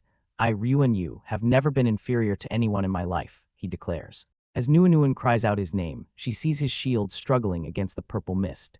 She starts to run towards him, but a hand suddenly grabs her wrist, stopping her in her tracks. It's Huyan holding her back. Huyan pulls her away from the battle, warning her not to act rashly. "This dark purple poison is likely extremely dangerous," she says. "You're a doctor, possibly our last hope." Nuan looks back towards her struggling teammates, conflicted. "Okay, but still," she protests, wanting to help. A sly, unsettling smile spreads across Huyan's face. "So from now on, you must protect yourself," she says cryptically. Nuan looks at her, confused by the strange advice. "Protect myself." In a shocking act of betrayal, Huyan suddenly shoves Nuan forward, sending her stumbling directly towards the deadly poison mist. "Huyan, wait, what are you doing?" Nuan screams in sheer panic. With a chilling and triumphant smile, Huyan offers a twisted excuse for her actions. "Don't come over, it's dangerous," she calls out, feigning concern. "The mist's range is too large. I must get closer to summon a storm to flush it out." As Nuan stumbles into the poison, her mind goes blank with shock and despair. She sees visions of her teammates, all fighting for their lives. Her hands tremble as she thinks, everyone is fighting fearlessly. But why? As the team's doctor, am I still powerless to do anything? She asks herself, tears welling in her eyes. Her mind flashes back to her childhood. "Ever since I was young," she recalls, "my sister shielded me from every danger. I grew up obliviously relying on her protection. But that peace shattered one day when the ghost star descended, and monstrous divine beasts began appearing across the world. Humans could only fight back by undergoing trials to become transcendents. Her father sacrificed himself on the battlefield, unable to get medical help while resisting the beast tide. His death made her feel like she grew up overnight, determined to join the military and support others. She remembers her first time on the Ghost Star, feeling isolated and helpless. It was then that she met Juzi and Shu, Jiang Kai, and they fought together seamlessly. Under Kai's guidance, she and Juzi achieved excellent results and were selected by the military. Finally, like her sister before her, she fulfilled her dream of joining. But after joining, she realized the gap between herself and others. Despite working hard, her rating was still only a C. She comforted Juzi, whose results were also poor, but in truth, she was even more discouraged than he was. The flashback ends with her questioning herself, her eyes filled with doubt. Can I really become an excellent doctor? Do I truly deserve to protect everyone? Returning to the present, she sees her friends fighting for their lives against the fallen corpse king. Just like in the past, she feels she can only hide behind them, just as she once hid behind her sister. Her self-doubt deepens, and she begins to question the very path she chose. Should I have chosen to become a doctor? The fallen corpse king lets out a guttural roar and unleashes another blast of purple flame from its mouth. Juzi and Ryuan stand together, bracing themselves against the toxic onslaught. From the monster's grip, a weak but determined voice calls out. It's Kai, coughing but still trying to direct his team. Juzi, Ryuan. The sound of his voice snaps Nuan out of her spiral of despair. She recognizes it instantly. It's Kai's voice. But the monster's attack is too strong. Both Juzi and Ryuan are blown back, crying out in pain as they slam into trees and the ground. Nuan can only scream their names in horror as she watches them fall. She rushes to their side and sees the horrifying effects of the poison. Less than a minute into the poison mist, she observes in terror, and they're already suffering such severe blood corrosion. Gritting her teeth, she forces herself to focus. Stay calm, Su Nuan, she tells herself, her hands beginning to glow with healing energy. Saving lives is the priority right now. Green healing energy envelops Juzi as he groans in pain, the light working to counteract the poison. The same healing light covers Ryuan, who is also bleeding and battered from the attack. At the same time, elsewhere in the forest, Huyan begins to gather a massive amount of energy. True to her twisted words, she starts summoning a powerful storm as purple lightning cracks across the sky, preparing to alter the battlefield. As Nuan heals her teammates, she feels the rain and looks up, surprised. She realizes what's happening. It's Huyan. With Huyan's storm washing over it, the poison mist is thinning out. The downpour begins to cleanse the air. Crouched behind a tree, Huyan strains, pouring all of her energy into a magic circle to command the storm, her face a mask of grim determination. The fallen corpse king roars in fury as the rain pours down on it, still clutching the struggling Jiang Kai in its fist. Trapped and wounded, Kai can feel his body failing. My body hurts so much, and my breathing, I can barely catch my breath. Regret fills him as he reflects on his choices. As expected, was I too overconfident? He flashes back to a previous battle. Back on Eternal Frost Island, if it weren't for the boost from my kickstarting gambler skill, I wouldn't have been able to defeat the heavily injured merman boss. And this time, he thinks, as the image of the corpse king and Huyan's storm fills his mind, this commander-level mutated fallen corpse king wasn't even part of my plan. I brought everyone here, but I couldn't protect them properly. As if on cue, Huyan finally succumbs to the strain of her powerful magic, coughing up blood as she collapses. Let Kai go, she whispers with her final breath. Kai watches in horror as she falls. No, Huyan, he cries out, blaming himself. Was I truly overestimating myself, making such a terrible mistake? His thoughts darken, turning to the ones truly responsible for so much of his pain, the menacing figures of the Huang family. He looks down, his resolve wavering as despair creeps in. Can I really make them pay the price they deserve? But his team isn't done yet. Thanks to Nuan's healing, Juzi and Ryuan are back on their feet. I, Yuanzhu, am the world's greatest war god, Juzi boasts, who dares to act recklessly. With a powerful shout, Juzi swings his glowing blade, landing a significant blow against the giant monster. Ryuan follows up, unleashing a concentrated beam of energy from his crystalline shield directly at the corpse king. However, their combined assault isn't enough. The monster retaliates, and Ryuan is thrown into the air, defeated once again. Watching his teammates fall again, Kai's despair turns to fury. How can I give up like this? He thinks, gritting his teeth. He finds strength in the memory of his loved ones. My sister and Skinny are still waiting for me to join them for a good life. His gaze sweeps over his entire Vulcan team. Huyan, Ryuan, Juzi, and Nuan, all fighting until the very last moment for their squad.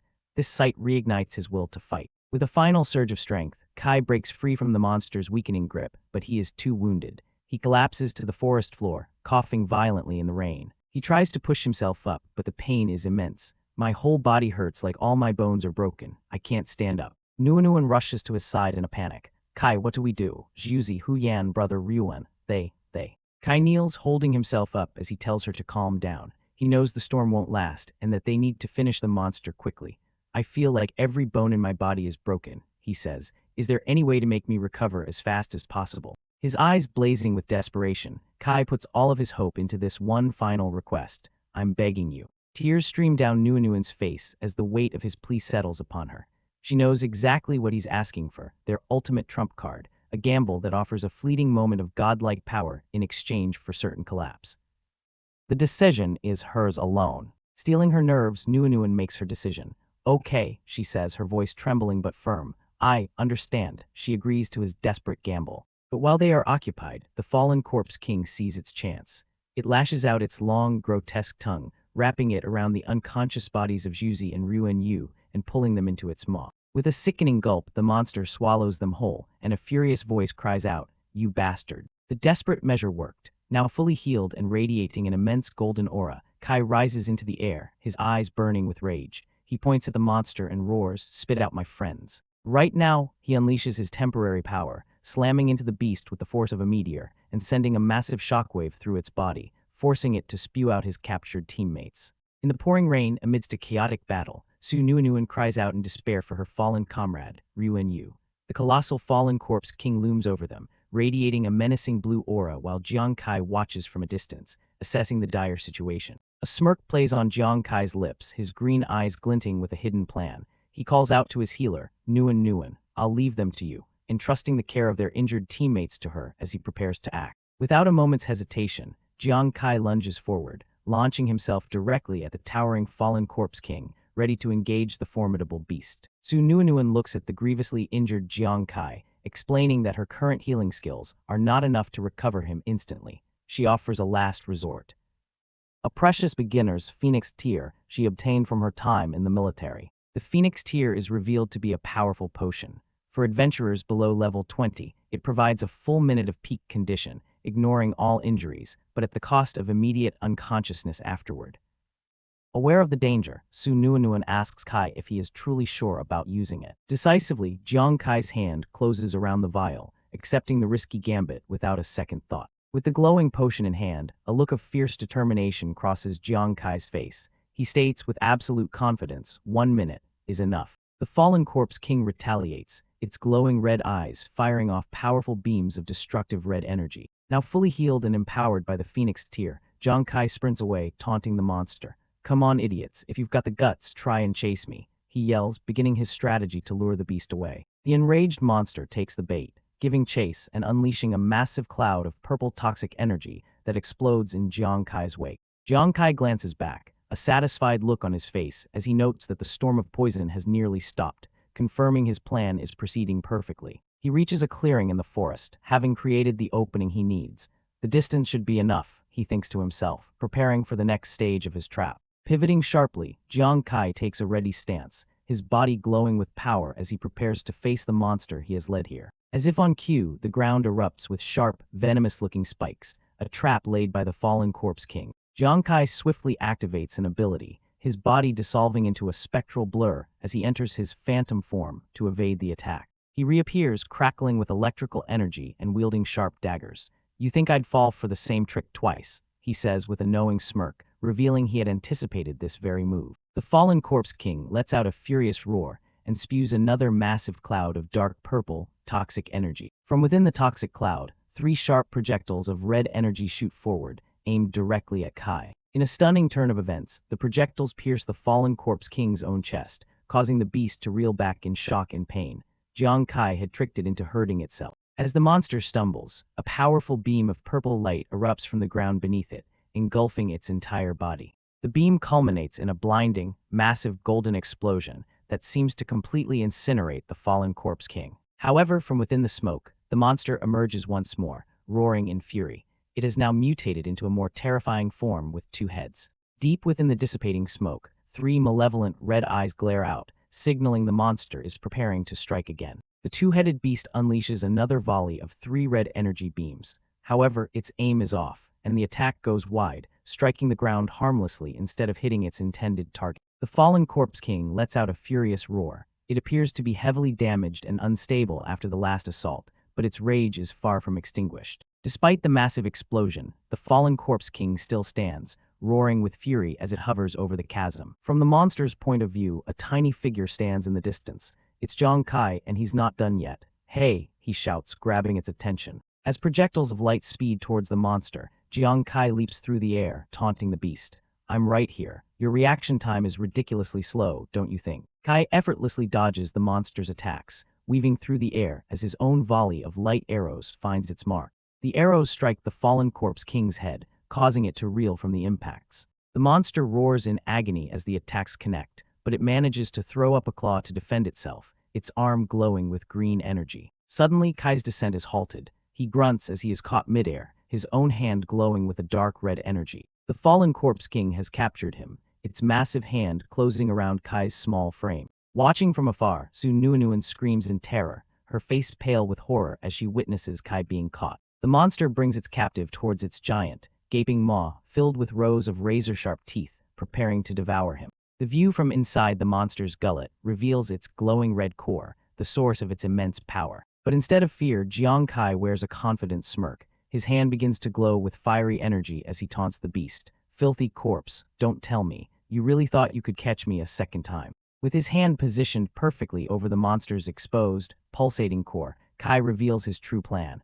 "I was just pretending to get caught to lure you in." He channels all the power of the phoenix tear into his fist, which now burns with the intensity of a small sun. Kai unleashes the energy in a catastrophic explosion from within the monster's own body, blowing it apart from the inside out. As he falls through the air, a look of grim satisfaction and relief washes over Jiang Kai's face. "Ha, looks like the gamble worked," he thinks. The monster's chest is torn open, flames erupting from the fatal wound. At the same time, Kai feels his power fading. The 1-minute effect. It really is short. The mighty fallen corpse king finally collapses, its massive body crashing to the ground. Simultaneously, the effect of the phoenix tear wears off, and Jiang Kai plummets from the sky, unconscious. Su Nuanuen desperately runs towards him. In his last moments of consciousness, Kai sees her approaching and entrusts her with the team's fate. "Nuan, from here on, it's up to you." She reaches his side, her expression a mix of anguish and resolve. She calls his name as she immediately begins casting a healing spell on his unconscious body. The narration reveals the full genius of Kai's plan. The 3 arrows that seemed to miss earlier were not mistakes. They were strategically placed in a tree, waiting for the perfect moment to be activated for the final strike. In a flashback to the moments before the final explosion, Kai, glowing with power, commands the hidden arrows to return. The recalled arrows fly true, striking the monster's core at the exact same moment as his internal attack. The beast seems to realize the depth of the plan, questioning if this was all orchestrated. Back in the present, a sudden noise startles Su Nuanuen as she tends to the unconscious Kai. Her head whips around in shock and disbelief. Her eyes widen in horror as she sees the massive corpse of the fallen corpse king beginning to twitch and stir. "It's still not dead," she exclaims, her voice trembling. Kai's last words echo in Su Nuanuen's mind. "From here on, it's up to you." As she remembers his trust in her, a new, powerful resolve, represented by a glowing red aura, envelops her. The fear in her eyes is replaced by a burning, fierce determination. Clutching a dagger, Su Nuanuen is no longer just a healer. She is now a protector. She stands before the severely wounded but still living monster, steeling her nerves. "Su Nuanuen, be strong," she tells herself. "Your teammates need you right now." With a furious cry, she raises the dagger high above her head, ready to deliver the final blow to the beast that has tormented her team. The monster's empty eye sockets flicker with a final spark of malevolent red light as it senses her intent. Gathering its remaining strength, the fallen corpse king rises one last time, letting out a final, terrifying roar as it charges at her. But Su Nuanuen does not retreat. She meets the monster's lunge head-on, blocking its massive claw with her small dagger in a shower of sparks. Dark, corrupted blood drips from the wound she inflicted. Her strike was true. Standing firm, blood splattered on her arm and face, she glares at the wounded beast with cold fury. "You think you can still escape?" she asks. The monster lets out a confused growl, stunned by the ferocity of the once-timid healer. Her voice is filled with rage as she thinks of her fallen comrades. "How dare you hurt my friends?" With a final, vengeful shout, she lunges forward to end it once and for all. "Get ready to die." A wave of green energy envelops the fallen corpse king as Nuan strikes, its body finally giving out. The battle is finally over. Silence falls over the dark forest as the monster is vanquished for good. The scene transitions to the next day. The sun shines brightly over a peaceful green field, a stark contrast to the dark battlefield of the previous night. The rest of Jiang Kai's team, including Zhuzi and the now recovering Ruan Yu and Hu Yan, rest in the field, their bodies bandaged but their spirits intact. Nearby, Su Nuanuen tends to Jiang Kai, who is now awake. She gently checks on him, advising, "Avoid intense movement, get plenty of rest, and with my medicine, you should recover in 3 days." Jiang Kai looks at her, not at his injuries, but at her face, a warm and knowing smile spreading across his lips. Flustered by his gentle gaze, she asks, "What is it? Do I have something strange on my face?" They sit together by a peaceful river as he praises her. "No, I just feel like Nuan, you're growing so fast. You're becoming a truly outstanding adventurer." She's taken aback by his praise, but he confirms it with a simple, heartfelt, "Of course." Following the intense battle, Nguyen looks downcast, her voice filled with self-doubt. She confesses to her teammates that as a healer, she felt like a burden, believing she dragged down the team's combat effectiveness by having to rely on them to do all the fighting. However, Jong Kai immediately counters her with a reassuring smile. He tells her plainly that she is severely underestimating her own value to the team. As Nguyen looks on in confusion, Kai begins to list her contributions. He reminds her of how she tirelessly helped Juzi and Yuan Yu level up without complaint, and how she bravely stood up to the Falcon squad despite knowing she was outmatched. Kai continues, reminding her of a critical moment in their last fight. After he had severely wounded the fallen Corpse King, it was Nguyen who, without a moment's hesitation, delivered the decisive final blow, which led to her own level up. Her eyes widen in surprise as Kai points out the most significant outcome of her bravery. She unlocked a new, powerful ability to simultaneously heal multiple critically injured teammates. Sitting beside her, Kai softens his tone. He acknowledges that while she may not have direct combat skills, her spirit has never wavered. He assures her that everyone on the team sees and appreciates her immense contributions. He looks at her with a sincere, heartfelt smile and concludes with 3 simple, powerful words: "We need you." Kai's words hit their mark. Nguyen is completely taken aback, her face flushing as tears of emotion well up in her eyes. Suddenly, the rest of the team pops into frame in a comedic, chibai style. They enthusiastically agree, pointing out that without her healing, they wouldn't have the energy they do now. The whole team gathers around, all bandaged but cheerful. They all chime in, recounting how her support allowed them to fight without fear, with one even admitting he would have died long ago without her. Overwhelmed by the outpouring of love and appreciation from her friends, a single, sparkling tear escapes her eye. With tears of happiness now streaming down her face, Nguyen joyfully confesses that she feels the same way, and that she needs them just as much as they need her. The scene shifts. 2 hours have passed since the team reaffirmed their bonds of friendship. The mood is now serious. With their spirits high and their unity strengthened, Kai turns to his team and asks if they are ready for what comes next. Filled with newfound determination, the rest of the members, Nguyen, Juzi, Yuan Yu, and Hu Yan, all shout back in perfect unison, "Ready." The team stands in formation around a large, ornate treasure chest that glows with a magical aura. It is the reward for their hard-fought victory against the fallen Corpse King. A confident smirk plays on Kai's lips as he steps forward, announcing that he will be the one to open the chest. As the lock clicks open, the air crackles with anticipation. This is no ordinary loot drop. It's a mutation-grade treasure chest, known for holding extremely rare, top-tier equipment. The chest lid flies open, unleashing an explosive burst of brilliant golden light that engulfs the entire area. From the light, Kai pulls out the first item, a blazing Furoblade. Nguyen's data screen reveals its incredible rarity and value, a level 80 executioner weapon worth a staggering 350,000 Ghost Star coins. The rest of the team is stunned by the weapon's astronomical price.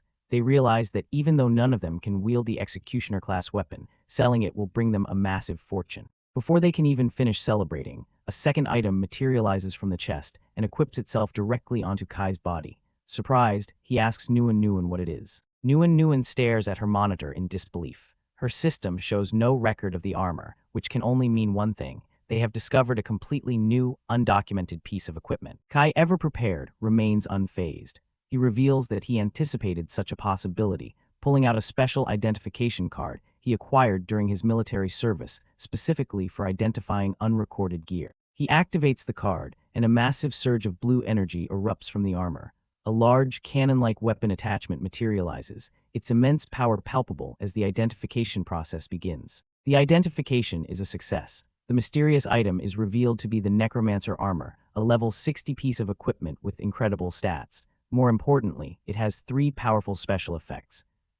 Death's Mercy, which reduces the level requirement by a staggering 40 levels. Necromancer's State, which grants temporary immunity to nerve-based attacks. And Death Torment, a mental attack that can be used on heavily injured foes. Yuan Zhu is the first to react, his face a mask of pure shock. He yells in disbelief at the armor's insane attribute boosts, particularly the massive plus 71 to spirit power. Kai, however, points out that the special effects are even more impressive. He explains that the first effect, Death's Mercy, is a game changer, as it means even a level 20 adventurer like himself can equip this powerful level 60 armor. He continues, explaining that the second effect, Necromancer's State, is the core of the armor's power. A chibi animation illustrates how its temporary immunity to neurotoxins or sound-based attacks provides a critical opening for a counterattack. Finally, Kai discusses the third effect, Death Torment. While he admits it's situational and not ideal for direct combat, he recognizes its value as a powerful tool for intimidation when needed. 25 minutes later, the team has sorted through most of the treasure. Yuan Zhu notes that while the loot is high level, it's not suitable for them and suggests they sell it all to fund their upcoming class advancements. Just as they're about to finish, Yuan Zhu spots another glowing object nestled deep within the chest. He reaches in to investigate. He pulls out a shimmering ring, exclaiming in surprise that it's an accessory. The rest of the team looks on with renewed excitement and curiosity. Kai notes that the ring seems to be a high-level item and instructs Nguyen Nguyen to use her wristband to identify it. Once again, Nguyen Nguyen is baffled. Her identification device fails, showing no record of the ring. This means they have stumbled upon yet another item that has never been seen before in the world of Ghost Star. As Nguyen Nguyen struggles with the ring, Kai uncovers something else from the chest, something that immediately captures his attention. A strange, ornate card pulsing with a faint light. As soon as he picks it up, a system notification appears before him, announcing that he has obtained a gambler-exclusive unique weapon, the divine card Death. A beautiful, ethereal woman with white hair appears in a vision before Kai. When he questions the card's name, she simply confirms it with a single word, yes. An information panel details the nature of the Death card. It's a unique weapon exclusively for the gambler class with no level requirement. It is one of a set of 9 divine cards, which can be brought into the real world once an adventurer reaches a high enough stage. Kai is floored. He realizes that unique means this is the only one in existence. A weapon with no level restrictions for his specific class. It feels like it was tailor-made just for him. His mind races as he recalls his class skill, Phantom Hand, which already increases the accuracy and penetration of thrown items. With a dedicated card-based weapon, those bonuses will be amplified to an insane degree. 120% for accuracy and 250% for penetration. The implication is clear. Using the Death card will make his attacks several times more powerful and precise than any regular weapon he could throw. He briefly puzzles over the terms transcendent and eerie mentioned in the description, surmising they must be titles for players above level 80. He shelves the thought, deciding to investigate it later. His attention is drawn back to the card's incredible passive boosts. A 20% increase to his 4 main stats, 50% armor penetration, a 15% crit rate increase, and a massive 150% boost to critical damage. He's ecstatic to see that they are percentage-based, meaning their effect will grow as he becomes stronger. A smug grin spreads across Kai's face. With such powerful base stats, he can only imagine what kind of overpowered special effects this card must have. The ethereal guide reappears, ready to introduce the 3 special effects of the divine card. The first is Time Has Not Yet Come. When activated, the card automatically attacks a target 50 times. During this assault, the target takes 50% additional damage, but is rendered unable to die. Kai can't help but find the cruel irony amusing, a card of death that prevents its target from dying. The second effect is Wrath of the Gods. The card spins like a saw blade, dealing continuous damage that grows stronger the longer the target is unable to escape. Kai realizes that when combined with the first effect, this creates a truly inescapable and devastating combo. The third and final effect is Recognized Master. The card is indestructible and can be summoned, thrown, and recalled purely by thought. Kai immediately sees the strategic value. It's the perfect hidden trump card to use against cunning and powerful foes like the Huang family. Fireworks erupt in his imagination as Kai celebrates his incredible luck. He had been searching for materials to advance his class, but instead, he stumbled upon a unique, exclusive weapon that far surpasses any advancement he could have hoped for. In the midst of his celebration, Kai is suddenly jolted back to reality. His eyes dart to the side as he hears a sound, his instinct screaming that danger is near. He immediately activates his ghost eye focus, his vision sharpening as he scans the surrounding forest for the source of the disturbance. The sounds grow closer, indicating a group is moving quickly and forcefully through the dense woods. His enhanced vision reveals his fears are justified. A high-level team of adventurers is approaching fast. Kai realizes that with his own team exhausted and injured, a confrontation would be disastrous, especially if this new group discovers they have the Corpse King's treasure. There's no time to waste. Kai shouts for his team to retreat immediately. Trusting their leader's judgment, they comply without a moment's hesitation. The scene abruptly shifts to a sprawling, futuristic metropolis. Attached to one of the central skyscrapers is a massive, glowing ring, a teleportation gate buzzing with energy. Inside a high-rise office overlooking the city, a man with a commanding presence and a cape stands silhouetted against the bright window. His quiet contemplation is interrupted by a sharp knock at the door. He turns, revealing the stern, weathered face of a military general, his gaze sharp and his expression serious. A female subordinate in a pristine uniform bursts into the office, delivering an urgent report.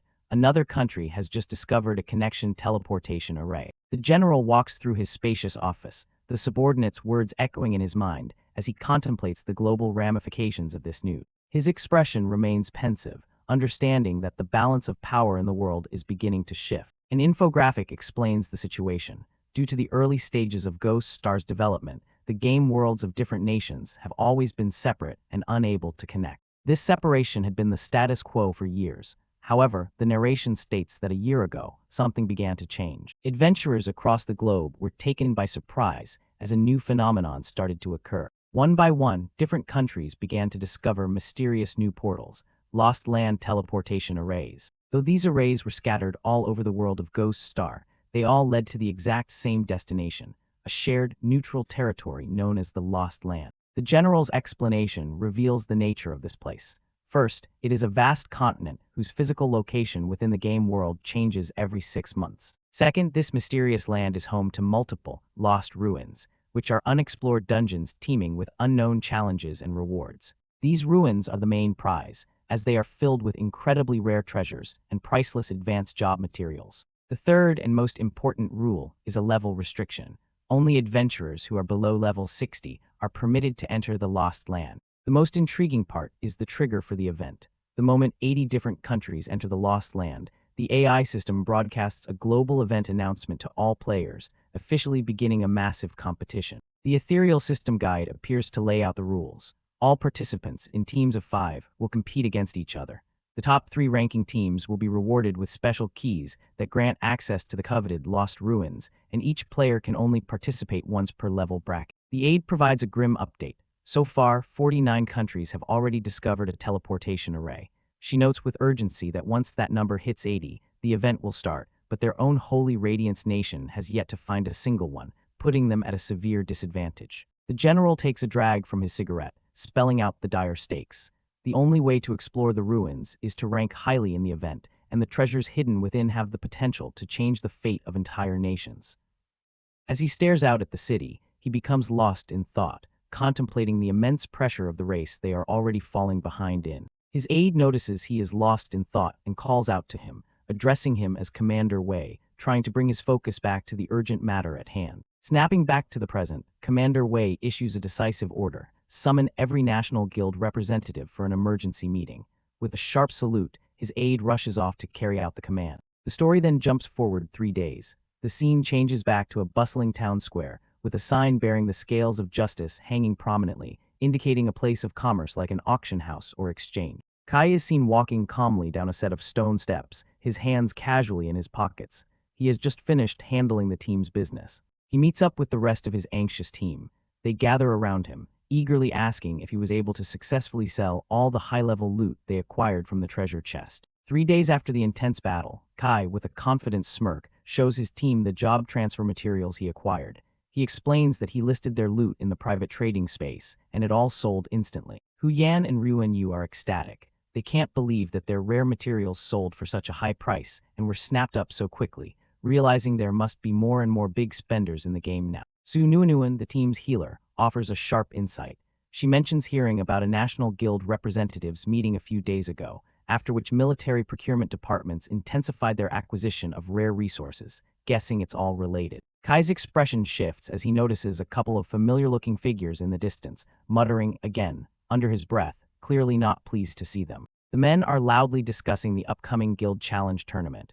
One of them mentions that the Xuanwu Guild is especially focused on the tournament this year, even boasting they're guaranteed to win first place. Hearing the arrogant claims of the Xuanwu Guild, Yuan Zhu and Ruan Yu fly into a rage. Yuan Zhu clenches his fist, promising Kai that he'll put those arrogant fools in their place. The group decides to head to the guild district. Since they need to join a guild to enter the tournament, the team curiously asks Kai which one he has chosen, knowing that his history with the Huang family would make it difficult. In response to their questions, Kai simply turns his head with a sly, confident grin and replies with a single word: secret. The scene transitions to a wide shot of the guild area, a bustling district filled with European-style architecture where adventurers gather. Upon arriving, Kai announces, "We're here."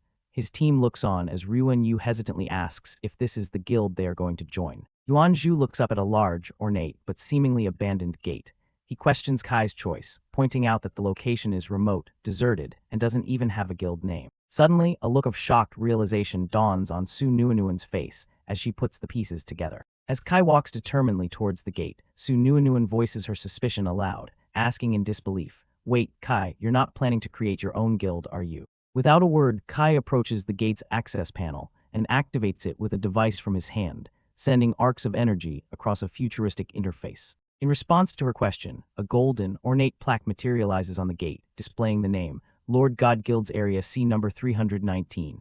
Kai simply replies, "That's right." As the massive gates swing open, the rest of the team stands frozen in place, their silhouettes stark against the bright light emanating from within, completely stunned. Close-ups reveal the team's utter shock and awe. Yuan Zhu's eyes are wide with disbelief. Su Nuanuan is speechless. Hu Yan shouts an emphatic yes, and Ryuan Yu's jaw is on the floor. The source of their astonishment is revealed, a magnificent, sprawling mansion surrounded by a perfectly manicured courtyard. Standing proudly at the entrance, Kai spreads his arms wide, a triumphant smile on his face as he says, "Welcome everyone to the main God Guild." The view pans out to showcase the guild's vast and luxurious estate, complete with sparkling water features and lush greenery. Yuanzhu grabs Kai, completely bewildered. "Hey Kai, when did you create the guild?" he asks, amazed that his friend quietly made such a massive move. Hu Yan is equally flabbergasted, exclaiming that she couldn't have imagined that Kai, a person she considers so stingy, would ever be willing to buy such a beautiful place. The others chime in, with Su Nuanuan labeling him a miser, while Ryuan Yu wonders if the place cost at least 100 million holy radiance coins. Kai wryly thinks to himself that his image as a miser seems to be unshakable. After letting the initial excitement die down, Kai clears his throat to signal a more serious explanation. He activates a holographic interface on his wrist-mounted device, ready to share the full story. He addresses his team, who now have their own holographic panels open. Kai confirms that this has been his plan for a long time, explaining that he applied for the guild registration while buying their job-changing materials. He then prepares to explain the reason why he was forced to take such a bold step on his own. Kai continues his explanation with a flashback, showing how a guild master laughed him away. He recounts how, when he first arrived on Ghost Star, every guild rejected him because they were afraid of the powerful Huang family. With a look of fierce determination, Kai declares his new philosophy: relying on heaven and fate is not as good as relying on oneself. And with that, he made a decision: he would build his own guild. The system interface shows the guild's location and information being verified. Kai explains that even though the Lord God Guild is only just starting, a final confirmation flashes on the screen: the Lord God Guild formally established. The realization hits the entire team at once, and they erupt in joyous celebration. Kai proclaims that they finally have a home on Ghost Star, and everyone cheers in agreement. The next day, Yuan Zhu bursts out of a room, fist pumping the air in triumph. "Yay, I successfully changed jobs," he shouts. He rushes up to Kai, his face beaming with excitement, and proudly announces that he has successfully become a warrior. His status screen confirms his new occupation as fighter. Yuan Zhu boasts to Kai that he now has a second talent, and his attributes have become super strong. A curious Kai asks him to explain the new talent. Puffing his chest out with pride, Yuan Zhu gives a thumbs up and explains his new talent is called Omnipotent Warrior. It grants him a 10% attribute boost over other professions and an extra 7 attribute points every time he levels up. Kai smiles, genuinely impressed by the powerful new talent his teammate has acquired. "Not bad," he says with an approving nod. Hu Yan looks on with wide, envious eyes. She remarks that the attribute boost from the martial apprentice career path is incredibly strong and truly deserves its reputation as one of the strongest professions in Holy Radiance. But Yuan Zhu isn't finished boasting. He dramatically points to the sky and exclaims, "And that's not all." He goes on to explain that during combat, he can now freely reallocate all his attributes to become agile or a heavy hitter at will. Not only that, but the talent also gives him a chance to learn new moves when he's learning other combat skills. Both Kai and Hu Yan are stunned by this revelation. Kai realizes that with the ability to freely allocate attributes, Yuan Zhu could completely crush opponents of the same level. Hu Yan adds that learning new moves is almost the same as getting free skill. Kai congratulates Yuan Zhu, telling him he could become the most versatile martial apprentice. Overflowing with confidence, Yuan Zhu declares he'll protect Kai from now on, much to the comical envy of Hu Yan. As the others celebrate, the camera focuses on Ryuan Yu, who looks downcast and is blushing with embarrassment. The team turns their attention to the sullen Ryuan-yu. Kai asks him what's wrong, while Yuan-ju worries that his job change might have failed. Ryuan-yu gloomily explains that the change was successful, but he became a drunkard, with his occupation listed as alcoholic. His talent is revelry in wine, which also alters his stat growth, decreasing his constitution gains. Kai reassures him, however, explaining that it's rare for professions besides martial apprentices to get extra attribute points at all. The fact that Ryuan-yu's new class gets 3 extra points is already quite good, which comes as a surprise to Ryuan-yu. Hu-yan, looking skeptical, agrees that the class is rare, but she can't help but ask with a dubious look on her face, "I'm curious about revelry in wine. How does one revel in wine?" Ryuan-yu explains that the state stimulates his subconscious, allowing him to enter a subtle state between drunk and sober. He trails off, searching for the right words, saying, "Overall, I think it might be, rather."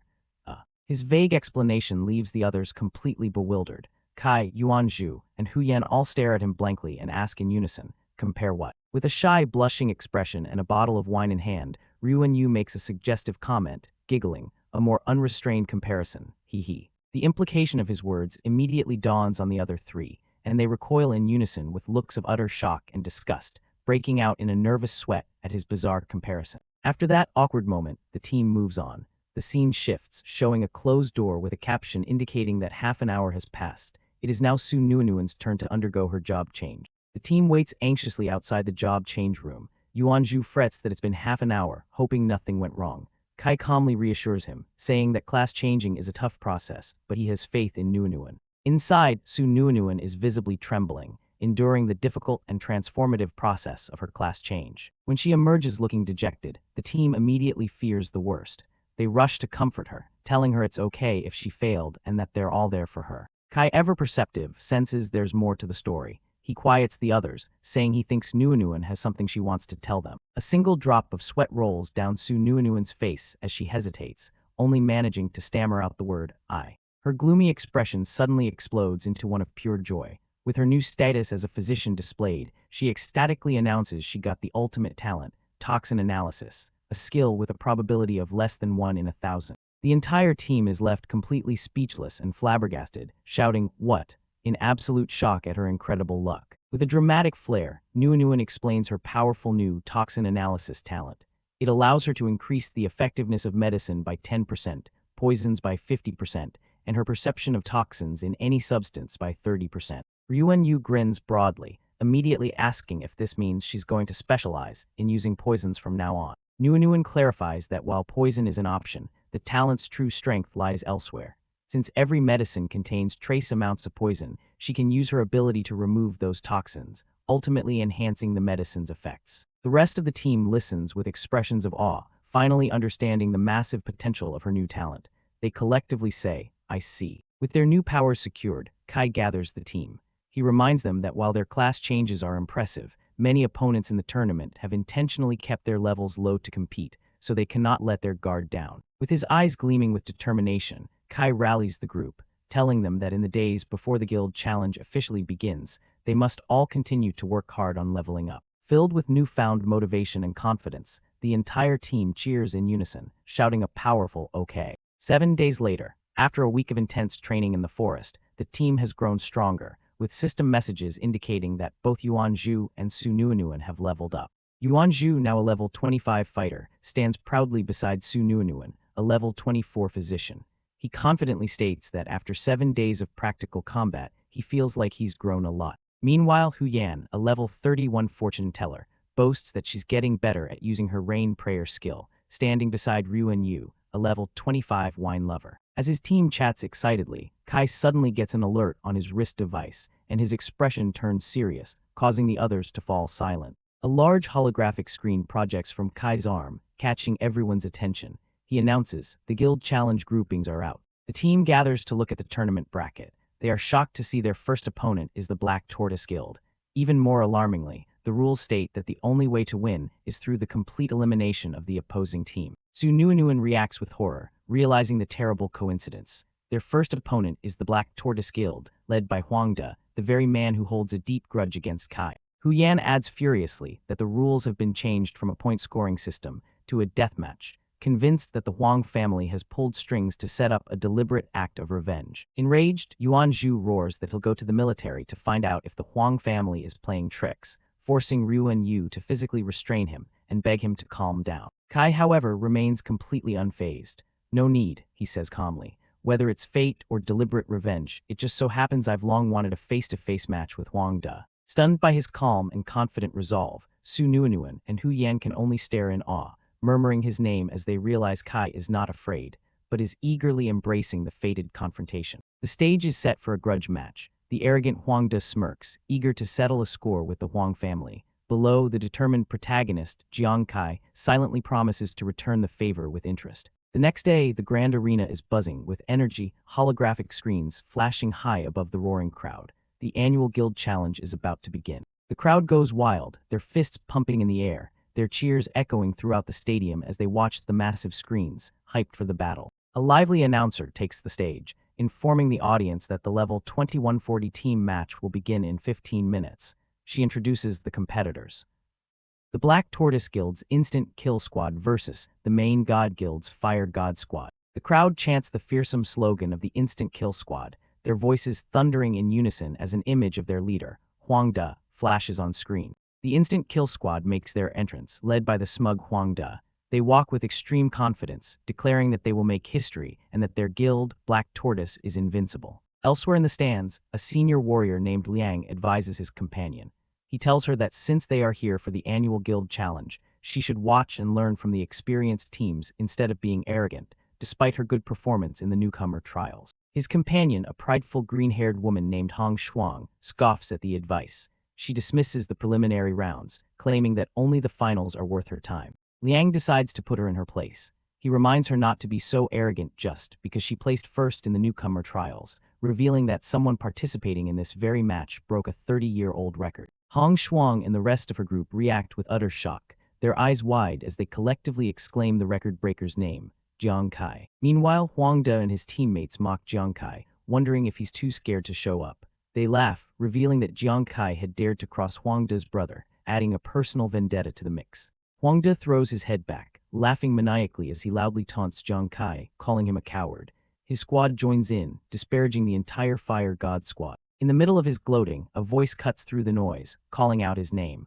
Huang Da stops, turning to see who dared to interrupt him. From a shadowy entrance, the silhouettes of an entire team emerge, their presence immediately silencing the arena. The Fire God squad has arrived, led by Jiang Kai. With his team behind him, he coolly looks at his opponents and asks what all the blathering was about. Now on the arena floor, the two teams face off. One of Jiang Kai's teammates yells that the fight will decide who the real cowards are, a sentiment Jiang Kai quietly agrees with. The scene shifts to a high-tech observation room, where several officials are monitoring the competition on a large screen, focusing on two of Jiang Kai's teammates. A scientist, Professor Lei, confirms that the system is calibrated. They can now assess the performance of two of Jiang Kai's squad members, Su Nuanuan and Yuanzhu, at any time. However, Commander Wei, a higher-ranking official, steps in and tells Professor Li to add another person to the assessment list, much to the professor's confusion. A female officer explains that the request comes from Commander Wei himself, who is personally interested in the evaluation results of this additional person.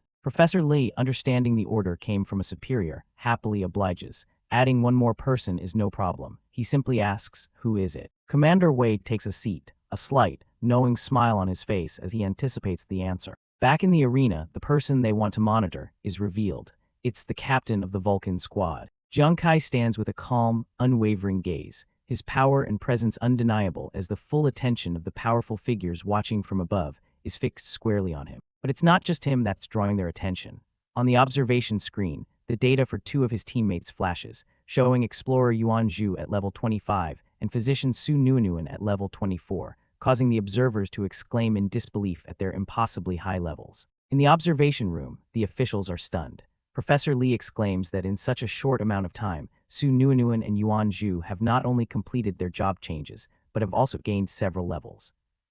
The female officer is in disbelief. She adds that just over 20 days ago when they left the military, they hadn't even reached level 10. She wonders aloud about the secret to their success, questioning why everyone who follows Jiang Kai improves so rapidly. Commander Wei, however, remains calm and collected. With a knowing smile, He remarks that this incredible growth isn't surprising because Jiang Kai himself is a uniquely interesting individual. Back in the arena, the announcer calls for the attention of the players on the field, ready to lay down the rules of the match. As energy barriers rise around the stage, she explains the grim rules. This is an elimination match. No one can leave the field, and surrender is not an option.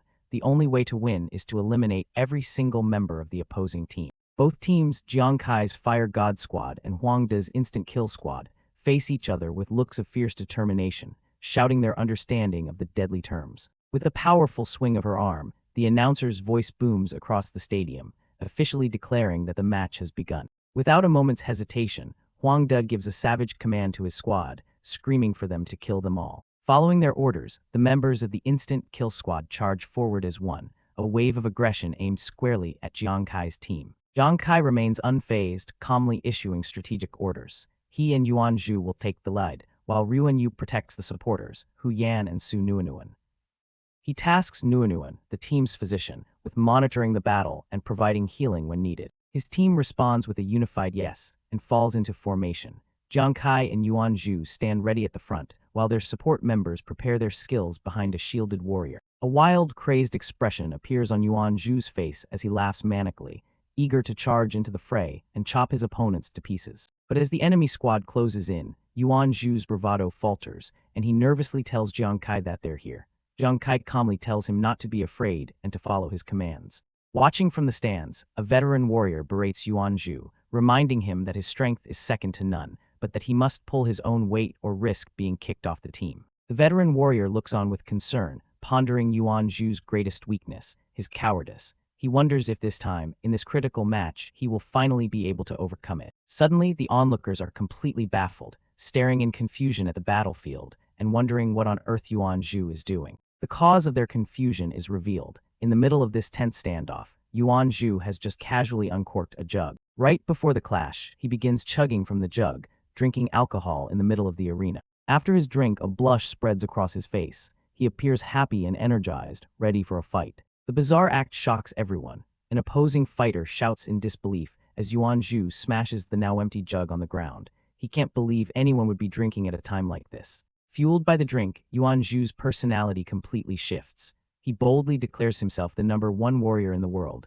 and points his sword at the enemy, calling them trash for daring to cause trouble for his captain, Kai. Even his own captain, Jiang Kai, is caught off guard by the sudden transformation, letting out a small sweat drop as he realizes his teammate is already drinking. The members of the Instant Kill Squad, who were charging forward moments ago, are now completely stunned by Yuan Zhu's strange behavior. Then with a mighty roar, Yuan Zhu unleashes a massive, crescent-shaped wave of golden energy from his sword, screaming for his enemies to die quickly. The sheer force of the attack stuns the charging enemy fighters. They are utterly baffled, as they were told Yuan Zhu was a coward with a mere E rating. Faced with this unbelievable power, they can only conclude that he's a drunken madman. Empowered by the alcohol, Yuan Zhu lets out a wild laugh. Surrounded by a golden aura, he smashes his fists into the ground, challenging anyone who dares to face him. Jiang Kai sighs in resignation, realizing that the now berserk Yuan Zhu is completely uncontrollable. He holds onto a sliver of hope that at least Ruan Yu is still dependable.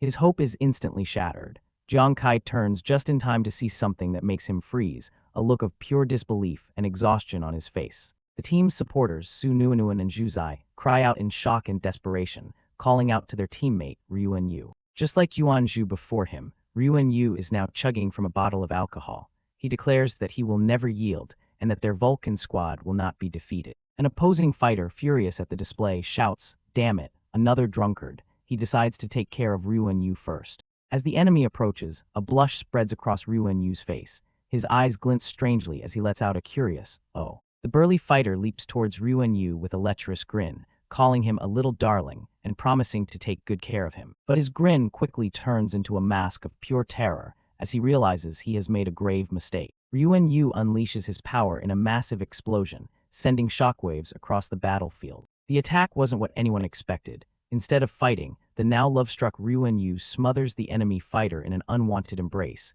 leaving the opponent groaning in disgust. With a swift and powerful kick, Ruan Yu sends the enemy fighter flying out of the arena, shouting, "Get lost." Jiang Kai can only watch, completely speechless and exasperated by his team's bizarre and unpredictable fighting style. Yu, his eyes now shaped like hearts, laughs joyfully. He completely misinterprets the situation, declaring his love for feisty beauties. The remaining members of the instant kill squad look on in terror, sweating nervously as they wonder if the entire Fire God squad is completely insane. Even the arrogant Hong Shuang, watching from the stands, is taken aback. She comments to her companion that the Fire God squad is incredibly weird. Juzai and Su Nunuan cringe with embarrassment, hoping the audience doesn't think their team is just a gathering of weirdos. Juzai then quietly explains that she and Yu can only unleash their true power when they're drunk, and they're doing it to protect everyone. Jiang Kai steals his resolve. Knowing that two of his key teammates are now in their uncontrollable drunken states, he realizes he must focus. He activates his special ability, Ghost Eye Focus. Meanwhile, the berserk Yuanzhu leaps high into the air, preparing to unleash his ultimate skill on the enemies below, the earth-shattering stomp. He crashes down with immense force, causing a massive explosion that blasts several members of the instant kill squad off their feet. One of the opposing swordsmen barely manages to dodge the devastating attack. He breathes a sigh of relief, thankful for his agility. Before he can recover, another enemy fighter lunges towards the rampaging Yuanzhu, calling him a lunatic and aiming for a fatal blow. Seeing his teammate Juzai is in the line of fire, Jiang Kai springs into action, throwing a volley of his signature darts to intercept the attack. However, a heavily armored enemy, Xuanwu, steps in. He activates a powerful defensive ability, creating a glowing blue shield to block the incoming projectiles. The darts are effortlessly stopped by the powerful shield, much to the surprise of Yuanzhu, whose own attack was just nullified. The battlefield goes quiet for a moment. Xuanwu, the shield-bearer, stands his ground effortlessly, having neutralized the attacks from both Jiang Kai and Yuanzhu. Xuanwu lets out a confident sneer, boasting that he prepared his Titan shield specifically for this fight. He claims its defense is so absolute that not even a critical hit could hope to break through it. Seeing an opening, another enemy fighter decides to take out what he perceives as the weakest links. He sneers that a healer and a fortune teller are easy targets and charges directly at Su Nunuan and Juzai. But Juzai is far from helpless. She steps in front of Su Nunuan, telling her to stay back. With a determined look, she prepares to handle the attacker herself, summoning icy energy around her mystical compass. Juzai unleashes her hidden power, shouting the name of her technique, Invincible Ice Halo. A massive, crystalline structure of ice materializes, radiating a powerful, chilling aura, ready to intercept the foe. The scene opens on the grand arena of the annual guild challenge. As the battle is about to begin, a sudden hailstorm descends upon the field, catching everyone by surprise. The hail is not a natural phenomenon, it's a magic spell. A member of the opposing instant kill squad stares in disbelief as Juzai, the fortune teller of Vulcan squad, unleashes a powerful ice and lightning attack. Juzai smirks, revealing her secret. She has been practicing this skill using a B-level piece of equipment, the mysterious ice jade, which was a gift from her captain, Jiang Kai. She notes that the results are quite good. Her ice attack, sharp and precise, flies through the air towards its intended targets. The members of the instant kill squad are thrown off balance as Juzai skillfully uses her ice magic to disrupt their formation and attack. Seeing her teammate in the heat of battle, the team's healer, Su Nunuan, grabs hold of Juzai, calling out her name in concern. The leader of the instant kill squad, Huang De, and his subordinate look on, annoyed. They can't believe they were caught off guard by a mere fortune teller. Enraged, the blonde-haired squad member dismisses his leader's caution, declaring that the fortune teller is his to kill. But before he can make a move, another warrior intercepts him. It's Yuanzhu from Vulcan squad, who leaps into the fray, boldly claiming that his opponent is none other than the world's greatest warrior. Yuanzhu immediately unleashes a powerful skill, the earth-shattering stomp, causing the ground to explode with force and sending his opponents flying. Thrown back by the force of the stomp, Huang De curses in frustration, annoyed by this lunatic who is as persistent as a fly. The blonde-haired subordinate regroups with his leader, Huang De. Seeing that Yuanzhu is fighting alone, they decide to team up and take him down first. Yuanzhu faces them down, his eyes glowing with yellow energy, completely unfazed by the prospect of fighting two opponents at once. Meanwhile, in another part of the arena, a different battle is unfolding. Yu of the Vulcan squad charges forward with his massive ice shield, bizarrely calling out to his opponent, Wifey.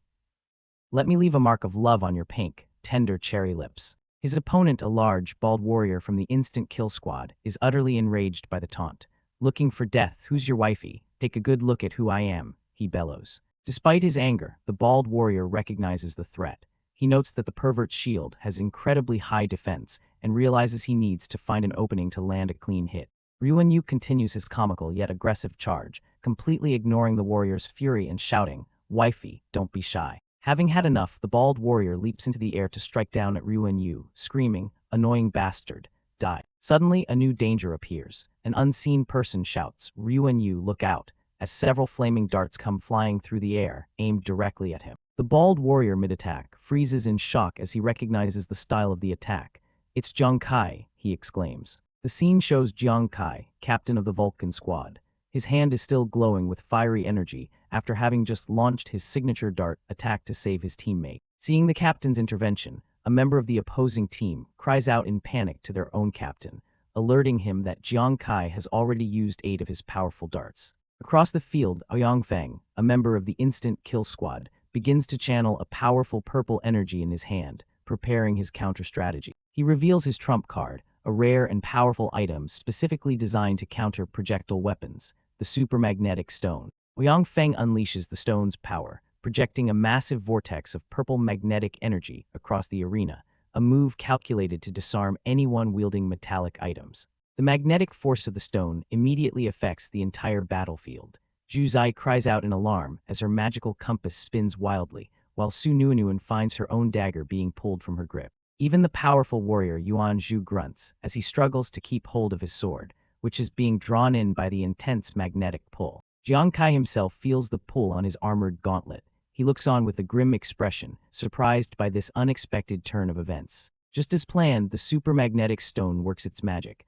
All 8 of the flaming darts that Jiang Kai had thrown are caught in the powerful purple vortex, completely neutralized. The man with the stone, Chuanwu, taunts Jiang Kai from across the field.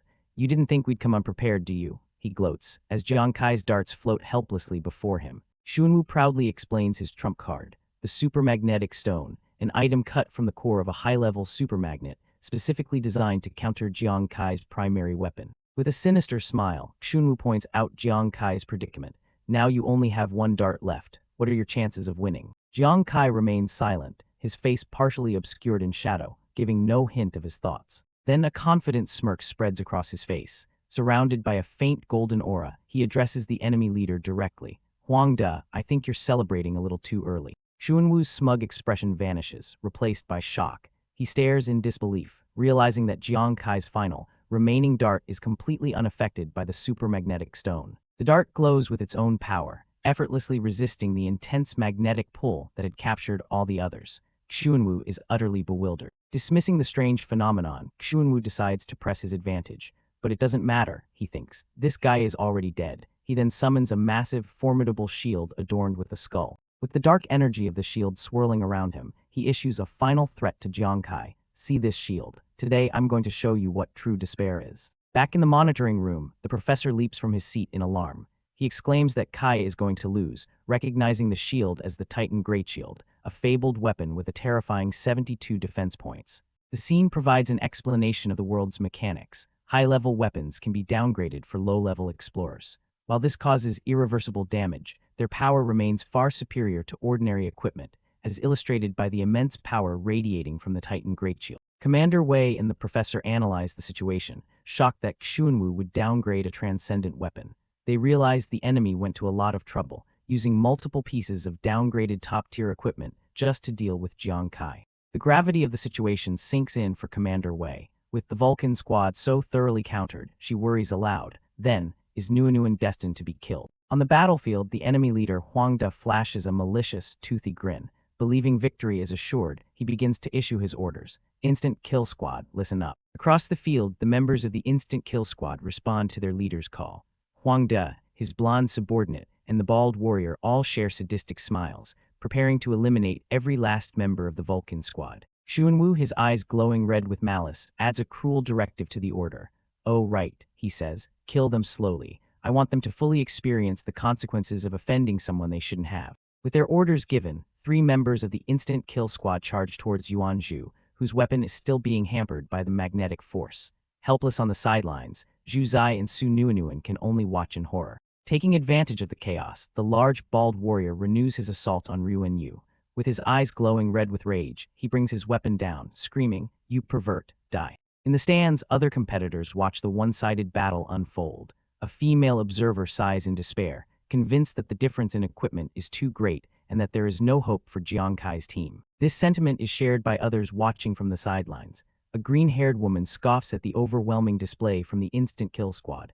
So, that Jiang Kai isn't so strong after all, she remarks, convinced he is about to lose. On the field, Chunwoo delivers what he believes to be the final blow to Vulcan Squad's morale. He boasts that their black rhino armor makes them immune to the magnetic field, rendering any resistance a futile struggle. As his enemies gloat, Jiang Kai raises his hand. His final, unaffected dart begins to pulse with a brilliant white and purple light, signaling its transformation. The magnetic force continues to wreak havoc on Jiang Kai's teammates. Su Nuanuan is thrown to the ground as her dagger is ripped from her hand, while Zhu Zai struggles to control her own magical items.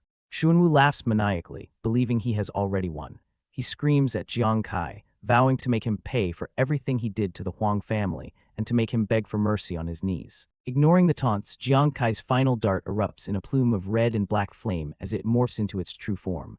"I, Jiang Kai," he begins to declare. With his eyes blazing with green light and his body radiating determination, Jiang Kai finishes his vow in the face of overwhelming odds. "Will never surrender." Chunwoo scoffs at the display of defiance. "Ha ha ha, Jiang Kai, stop struggling," he mocks. "Do you really think that one dart can deal with me? Dream on." In a flash of brilliant turquoise light, Jiang Kai reveals his hidden ace. The dart doesn't attack, but instead transforms into a glowing blue card that depicts a hooded figure with a scythe. Chunwoo's mocking laughter dies in his throat. He stares, his eyes wide with shock and confusion behind his glasses.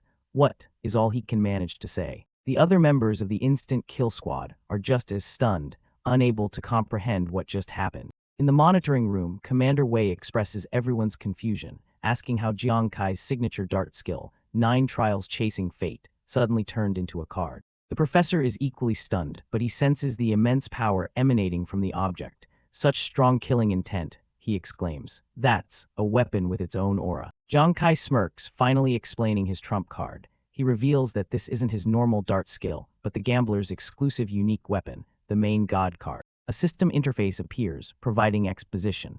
On Ghost Star, equipment is normally graded on a scale from F to S. However, the system reveals that above the S rank, there exist even higher SS and SSS ranks. The main god card is revealed to be one of these legendary SSS rank weapons. Even Jiang Kai seems to be understanding the full scope of his own weapon for the first time, exclaiming in delighted surprise, "What? An SSS rank weapon?" The system continues its explanation, noting that the main god card also possesses a unique and powerful set effect. The first set effect is detailed. For each additional main god card held, all cards gain a 10% boost to their base stats and a massive 50% weapon penetration bonus. The second and most critical set effect is revealed. The main god card can devour other throwing weapons, inheriting all their attributes and effects. This process does not affect the card's original powerful attributes. With a sinister grin, Jiang Kai explains his master plan. He had disguised his Death God card as a normal dart before the match using its Devour and Transform ability. Since it's fundamentally a card with no metal, the supermagnetic stone has no effect on it. Holding the glowing card, Jiang Kai turns his opponent's taunts back on him. He says the one who will be begging for mercy is Huang De, but he won't be begging to be spared. In a chilling final close-up, Jiang Kai's eyes glow with terrifying green light as he delivers his final line, his voice dripping with killing intent. "But to let me kill you." Continuing from the last chapter, Huang De looks on in utter disbelief, wondering what. But Jiang Kai is already unleashing his ultimate skill, the Wrath of the Gods. The attack slams into Huang De's Titan Great Shield, a top-tier dark-grade transcendent weapon. Huang De can't believe his eyes. His powerful shield is being pierced by what looks like an. The Great Shield shatters into pieces, unable to withstand the force. The impact sends Huang De flying backward, screaming in pain and shock. The mysterious purple card that caused all this damage falls quietly to the ground. As the supermagnetic stone's control fades, Jiang Kai seizes the opportunity to press his.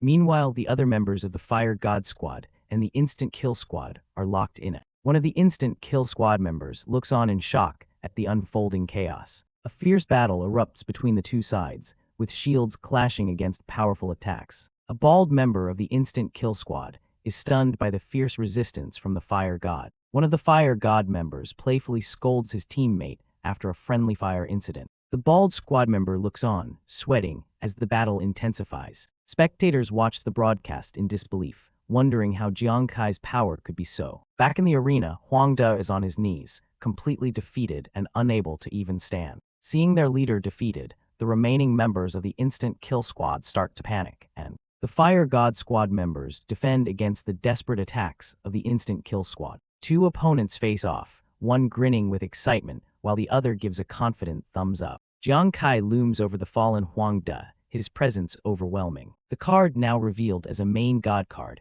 glows with immense power. Jiang Kai holds the card, a cruel smile on his face as he tells Huang De that the real show is. A close-up reveals the sheer terror in Huang De's eye. The card's effect activates, unleashing a relentless barrage of attacks on Huang De, who is powerless to defend himself. A woman in the audience gasps, shocked by the brutal and overwhelmingly fast assault that seems to have no end. Jiang Kai looks down on his foe, his eyes glowing with green energy. He remarks that Huang De never learns from his mistakes and that this is far from over. A system window explains the card's special effect. Time has not come. It can attack the target up to 50 times on its own, and while the skill is active, the target takes an additional 50% damage but cannot die. The brutal assault continues, slicing through Huang De's armor and flesh relentlessly. Huang De can do nothing but scream in agony as the blades of energy cut into him over and over. The crowd watches in horror, their faces pale as they witness the unending torture. The members of the Fire God Squad can only look on, stunned by the sheer brutality of their captain. Jiang Kai tells the tormented Huang De that, since killing is so common for him, it's time he experienced the true fear that comes before death. Huang De's eyes widen in sheer terror as he begins to understand Jiang Kai's true intentions. He begs him to stop. But Jiang Kai is not finished. He activates another special effect from his armor, Death's Torment. Death. Torment.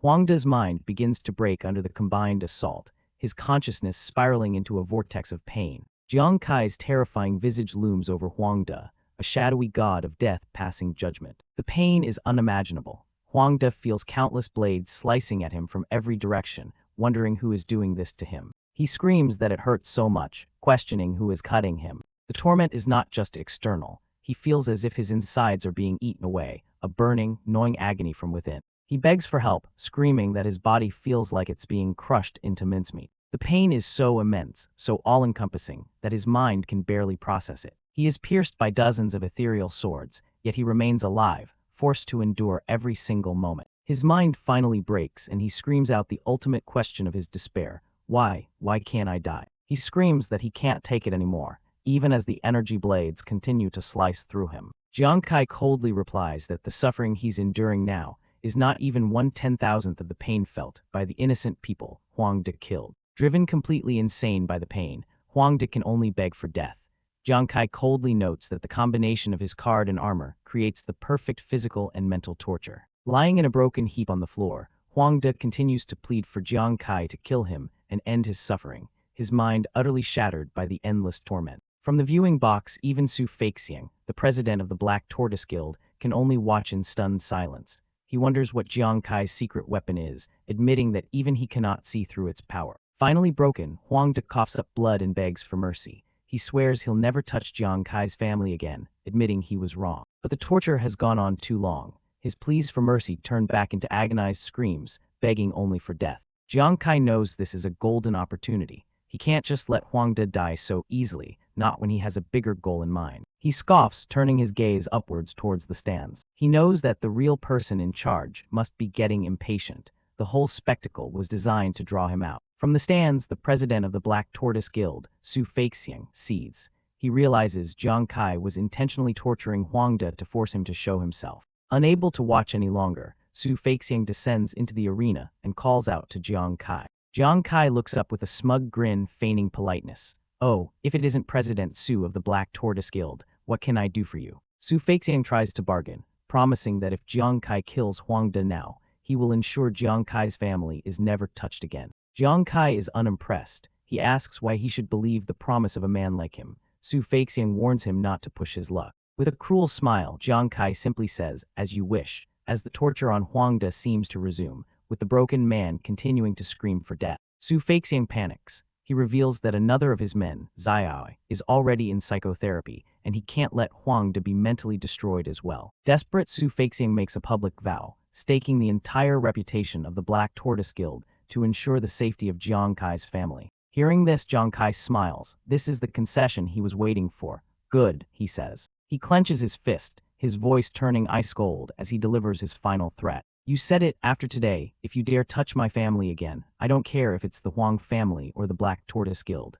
I'll destroy you all to the roots. With his point made, the card strikes one last time, finally ending Huang De's suffering. Jiang Kai stands over the corpse, holding the card that sealed Huang De's fate. He looks directly at Su Feixiang and asks, "Understand?" Su Feixiang grits his teeth in pure, unadulterated rage, utterly humiliated. One of his subordinates nervously calls out to him, unsure of what to do. Su Feixiang explodes in anger, ordering his men to immediately get the best psychotherapist to check on Huang De, still not grasping the finality of what just happened. As he storms away, Su Feixiang's face is a mask of shadow and fury. He silently vows revenge. Jiang Kai, you just wait. With his enemies gone, Jiang Kai stands alone in the now quiet arena, his arms crossed. Suddenly, the world inverts as a wave of exhaustion hits him. He stumbles, realizing that was a close call. Continuously using his most powerful skills has left his spiritual power almost completely overdrawn. But he grits his teeth, forcing himself to stay upright. He knows that although Huang De is dead, the enemy still has 4 level 40 fighters. He can't afford to fall now. He formulates a new strategy. As long as he remains on the field, his mere presence will make the enemy wary. They'll be distracted, giving Zhu and the rest of his team an opening. Meanwhile, the battle between the remaining squad members rages on.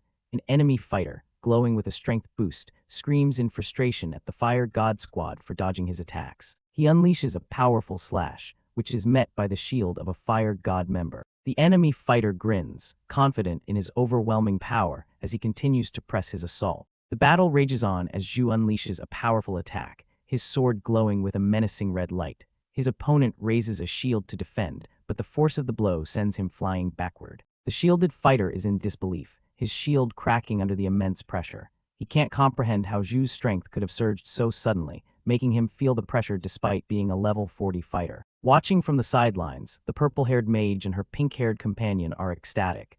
The mage explains that this is Zhu's unique talent, omnipotent warrior, in action. He has the ability to instantly convert all his attributes into pure strength, which is why even a level 40 fighter is struggling to keep up. Suddenly, the tides turn as 2 other fighters from the opposing team seize an opportunity, launching a coordinated attack on Zhu from both sides while he's focused on his initial opponent. But Zhu is not easily cornered. With incredible agility, he weaves between the dual sword strikes, dodging the pincer attack with fluid movements. He moves with such blinding speed that he seems to teleport, leaving his would-be ambushers striking at nothing but air as green energy crackles around him. The 2 attackers are left dumbfounded, their eyes wide with shock. They can only exclaim in unison at his incomprehensible speed. Enveloped in a fiery aura, Zhu goes on the offensive. He laughs maniacally, telling his opponents he told them long ago that they are all nothing but trash. In the stands, the spectators are in an uproar, completely stunned by the turn of events. They can't believe how fierce and agile Zhu has become, fighting like a man possessed. Meanwhile, in another corner of the arena, a different kind of battle unfolds. A warrior with a large shield charges forward with hearts in his eyes, comically shouting "Wifey, hugs" at a terrified unnamed instant kill squad member. The bald squad member recoils in disgust, yelling "You pervert, get away," as he dodges. He curses under his breath, realizing his opponent's shield has incredibly high defense, making it difficult to land a decisive blow. All this time, Jiang Kai has been standing perfectly still, observing the chaos. He muses that if he were to attack the other opponents, he could focus on his main target, but for now, he remains motionless, a silent, calculating figure in the background. The realization suddenly dawns on one of the fighters. He stares in Jiang Kai's direction, a bead of sweat rolling down his face as he processes the unnerving fact. Jiang Kai hasn't made a single move. One of the instant kill squad members, brimming with arrogance, relentlessly attacks his opponent, mocking him and his entire class as a useless bunch and a disgrace to all fighters. The fighters start to question Jiang Kai's strategy. They know he possesses the power to eliminate them, so why is he just standing there? There seems to be no benefit for him in delaying the match. Then a thought strikes one of them. Wait, he thinks, we've overlooked something critical. He recalls that Jiang Kai's level isn't actually that high, and he already expended a massive amount of energy on that powerful skill earlier. The pieces click into place for the squad members. Their expressions turn from confusion to predatory glee as they arrive at the same conclusion. Jiang Kai is completely exhausted. The scene shifts to a high-tech control room where officials are monitoring the battle's data streams.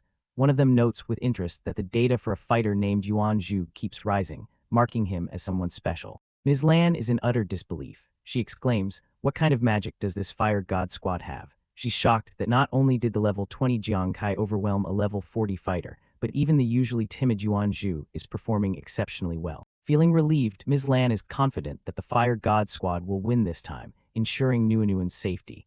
However, a voice from off-screen interjects with a grim, "Not necessarily." The man with red hair and glasses offers his analysis. He points out that with Huang De taken out, the remaining 4 members of the instant kill squad have lost morale. However, this is a battle to the death, and they won't simply surrender. Back in the arena, the pink-haired girl observes the remaining opponents. She notes that their caution is centered on Jiang Kai, who has remained frozen in place ever since he dealt with Huang De. The conversation continues in the control room. The red-haired man suggests it's more likely that Jiang Kai is simply exhausted from his previous attack. This theory shocks both Ms. Lan and the pink-haired girl. The analyst's expression turns grim as he looks on, his glasses glinting.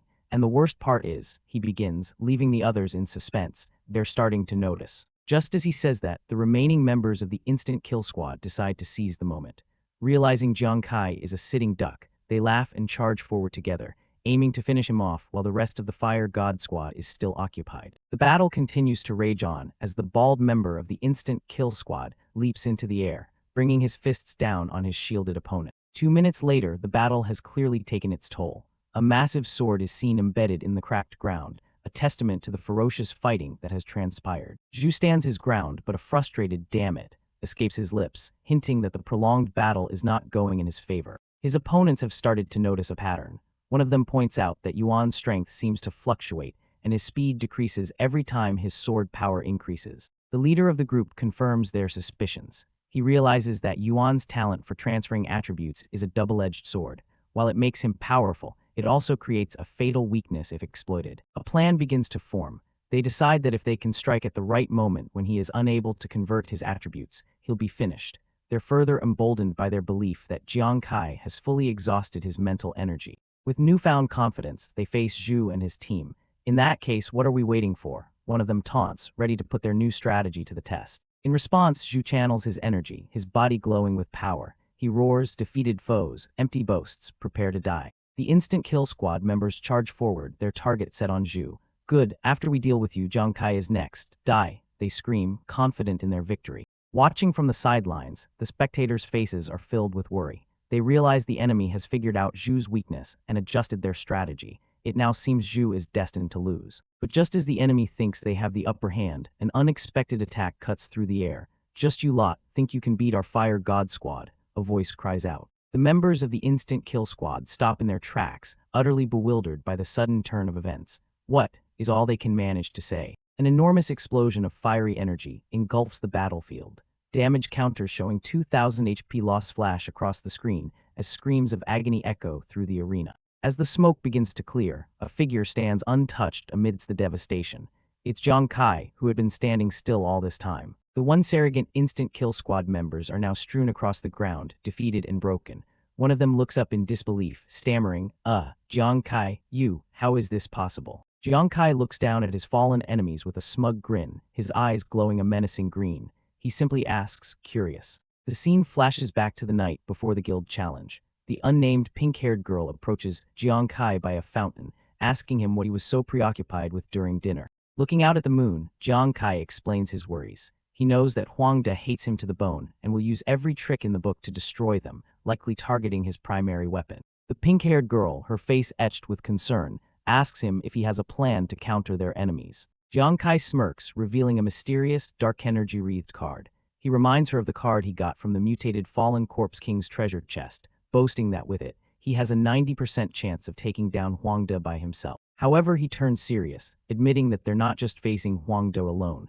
The card has side effects, and without a solid strategy, his chances of defeating the entire instant kill squad are less than 60%. The pink-haired girl pulls up a holographic interface, explaining that the tears of the undying bird have been used up, and her research into substitutes has unfortunately been unsuccessful. She then presents a glimmering red capsule. She tells him it's the only numbing capsule. For someone with his attributes, it can temporarily restore his status to 50% of its peak for 1 minute. But there's a heavy price. She explains that during the minute it takes for the capsule to be digested, the user will be completely paralyzed and helpless. Jiang Kai adds that the capsule has another extremely strict condition. the user must completely exhaust all their mental energy in advance. Otherwise, the capsule won't take effect at all. The unnamed pink-haired girl expresses her deep concern, stating that being completely paralyzed for a minute on a life-or-death battlefield, while also being mentally exhausted, is no different from suicide. She urges him to think of other ways. But instead of fear, Jiang Kai is ecstatic. He grabs her by the shoulders, a crazed look in his eyes, and exclaims, "You're amazing," leaving her completely bewildered by his reaction to the deadly risks. His eyes glow with absolute certainty. He declares that with this risky plan now in place, his confidence in killing the entire instant kill squad has just risen to 100%.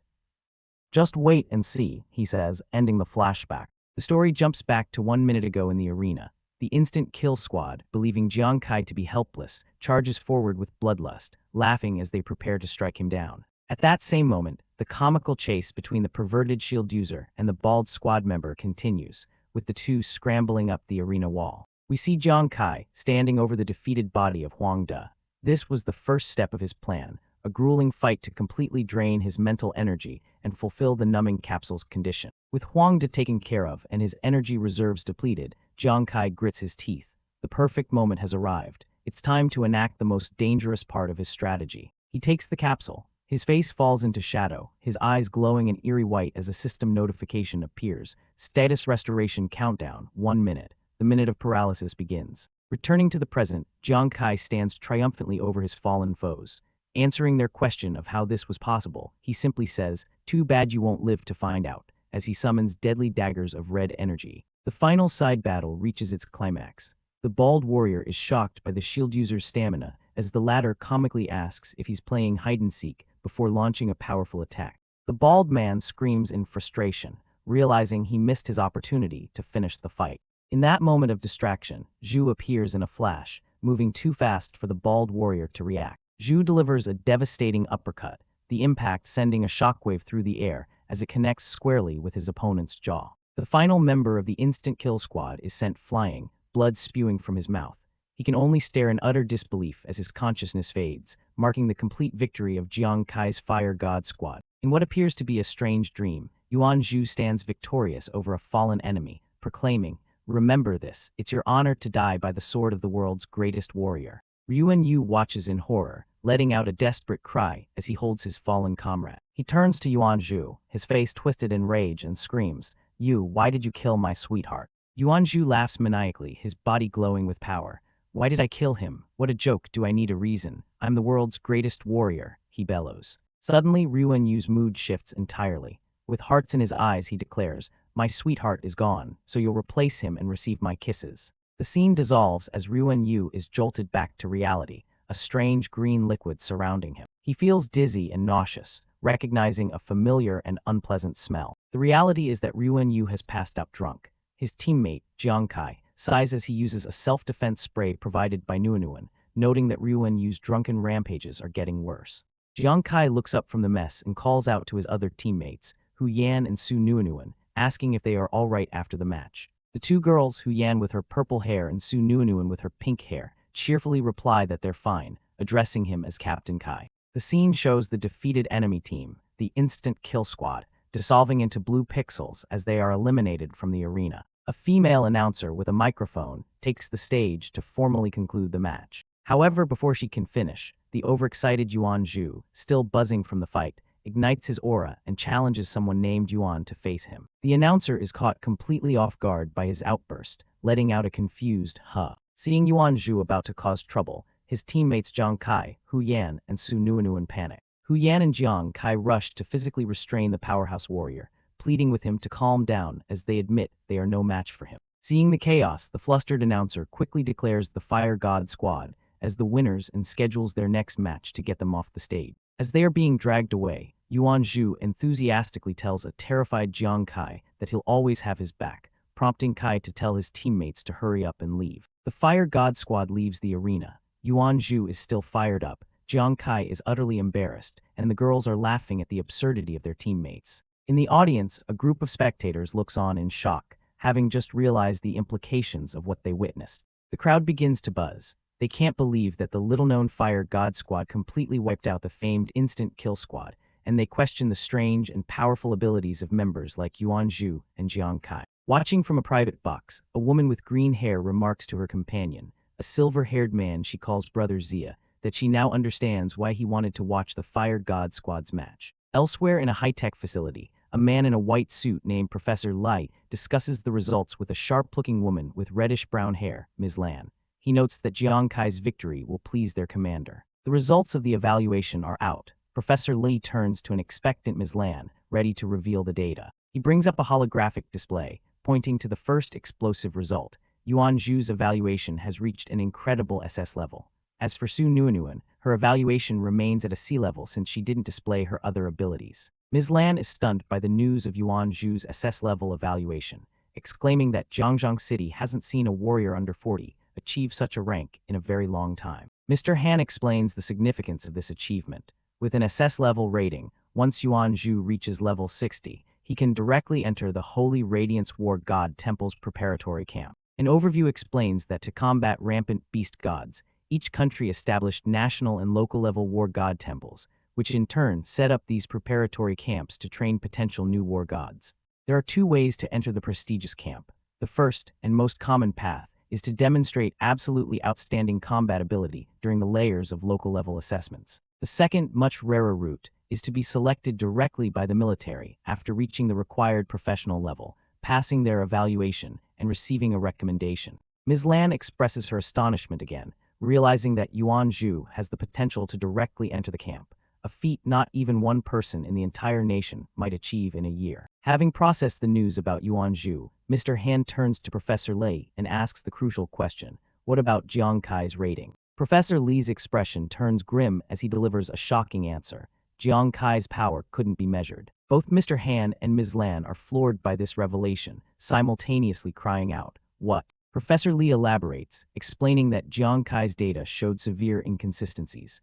Firstly, his attributes are far too high for a level 20, yet they are somewhat lacking compared to a top-tier level 40 powerhouse.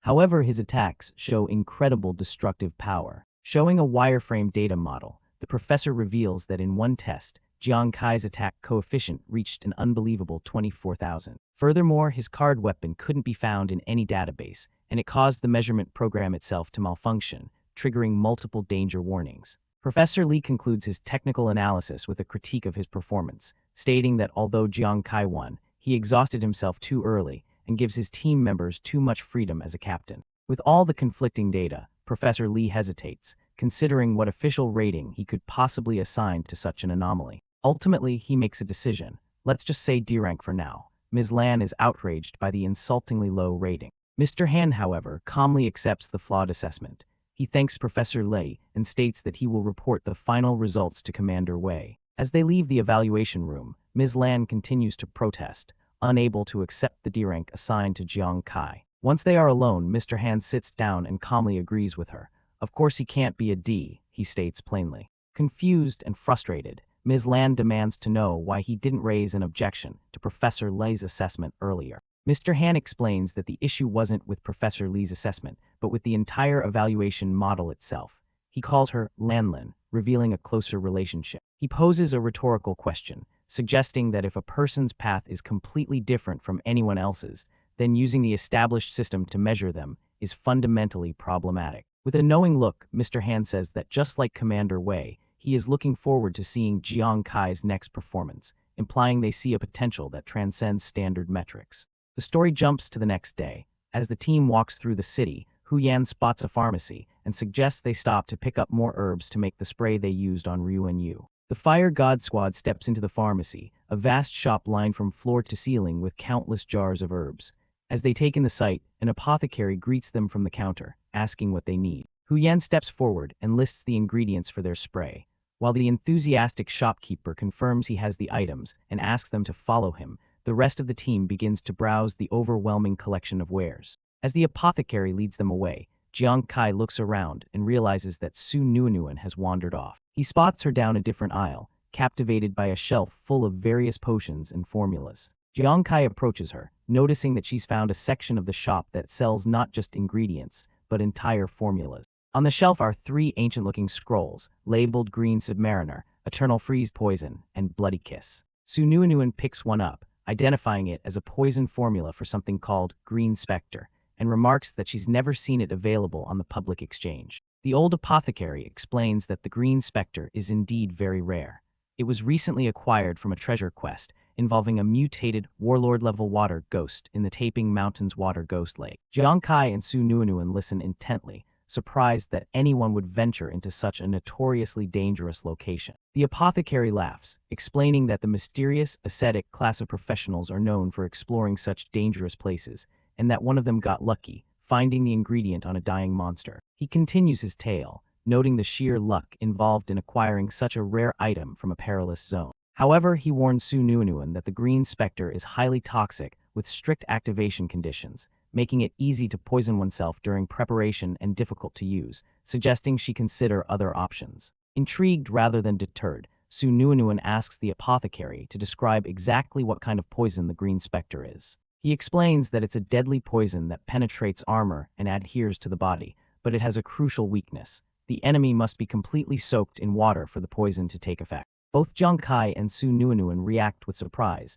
repeating the strange activation condition, water. The entire team, rendered in a chibai art style, discusses the absurdity.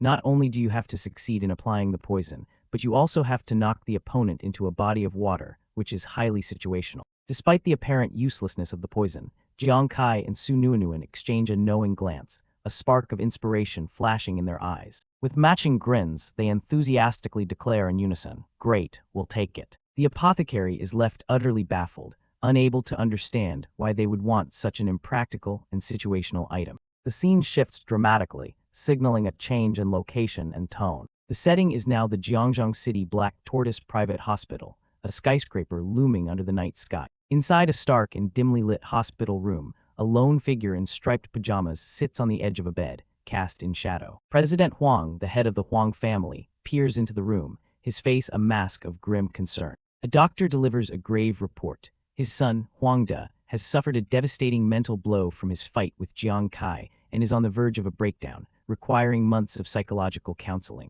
A close-up shows Huang De, sitting catatonically, a dark aura of trauma surrounding him. Hearing the news, President Huang smashes his fist against the doorframe in a fit of rage. He seethes with anger, lamenting that his other son, Xiao, is still recovering, and now his most talented son, Huang De, has been broken. He furiously blames it all on Jiang Kai. President Huang seethes with rage. He had promised not to touch Jiang Kai's family, but he ominously reminds himself that he never promised not to touch Jiang Kai directly, and the guild challenge is not over yet. As he plots his revenge, a mysterious, fully armored figure approaches him in the hospital corridor, announcing their arrival. With a sinister grin, the hooded man confirms he's here to discuss the guild challenge, clearly ready to act on President Huang's behalf. The scene shifts back to the tournament arena, where in the following days, the guild challenge continued. However, Jiang Kai's reputation now preceded him.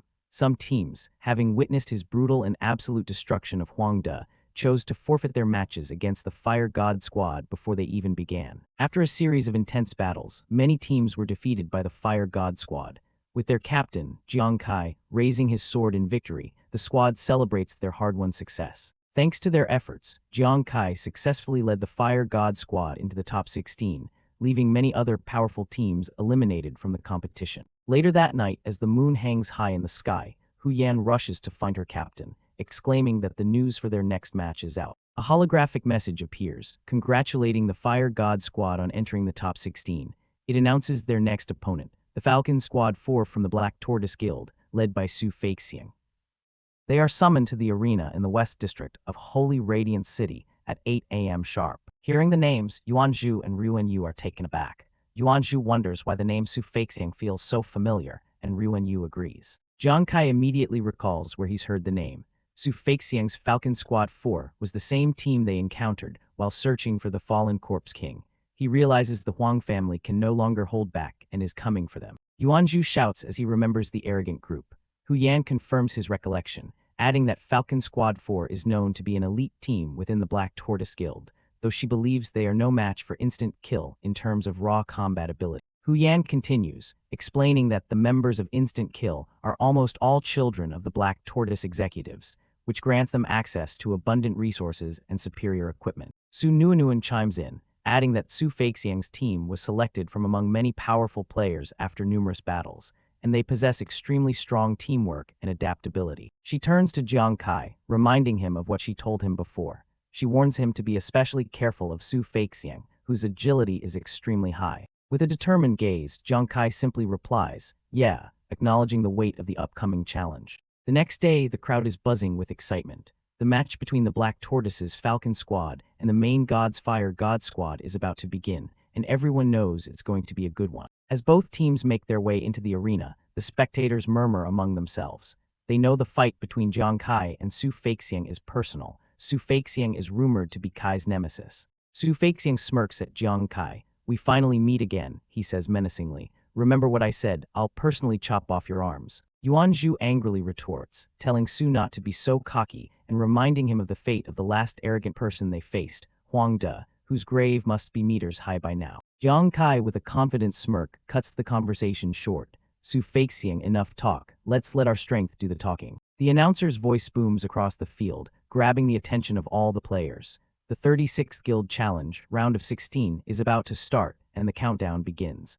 The countdown starts at 10. The screen shows a tense face-off between Jiang Kai and Su Feixiang. In the arena, the crowd watches with bated breath, knowing the match is about to begin. The countdown reaches 8. In the stands, Mr. Han and Ms. Lan watch intently, with Ms. Lan wondering aloud if Jiang Kai can pull off another miracle against the formidable Falcon Squad. As the countdown goes from 3 to 2, a blonde woman in the crowd excitedly cheers for Zhu, promising their unwavering support.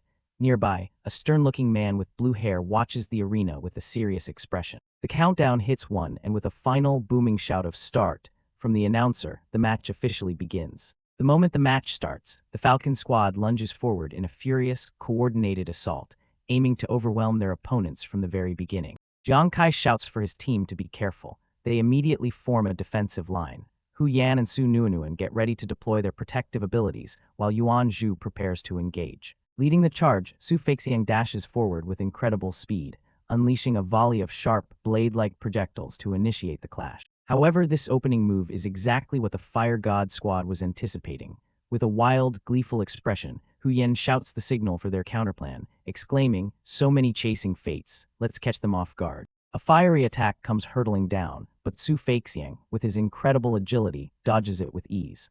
A smirk plays on Su Feixiang's lips as he thinks to himself, "Ha, I knew it," anticipating his opponent's moves. Just as the attack misses, other members of the Falcon Squad leap into action, shouting, "Leave it to us." A red-haired female member of the Falcon Squad grins menacingly, declaring, "Now I'll show you what a team battle is." The Falcon Squad demonstrates their superior coordination, effortlessly dodging a barrage of projectiles aimed at them. This flawless defense leaves Jiang Kai's teammates, Su Nuanuan and Ryuan Yu, completely stunned and exclaiming in disbelief. The crowd is equally amazed by the Falcon Squad's incredible reaction speed, noting how they perfectly blocked Jiang Kai's 6 darts while maintaining a full-speed charge. One of Jiang Kai's attacks lands a critical hit, striking a member of the Falcon Squad dead on. But even with a critical hit, the targeted player doesn't panic. Instead, he calmly uses the force of the blow to retreat. A red-haired male teammate grins and steps forward, shouting, "Ha, let me take him on," as his comrade expertly falls back. A spectator points out their flawless strategy. As soon as a frontline member is knocked back, another teammate instantly fills the gap.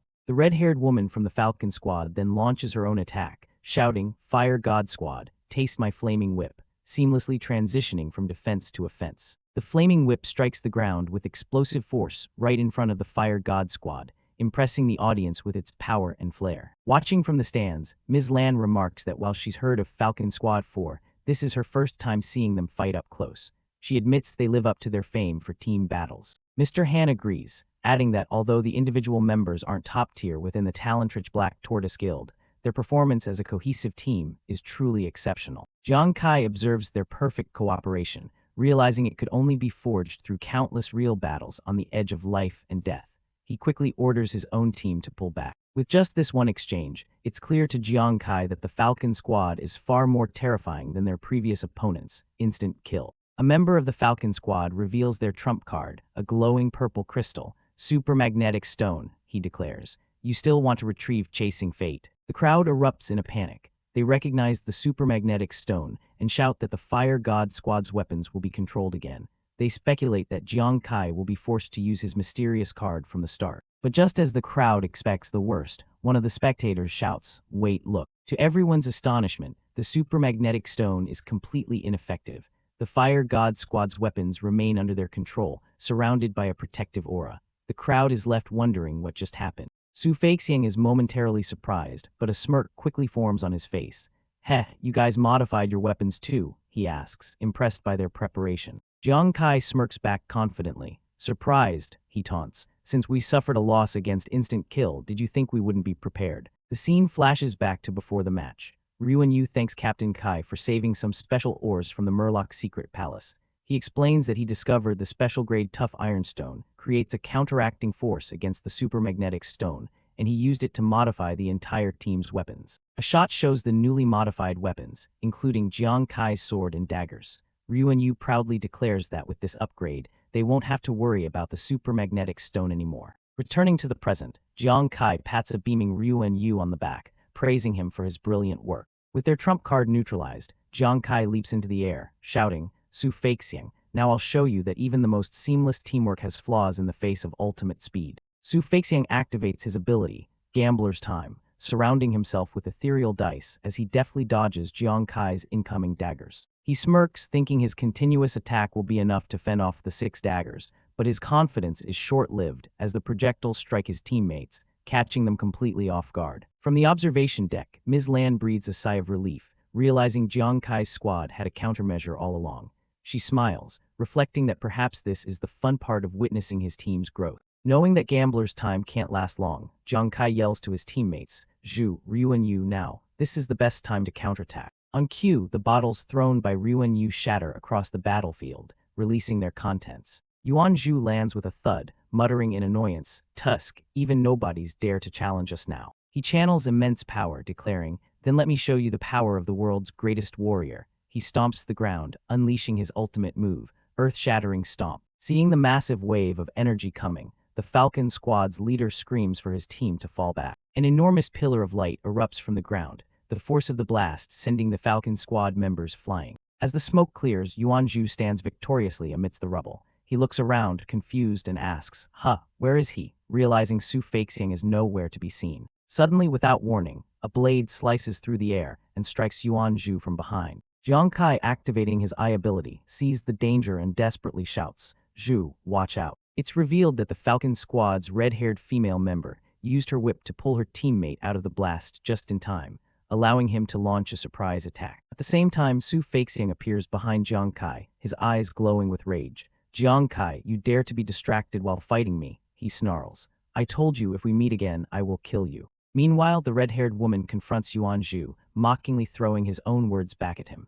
"You dare to challenge me, the world's greatest warrior. You've got guts." Enraged, Yuan Zhu parries a blow from another member of the Falcon Squad, their weapons clashing with a shower of sparks as the chaotic team battle continues. The battle begins. Su Nuanuan, with a determined look, tells her team leader Jiang Kai that she's moving on to her own fight, leaving this section of the battlefield to him. From afar, Su Feixiang watches Jiang Kai's movements closely. He's inwardly surprised, admitting to himself that he underestimated his opponent's incredible reaction speed. Jiang Kai, crackling with a golden aura, readily accepts the challenge. With his sword in hand and eyes glowing with power, he prepares to unleash his own attack. Accept his challenge. He stomps on the ground with tremendous force, causing the floor to crack and explode upwards from the impact. Jiang Kai executes his earth-shattering stomp. The sheer power of the blow radiates outwards, sending a shockwave across the arena towards his opponent. The force of the stomp is so immense that it sends his opponent flying helplessly into the air. In the background, Su Nuanuan continues her own battle.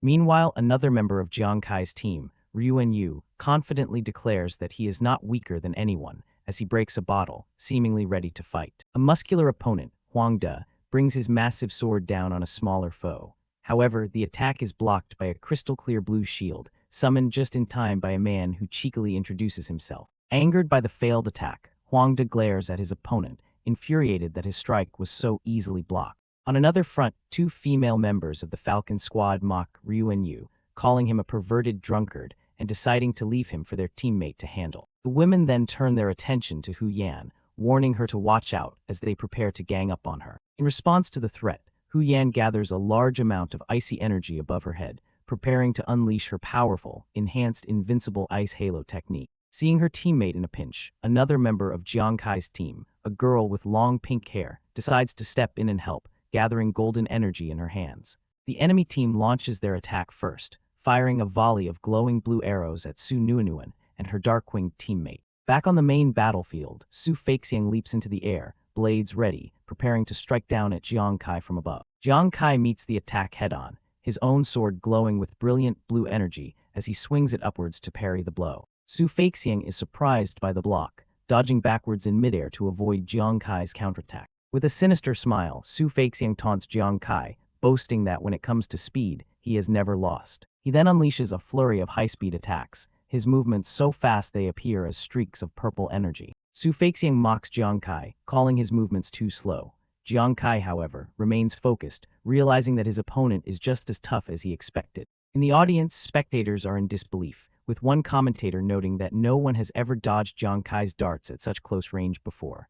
Another, a famous analyst, is amazed, unable to even comprehend the speed of the fight without a slow-motion replay. Su Feixiang unleashes a powerful energy blast, a massive red beam that threatens to overwhelm his opponents completely. An announcer, shocked, explains the incredible feat that just occurred.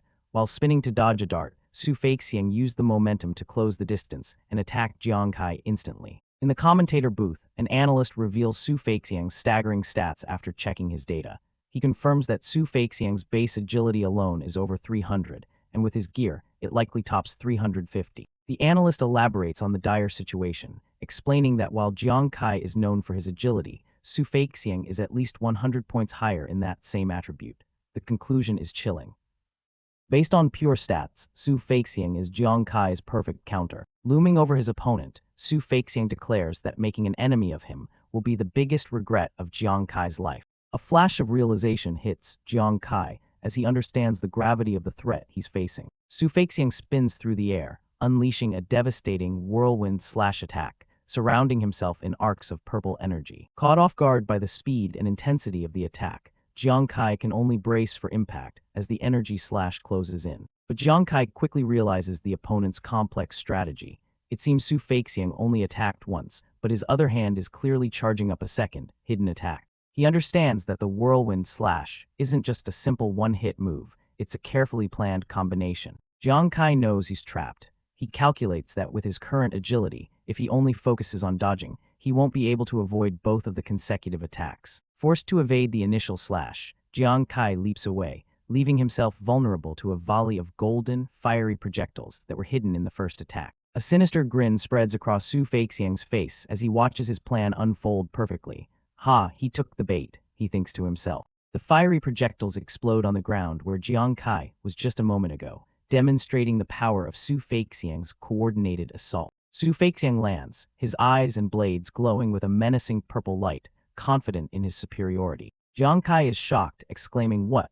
as he realizes his signature move, Chasing Fate, is somehow being controlled and neutralized. Su Feixiang reveals his trump card. "Did you think you were the only one who could modify their weapons?" he boasts, his twin swords crackling with purple lightning. He explains that his purple-silver twin swords have been specifically modified. While they can't control weapons from afar, they are perfect for countering Jiang Kai's Chasing Fate in close quarters. The depth of his opponent's preparation dawns on Jiang Kai. He realizes he was being baited into using his Chasing Fate darts all along. Su Feixiang mockingly confirms Jiang Kai's suspicion, admiring that he still has the presence of mind to ask questions at a time like this. His eyes glint with cunning as he spots an opening, remarking how interesting the situation has become. Su Feixiang begins to pick apart Jiang Kai's strategy, asking if that's his last dart, or perhaps the special card he had disguised as a dart earlier. A smug, knowing smile spreads across his face as his suspicions are confirmed. "Heh, just as I thought," he exclaims. Jiang Kai, now on the back foot, can only ask what his opponent means, sensing the trap closing around him. Su Feixiang explains the reason his Hawk Squad 4 is at the top. Aside from flawless teamwork, they have another advantage: they never underestimate any enemy. "That's why," he reveals, "before the match, I repeatedly watched and analyzed your match against Instant Kill." A flashback shows him and his team studying holographic data of Jiang Kai's team. He continues his lecture, stating that Jiang Kai was only able to unexpectedly defeat Huang De because of that one powerful card he had disguised as a dart. He then presses his advantage, questioning Jiang Kai's inaction after that first victory. Why didn't you go help your teammates? Was it because you trusted them, or because that trump card is so taxing you were left unable to move? The scene flashes back, revealing the source of his confidence. It was through this obsessive, repeated analysis of the fight footage that Su Feixiang found the answer, pinpointing the critical weakness he is now about to exploit. Su Feixiang continues his psychological assault, noting the sweat on Jiang Kai's brow. He correctly deduces that Jiang Kai isn't just putting on a brave face, but is genuinely under pressure. With a predatory grin, Su Feixiang reveals his bold guess. Jiang Kai's trump card, while powerful, consumes a massive amount of energy, preventing it from being used again in a short period. His calculations have confirmed this weakness. Jiang Kai grits his teeth in frustration, shocked that his greatest secret has been so thoroughly analyzed and exposed. Su Feixiang lays out the perfect trap. If Jiang Kai uses his trump card, Su Feixiang will surely die.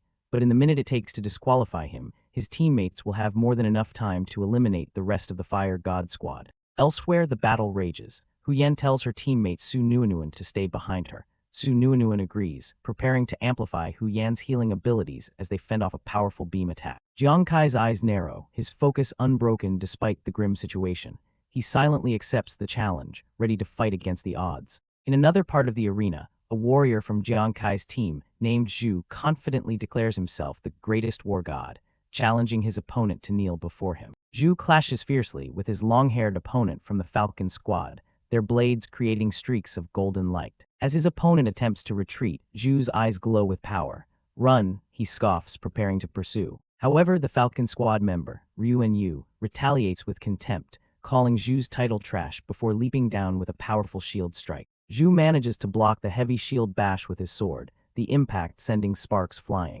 Enraged, Zhu unleashes a furious counterattack, questioning how anyone dares to question the power of the greatest war god. Watching from the sidelines, an analyst in the audience correctly identifies the Falcon Squad's strategy. Their fighter is intentionally avoiding a direct confrontation, tactically playing with Zhu. The analyst elaborates that Ryuan Yu is aware of Zhu's ability to transfer attributes and knows he can't win a head-on battle.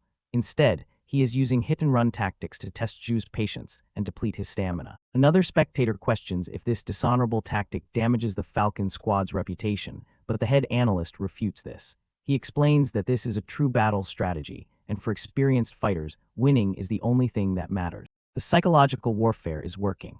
Zhu is becoming visibly agitated, his brow furrowed in anger as he's told to remain calm. In a different fight, Ryuan Yu, true to his flirtatious persona, is comically distracted, fawning over his female opponent's physique instead of fighting. His opponent, the brutish Huang De, is not impressed. "Shut up. A drunkard is always a drunkard and the most useless profession," he roars as he charges forward. Huang De's powerful strike slams into Ryuan Yu's shield with immense force. Breaking through his defenses, Huang De viciously impales Ryuan Yu, sneering that he, like his profession, will always be a worthless piece of trash. Ryuan Yu coughs up blood, having sustained a fatal blow, as Huang De stands over him in triumph. The entire Fire God Squad screams in horror as they witness their teammate, Ryuan Yu, being brutally struck down. In a panic, Hu Yan tells a shocked Su Nuanuan to hold on, while she tries to figure out a way to heal Ryuan Yu's critical wound. But their enemies give them no quarter. A red-haired female warrior from the Falcon Squad ignites in flames, moving to block any attempt at rescue.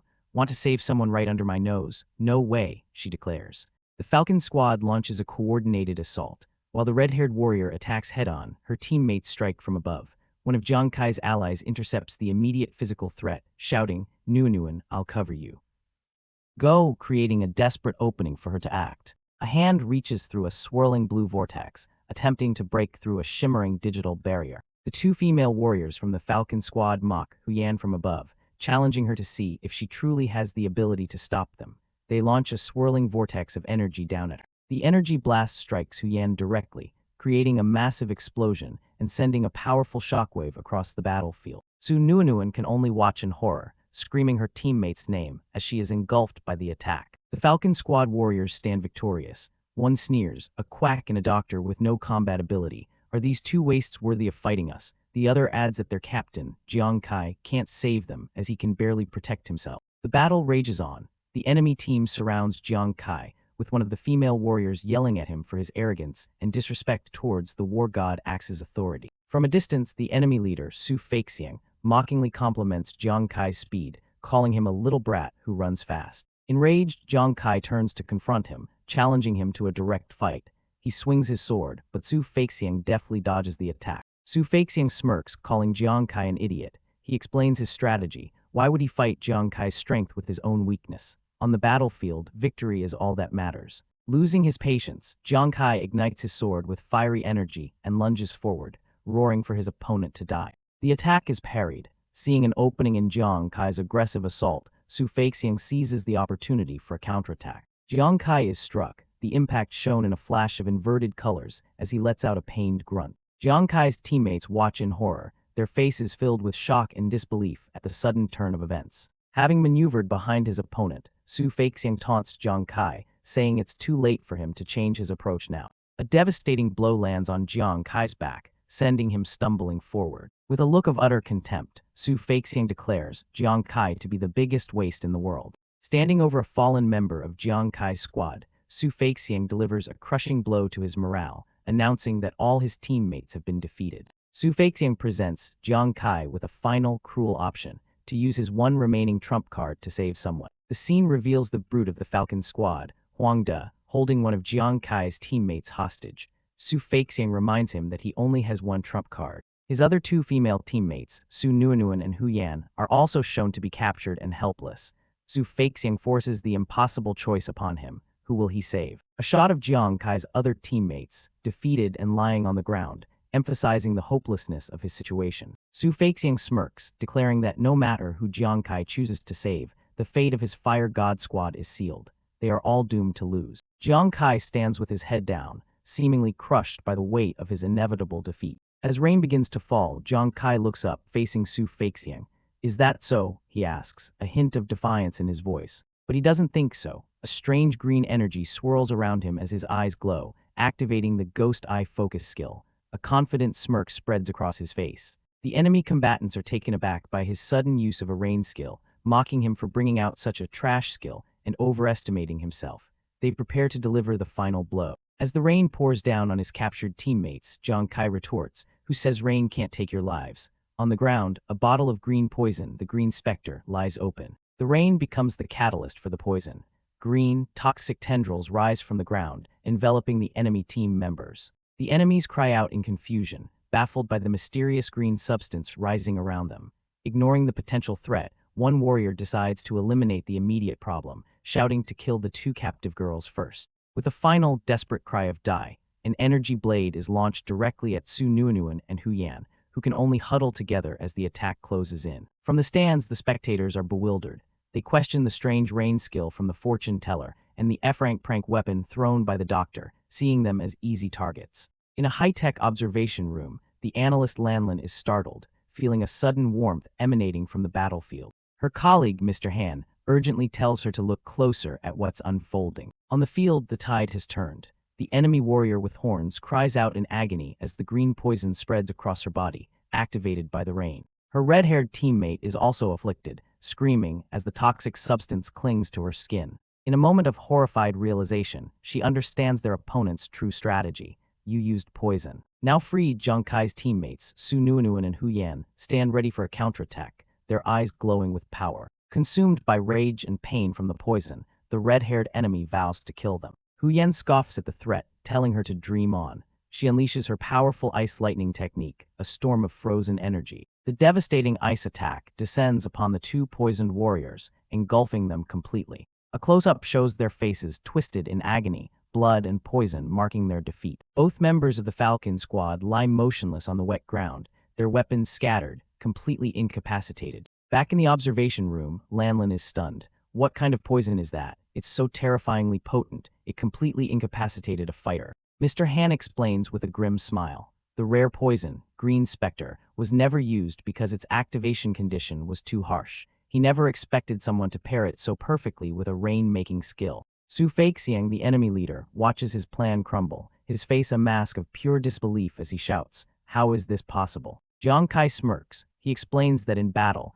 a seemingly useless profession, skill and poison can create amazing effects when combined correctly. With confidence, he warns his opponent, "But if you think this is all our Fire God squad has, then you're sorely mistaken." The crowd's attention shifts as they notice another member of Jiang Kai's team, the one they call that drunkard, is getting back on his feet. It's Ryu. He clutches a bleeding wound in his chest, having been stabbed earlier. His opponent, the muscular Huang De, taunts him from across the arena, mocking him for trying to struggle. He prepares to wipe out the Fire God squad, starting with him. But Ryu eyes glow with a fierce red light. He declares with newfound conviction, I, Ryu, am never weaker than anyone. No matter who you are, I fear nothing. Huang De is taken aback by the sudden change. He notices the strange look in Ryu's eyes, so different from his earlier carefree demeanor, and wonders if it's another trick. With a wild roar, Ryu charges forward, his killing intent palpable. Today, you must submit to me. You have no other choice. Infuriated by the audacity, Huang De raises his spear, shouting, Damn it, how dare you try to get me? The spectators are confused once more. They thought the drunkard was just for show, but now they see his strange state. He's sober, yet still spouting nonsense, and they sense something is very different. But you can hardly say he is drunk now. Ryu charges forward with astonishing speed, a blue aura trailing behind him. In a flash, he closes the distance, effortlessly dodging Huang De's powerful spear thrust. Even the enemy leader, Su Feixiang, is stunned. He notes that Ryu's reaction speed is unbelievably fast and realizes with shock that after being injured, his speed has more than doubled. Watching from afar, Jiang Kai smirks at his rival's confusion. Surprised, he asks, do you know the difference between human instinct and human reaction? Su Feixiang, whose perfect plan has completely fallen apart, can only grit his teeth in frustration. What nonsense are you talking about? Jiang Kai begins to explain that reaction is a calculated response. As he speaks, Huang De attacks again, dismissing the dodge as luck and vowing to split Ryu's head open. Instinct, however, is a primitive ability. Jiang Kai continues. Ryu once again dodges with ease, reverting to his flirty persona to taunt his opponent. Hey beauty, your speed isn't fast enough. Completely losing his composure, Huang De screams for him to shut up and die. Jiang Kai's voiceover explains that no matter how much combat experience or mental stability one possesses, in the face of the most primitive instinct, human reaction is always a step behind. The chapter ends on a triumphant note for the Fire God squad, with Ryu revealing his true, instinct-driven power. The battle rages on. The brawny fighter lunges forward, his spear glowing with power, aiming for a decisive blow. But his attack is just a fraction too slow. Ryu, with a nimble leap, easily evades the powerful thrust. The muscular warrior is immediately forced on the defensive, raising his shield to block a sudden storm of golden projectiles raining down from the sky. He grits his teeth in frustration, unable to comprehend the situation. Damn it, he thinks, this guy is clearly injured, so how can he avoid my attacks so accurately every time? He's even more agile than before. I can't figure out his patterns at all. Watching from the sidelines, Su Nuan has a sudden realization. She understands that Ryu is using his new talent, merrymaking, which unleashes the body's most primitive abilities and power. Indeed, Ryu is in a daze. He explains that the merrymaking state stimulates his subconscious, putting him in a subtle state between drunk and not drunk, making his movements feel a bit unrestrained. Su Nuan decides to test her theory and help her teammate. She reaches for her sword, ready to intervene. With a powerful throw, she sends her sword flying across the battlefield, yelling, Ryu catch. Ryu, with a drunken blush and a carefree attitude, catches the sword. He playfully calls out to his opponent, Burp, beauty, are you tired already? I'm still waiting for you to kiss me drunk with your passionate lips. Enraged by the mockery, the fighter roars and charges forward with his glowing spear, shouting, You're dead. Today I'll chop you into 8 pieces. But Ryu, in his drunken state, moves with impossible grace. He effortlessly dodges not just one, but multiple spear thrusts that seem to come from all directions. The spectators are in disbelief. An older man points out the incredible sight. Look, that drunkard's footwork is chaotic, but he avoids attacks every single time. His companions watch with wide-eyed amazement. The opponent can't believe what's happening. He screams in denial, impossible. Drunkards are trash, the lowest class. How could I possibly lose to a drunkard? Fueled by rage and desperation, he lunges one last time, screaming die, as his spear and shield glow with intense energy. There's a brilliant flash of light as the two attacks meet, followed by a powerful shockwave. When the dust settles, Ryu stands victorious, using the opponent's own spear to hold him at bay. In a swift move, Ryu brings the blade he was thrown earlier right to the fighter's neck. The fighter's eyes widen in shock and terror as a drop of blood trickles down his face. With a lecherous, love-struck expression, Ryu grins and demands, take off your clothes. The defeated fighter, now with a blade at his neck and another stuck in his shoulder, can only stammer in fear and confusion. You. His rage boils over, his face turning red with veins popping. He lets out a frustrated grunt, completely humiliated. The crowd goes wild. A spectator shouts in astonishment, "Oh my god, in Holy Radiant City, a profession everyone considers trash actually overwhelmed a fighter beyond their level. Below, the defeated fighter lies on the ground as Ryuan Yu celebrates." The announcer notes that the Falcon Squad 4 has lost 3 members, questioning if the Fire God Squad is making a comeback. Watching his team fall one by one, the enemy squad leader, Su Feixiang, rushes forward in a fury, screaming, "These useless bunch." Suddenly, a figure glowing with lightning-fast energy appears, blocking Su Feixiang's path. It's Jiang Kai. He calmly faces the enraged opponent, holding a glowing card in his hand. "What, can't hold back anymore?" he taunts. "Weren't you specially here to deal with me?" Su Feixiang glares, his voice dripping with venom as he acknowledges his rival's advantage. "Jiang Kai," he seethes, "so you really did have that mysterious trump card up your sleeve." In the face of such intense animosity, Jiang Kai remains unshaken. He simply lets out a quiet, confident HMPH, calmly accepting the challenge and waiting for his opponent's inevitable move. Su Feixiang, cloaked in a sinister purple aura, lunges at Zhu, who stands calmly in the distance. "However, don't get too cocky yet," Su Feixiang snarls. "Don't forget, my men haven't completely lost yet." Just as Su Feixiang's attack is about to land, a vial of green liquid flies through the air, shattering and releasing its contents right in the path of the attack. Su Nuinuan, the team's doctor, watches with a look of pure panic, screaming out, "Not good." Su Feixiang, now realizing he's been hit by the substance, turns his furious gaze towards Su Nuinuan. "You annoying doctor, you actually plan to use poison against me," he shouts. Enraged, he changes his target. "Fine, since you're courting death, I'll kill you first, then kill that cowardly fighter." The attack meant for Su Nuinuan is intercepted. A pair of eyes widens in shock as the blow lands. It's Zhu. He has thrown himself in front of Su Nuinuan, taking the full force of Su Feixiang's deadly charge. Su Nuinuan can only watch, her face a mask of determined horror, as her teammate sacrifices himself for her. Su Feixiang brutally impales Zhu, lifting him off the ground with his weapon. Tears streaming down her face, Su Nuinuan lets out a heart-wrenching scream. "Zhu." Su Feixiang glares down at the seemingly lifeless body of his victim. He sneers with contempt. "Heh, a trash wants to play the hero saving the beauty. This is what you get." With a mad laugh, he declares, "Now, I'll grant your wish and let you two be a pair of dead lovebirds. Ha ha ha ha." But as he tries to pull his weapon out to finish the job, he finds it stuck. "What's going on?" he wonders. "I can't pull it out." His eyes widen in shock and confusion as he struggles fruitlessly. Suddenly, the supposedly dead Jew looks up, his eyes glowing with yellow light. He speaks with a defiant tone. "Ha, who said this is death, huh?" Before Su Feixiang can react, crimson bands of energy erupt from Zhu's body, wrapping around and trapping Su Feixiang completely. "What?" he screams, caught off guard. Zhu, now glowing with a powerful golden aura, reveals the truth of the strategy.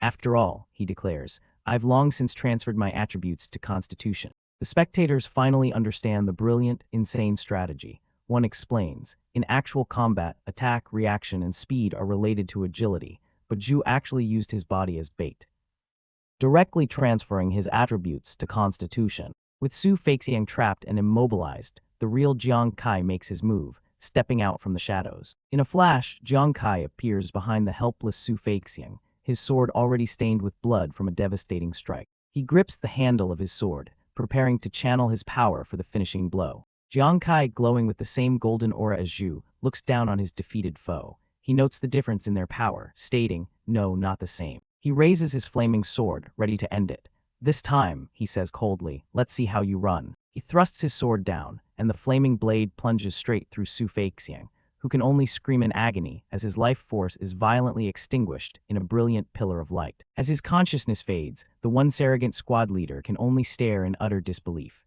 "This is impossible," are the last, desperate words to escape his lips before he dissolves into particles of light. Jiang Kai stands over his fallen opponent with a confident smirk. "What did I say? You hawks think it's so easy to kill my teammates." Su Feixiang, still reeling, can't believe what happened. "Damn it," he thinks in a rage. "How did these fire god trashes suddenly become so powerful? According to the previous analysis, they clearly had no chance of winning." Jiang Kai, surrounded by a faint turquoise aura, holds up his glowing trump card.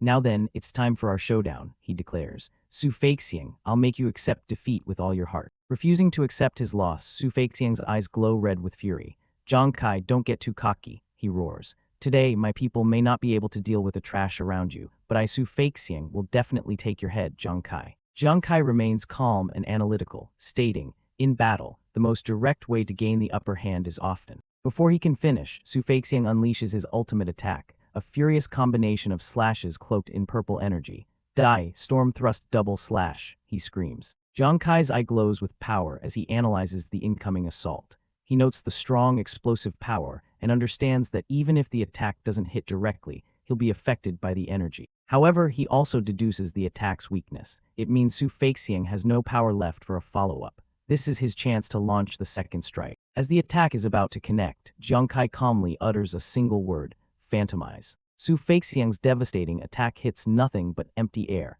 crashing into the ground as Jiang Kai vanishes into a shadowy blur. Su Feixiang's eyes widen in absolute shock. He missed. What? He cries out, realizing his all-or-nothing attack has failed. From the dissipating smoke behind him, Jiang Kai emerges completely unharmed. Su Feixiang, he states coldly, you've already lost. Jiang Kai raises his glowing card, the source of his power, ready to end the duel. He leaps into the air, his body glowing with turquoise energy as he prepares his final, decisive attack. Su Feixiang, completely spent and defeated, can only roar in defiance. Who said I lost? Jiang Kai, you dare to trick me. I'll kill you. Jiang Kai's eyes narrow. He knows his opponent's weakness. The more you are controlled by emotions, the easier it is to make one mistake and then mistake after mistake. He reveals the mechanics of his fatal blow. The previous 8 chasing fates were controlled and failed to crit.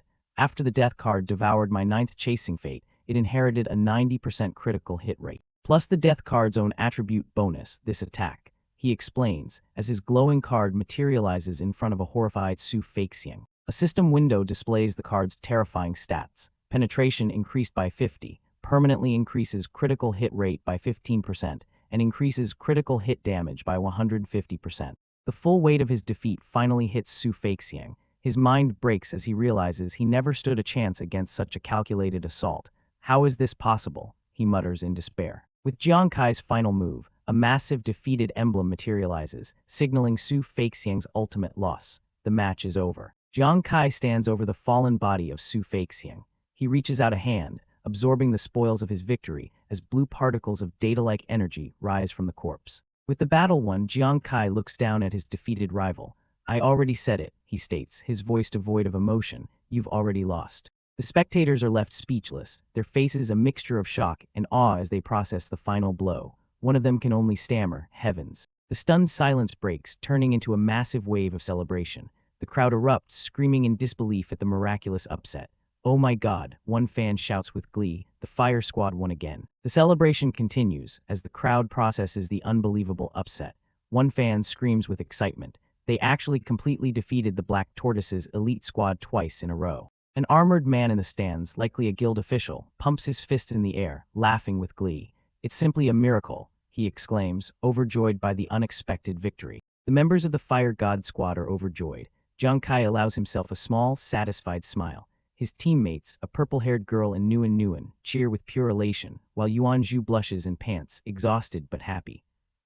Another teammate lets out a breath of pure relief. Elsewhere, 2 figures in a viewing room analyze the battle. A woman in a sharp business suit asks, "It's over." The red-haired man beside her replies with a smile, "It's over, what a delightful battle."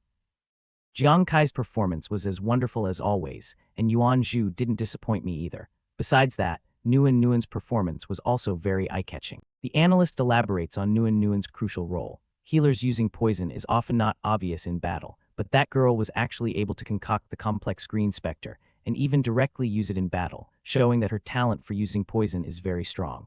In the background, Nguyen and her teammate continue to celebrate their hard-won victory. From the ground, Su Feixiang mocks the team, saying it's a pity the evaluation is over, otherwise Nguyen's grades might have reached an 11. Yuan Zhu dramatically weeps over the incapacitated Su Feixiang, crying out in mock sorrow. In a flashback to the critical moment, Su Nguyen sprays a substance directly into Yuan Zhu's face. With her own teammate on the ground, Su Nguyen declares that at the critical moment, her skills are the ones to watch. The match commentator, a woman with pink hair, shouts in disbelief at the unexpected turn of events. The team appears in disarray as an enraged Zhu Ting yells at his opponent, being held back by Ruan Yu and his other teammates. Jiang Kai, the team captain, lets out a sigh, lamenting how difficult modern teams are to lead. The commentator raises her arm decisively, preparing to announce the outcome of the chaotic battle. She declares the Fire God Squad as the winners, and the crowd erupts in cheers of Fire God. Jiang Kai allows himself a small, confident smile, admitting to himself that this feeling of victory isn't bad. The victorious Fire God Squad walks away from the arena, with the crowd continuing to chant their name in the background. From the stands, a mysterious onlooker with silver hair watches the victorious team leave the stage. A smirk plays on his lips as he finds the Fire God Squad to be an interesting development. A few days later, the scene shifts to the main God Guild headquarters at night. A figure is seen rushing through the halls of the guild, urgently calling out for Captain Kai. Jiang Kai and his teammates, looking perplexed, ask what all the excitement is about. Su Nuanuan and Yuan Zhu burst in, excitedly explaining that they heard the class change materials for the drunkard and feng shui master professions have suddenly risen in price and sold out. Yuan Zhu elaborates that ever since those professions were abandoned by the military, their class change materials have been unsaleable for a long time. With sparkling eyes, Su Nuanuan asks if this finally proves that their two professions are no longer considered trash. Jiang Kai smiles and agrees, praising their outstanding performance in the battle against Falcon Squad 4, especially Ryuan Yu's shocking kill.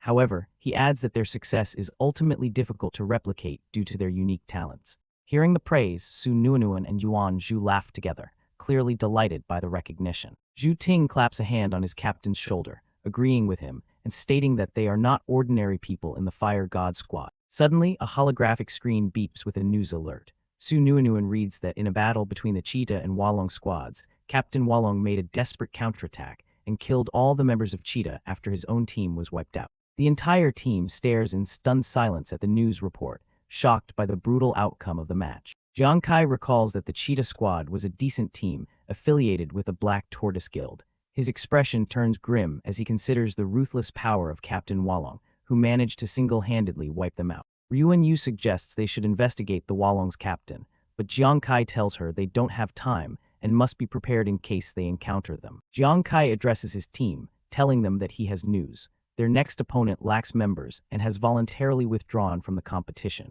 With a wide, excited grin, he announces that this means they will directly enter the finals.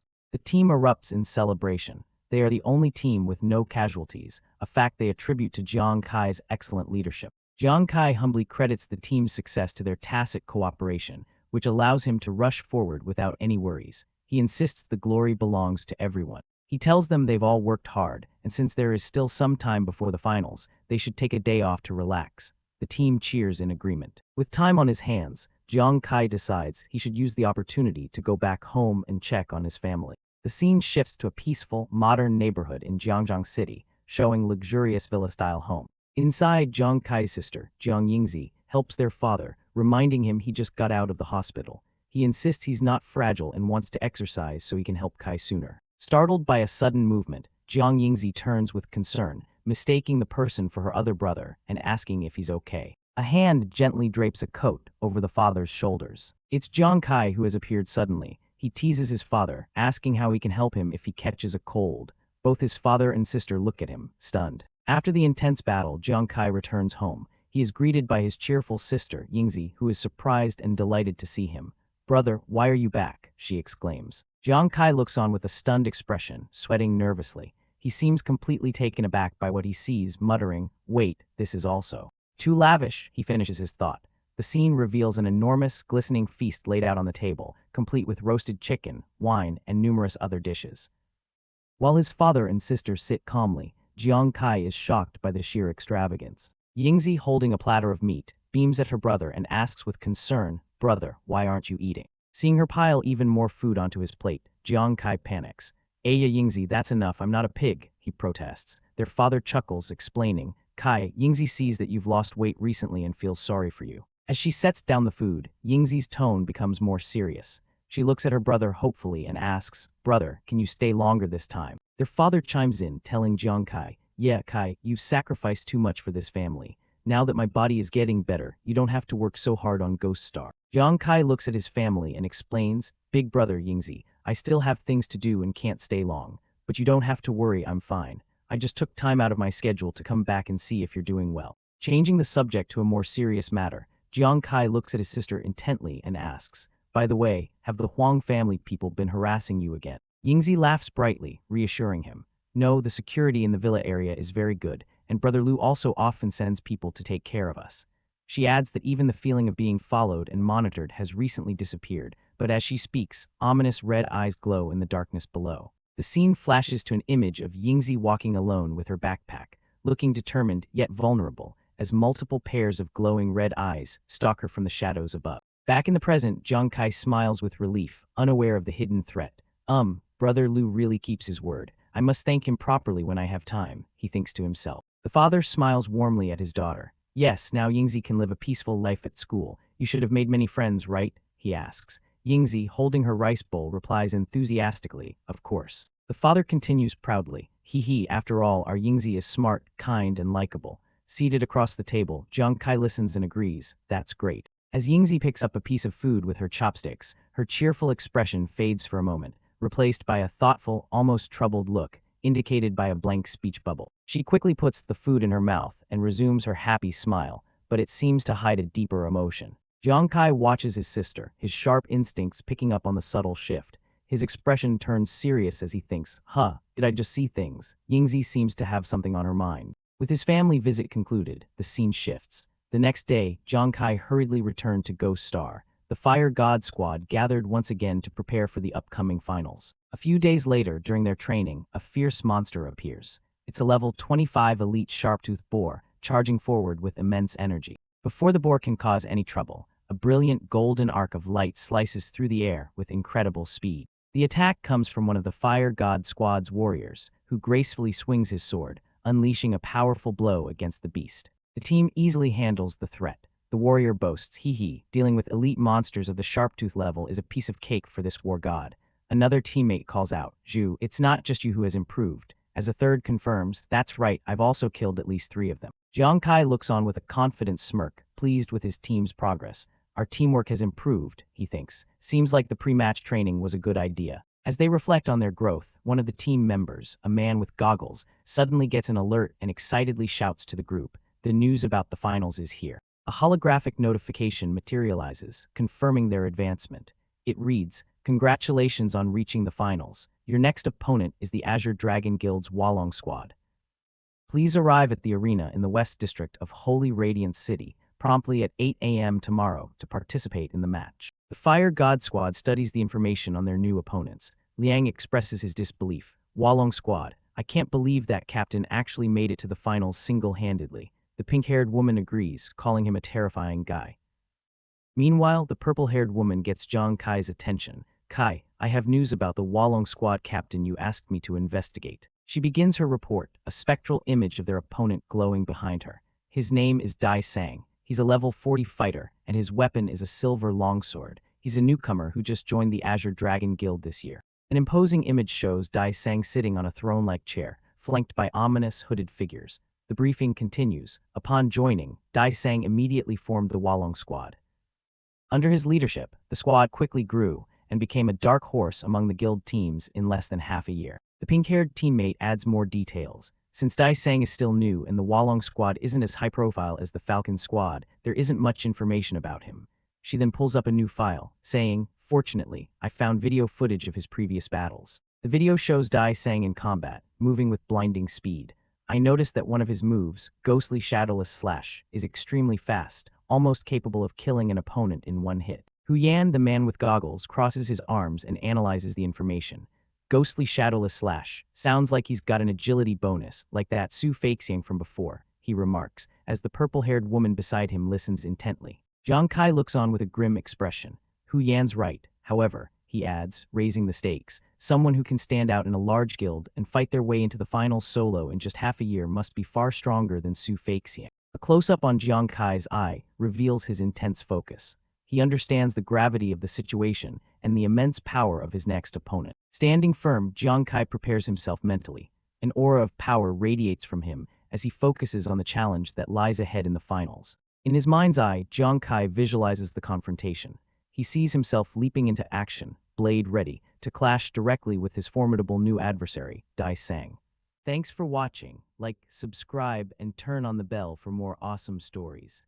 A mysterious man, Dai Sang, launches a surprise attack, remarking that his opponent's reaction speed is faster than he anticipated. His opponent, Jiang Kai, remains composed, his sharp green eyes silently gauging the attacker before him. In a flash, Dai Sang closes the distance, swinging his blade down in a powerful arc aimed directly at Jiang Kai. But Jiang Kai, the renowned captain of the Fire God's team, stands his ground, unfazed by the sudden assault. Seeing their captain attacked, Jiang Kai's teammates erupt in anger. They shout at the masked coward, demanding a fair fight. However, the team's pink-haired mage looks on with a shocked expression, a sense of familiarity sparking, as she observes the attacker's height and build. Liang, a hot-headed teammate, tries to rush forward, but Jiang Kai calmly stops him, explaining that their opponent is not trying to kill him. Jiang Kai clarifies that the man was merely testing him, well aware that the penalty for killing an opponent before the finals is severe. Having seen through the man's intentions, Jiang Kai confidently calls out his name,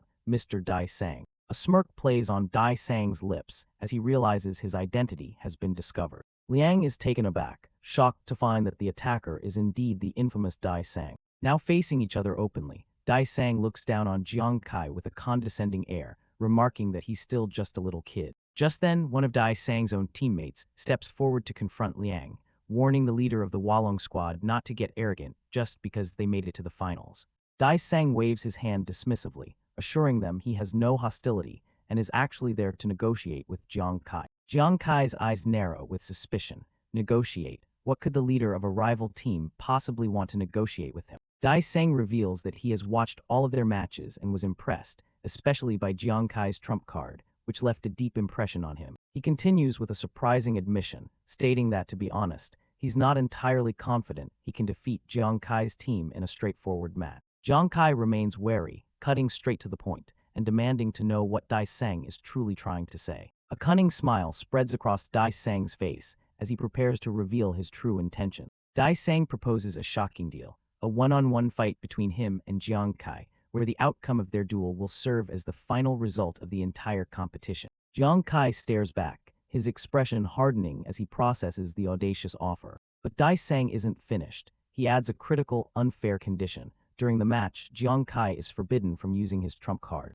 He frames it as a fair exchange, promising that he, in turn, won't use any equipment that could counter Jiang Kai's darts, such as shields or armor with protective effects. Liang explodes with rage at the ridiculous condition. He accuses Dai Sang of being crazy to win and questions why they would ever agree to such a lopsided deal. Trying to pull his captain away, Liang urges him to ignore the lunatic. Jiang Kai seems to agree and turns down the offer, stating he's not interested. Dai Sang sweetens the deal, asking with a smug grin if Jiang Kai would still be uninterested if his guild provided the coordinates to a secret realm that could solve his class change problem. The mention of a secret realm makes Jiang Kai's breath catch. This is a game changer, an opportunity he desperately needs. Jiang Kai questions the offer, his suspicion piqued, while his teammate Zhu looks on with distrust. Dai Sang explains that a secret realm is a mysterious, unexplored area full of resources essential for explorers to level up, noting that the largest ones are controlled by the military. He continues, stating that access to smaller realms is sometimes granted to large guilds by the military to motivate their members. These realms, he describes, typically have a powerful guardian who sets trials for any who enter. Explorers who manage to pass these difficult trials are given rare resources as rewards or even answers to their questions. With a confident smirk, Dai Sang presents a data card, claiming it contains the coordinates to a secret realm discovered by his very own guild. He holds out the card as bait. Jiang Kai and his team stare at it, a mix of skepticism and hope on their faces. The pink-haired teammate speaks up, confirming that the offer might be legitimate. She recalls her sister, mentioning that the Azure Dragon Guild had indeed discovered a secret realm recently. Dai Sang presses his advantage, showing he's done his homework. He mentions the trouble the Huang family has been causing Jiang Kai, reinforcing his desperate need to get stronger. The terms are now crystal clear. If Jiang Kai accepts the one-on-one duel and wins, the information on the secret realm is his. Dai Sang leans in, his voice dripping with condescension, asking if the deal isn't a highly cost-effective one for him. Jiang Kai looks up, admitting that the conditions are indeed very tempting. However, he then looks Dai Sang straight in the eye and firmly states, "But I still can't agree to your terms." Dai Sang is utterly stunned. He can't believe that Jiang Kai would turn down such a perfect opportunity. Even Jiang Kai's own teammates are bewildered. Zhu and the purple-haired mage question his refusal, reminding him how desperately he wanted to complete his class change. Dai Sang, unable to comprehend the rejection, asks one more time if Jiang Kai is absolutely sure about his decision. Jiang Kai reflects on his journey with his team. They've worked so hard to get to the finals together. He realizes that if he were to disregard their shared glory for his own selfish desires, he would betray the very trust that defines him as a captain. He pictures the trusting, happy faces of his teammates, their belief in him being the source of his strength. His resolve solidifies. He turns away from Dai Sang, coldly telling him to leave so they can get back to their training. But before Dai Sang can react, Zhu suddenly lunges forward, grabbing Jiang Kai by the collar in a fit of frustration. Startled, Jiang Kai looks at his teammate's hand, asking, "Zhu, what are you doing?" Zhu's voice is filled with hurt and anger as he confronts his captain, demanding to know if this refusal stems from a lack of faith in himself, or even worse, a lack of faith in them, his team. Zhu passionately flips his captain's logic back on him. If Jiang Kai wouldn't abandon the team for his own selfish desires, how could he expect them to stand by and watch him sacrifice his own future for theirs? The argument, so full of fierce loyalty, strikes Jiang Kai with more force than any physical blow, leaving him utterly speechless. He had resolved to sacrifice for them, but never imagined they would so passionately refuse to let him. The other teammates chime in with their support. The purple-haired mage declares she can't wait to see Captain Kai beat up the cocky Dai Sang, while another reminds him they are all waiting for him to complete his class change and lead them to greater heights. The team's pink-haired healer steps forward, a gentle green light emanating from her hands. She reassures him, saying that just as he has always believed in and considered them, they are also willing to unconditionally believe in and support him. With a radiant smile, she asks, "This is the meaning of a team, isn't it?" Jiang Kai is visibly stunned, his eyes widening in the face of such absolute, unwavering loyalty. Overwhelmed and deeply touched, a genuine smile breaks through his usual stoic expression. "You guys really," he trails off, unable to find the words. His smile turns into a look of fierce determination. He relents, but with a playful warning, "If we lose, don't blame me." A wave of cheers erupts from his teammates. With renewed vigor and absolute faith in their leader, they raise their fists in solidarity. Bolstered by his team's trust, Jiang Kai turns to face Dai Sang. He agrees to the conditions, but with a chilling addition of his own: "You will regret making this bet with me." His eyes glowing with cold fury, Jiang Kai makes a solemn vow. "Because I will definitely kill you with my own hands." Dai Sang, ever arrogant, merely scoffs at the threat.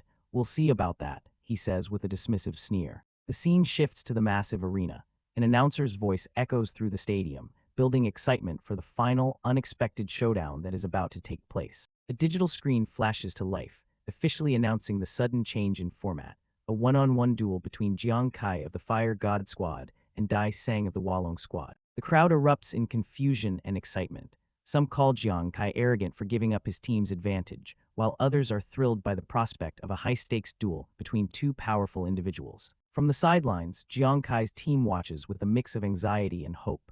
They acknowledge that Dai Sang looks sinister, but their faith in their captain remains unshaken. The announcer's voice booms once more, calling the two contestants to enter the arena. Jiang Kai's teammates lean forward, their eyes wide with anticipation as they shout, "Here they come." The two combatants walk towards the center of the vast, empty arena, the sheer scale of the stage highlighting the solitary nature of their impending battle. A close-up reveals Dai Sang's face, twisted into a confident, predatory smirk. In stark contrast, Jiang Kai's expression is one of cold, unwavering focus. His burning green eyes are locked on his opponent, ready for the fight of his life. The announcer clears her throat, ensuring she has everyone's attention before stating the grim rules of this special match. There is only one criterion for victory: kill the opponent. The two captains stare each other down, the tension palpable. When asked if they understand the deadly terms, they both respond with a calm and collected, "Understood." As the announcer prepares to begin the match, the camera pans across the anxious faces of Jiang Kai's teammates, their expressions reflecting the immense pressure of the moment. With the words "the match officially begins," Dai Sang explodes from his starting position. He lunges forward with incredible speed, challenging Jiang Kai to see whether his sword is mightier than his darts. Jiang Kai remains calm, activating an ability in his hand. He acknowledges Dai Sang's impressive speed, but knows that with the agility bonus from his Chasing Fate attribute, he is not at a disadvantage. He activates his Ghost Eye Focus ability, his vision sharpening to a superhuman degree. He is confident that as long as he can seize the right opportunity to land a hit, victory will be his. Through his enhanced vision, Jiang Kai tracks Dai Sang as he closes the distance with terrifying speed. 8 meters, 6 meters, 4 meters. Seeing his opening, Jiang Kai prepares to strike. "All right, now," he thinks, ready to unleash his own attack as Dai Sang leaps into the air. But he's too slow. Before Jiang Kai can react, Dai Sang unleashes his ultimate technique, the Ghost Shadow Traceless Slash, his blade glowing with a deadly blue energy. The devastating attack crashes into the arena floor, creating a massive explosion of pure force and sending a shockwave out in all directions. Though he avoided a direct hit, Jiang Kai is caught in the blast. The powerful shockwave sends him flying helplessly through the air, his counterattack completely thwarted. Kai's friends watch in horror. Although Kai managed to avoid a fatal blow at the last second, Dai Sang's power surged the moment he drew his sword. The spectators are shocked, recognizing the move as Dai Sang's proud killing technique, the Ghost Shadow Traceless Slash, which balances both offense and defense. A massive cloud of dust and smoke erupts from the force of the attack, obscuring the battlefield. Kai leaps through the air, narrowly dodging a series of golden energy spikes that shoot up from the ground. From the smoke, Dai Sang emerges with a confident and sinister smirk, his eyes glowing with power. With incredible speed, Dai Sang charges forward, his body wreathed in blue energy, effortlessly deflecting Kai's attacks as he closes the distance. Kai's eyes widen in disbelief at the sheer power and speed his opponent is displaying. A bead of sweat runs down his face as he exclaims inwardly at Dai Sang's incredible speed. Before Kai can react, Dai Sang has already blown past him, leaving Kai to realize that his opponent is now even faster than before. Dai Sang looks back with a triumphant, crazed smile, confidently stating that the victory between him and Jiang Kai has already been decided. Dai Sang activates a skill,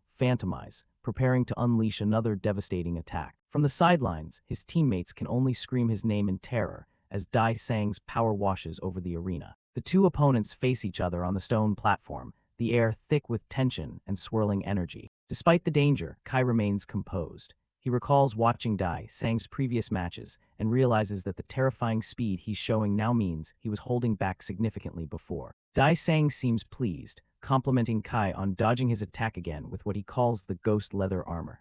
He admits that while he wants to win for his guild, he's happy to meet such an interesting opponent. His face twists into a wide, sharp-toothed grin as he confesses that the thrill of the fight is making him extremely excited. The pink-haired woman watches with a terrified expression, thinking about what a terrifying opponent Dai Sang is.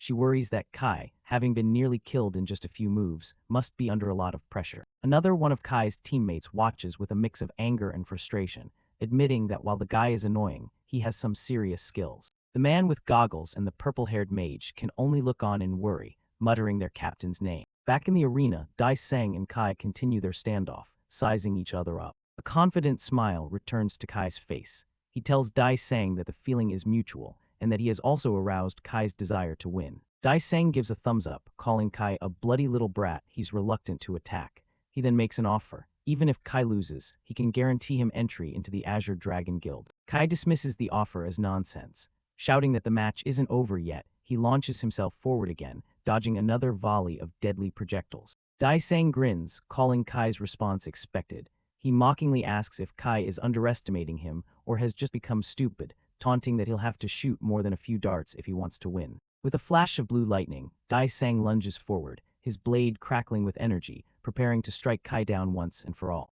But just as the attack is about to land, Kai activates a mysterious skill, enveloping himself in a strange, glowing teal cube at the last possible second. Dai Sang laughs mockingly as he unleashes his Ghost Shadow Traceless Slash once more. He thinks Kai is naive for trying to close the distance. A look of shock and disbelief flashes in an eye as the tables seem to have turned unexpectedly. The ground erupts as the two fighters clash again, both sent flying back by the sheer force of the impact. Kai is engulfed in a swirling blue aura, having seemingly absorbed or countered Dai Sang's attack. Gritting his teeth, Kai withstands the immense pressure, his body crackling with the newly acquired energy. From the stands, Kai's teammates scream his name, watching the terrifying clash with bated breath. The crowd is in awe of Dai Sang's special killing move. They murmur that if the shockwaves alone were enough to injure Kai so badly, a direct hit would have certainly been fatal. Kai lands back on the ground, his mind reeling as he struggles to understand what just happened. He stands amidst the swirling blue energy,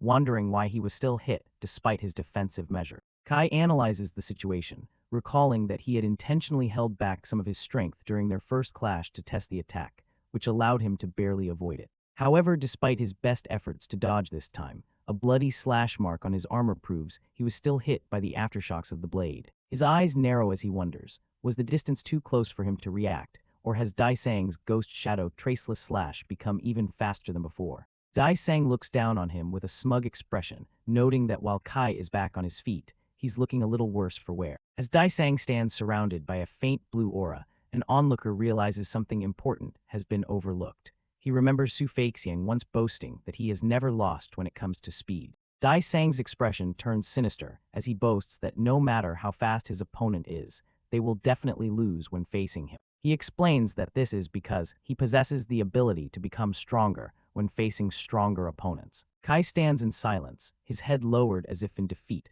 casting a long shadow over the arena floor. But then his fist clenches, and sinister red claws of energy extend from his fingertips as he thinks to himself, who said, "I haven't lost yet." With a burst of golden energy, Kai leaps into the air, kicking away Dai Sang's projectiles in a powerful counterattack. Dai Sang's face breaks into a wide, malicious grin. He likes Kai's toughness, but warns him not to expect any mercy. Dai Sang effortlessly dodges Kai's assault and delivers a sweeping counterattack of his own, mockingly asking if that's all Kai has to offer. The blow sends Kai flying. Dai Sang taunts that with his current speed, Kai can't even hope to touch the corner of his clothes. With a desperate cry, Kai fires a beam of energy from his palm in a frantic attempt to fight back. Dai Sang easily parries the desperate blast and raises his sword for a devastating strike. "Give up," he warns. "My next attack won't give you any chance to breathe." The relentless, brutal assault proves too much. Stumbling back from a powerful blow, Kai coughs up a spray of blood, the heavy toll of the battle finally showing as his body reaches its limit. Kai's teammates watch in abject horror, their faces pale with shock and fear for their captain's life. The pink-haired woman covers her mouth, her eyes wide with terror, as she whispers that Kai's situation looks very bad. Other spectators wince at the brutal, one-sided beatdown. On the arena floor, Kai is on one knee, looking utterly defeated. One of his own teammates wonders why Kai gave up the chance for a team battle and insisted on this one-on-one duel. Hearing this, members of a rival team begin to mock him. They claim it was just a fluke that an overconfident nobody like Kai made it to the finals, and that he deserves to die for his arrogance. Hearing his captain being insulted, Kai's hot-headed teammate, Zhu, grits his teeth in absolute fury. Suddenly, the two mockers are silenced, as if being choked by an invisible force. Zhu confronts them, daring them to repeat their words. Kai's other teammates rush to hold him back, telling him not to be rash and to ignore the trash talk. One of the troublemakers, however, just gives a smug, provoking sneer. He repeats that Jiang Kai deserves to die and openly taunts Kai's team, calling them good dogs for protecting their master and daring them to come at him. Enraged beyond words, Zhu looks ready to leap over the barrier and tear them apart. Just as things are about to escalate, a stern voice cuts through the noise, asking what all the yelling is about. An authoritative woman with long purple hair makes her way down the steps. Flanked by security guards, she coldly orders them to throw the troublemakers out of the spectator area. The pink-haired girl looks over in surprise, recognizing the woman as her sister. Her sister explains that she was worried and anxious watching Kai's one-on-one match, so she came to check on her. Meanwhile, the guards begin dragging the struggling troublemakers away. As they're being removed, she explains that the two are from the Black Tortoise Guild. Since Kai's Fire God Squad came out of nowhere and eliminated them, costing them a spot in the finals and a lot of face, they are now hoping for Kai's death. Zhu scoffs, dismissing the hecklers as nothing more than a bunch of disgusting flies. With the disturbance handled, the pink-haired girl turns her worried gaze back to the arena, her heart aching for Kai. In the arena, the two fighters stand separated by a field of rubble. Kai, though wounded, is still standing. Panting heavily, Kai clutches his chest wound as he summons a series of ethereal, red-tipped daggers, refusing to give up. Dai Sang sighs, questioning why Kai bothers with this futile struggle. He repeats his offer, stating that if Kai joins the Azure Dragon Guild, he'll still have a chance to enter the secret realm. A close-up on Kai's bloodied face shows a glint of unwavering resolve in his eye. Struggling back to a firm stance, his body battered and bleeding, Kai states with grim determination, "I haven't lost yet." Dai Sang is visibly taken aback. He sees that despite being in a desperate situation, Kai shows no fear or panic, only a kind of stubborn calmness and resolution in his eyes. His patience wearing thin, Dai Sang's hand tightens around the hilt of his sword, frustrated by Kai's refusal to accept his fate. Powering up for what seems to be a final, decisive blow, Dai Sang declares that if Kai refuses to surrender, he will have no choice but to completely crush his confidence. In the arena, Si Jiang unleashes his ultimate move, the Ghost Shadow Traceless Slash, sending a powerful wave of energy hurtling towards Jiang Kai. Watching from the sidelines, Jiang Kai's teammates can only look on in horror, wondering why their captain isn't making any move to dodge the incoming attack. The guild's female mage is so terrified she can't even watch, covering her face as she lets out a cry of distress. From a high angle, the shimmering blade of energy is seen closing in on Jiang Kai, who is now on one knee, seemingly defenseless. But a close-up on Jiang Kai's eye reveals not fear, but intense focus. He's been analyzing his opponent all along. Multiple slashes appear to land on Jiang Kai as Si Jiang presses his assault with overwhelming force. Jiang Kai feels a numbing sensation spreading through his body, seemingly confirming that the relentless attacks are taking a toll. Suddenly, the tides turn. Si Jiang is bewildered, questioning why his senses are failing him. He realizes in a panic that he can no longer track Jiang Kai's movements. The clear target from a moment ago has vanished. In a flash of insight, Si Jiang understands his predicament. As a new attack comes at him, he grits his teeth, knowing he's been completely outplayed. With a powerful roar, Jiang Kai reveals his true speed, launching his own fierce counterattack. It's his turn now. Si Jiang has no time to react, as Jiang Kai's blade strikes him multiple times, the turquoise energy searing through his armor. The impact of the final blow creates a massive explosion of light and energy, completely engulfing Si Jiang. The energy dissipates, revealing a grievously wounded Si Jiang, clutching a bloody wound on his chest as sparks of residual power crackle around him. A beam of energy from Jiang Kai's attack slices past Si Jiang's eye, a final, definitive statement of his defeat. With his opponent on the ground, defeated, Jiang Kai stands tall and declares coldly, "You lost." The sudden turn of events leaves the audience and other competitors completely stunned and speechless. A high-ranking guild official looks on from the stands, his mouth agape in utter disbelief at what he just witnessed. In the stands, the crowd erupts. No one can believe their eyes. They shout in confusion and amazement, asking how it was possible for Jiang Kai to pull off such an incredible comeback. Back on the sidelines, the mood has completely shifted. Jiang Kai's teammates, once terrified, are now screaming with joy and excitement. One of his guild members is moved to tears of joy, shouting that he knew all along that Kai wouldn't be defeated so easily. With Jiang Kai holding a blade to his throat, the defeated Si Jiang can only look up in humiliation and confusion. You've already found my weakness," Si Jiang stammers, asking when Jiang Kai figured out his strategy. Jiang Kai looks down on him, a confident glint in his eye. "I have to thank you," he says cryptically, "for a word that reminded me of something." Si Jiang's eye widens in shock as he demands to know what Jiang Kai means. The answer to his defeat wasn't in the present moment, but in a memory from 15 minutes prior. The scene flashes back to 15 minutes ago, during the heat of the battle.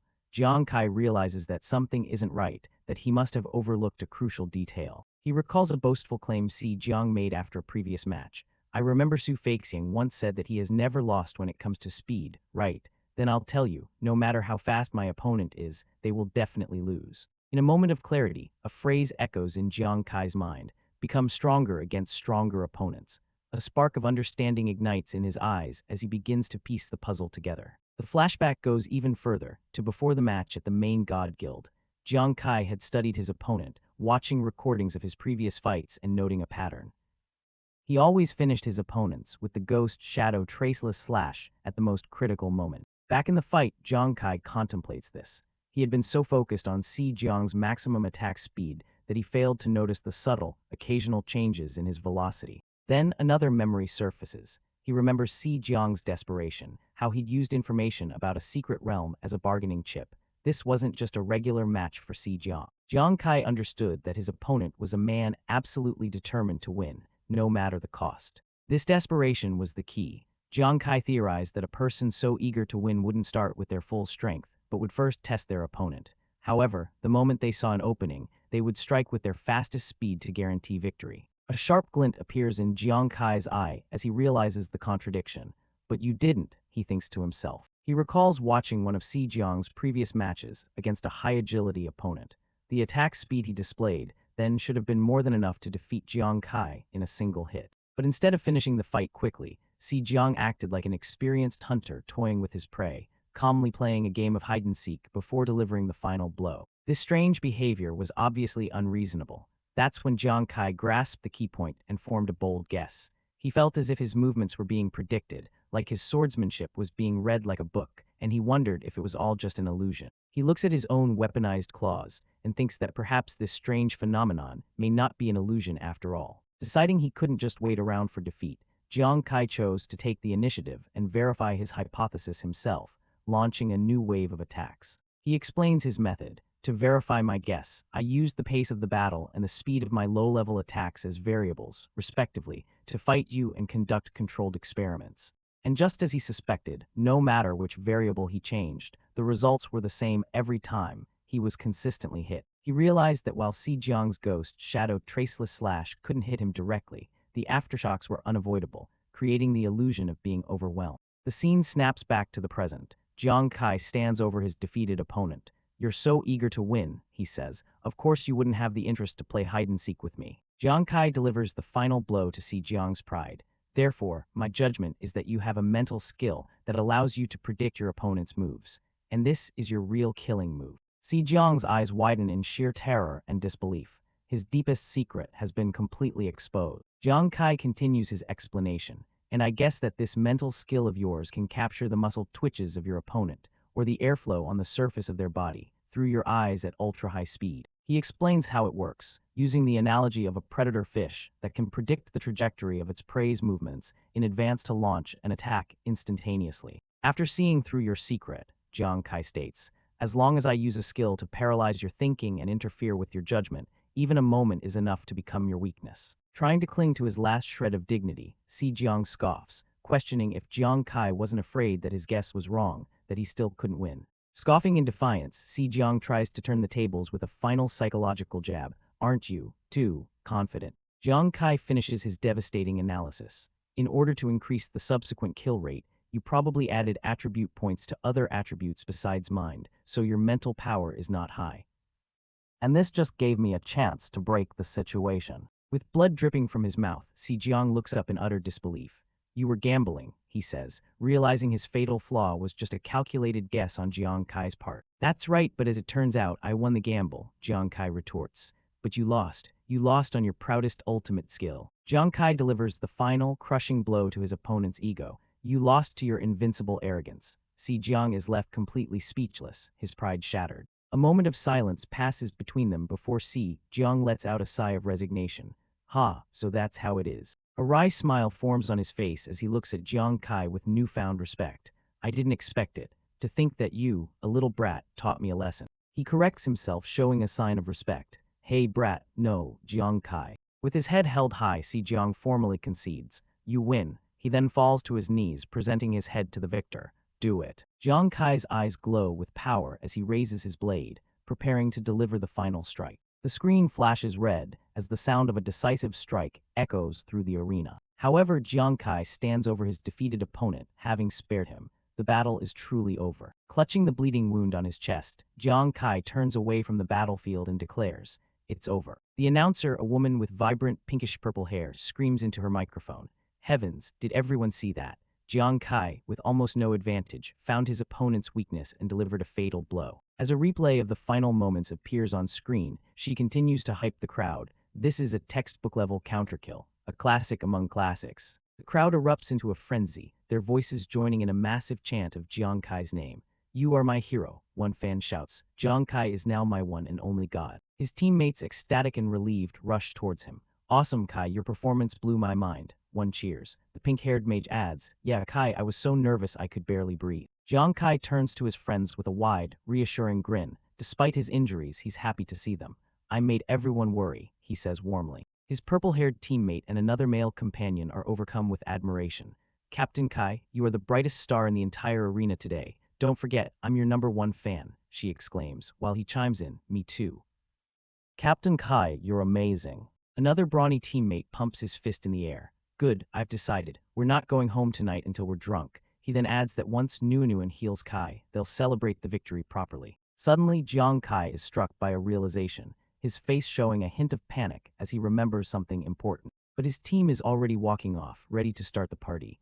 The announcer tries to call them back, shouting, "Wait guys, I haven't announced the results of the match yet. Hey, don't go." Ignoring the departing team, the announcer raises her arm, ready to make the official declaration to the roaring crowd. With a powerful voice, she announces, "Now, I hereby officially announce that the champion of this match is Jiang Kai of the Fire God Squad." The crowd goes wild, chanting his name in unison. Jiang Kai is immediately swarmed by his overjoyed teammates, who lift him up in celebration. Watching from the stands, a mysterious woman with long, dark red hair smiles knowingly. "I didn't expect Jiang Kai to create another miracle," she muses to herself. "Or maybe, this guy is the miracle himself." The next day, back at the main God Guild headquarters, a shout rings out, announcing that the military has sent a messenger to deliver their rewards for winning the tournament. The reward arrives in a small, unassuming bronze box, held out for the team to receive. The entire team crowds around, peering at the tiny prize. The brawny teammate complains, "What can such a small box hold? The military is so stingy." Jiang Kai decides there's only one way to find out. As he opens the box, a brilliant blue light erupts from within. Suddenly, 5 glowing cards shoot out of the box, one for each member of the Fire God Squad. A card imbued with powerful energy flies directly towards a surprised Jiang Kai. Another card shoots towards the goggle-wearing teammate, who looks on with his mouth agape. As her own card approaches, the purple-haired mage realizes the true nature of their prize. "Oh, so the rewards are given in the form of cards," she says, stunned. A close-up of Jiang Kai's eye reflects the brilliant light of his personalized reward card. He reaches out and seizes the card, which pulses with an intense, radiant energy. As he holds the card, the energy envelops him, confirming this is a reward of immense power. A system message materializes before him. "Congratulations on obtaining the upgraded version of 9 Revolutions, Chasing Fate, SI level." An info panel displays the details of his new SI level weapon, the 9 Calamities Chasing Fate. It provides massive boosts to strength, penetration, and agility, along with a special effect that continuously increases his critical hit rate and damage, while also reducing enemy armor. Jiang Kai is shocked to see it's an upgraded version of his Chasing Fate. He exclaims in amazement, realizing that some rare S-rank weapons can have advanced forms. He never expected his own weapon to have a second-level form, calling it a true surprise. In a chibi-style thought bubble, Jiang Kai celebrates the new mechanics. A guaranteed critical hit after 7 uses is much more reliable, and combined with the continuous armor reduction, his odds of defeating high-defense monsters are now even greater. After the intense battle, a mysterious card materializes in front of Kai. Confused, he wonders what this new item could be. His young companion's eyes light up with excitement. He recognizes the items, explaining to Kai that they are called mother-child stones, a powerful pair that share an absolute attraction force. The boy elaborates that if these stones are embedded into Kai's gloves and his Chasing Fate weapon, no other weapon will be able to interfere with his attacks. Kai realizes how great this reward is. The team's purple-haired mage is overjoyed with her reward. It's a rare class change material that will allow her to become a high-level demon spiritualist, a significant power-up. The young boy with goggles excitedly shows off his own prize, a drunken immortal gourd. He explains that it enhances the effect of all alcohol by 30% and reduces hangover time by 50%. Looking at the 2 powerful cards in his hands, Kai is satisfied. He remarks that these rewards seem perfectly tailored for each of them. A thought suddenly strikes Kai, and his expression turns to one of concern as he asks his other teammates, Zhu and Nuanuan, about their rewards. Zhu and Nuanuan reassure him. Zhu explains that since they are still with the military, their rewards have already been sent directly to their captain, Li Bio. Zhu claps a hand on Kai's shoulder, agreeing with him that the rewards were truly generous and perfectly suited to their individual fighting styles. Nuanuan adds that the person who delivered the rewards was sent by Brother Lu, and it was Commander Wei who personally requested these specific items for them. Kai is surprised to hear that Commander Wei himself was involved, a sign of the high regard in which he is held. His teammates are ecstatic, cheering that Captain Kai is so respected and that Commander Wei has a good eye for talent. Kai smiles, feeling a sense of gratitude. He makes a mental note to thank Commander Wei and Brother Lu for their help the next time he sees them. Zhu then brings up another matter, reminding Kai that since he won the finals, the Azure Dragon Guild should be handing over the Secret Realm information card, as per their bet. Kai assures him they will deliver it in 3 days. Seeing Nuanuan still looking worried, the purple-haired mage playfully pinches her cheeks, telling her to stop frowning now that Kai has won the competition. Nuanuan shyly denies being troubled. Kai looks on, a quiet smile on his face, as he watches his friends and teammates celebrating their shared victory. The scene then shifts, transitioning to a new location, the modern and bustling Jiangzhang city. Now dressed in casual clothes, Kai walks through a park. He appears to have left the game world and is back in his everyday life. He thinks back to his sister, Yingzi, recalling an uneasy expression she had. Feeling that something is on her mind, he decides to give her a surprise visit at school to check on her. Meanwhile, at the school, students are leaving for the day. 2 boys chat about their after-school plans, with one reminding the other about an upcoming pop quiz. Kai arrives at his sister's classroom, Class 3-2. He opens the door and politely asks if Jiang Weiying is there. A female student inside informs him that Jiang Weiying isn't there, and that someone called her away. She recognizes Kai as Jiang Weiying's second older brother. Kai is a bit confused by the term called away and asks for clarification, wondering if a teacher simply called her to the office. The student's expression turns grave. With a worried look, she reveals that the situation is more serious, explaining that a group of upperclassmen have recently been targeting Jiang Wang. The word targeting immediately shatters Kai's composure. His friendly demeanor vanishes, replaced by a cold fury as he grabs the student's shoulders, demanding to know exactly what she means. The student explains that the group's leader is Zhao Lei, a new transfer student. His father works for the powerful Huang Wei, and relying on this background, he does whatever he wants. He has gathered a following, and even the teachers can't control him. Just then, another student comes rushing out of the classroom, gasping for breath. He frantically says there's no time, explaining that Jiang Wang was called away by two girls who usually hang out with Zhao Lei. Before he can say more, a foot lashes out and sends the student flying with a painful grunt. A group of delinquents stand over the fallen student. Their leader, a boy with a tall pompadour, scolds him for ignoring his summons. From the classroom doorway, Kai and the female student witness the scene. She points in horror, identifying the main bully as Zhao Lei. On the ground, the student stammers an apology, trying to explain himself, but the bully grabs him by the hair, ignoring his pleas. With a sadistic grin, the bully raises his fist, shouting that the student must be looking for death. But before the punch can land, a hand firmly grabs the bully's wrist, stopping him in his tracks. A close-up reveals Kai's cold, determined eye. Kai steps in, grabbing the bully's arm. He calmly asks, "You're Zhao Lei, do you know Huang Wei?" Enraged that someone dared to interfere, Zhao Lei shouts, "Which blind dog dares to be so arrogant knowing it's me? Tired of living." With an icy stare, Kai introduces himself. "I'm Jiang Wang's older brother, Jiang Kai." He then gets straight to the point, demanding, "Where is Yingzi now?" Zhao Lei smirks, recognizing the name. "So you're that Jiang Kai who doesn't know his place and offended the Huang family." He scoffs, arrogantly asking why he should bother answering. With a sneer, he tries to humiliate Kai. "Of course, if you kneel down, beg for mercy, and bark like a dog, I might consider being merciful in telling you." Kai's expression remains dangerously calm. He replies with a chilling warning, "I'm afraid you can't handle it." Zhao Lei grits his teeth in anger, furious at Kai's defiance. Enraged, Zhao Lei declares that he'll show Kai what regret means. His lackeys eagerly volunteer to attack, shouting, "Brother Zhao, we'll kill him for you." The commotion attracts the attention of other students in the hallway.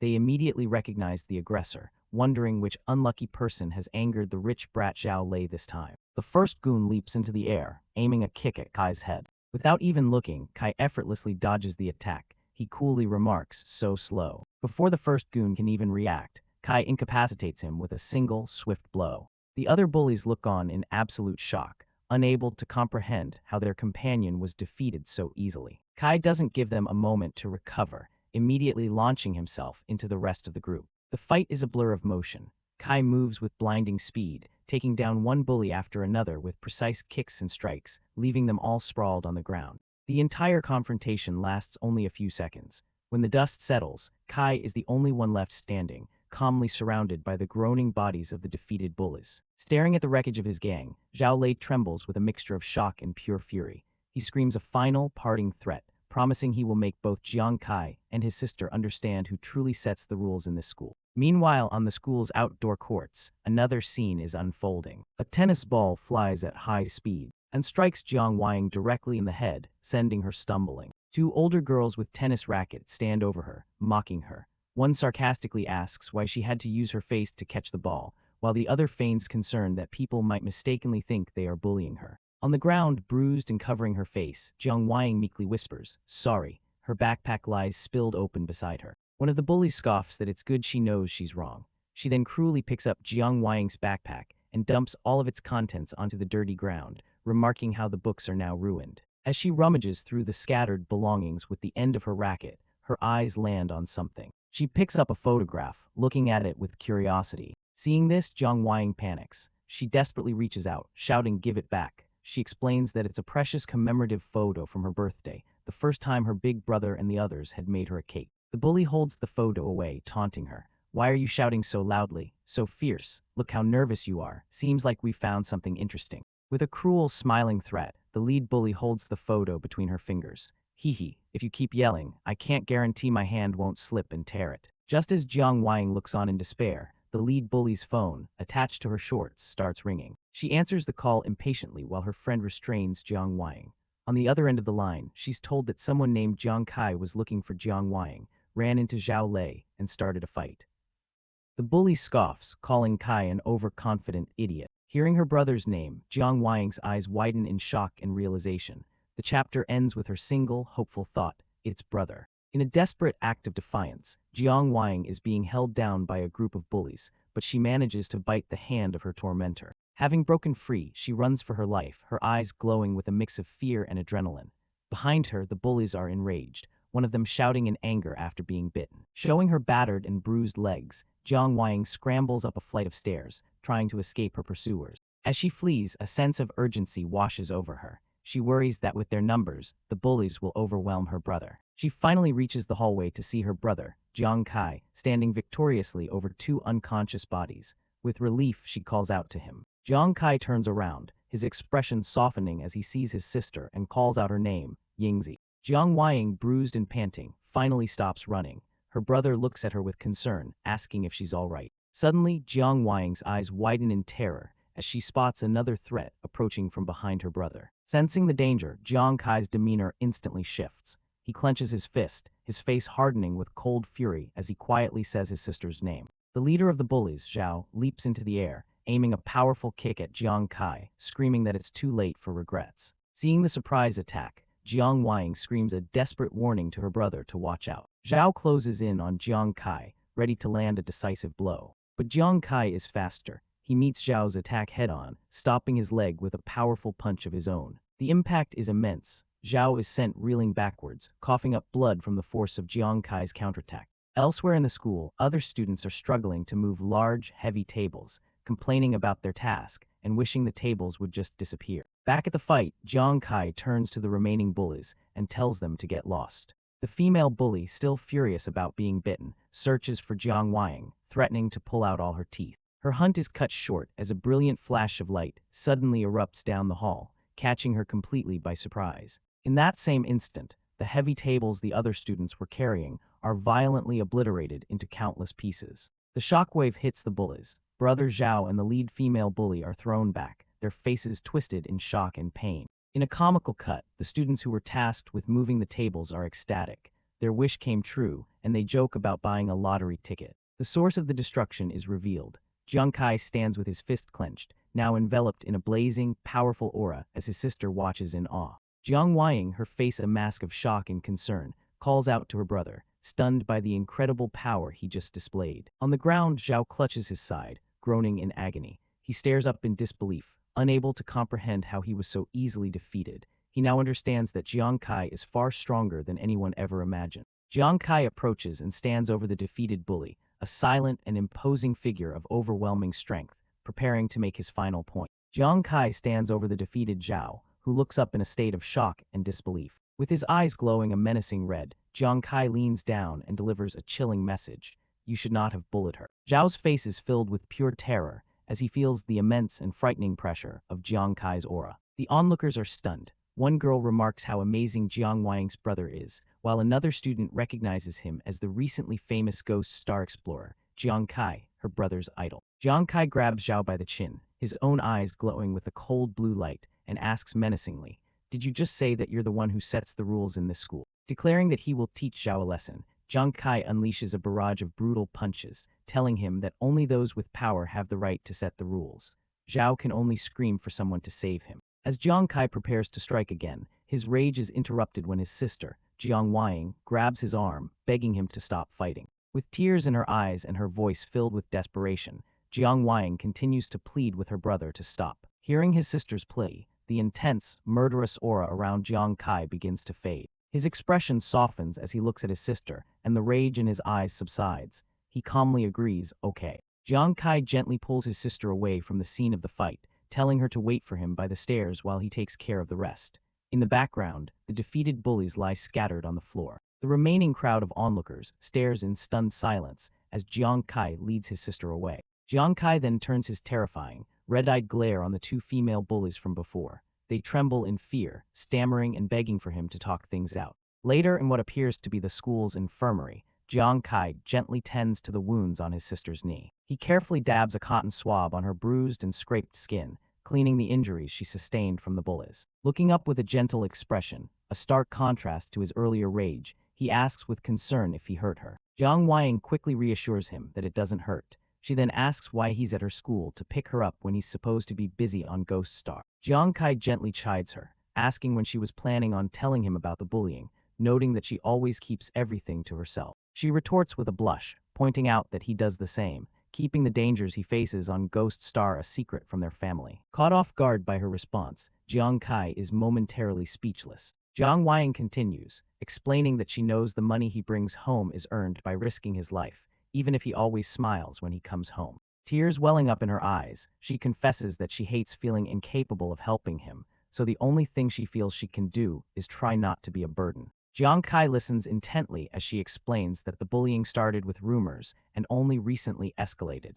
She didn't want to worry him, knowing he was busy with an important competition. After she finishes, she looks at her silent brother with apprehension, asking if he's angry and offering a heartfelt apology. Jiang Kai gently strokes her hair, thinking to himself with affection and a hint of sadness that his little sister has truly grown up without him even realizing it. Jiang Kai looks down at his sister and tells her that she doesn't need to apologize. The fault lies entirely with those who bullied her. He promises to video call her every day so she won't worry, then playfully but fiercely threatens to bring shovels and tear the school down if she ever hides her problems from him again. His expression softens into a gentle smile as he reminds her that, after all, it's only natural for a brother to protect his sister. Moved by his heartfelt words and fierce protectiveness, Jiang Weiying's eyes fill with tears. He then hands her a photograph, telling her to keep it safe. She looks at the photo, a cherished memory of a birthday celebration with her, Jiang Kai, and another young man with white hair, their older brother. Clutching the photo to her chest, she cries tears of gratitude and understanding,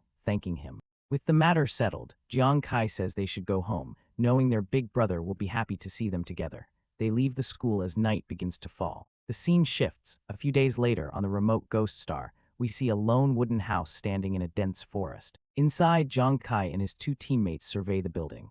One of them, Zhao Lei, expresses doubt, wondering if the Azure Dragon Guild tricked them with the location of the secret realm. Jiang Kai, now clad in his combat gear, inspects a table and states that he doesn't believe the location is a fake. His teammate, Hu Yan, points out that the interior is spotless despite the house's dilapidated exterior.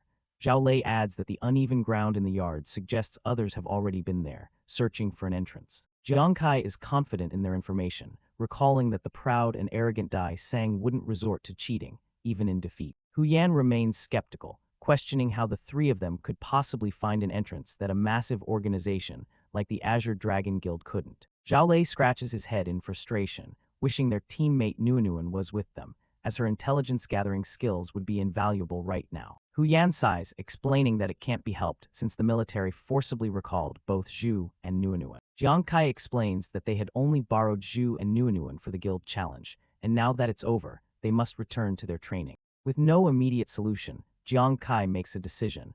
They will camp nearby for the night and keep the house under observation. As night descends, the forest is bathed in the light of the full moon. While his teammates rest, Zhao Lei is fast asleep, comically hugging a large rock and calling it his favorite wife. Jiang Kai stands guard, staring into the darkness. He's been watching for a while but has found nothing unusual, making him wonder if he was wrong after all. A figure approaches him from behind in the shadows of the moonlit forest. It's his teammate, Hu Yan, coming to take over the watch.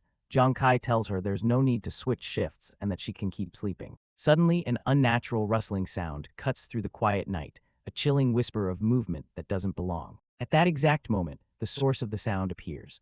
A ghostly figure with long, dark hair materializes inside the supposedly empty wooden house, her ominous presence felt but not yet seen by the observers outside. Jiang Kai's eyes snap open with alarm. He instantly recognizes that something is terribly wrong. He leaps to his feet, senses on high alert as the wind whips around him, carrying with it an ominous presence. His teammates are awake now too. Hu Yan confidently tells Jiang Kai to let her handle this, ready to unleash her power on the monster. But before anyone can react, a shadowy figure appears directly above Jiang Kai, startling him. A horrifying monster with piercing red eyes lunges down at him from the darkness, its ghastly face contorted in a silent scream. Continuing his investigation from the previous night, Jiang Kai confronts a spectral entity. As he fires a blast of energy, he identifies it as a ghost banshee. Jiang Kai immediately unleashes one of his signature moves, chasing fate, sending a volley of energy darts straight towards the ghostly figure. The attack lands perfectly, striking the banshee's head and chest, but strangely, it seems to have no effect, dissipating on impact. Jiang Kai looks on in disbelief, sweating. He can't believe that his powerful chasing fate skill couldn't even hit her. The ghost banshee, completely unfazed by his attack, turns away from him, seemingly ignoring his presence. She then flies off at incredible speed. Jiang Kai notes that she is heading directly for the mysterious wooden house. Determined to keep up, Jiang Kai activates one of his abilities, Ghost Eye Focus, to track her movements. He pursues her relentlessly, closing the distance to the wooden house in an instant. Without hesitation, he crashes right through the wall of the house, shattering it into pieces. Inside, Jiang Kai lands, ready for a fight, but he is startled by what he sees. Instead of a hostile monster, he finds the ghost banshee sitting calmly before a vanity mirror. He stands back, watching her, completely bewildered by this strange behavior. A closer look at her reflection in the mirror reveals a horrifying truth. Half of her face is a decaying skull, yet she peacefully combs her long black hair. While the banshee is occupied, Jiang Kai leaps into the air, preparing another attack from above. Her eyes glow, sensing the impending danger. He flips downwards, unleashing another powerful flaming skill directly at the seated banshee. Again, the attack hits its mark, enveloping the banshee in energy, but she remains completely unharmed. Refusing to give up, Jiang Kai launches an even more powerful version of the attack, a full quench, sending a massive barrage of flaming projectiles. The full force of the attack rains down upon the ghost banshee, causing a huge explosion around her. Jiang Kai is once again left in shock. He aimed for her vital points, but none of his attacks caused any damage whatsoever. The night passes with his fruitless efforts. Through the shattered window frame, the sun begins to rise, signaling the dawn. Undeterred, Jiang Kai decides to try a different method, summoning a mysterious, powerful card. He materializes a single, potent arrow of light, and fires it as his last resort against the strange entity. The scene shifts to the present. As Jiang Kai finishes recounting his tale, his teammates, Ruanyu and Zhao Lei, listen with looks of utter shock and disbelief. Ruanyu asks for confirmation. A ghost banshee appeared last night and went into this very cabin. Jiang Kai confirms their fears, explaining that it all happened so suddenly. He tells them how strange the ghost banshee was, running straight into the wooden house and simply sitting in front of the mirror combing her hair, never once trying to hurt him. Ruanyu puts a hand to her chin, pondering the situation. She wonders aloud if the banshee's mysterious appearance is connected to the secret realm they believe is hidden within the wooden house. Jiang Kai confirms he had the exact same thought, which is why he relentlessly pursued her. He finishes his story by explaining that despite his strongest attacks, she remained completely immune, and as dawn broke, she simply vanished without a trace. The flashback of the battle ends, with Jiang Kai standing in the now empty room, the only trace of the banshee being the lingering sparkles in the air as he wonders how she just disappeared. Back in the present, Ruanyu expresses her shock, stating that the banshee is just too strange. Suddenly, a booming laugh echoes, interrupting their conversation. A new figure appears. Standing behind them, a man with spiky gray hair remarks that he didn't expect Jiang Kai's team to find the banshee so quickly. Jiang Kai turns to face the intruder, his eyes sharp and questioning as he asks who he is. The man introduces himself as Ao Wu, the captain of the Azure Dragon Guild's Tinglong squad. He reveals that his team is also here to explore the secret realm. Ruanyu confronts Ao Wu, accusing his Azure Dragon Guild of having bad intentions for knowing about the strange ghost banshee, but not warning them beforehand. One of Ao Wu's subordinates angrily reacts to Ruanyu's accusation,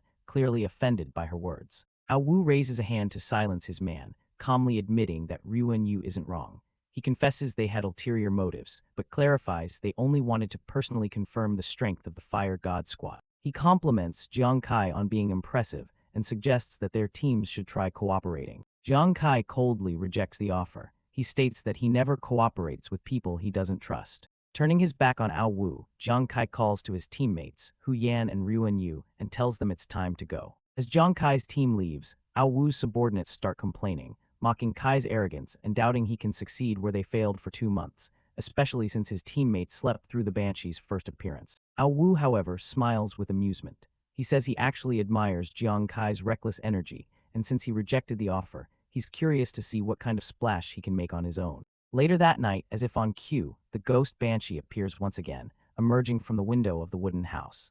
This time, Jiang Kai's team is ready. He leads the charge with Ruanyu and Hu Yan, telling them to proceed according to their new plan. Meanwhile, Ao Wu and his Tinglong squad watch the events unfold from a nearby cliff, observing from a safe distance. One of Ao Wu's men asks if they're really not going to intervene and take a look inside. Ao Wu calmly tells his team there's no rush. Since Jiang Kai insisted on fighting alone, they should give him the chance to try. As part of the plan, Hu Yan charges forward with his shield, bizarrely shouting terms of endearment at the banshee, calling her wifey, and declaring how much he's missed her. His strange approach is met with immediate failure as he is effortlessly swatted and sent flying backward from the house, much to Ryuan Yu's alarm. The ghost banshee is seen in profile, an unnerving, subtle smile on her face as she continues to comb her hair, completely unbothered. Jiang Kai reflects on their failed attempts. They've already tried his rain prayer technique, and now even Ryuan Yu's attacks have proven completely ineffective against the passive entity. Ryuan Yu struggles to hold back a bruised and comically distraught Hu Yan, who complains that, just as Captain Kai said, their attacks are utterly useless against the ghost banshee. Jiang Kai watches his defeated teammates, his expression hardening. Realizing that brute force is useless, he knows the situation is trickier than a simple fight and requires a different approach. He focuses his gaze, staring intently at the banshee's ominous, glowing green reflection.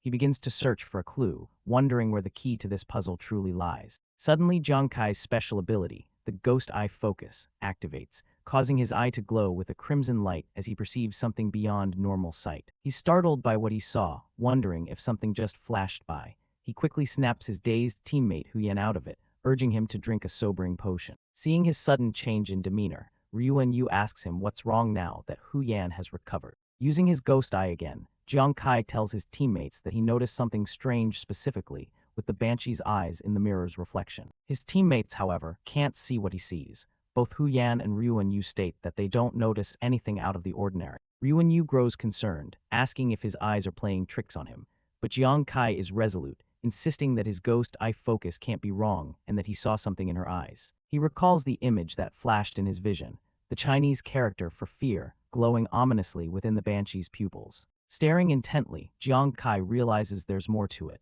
exclaiming that it's not over yet. His ghost eye focuses again, and as he reads the characters forming in the banshee's reflection, he begins to sound them out.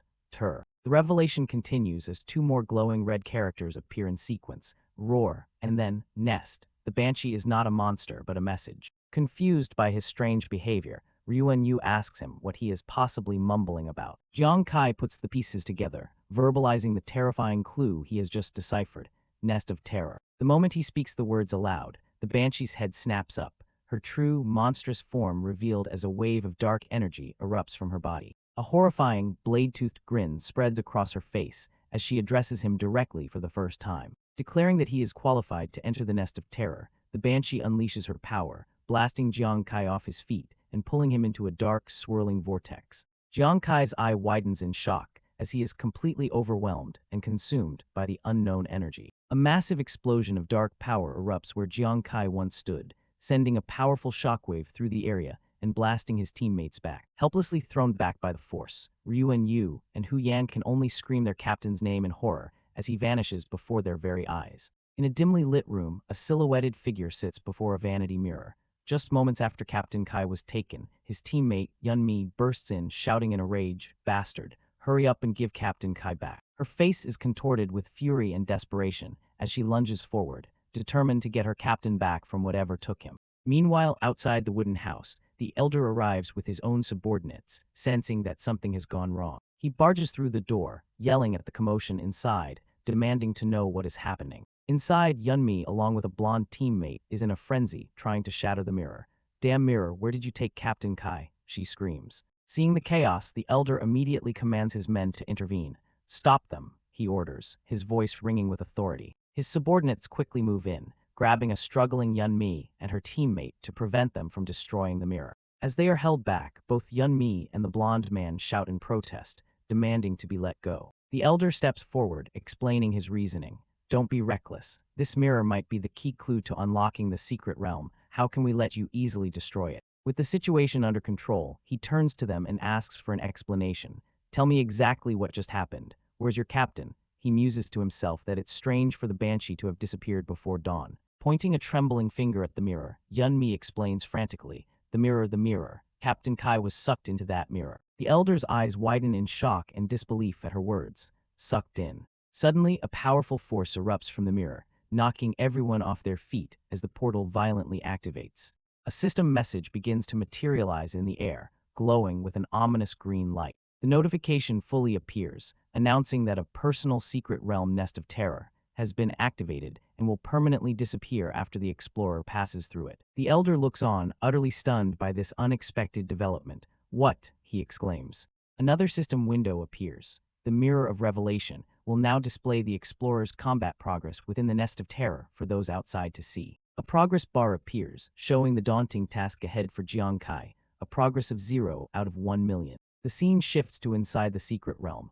Jiang Kai's eye snaps open, glowing an intense green in the darkness. He finds himself in a desolate, dark space, slowly realizing his situation. "What's going on?" I was sucked into the mirror. A massive system window appears before him, congratulating him on entering the S-Rank's secret realm, the Nest of Terror. His mission: kill all terror creatures within 20 minutes to escape the fear of the unknown. The system concludes its message with a chillingly polite sign-off, wishing you a pleasant challenge. Jiang Kai looks on in shock, his mind racing. This is the Secret Realm Challenge. What is the Mirror of Revelation? And what are the terror creatures? Where are they? Before he can fully process the daunting task ahead, a sudden shift in the air signals that the challenge has begun. Reacting instantly, Jiang Kai activates his full quench ability. Fiery red blades materialize from his gauntlet, casting a faint glow as he prepares for the unseen enemies lurking in the dark. As he prepares for battle, a system window appears with a friendly reminder. While the flame effect of his weapon is retained, its light-emitting ability has been stripped. Jiang Kai realizes the grim truth, so I have to complete the challenge without being able to see the monsters. Just then, the oppressive darkness is pierced by countless glowing red eyes, appearing like stars in a night sky.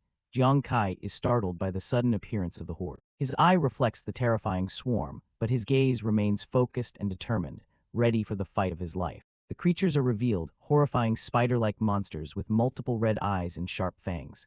"They're here," Jiang Kai announces, bracing himself. With no time for hesitation, he adopts a brutal mindset. Kill first, ask questions later. He launches himself forward, unleashing a volley of flaming projectiles into the darkness. His attacks are successful, and system notifications begin to flood his vision, confirming each kill and the minimal experience points gained. Jiang Kai continues his fierce assault, leaping through the air and firing relentlessly at the unseen horde. The fiery blades pierce through the spider creatures, their grotesque forms briefly illuminated before they are destroyed. More and more notifications stack up, a testament to his initial success against the swarm. After clearing the first wave, Jiang Kai pauses, a hint of confidence on his face. Is the challenge completed just like this? He wonders. A few dozen monsters doesn't seem that hard. But his relief is short-lived. In the blink of an eye, the darkness is filled once more, this time with an ocean of red eyes, forming colossal shapes that dwarf the previous wave. The sheer scale of the enemy sinks in, and his confidence shatters. That's not right, he thinks, his eyes wide with shock. He stands frozen for a moment, looking up in horror at a literal tidal wave of glowing red eyes,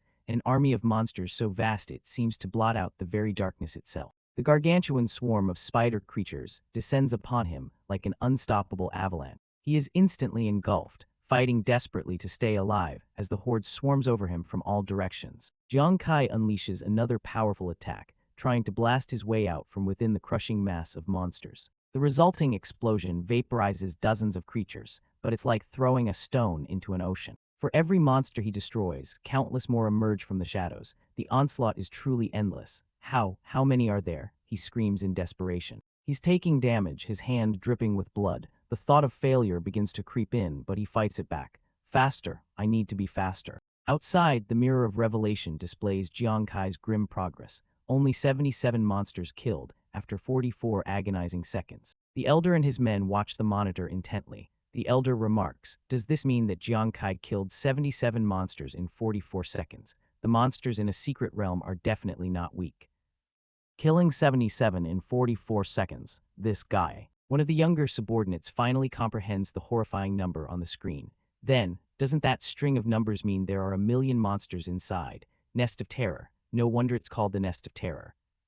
It's not a place for humans. Yunmi overhears them, and her face drains of all color. The sheer impossibility of the situation washes over her. A million monsters. Her blonde teammate is equally horrified, recalling a past battle against the Murloc Lord on Everfrost Island.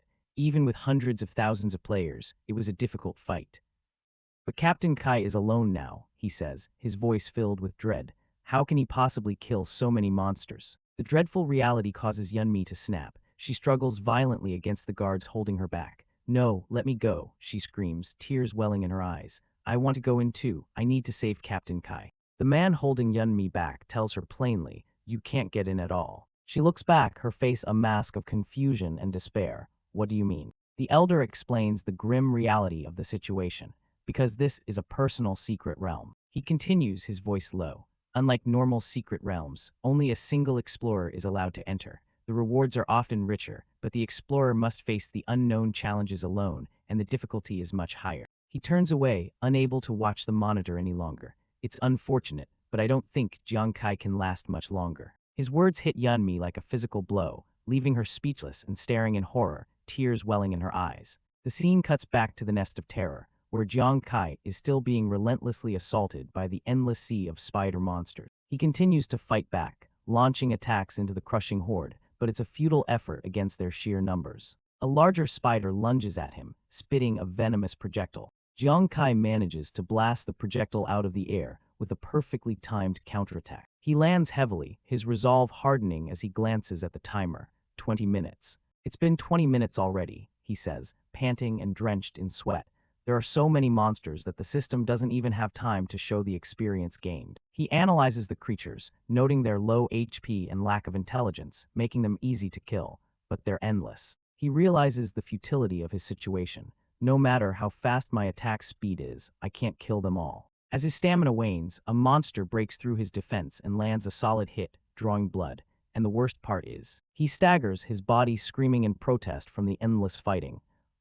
He gasps for air, his energy completely depleted, about to collapse. His legs finally give out, and he stumbles over the pile of monster corpses that have accumulated at his feet. He cries out as he falls backward, vulnerable and exposed to the monstrous horde. The spiders see their chance, their glowing red eyes fixated on the fallen explorer as they prepare to strike. They descend upon him, burying him under a writhing mass of bodies, claws, and fangs. "It hurts, my body," he screams in agony. Overwhelmed and being torn apart, Jiang Kai grits his teeth as despair finally sets in. "Damn it, the difference is too much. This time I really can't win." He feels his consciousness fading, his thoughts turning bitter, to be defeated by such low-level creatures. Blood trickles from his lips as he clings to his last shred of defiance. So unwilling. But just as his life is about to be extinguished, a new system window flashes in the darkness. Explorer DTCTD in NEAR state. As he lies dying, a single card shoots forth from his body, glowing with an intense, star-like blue light that cuts through the darkness. The card, his gambler's exclusive artifact, unleashes a torrent of energy. The system announces its hidden effect has been triggered. Wheel of Fortune, ACTIVATD. Everything goes black. Jiang Kai's consciousness drifts in the void, confused. What was that sound just now? Suddenly, his spiritual form is pulled into a space of pure white, surrounded by swirling blue energy. He has been transported away from the Nest of Terror. He finds himself floating in a blinding radiance emanating from his activated card. After fighting for so long in absolute darkness, he can only wonder, light. In a state of near death, Jiang Kai's eyes glow with a green, intricate light as he activates his skill, Ghost Eye Focus. Suddenly, he finds his consciousness in a digital space where a mysterious, goddess-like entity with long white hair appears before him. She smiles, and a system window announces that his near-death state has triggered a hidden effect of his death card, the Wheel of Fortune. The guide explains that the death card's Wheel of Fortune has a special effect. Every outcome has both a reward and a punishment, and by spinning the wheel, he agrees to bear both. Jiang Kai is presented with the image of the card, representing a double-edged sword. He wonders if this gamble will be his salvation or his final destruction. The system formally asks him, "Now, will you spin the Wheel of Fortune?" Despite being battered and bleeding, Jiang Kai smirks with unwavering resolve. For him, there is no other choice. With a defiant shout, he commands the wheel to spin IT, and a powerful vortex of energy erupts. His consciousness is pulled into the swirling blue energy, whisked away from the battlefield. Jiang Kai finds himself in an ethereal form within his own mindscape.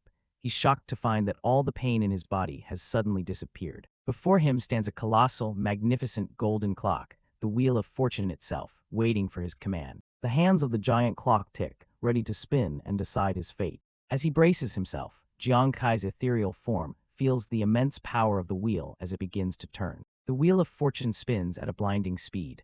Jiang Kai can only watch as the golden mechanism whirls, a blur of light and destiny. Finally, the spinning slows, and the great hand of the wheel comes to a stop. The system announces that the Wheel of Fortune has made its choice. Jiang Kai's eyes widen as he awaits the outcome of the divine gamble. The reward is revealed, a beneficial status of rapid recovery. Thanks to his talent, this is immediately upgraded to extreme recovery, restoring all his consumption at the fastest speed for 60 minutes. But with the reward comes the punishment, a negative status of exposed weakness. This too is upgraded to fragile constitution, making him vulnerable to fatal damage and doubling all pain for 60 minutes. Immediately, Jiang Kai's ethereal form is enveloped in a powerful golden aura as the extreme recovery buff takes effect. His body feels like it's burning as immense power surges through him, restoring him to his peak physical state. The recovery is so intense that even his very muscle fibers are shown, regenerating at an incredible rate. He lets out a powerful roar as the overwhelming energy of recovery flows through his entire being. The scene flashes back to the moment just before the wheel was spun, showing Jiang Kai in the real world, gritting his teeth against excruciating pain. This reveals the true cause of his near-death state. Moments before, he was being impaled by dozens of spider-like monsters, seconds away from a gruesome end. But it was in that moment of utter despair, facing certain death, that the death card activated, offering him one final, desperate chance at survival, a chance he has now seized. Now fully restored by the Wheel of Fortune's power, Jiang Kai is back on his feet, unleashing a powerful shockwave against the horde of spider monsters. He looks at the glowing death card in his hand, the artifact that granted him this second chance. With his back to the endless swarm, he knows that the chips are down. This is an all-or-nothing gamble. An intense blue aura erupts around him. Holding the card that decides his fate, he prepares for a true life-or-death battle. He begins his counterattack, unleashing a blinding flash of golden energy. The blast of energy rips through the front lines of the spider monsters, a stark contrast to his earlier struggle. Jiang Kai quickly analyzes his new condition.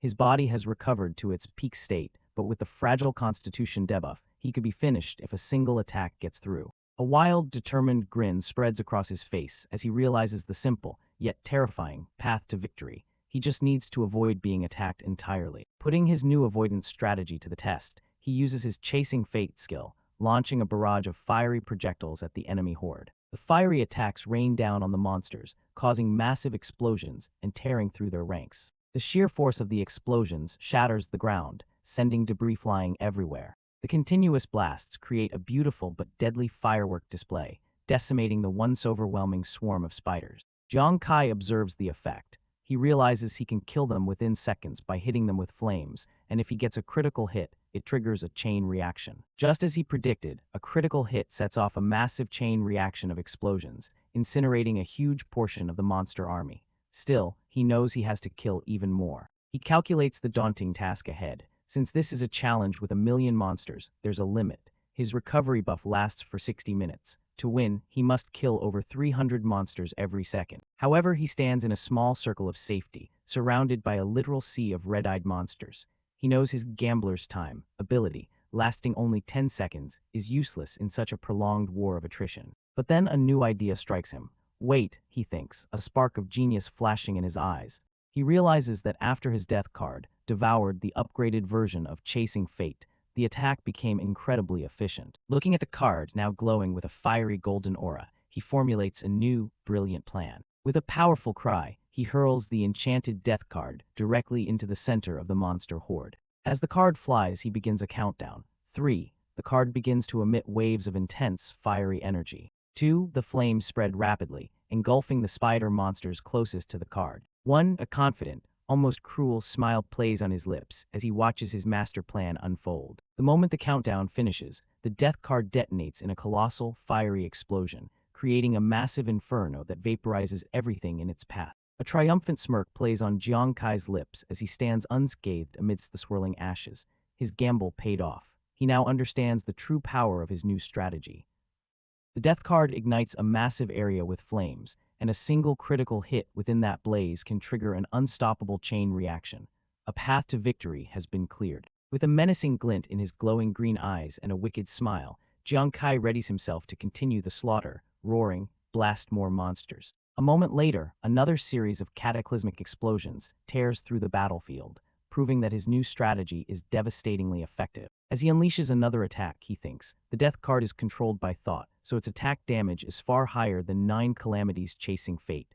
I can fully use this to directly ignite the entire battlefield. With his new strategy, victory is finally within his grasp. Continuing his trial in the secret realm, the man unleashes a powerful blast of light, effortlessly clearing a path through the swarming spider monsters as he seeks a greater challenge. In the desolate landscape of the secret realm, a mountain of monster carcasses is all that remains, a testament to the man's overwhelming power. Despite his victory, he wears a dissatisfied smirk, complaining to himself.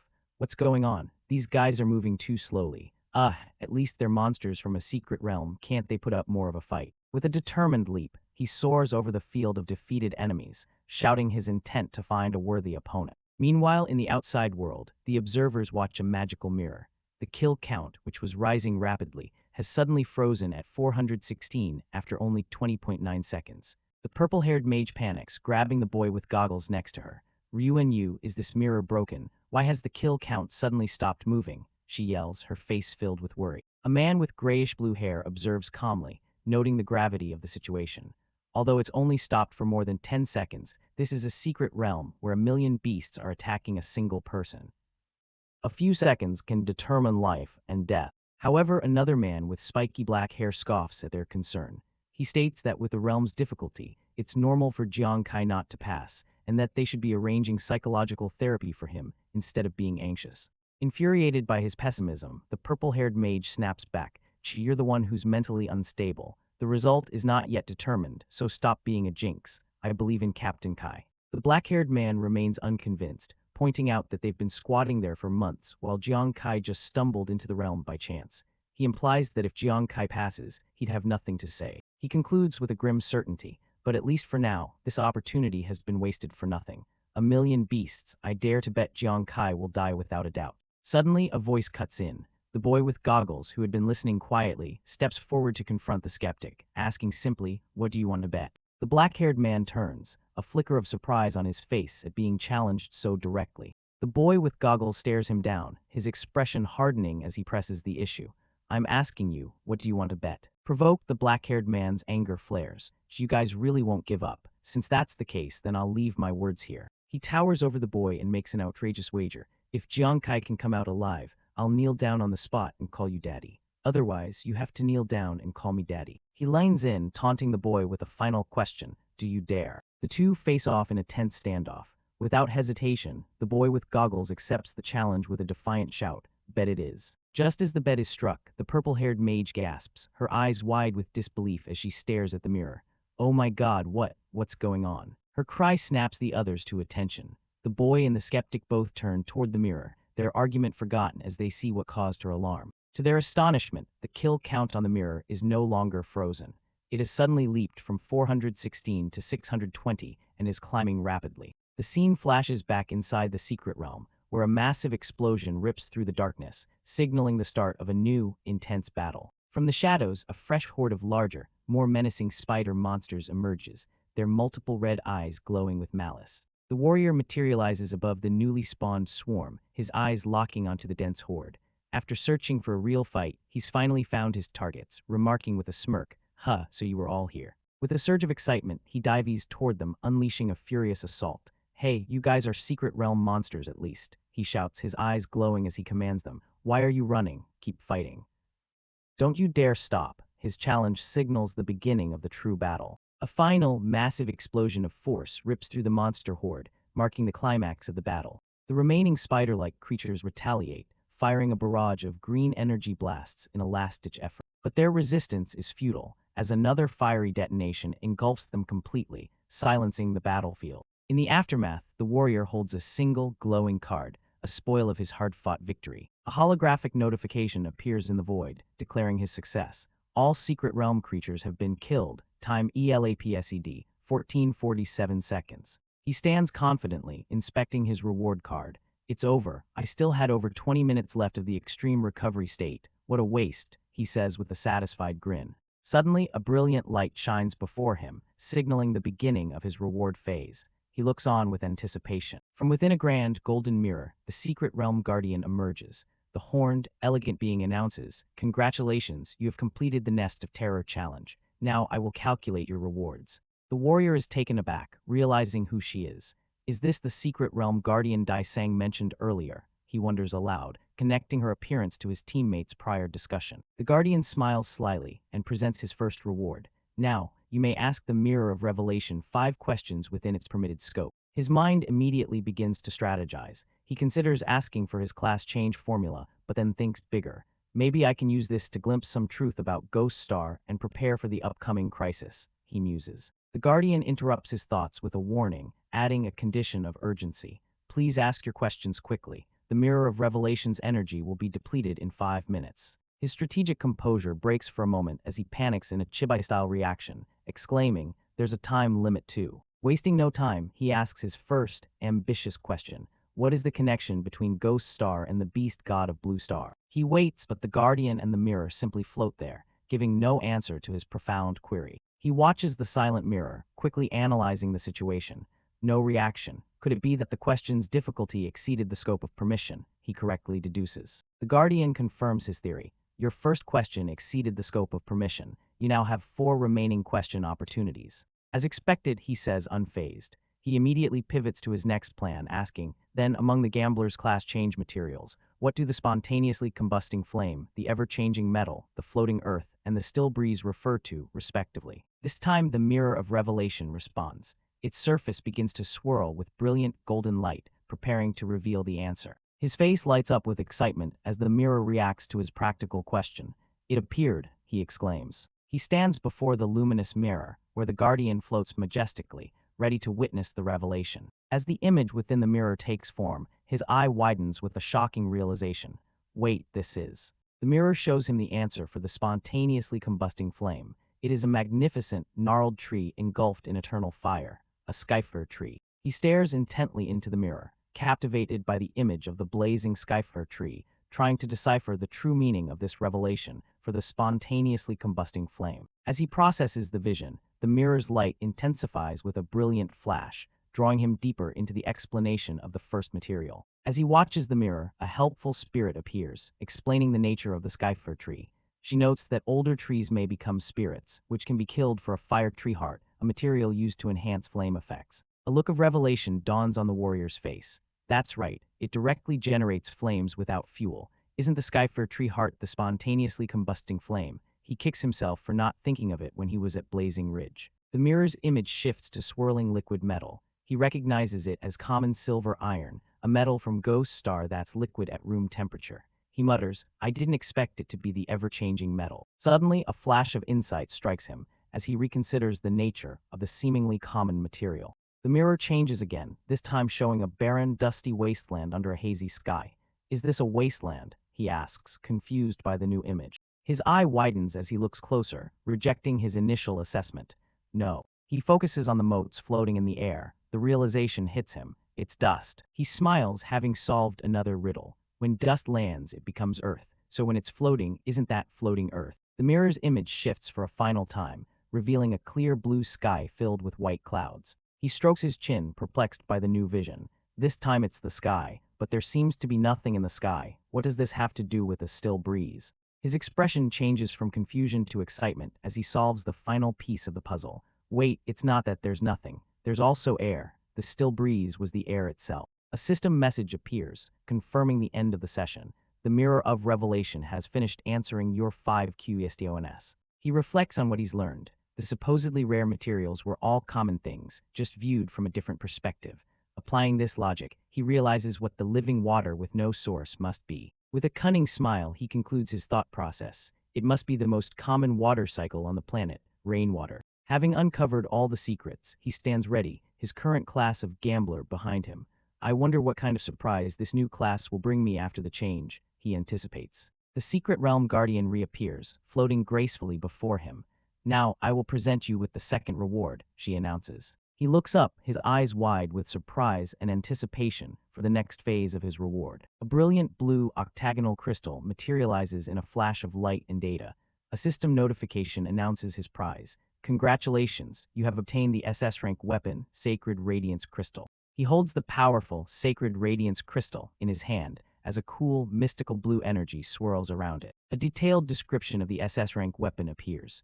It can be controlled by thought, forms a purifying aura, cleanses the target's soul, and grants immunity to certain mental attacks. He analyzes the weapon's properties, noting its key features. It can be used on others, not just himself, and is easily controlled by thought, much like his death card. He examines the crystal in his palm, understanding its most critical function, the purification effect. His thoughts turned to the dangers of mental attacks, recalling how even an elite banshee's soul-shattering scream could deter countless explorers, making them a formidable foe. A confident, almost menacing grin spreads across his face.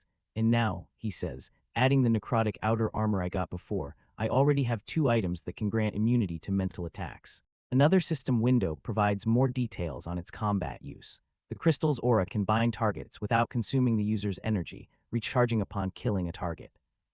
At full charge, its effects can last for an extended period, depending on the power difference between the user and the enemy. He continues to ponder the new weapon's abilities. It also has a crowd control skill. He notes that while it's a pleasant surprise, for now, it seems limited to purification and support functions. He wonders why its SS rank classification is so high. A new info panel reveals the crystal's true potential. It is a Ghost Star unique grade weapon that can be upgraded with Tears of God from other secret realms to unlock a secondary state. A cunning smile spreads across his face as he realizes the crystal's true value. Like his unique death card, this crystal is one of a kind. At a critical moment, he concludes, it might become my trump card. Back in the outside world, the number on the mirror finally updates. The progress bar is full, 1 million monsters killed in 1755 seconds. The challenge is complete. Ryuan Yu and Hu Yan explode with joy. Oh my god, she shouts, grabbing him excitedly. Quickly help me see, did that number hit 1 million? Hu Yan confirms with a massive grin. That's right, it's 1 million. Captain Kai must have succeeded. The other observers are stunned into disbelief. What, all 1 million monsters in the secret realm were killed by Jiang Kai? The gray-haired man asks, shocked. The skeptic, Dai Sang, shouts in denial. Damn it, I bet this mirror is broken. As they argue, a blinding light erupts from the mirror. A figure begins to emerge from the portal, causing someone in the room to scream in shock. The gray-haired man grunts, bracing himself as if hit by a wave of pressure from the portal's opening. Ryuan Yu's face is a mask of pure, unadulterated joy and surprise as she witnesses the return. Surrounded by crackling blue energy, Jiang Kai steps out of the mirror, returning to the real world at last. He stands tall and confident as his teammate, Ryuan Yu, joyfully shouts his name, Captain Kai. Sometime later, the scene shifts to a forest at night. Blue particles, remnants of a teleportation or magical effect, dissipate into the air. Having regrouped, the team immediately bombards Jiang Kai with questions. Hu Yan and Ryuan Yu excitedly ask about the million monsters, the secret realm's mechanics, and the Guardian. Jiang Kai laughs, holding his hands up in mock surrender. Hu Yan, Ryuan Yu, you're asking one question after another. I can't even keep up. Finally, the gray-haired man steps forward, his expression stern but his tone respectful. Jiang Kai, honestly, although I don't know how you did it, and I'm a bit unwilling to accept it. Congratulations on passing this personal secret realm. After Jiang Kai's miraculous survival, Dai Sang approaches him with a newfound respect. He apologizes for his previous arrogance and for testing Jiang Kai by withholding information about the Banshee. Dai Sang admits that Jiang Kai is the most outstanding young explorer he has ever met. With a confident smirk, Jiang Kai replies that he never needed anyone's validation to define his own worth. Dai Sang is momentarily taken aback by his assertive response. However, Jiang Kai's expression softens as he accepts the sincere praise and apology.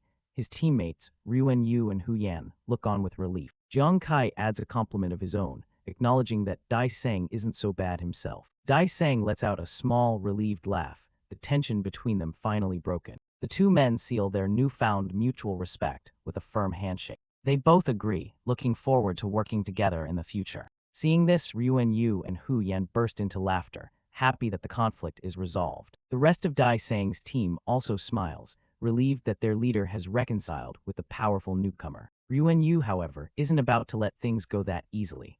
With a mischievous grin, she brings up a certain bet that was made about what someone would do if Captain Kai came out alive. Her teammates immediately turn to a stunned Dai Sang, who starts to sweat, remembering his foolish wager. Feigning ignorance, Dai Sang asks what bet she could possibly be talking about. But it's too late. As part of the losing bet, another teammate comically gets on his knees and calls out "Daddy" to a shocked Jiang Kai, much to Hu Yan's amusement. A few days later, the scene shifts to a grand, ornate building. Inside, Hu Yan and the Ryuan Yu twins wait anxiously. Hu Yan wonders why Captain Kai is taking so long to change his class, noting it's taking even longer than when Ryuan Yu's sister, Nuan, did hers. Meanwhile, Jiang Kai is in the middle of the class change process, floating as he's enveloped in a torrent of blue magical energy. A complex and powerful magic circle glows intensely beneath him, channeling immense power. The energy swirls and concentrates around Jiang Kai as he reaches the final stage of his transformation. With a final surge of power, his eyes flash green.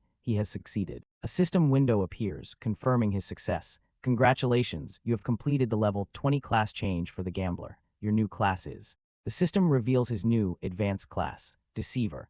An image of a masked figure surrounded by playing cards represents this new, unpredictable path. Jiangkai reads the notification, musing that Deceiver sounds like a class that takes the art of gambling to a whole new level. He eagerly awaits the details of his new abilities. As if on cue, the secret realm guardian appears before him, as another system window begins to detail the incredible benefits of the class change, starting with a 100% increase in his base attributes. The system window displays the details of his enhanced talents. Talent Super Doubled now has a 100% trigger chance, while Talent Super Critical has been upgraded, giving him a 0.2% chance to trigger a massive 200x critical hit. Jiangkai is thrilled. Though the increase seems small, he knows that in a desperate situation, this slight edge can be the difference between defeat and victory. He turns to the AI brain, the goddess-like manifestation of the system, and asks if his new Deceiver class also comes with new talents. The AI brain confirms this, revealing the Deceive Heaven and Cross the Seed talent. It explains that as a deceiver, he will be highly skilled at using words and body language to manipulate and deceive his opponent's judgment. Jiangkai smirks, realizing this is an upgraded version of his natural cunning. If used well, this new ability could lead to some very unexpected and advantageous situations. Another system window pops up. The doubled talent has triggered, granting him a second random talent, Enhanced Agility. Jiangkai's eyes widen in excitement, as the system confirms his agility value will be permanently increased by 40%. His new stats are displayed, showing a massive agility score of 454. He calculates that this 40% increase puts his speed even higher than that of his teammates, Su Feixiang and Dai Sang. With a confident grin, Jiangkai clenches his fist, eager to see what his new Deceiver class is truly capable of. The scene shifts to a high-tech data research lab, where a researcher is analyzing Jiangkai's profile. He notes that Jiangkai tested as a D rank, yet somehow managed to win the Guild Challenge tournament. Instructor Su walks in, admitting that she initially laughed at Jiangkai when he refused to join the military and claimed he would defeat the Huang family on his own, thinking he was arrogant. With a self-deprecating smile, she confesses that after watching his recent matches, she realizes she was the foolish one, the frog in the well who couldn't see the bigger picture. The researcher looks at Jiangkai's data on the screen. He confirms that Jiangkai really did it, and now the powerful Huang family no longer dares to pressure the military. They both agree that their evaluation model needs to be improved. Changing the subject, the researcher hands instructor Su a data slate.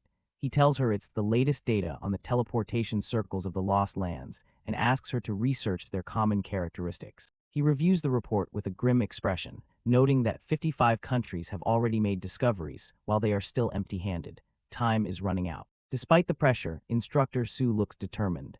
She says that for some reason, she has a strong hunch that they are about to find it too. The scene changes again, showing Jiangkai and his team entering a dark forest under the light of a full moon. Ryuan complains that she's exhausted. They've been wandering for a long time, but haven't seen a single howling moon wolf demon. Hu Yan asks Captain Kai if he thinks someone could have gotten there faster and already cleared out all the wolf packs for level-up points. Jiangkai immediately dismisses the idea as impossible. He explains that howling moon wolf demons are extremely difficult to deal with due to their ability to walk upright, their flexible combat style, and their sharp teeth and claws. He continues, explaining that ordinary small guilds wouldn't dare to challenge these monsters. As for large guilds, news of their movements would have spread beforehand. The absence of monsters is strange. Suddenly, Ryuan gasps in horror, staring at her golden divination tool. She cries out, "Blood Moon Knight," realizing they are incredibly unlucky. Jiangkai immediately turns to her, a serious look on his face, asking what's happened. In the ominous crimson-tinged forest, a voice explains that the impending blood moon has a special power.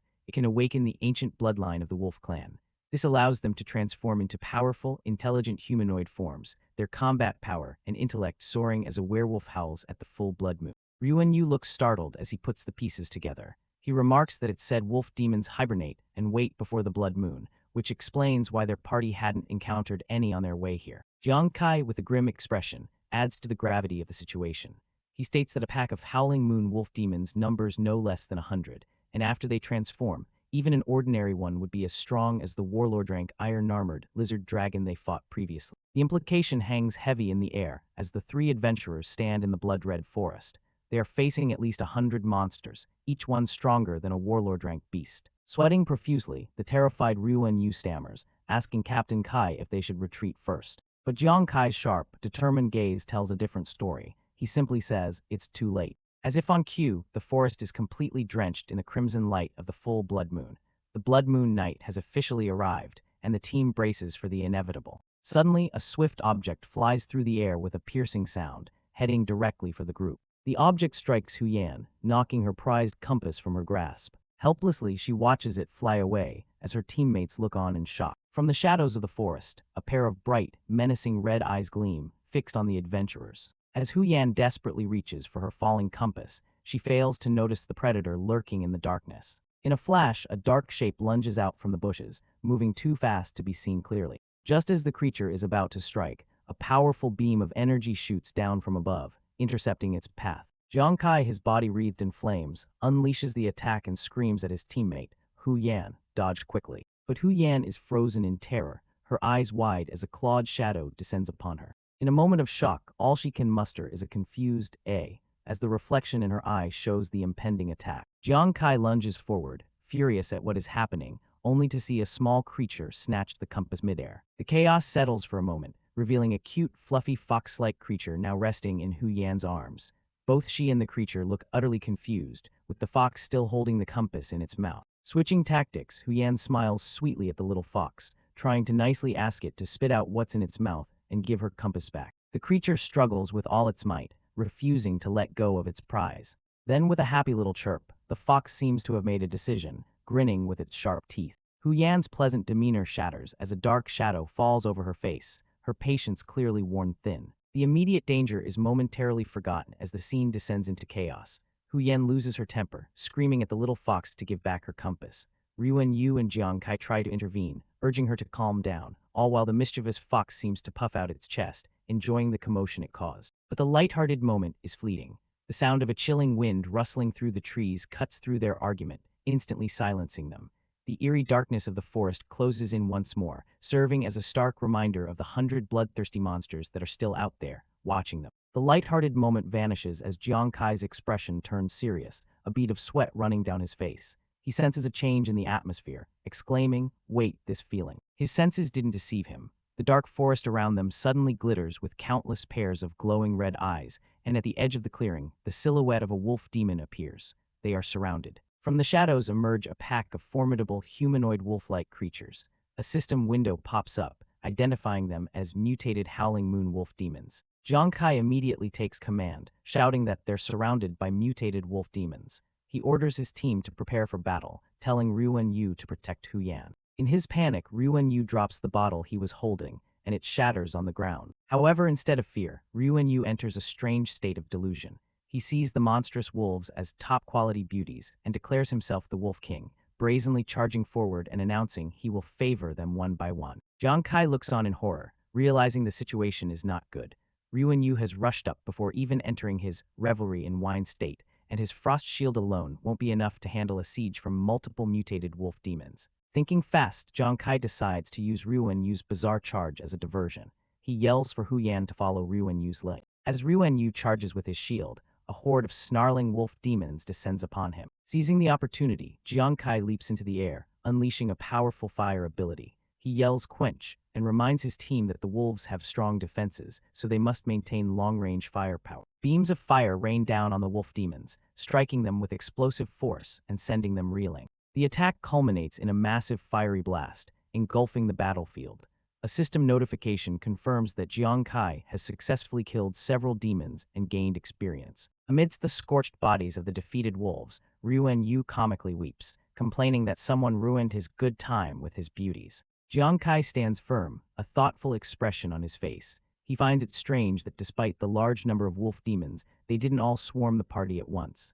A realization dawns on him as his eyes narrow. He wonders aloud, "Wait, could it be that they're testing our strength?" The scene confirms his suspicion.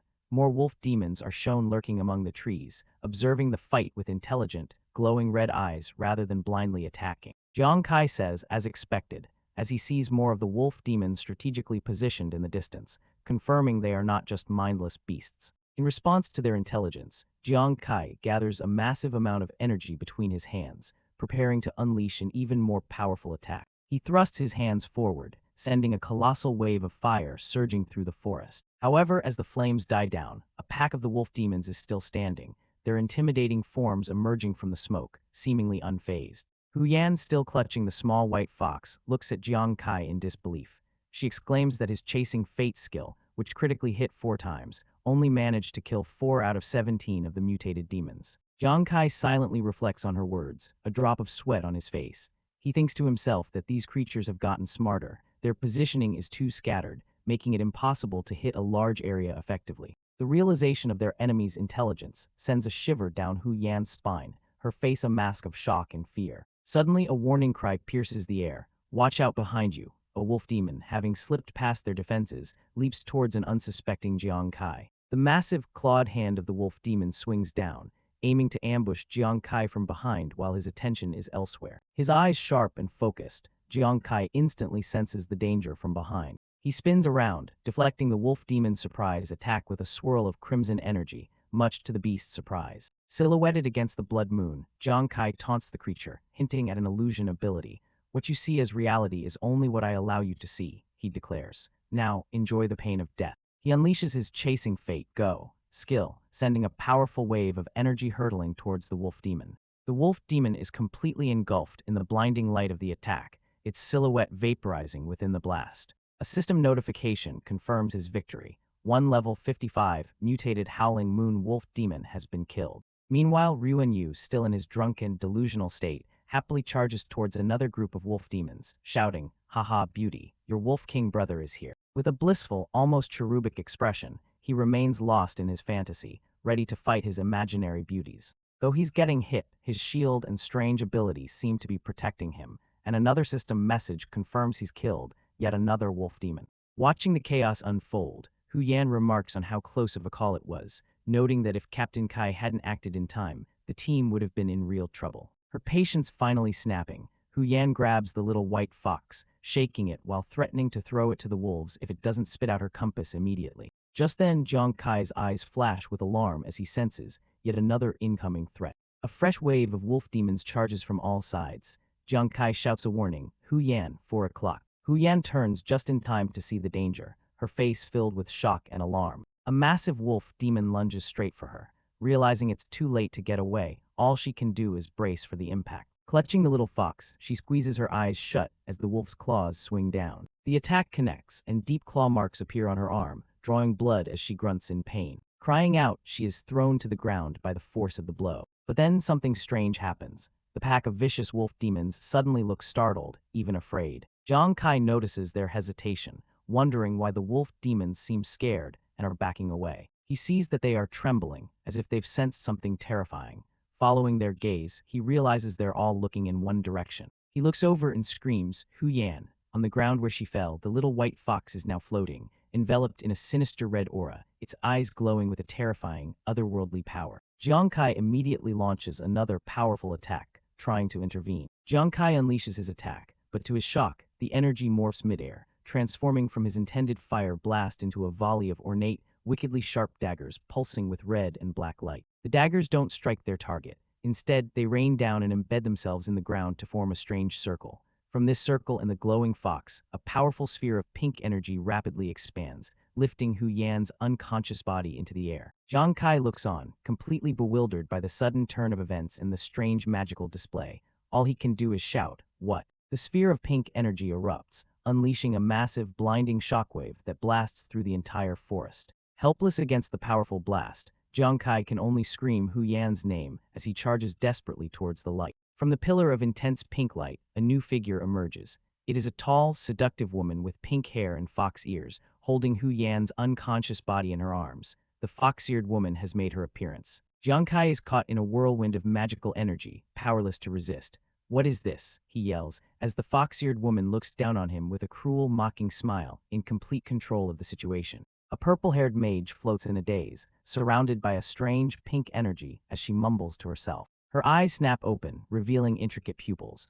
A bead of sweat trickles down her face as she confronts an unseen foe, demanding, "Who are you?" A mysterious and powerful woman with pink hair and fox ears appears before her eyes glowing with an eerie white light. The fox-eared woman looks down on the mage with a smirk, taunting her, "You lasted longer than I imagined." She looms over the struggling mage, mocking her apparent weakness. "Clearly as weak as a rabbit, yet you're quite good at acting tough." As the fox-eared woman grabs her, a dark, corrupting energy begins to seep into the mage's body, causing her immense pain. The fox-eared woman looks annoyed by the resistance, letting out an exasperated sigh and calling her a pain. She unleashes a powerful attack, blasting the purple-haired mage away with a wave of violent energy. A close-up shows the fox-eared woman's sharp fangs as she licks her lips, savoring the moment. She sinks her teeth into the mage's shoulder, who cries out in agony as green sparks of energy fly from the wound. Holding the defeated mage in her arms, the fox-eared woman mockingly whispers, "Bear with it, little rabbit." A massive wave of pink energy ripples outwards from the scene of the attack. Suddenly, the fox-eared woman's ear twitches. She glances to the side with a curious "oh," having sensed a new presence. A man in black armor appears, blocking an attack with a shield of energy. He seems shocked, exclaiming, "Under my deterrence, you can still maintain consciousness. You're quite an interesting fellow." The fox-eared woman gives a sly grin, intrigued by this newcomer. "In that case," she says, "I'll play with you." Without hesitation, she fires a massive beam of destructive pink energy directly at the armored man. He is taken by surprise by the speed and power of the attack, exclaiming "What? How suddenly?" as he is thrown off his feet. His vision flips upside down as he tumbles through the air, completely disoriented by the blast. His eyes are wide with shock and confusion, sweat pouring down his face as a strange blue aura surrounds him. Landing on his feet, he looks around at a completely new and alien environment, wondering what just happened. His eyes widen in horrifying realization as he recognizes where he is. Wait, this is... He stands alone in the middle of a destroyed city, rubble and fire everywhere under a blazing sun. He mutters in disbelief, "Blue Star." Panic sets in. He screams, "Why am I suddenly here? I was clearly in the Ghost Star Forest." He calls out for his companions, Hu Yan and Ruan Yu, and desperately cries for help. He feels a powerful vibration, and his battle instincts kick in. This vibration, it's a giant creature weighing at least 50 tons. The scene is one of pure chaos. People run for their lives, screaming for someone to save them. The armored man looks on in horror as a massive creature bears down on the civilians. His eyes are wide with horrified recognition. He knows this monster. "It's the beast god," he exclaims. The monstrous heads of the beast god descend upon the terrified citizens, who can only run and scream in utter terror. He clenches his fist, frustrated and helpless amidst the fiery chaos. "Damn it, what in the world is going on?" he yells. He tries to activate one of his skills, chasing fate, but nothing happens. He confirms his worst fears. "As expected, I can't use skills at all." He wonders if a system bug could have teleported him here. He quickly dismisses that idea, realizing the truth. No, this isn't an illusion. It's that fox's bizarre ability. The pink energy surrounding him confirms the fox-eared woman is behind this. He begins to analyze the situation, noticing inconsistencies. After all, in a real beast god battlefield, the probability of ordinary people appearing is extremely low. He runs through the desolate streets, his mind racing as he puts the pieces together. He looks at the fleeing crowds and notes another inconsistency. And until now, no transcendents have appeared either. This proves the illusion is designed specifically for him. Just then, a desperate cry pierces the air. "Please save my child." The hero's head whips around, his resolve shaken. He sees a mother trying to shield her wailing baby as the heads of the beast god loom over them, ready to strike. He tries to talk himself out of intervening. "Clear your head. Now isn't the time to play the hero." He knows it's an illusion, but the consequences of dying here are still unknown. A close-up shows the terrified, crying face of the baby, a detail designed to prey on his conscience. An image of a young, battered version of himself flashes in his mind, a traumatic memory being exploited by the illusion. He slams his foot into the ground, his frustration and empathy overriding his logic. "Damn it," he curses. He glares up at the towering monster, his decision made, even if it's not real. The baby continues to wail, completely helpless. The beast god's gigantic maw lunges toward the mother and child. The hero knows what he must do. This kind of thing, still. In a blur of motion, he dashes forward, snatching the baby from its mother's arms just as the beast's jaws are about to close.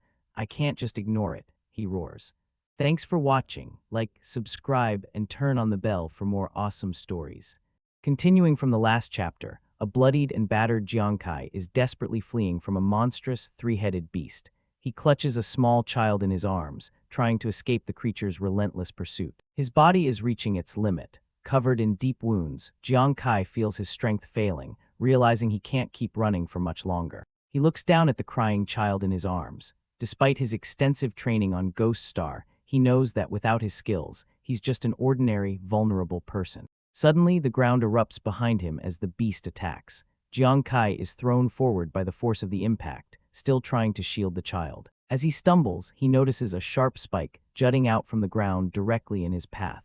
The situation has just gone from bad to worse. He trips and loses his grip. The child is flung from his arms, tumbling through the air in a terrifying arc. Horror fills Jiang Kai's eyes as he watches the child fall directly toward the deadly sharp spike he just saw. In a heart-stopping moment, the child is just inches away from being impaled on the spike. With a final desperate lunge, Jiang Kai catches the child, but the price is steep. His hand is pierced by several sharp projectiles, and he cries out in agony. There's no time for relief. Having saved the child, Jiang Kai looks up to see the massive jaws of the monster opening wide, ready to devour him whole. As the monster closes in, a sudden shock registers in Jiang Kai's vibrant green eye. The world around him begins to distort. He finds himself falling through a crimson void. The physical world has vanished, replaced by a strange, disorienting space. He has been trapped in an illusion. The illusion is terrifyingly real. He feels an unimaginable pain, as if his flesh is rotting and he's being eaten alive.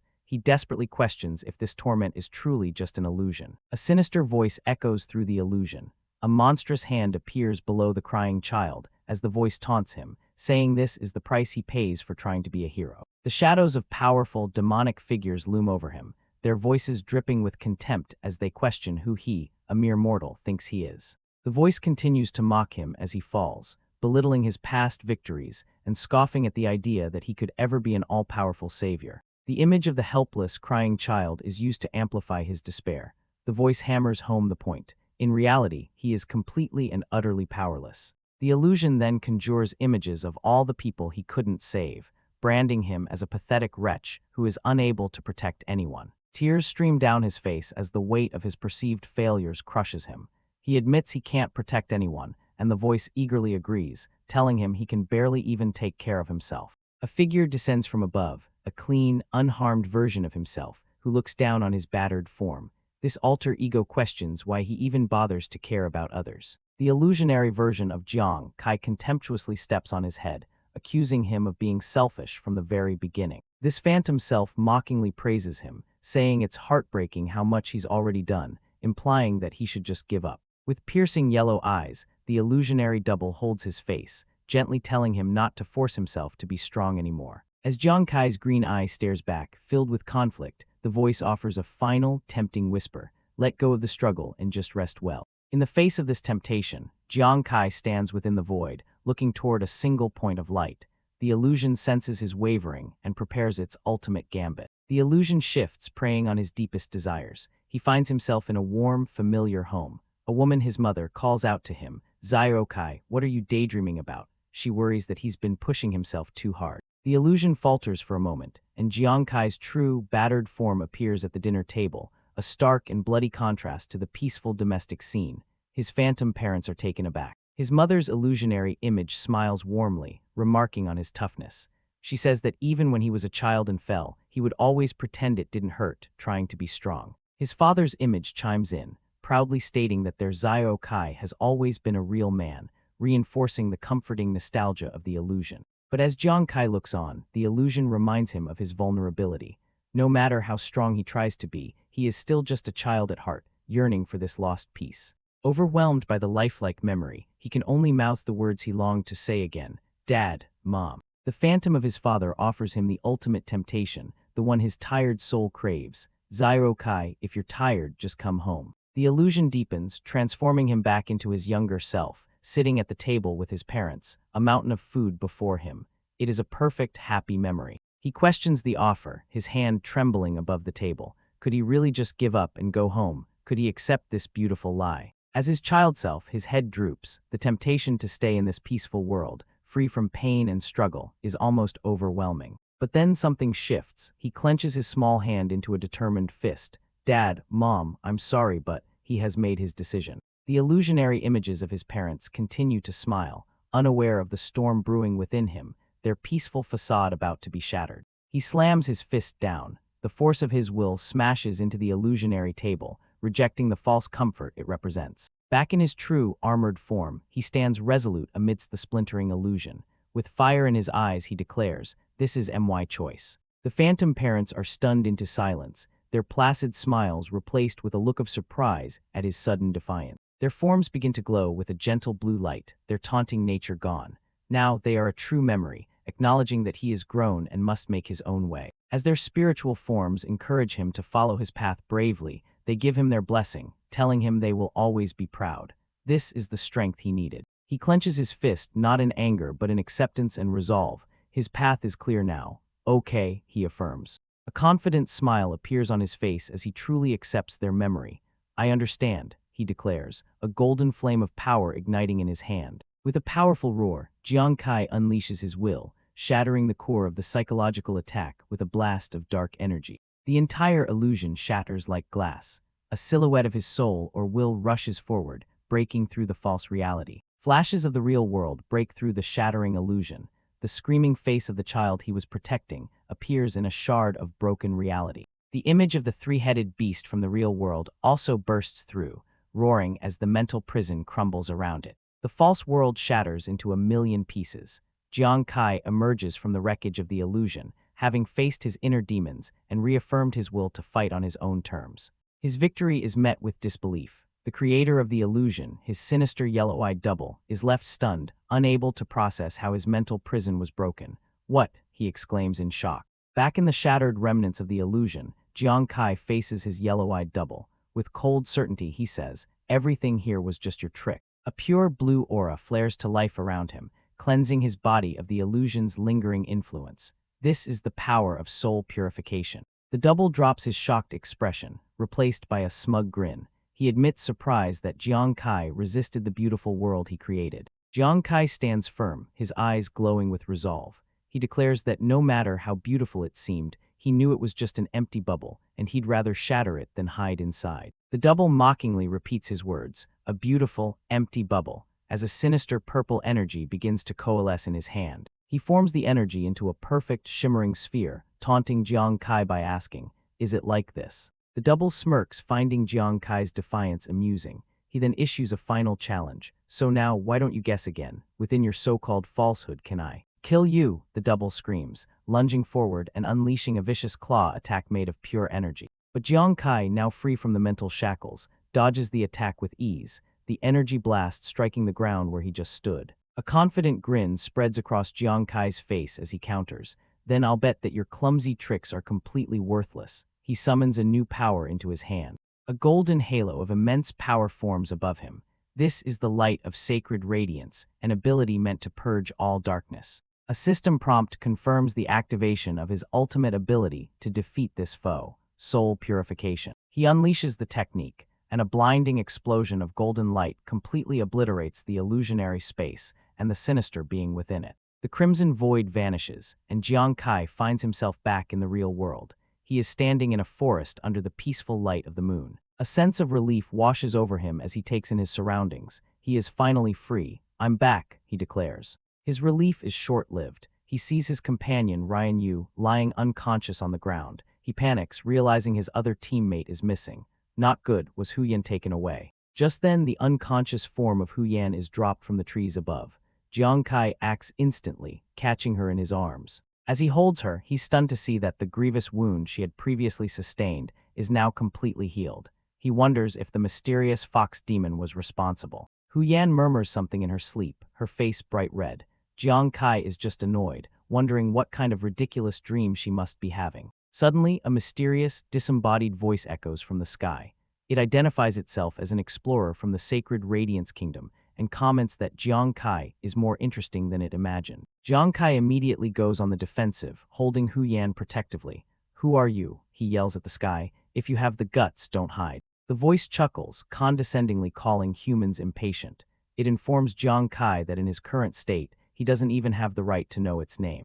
Infuriated by the entity's arrogance, Jiang Kai can only grit his teeth and glare at the sky. The voice laughs, saying that since Jiang Kai is cute, it will bestow a small gift upon him. It fires a beam of light directly at him as it warns him to remember this moment. The beam of light materializes before him, forming a large, glowing golden scroll covered in crackling energy. Jiang Kai can only stare in stunned silence, wondering what it is. As the scroll fades, the voice speaks one last time, musing that its boring days are finally over.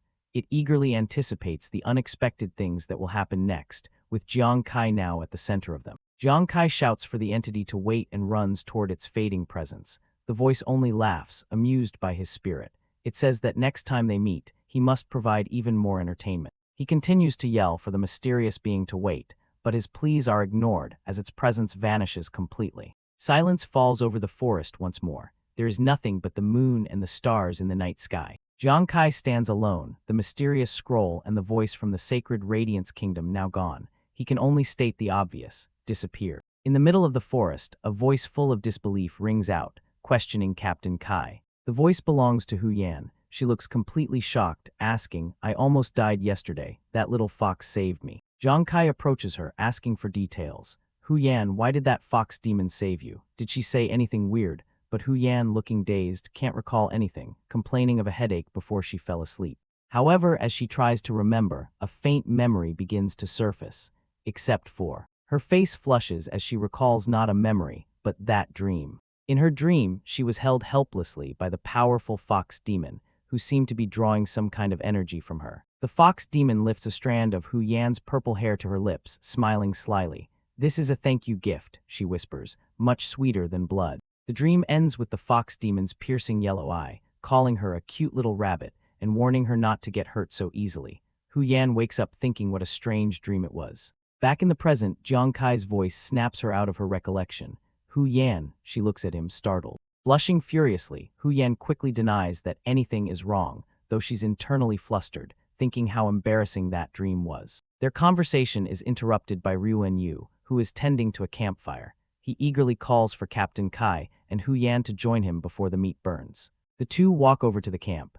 Jiang Kai tells them to eat first, as he has something important to discuss with them afterwards. The mood instantly lightens as Hu Yan and Ryuan Yu get excited about the food. Ryuan Yu jokingly yells at Hu Yan, asking if she's going to eat people with that ravenous look in her eyes. Jiang Kai watches them with a gentle smile, thinking to himself that his teammates are simple characters whose troubles vanish at the sight of good food. The next day, following the map provided by the fox demon, Jiang Kai leads his team to a narrow, rocky canyon. Standing at the entrance, he confirms their location. According to the fox demon's map, the coordinates are in this canyon. The others look on with a hint of apprehension. Hu Yan and Ryuan Yu immediately protest, worried about him going in alone.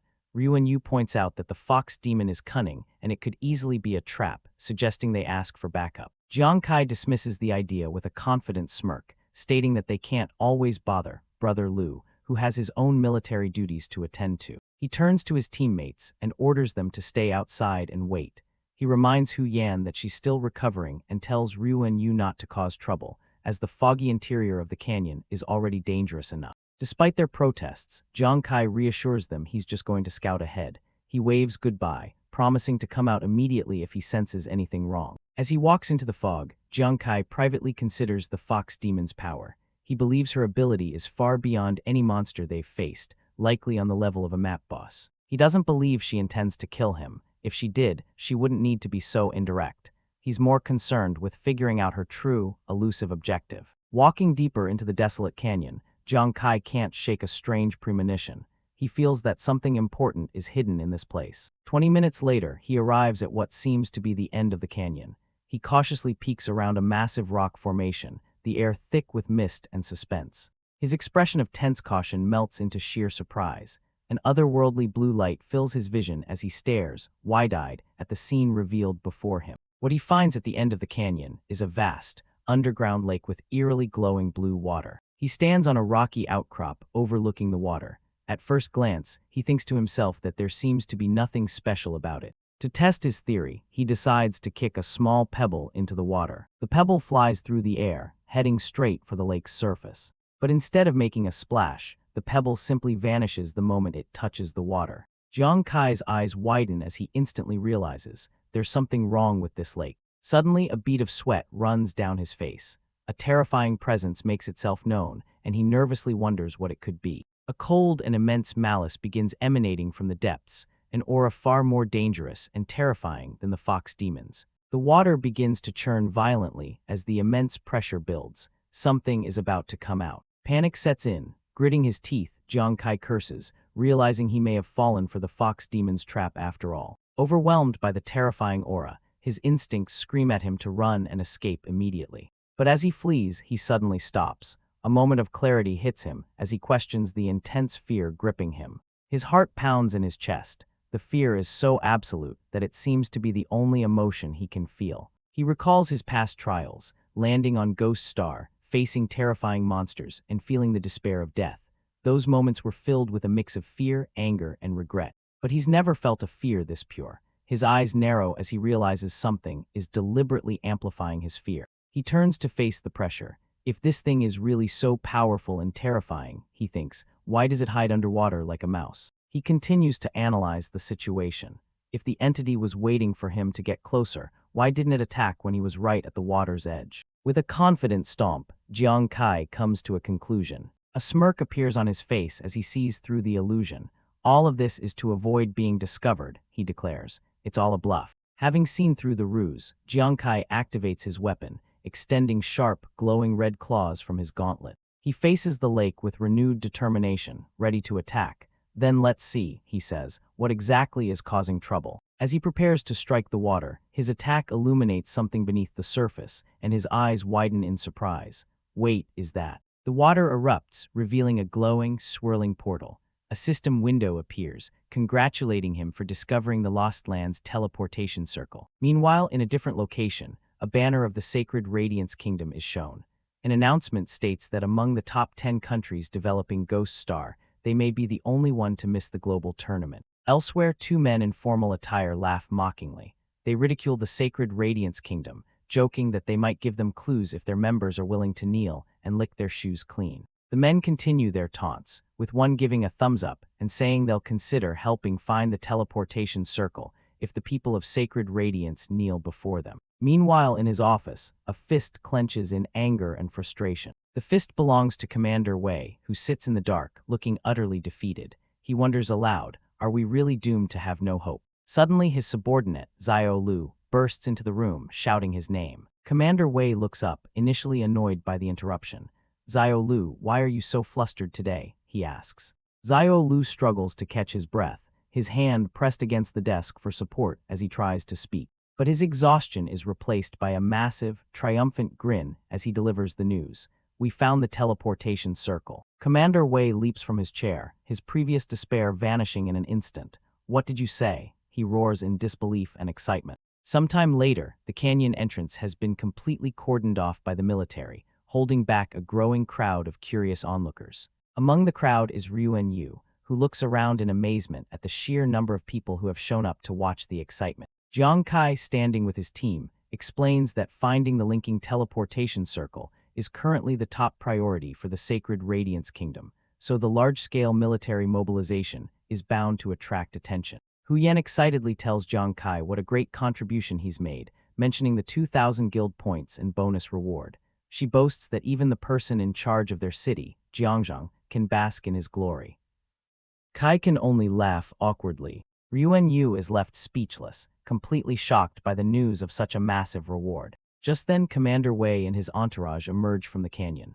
The commander walks with a renewed purpose, calling out, Jiang Kai, good kid, you really keep surprising me. The team turns as Yu points them out. Quick look, Commander Wei and the others are coming out. Jiang Kai looks on as the influential figure approaches. Hu Yan is completely starstruck, recognizing the man as Wei Wying, Commander Wei, the legendary guardian god of their own Jiangzhang city. A nearby soldier immediately reprimands Hu Yan for her familiarity. How rude, how can you call Commander Wei by his name? He barks, startling her. Commander Wei simply raises a hand, dismissing the soldier's formality. He smiles warmly, saying that since they are Jiang Kai's friends, they are his friends too. A man with long blonde hair then steps forward, his gaze fixed on Jiang Kai. He introduces himself, Hua Tianchen, chief instructor of the Sacred Radiance Kingdom War God Hall Reserve Camp.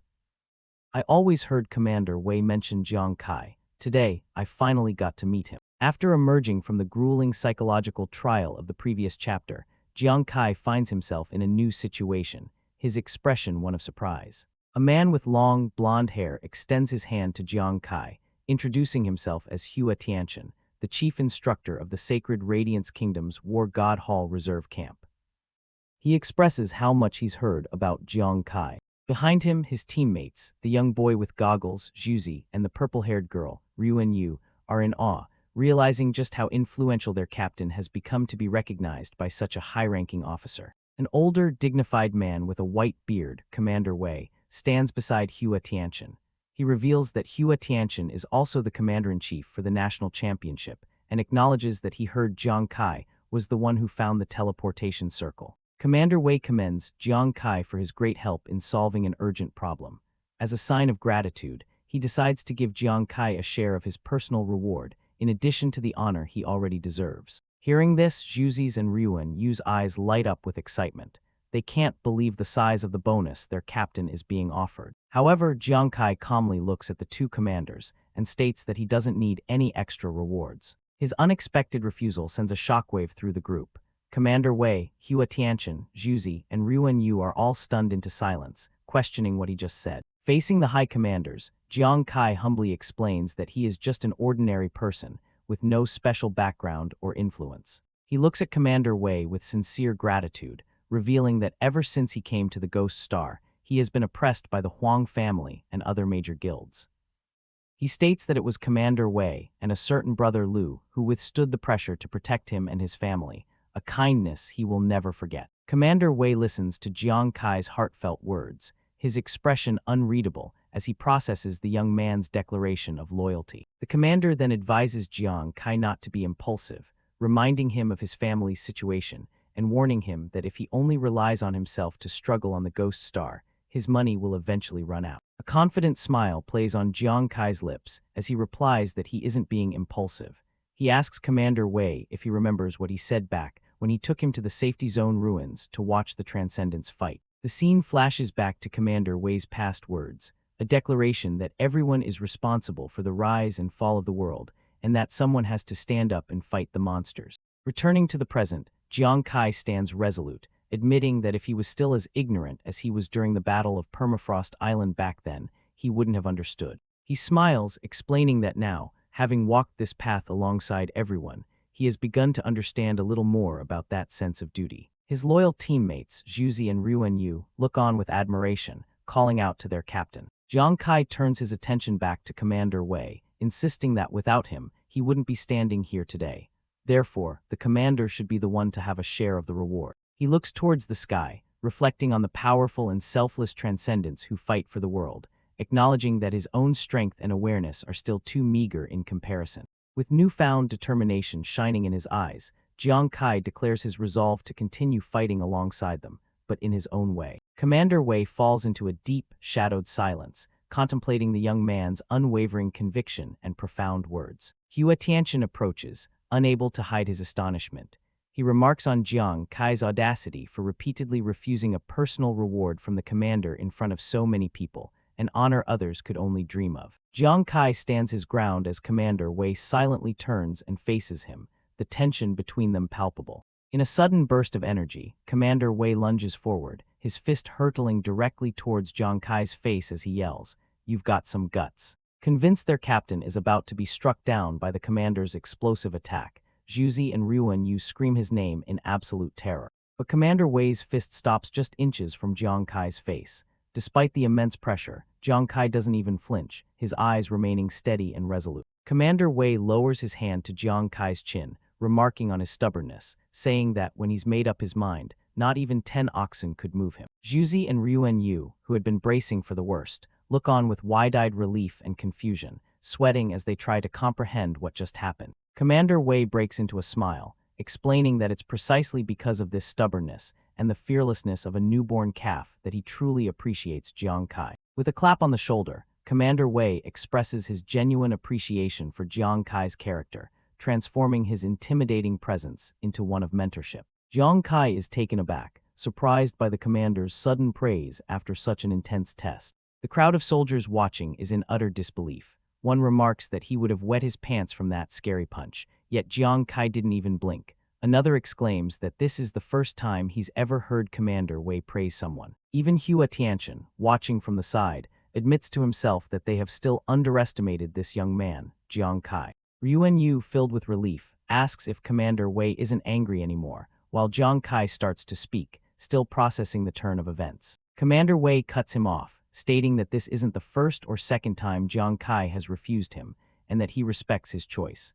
He confirms that the military will issue the rewards Jiang Kai deserves once the process is completed. Jiang Kai shouts a resounding yes, as he and his teammates, Zhuzi and Ruan Yu, smile brightly, their unity and morale restored. Commander Wei then gestures for Jiang Kai to follow him, leading him towards a narrow canyon path. As they walk through the passage, Jiang Kai realizes with a start that this must be the hidden location of the teleportation circle, concealed deep within the bottom of a lake. Commander Wei places his hand on the solid rock wall of the canyon, channeling a powerful energy that begins to glow. He unleashes his power, declaring the name of his technique, Divine Power Slash. A massive blast of energy erupts from his hand. The force of the attack travels through the canyon, completely obliterating the mountain face in a blinding explosion of rock and light. Jiang Kai is speechless, his mind reeling from the sight.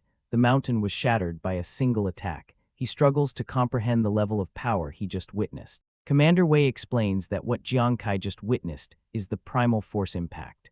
He reveals that only their sacred Radiance Martial apprentices have a chance to obtain primal force-related talents and skills, allowing them to master this incredible power. The words trigger a realization in Jiang Kai. He connects primal force to the legendary cosmic energy that was said to have erupted during the birth of the Blue Star. Standing with the other soldiers, Jiang Kai recalls that Zhuzi's heart of a martial artist talent can produce additional effects, one of which, the Orochi Slash, uses primal force. However, he admits this is the first time he's seen it used so powerfully in person. Commander Wei scoffs at the international professional rankings, which place martial apprentices low. He argues that the sacred Radiance martial arts, passed down for thousands of years, cannot be measured by cold data, and that when primal force is released, even the top 5 professions must keep their distance. He looks at Jiang Kai, adding that with new professions like his that possess unlimited potential, he believes that one day, no one will dare to look down on the sacred Radiance again. A confident smile spreads across Jiang Kai's face as he affirms the commander's belief, saying, I believe so too. The scene shifts, showing 7 days have passed. An officer reports grim news in a military hall. 65 countries have found teleportation circles, but other powers are blocking the login points to the Lost Lands. The report concludes with a devastating update. 21 of the Sacred Radiance Kingdom's teams have already been wiped out and forcibly logged off from the mission. The scene shifts to a military conference hall 7 days later. News reports flash across the screen, detailing the escalating global situation. 65 countries have now discovered teleportation circles to the Lost Lands, and border conflicts are breaking out over the fierce competition. In the packed hall, Hua Tianchen stands at a podium, addressing the numerous squad leaders of the Sacred Radiance Kingdom. He begins to brief them on the critical information their squads have gathered about the Lost Lands. First, he explains that there is a level restriction. Only explorers who have not exceeded level 60 are able to enter. Second, entry is a one-time opportunity. Each person can only enter the Lost Lands teleportation circle once. If they die or leave, they can never return. Third, teleportation is squad-based. A maximum of 5 people can enter at once, with a limit of 3 groups per day from each circle. Fourth, and most strategically important, there are only 4 login points for the entire Lost Lands.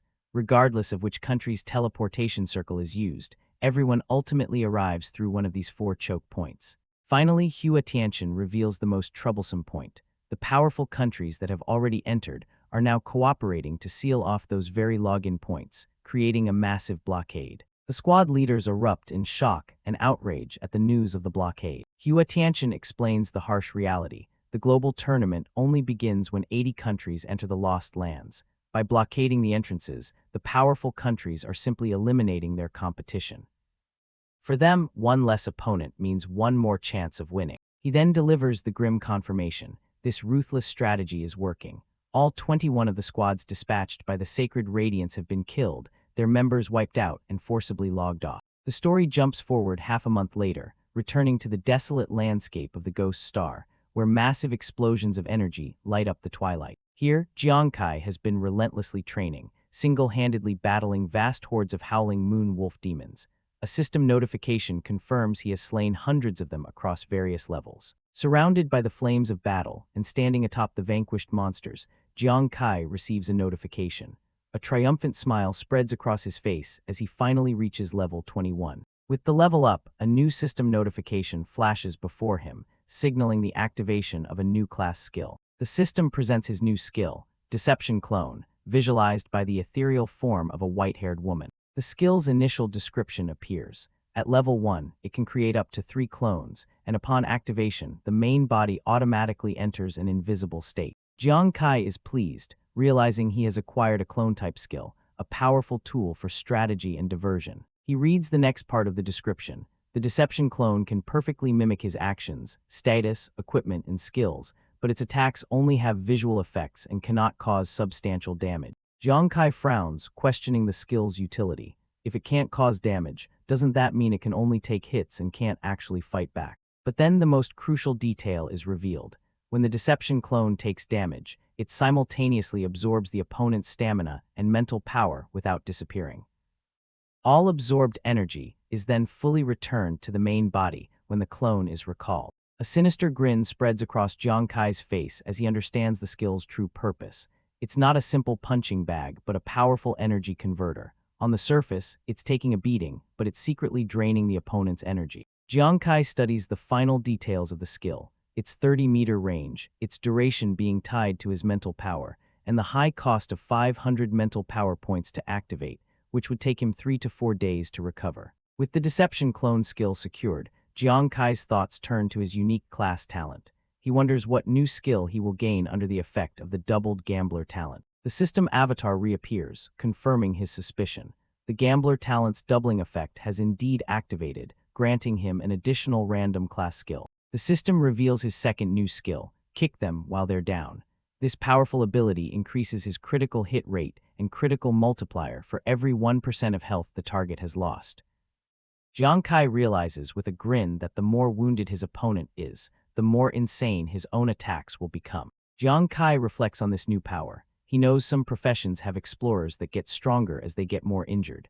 Now, armed with a skill that does the exact same, he wonders who will truly have the upper hand when they meet. Just as he's contemplating his newfound abilities, his communication device suddenly rings. He looks down and is surprised to see that the call is from his teammate, Zhuzi. He answers the call, and Zhuzi asks what he's doing.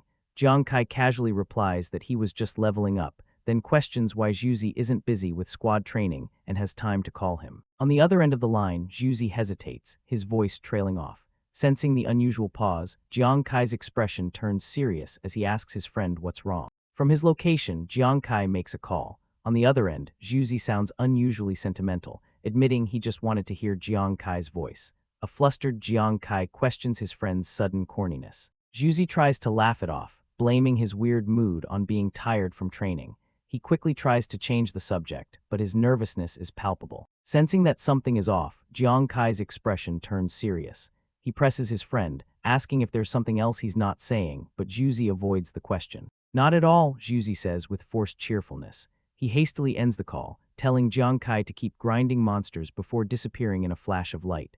Jiang Kai is left calling out his friend's name to an empty space, a sense of unease growing. Meanwhile, the scene shifts to Zhuzi, who has just logged off the call. He is with his squad, including the pink-haired Nuanwan. They are walking through a rocky canyon, clearly on a mission. Nuanwan notices Zhuzi's strange behavior after the call and looks at him with concern. She asks him why he didn't chat more with Jiang Kai, knowing how much he missed him. Zhuzi explains that Jiang Kai knows him too well and would have immediately guessed something was wrong if he said too much. With a heavy look in his eyes, Zhuzi admits that he doesn't want his friend to worry about the dangerous mission they are on. Nuanwan looks on, still worried, as Zhuzi turns away from her, his resolve hardening. As he walks ahead, he asks Nuanwan what she thinks it feels like for people who get killed and have to log off permanently. Nuanwan is taken aback by the grim question. Putting on a brave face, Zhuzi forces a smile and jokes that since those people don't know anything anymore, they don't have any troubles. He claims that thinking of it that way makes him feel less scared. Nuanwan sees through his facade. She knows that for this mission, Zhuzi is gritting his teeth and enduring immense pressure and fear for the sake of their comrades. The scene flashes back to 3 days ago, setting the stage for the perilous mission that Zhuzi and his team have undertaken. In a large briefing hall, 3 squads, the Fierce Tiger Squad, Tianheng Squad, and Hot-Blooded Squad, stand before a man with long blonde hair. The leaders of the squads call out to their superior, Commander Hua, showing their respect and readiness. Commander Hua Tianchen addresses the assembled warriors. With an intense look, he declares that time is short and he will get straight to the point. Before the briefing can properly begin, however, infighting breaks out. One of the squad members gets punched hard in the face, showing the high tension among the teams. A taunting voice with sharp, shark-like teeth mocks the fallen warrior, questioning if scrap metal, like him, deserves to compete. The aggressor, a massive barbarian explorer named Clementine Hawkman, level 50, stands over his defeated opponent. He gives him a humiliating ultimatum: either beat them with skills, or crawl between his legs. The surrounding crowd laughs and jeers, some even filming the humiliation. Back in the briefing hall, Commander Hua and the squad leaders are watching a recording of this very incident. They see their comrade forced to the ground, defeated and shamed. The squad leaders react with fury and disbelief. One of them shouts, "I killed them," clearly enraged by the humiliation their forces have suffered. Commander Hua explains grimly that this footage, transmitted from the Lost Lands, shows the serious situation they are facing. The enemy is not just powerful, but cruel. Commander Hua reveals the devastating losses. In just half a month, over 50 teams were sent into the Lost Lands, and more than 200 of those excellent warriors were killed and logged off in this humiliating way. The faces of the squad leaders are filled with shock and horror. The grim statistics finally make them grasp the full, terrifying reality of the war they are about to enter in the Lost Lands. Continuing the briefing, Commander Hua reveals that the sacrifices of the fallen soldiers were not in vain. They provided valuable intelligence, which has been used to create a rough map of the Lost Lands. He looks over the solemn faces of his elite squads. He knows they are shaken, but their presence here means they haven't lost their resolve. "I presume you've already guessed what I'm going to say next," he states. His expression hardens as he gives the order. As the elite squads chosen through 27 rounds of elimination, they are to take on this arduous mission. They have 3 days to prepare to break through the enemy lines once again. Their initial shock turns into grim determination. The squad leaders shout, "Yes," in unison, accepting the daunting task without hesitation. Commander Hua projects a holographic map detailing the mission. There are 4 known login points in the Lost Lands. A, B, C, and D. All teams teleporting will appear at the same point on any given day. He then reveals the core of the mission. They must fight their way to a specific set of coordinates and plant the sacred Radiance banner, a symbol of their defiance and presence. A squad leader immediately points out the flaw. Is the mission truly just to plant a banner? He knows this is a suicide run, predicting that the enemy will hunt them down relentlessly. Commander Hua confirms their suspicions but reveals a crucial detail. Their overall direction is not to fight head-on, but to act as a distraction. This is part of a secret plan being orchestrated by high-level officials. The leaders are taken aback. A secret plan. The mission is far more complex than they initially thought. Nguyen and the other squad members listen with rapt attention. Commander Hua elaborates, showing scenes of other nations fighting for access. While 65 countries discovered the teleportation circles, the major powers quickly monopolized them, creating intense conflict. This exclusion, however, created an opportunity. Commander Hua reveals with a sly smile that there are 30 other countries who, like them, are being shut out by the larger powers. The secret plan is unveiled. The Sacred Radiance Kingdom has contacted these 30 excluded nations to form a temporary alliance. In 3 days, at 6 a.m., each country will send their 3 strongest teams to enter the Lost Lands together. Commander Hua stands before his troops and declares the mission's code name, Dawn. A squad leader whispers the code name, the full weight of the operation dawning on him. The plan is for the first Sacred Radiance team that breaks through to plant their banner. This will act as a signal, drawing the enemy's main forces to their location. Once the decoy is successful, the Allied forces will launch a joint offensive on the 4 login points. One of the commanders immediately grasps the strategy. If the enemy's elite forces are drawn to the banner, the defenses at the login points will be weakened, creating the perfect opportunity for the Allied nations to attack from the outside. But the grim reality of the plan is also clear to everyone. This means that the Sacred Radiance teams, acting as the bait, will suffer the fiercest, most concentrated attacks from the enemy. Commander Hua slams his fist down, his voice filled with passion. He declares that all countries are facing bottlenecks, and the Lost Lands represent the greatest opportunity for a breakthrough.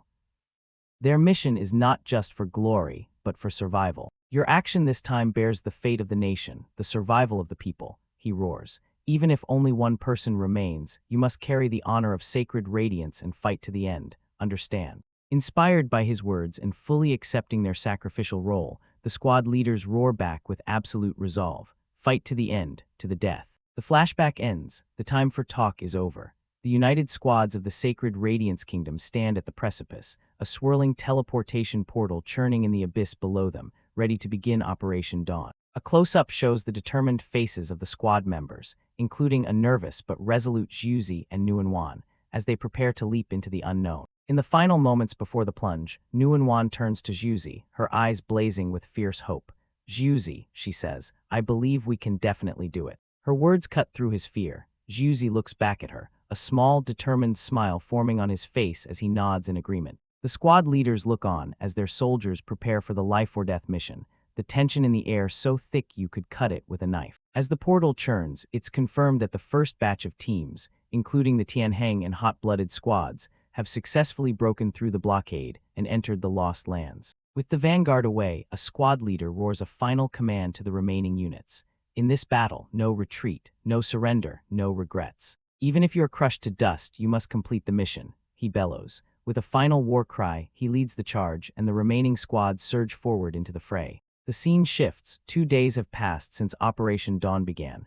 At the tranquil headquarters of the main God Guild, the mood is deceptively calm. Jiang Kai walks alone through the guild hall, his mind replaying the strange phone call he had with Juzi 2 days prior.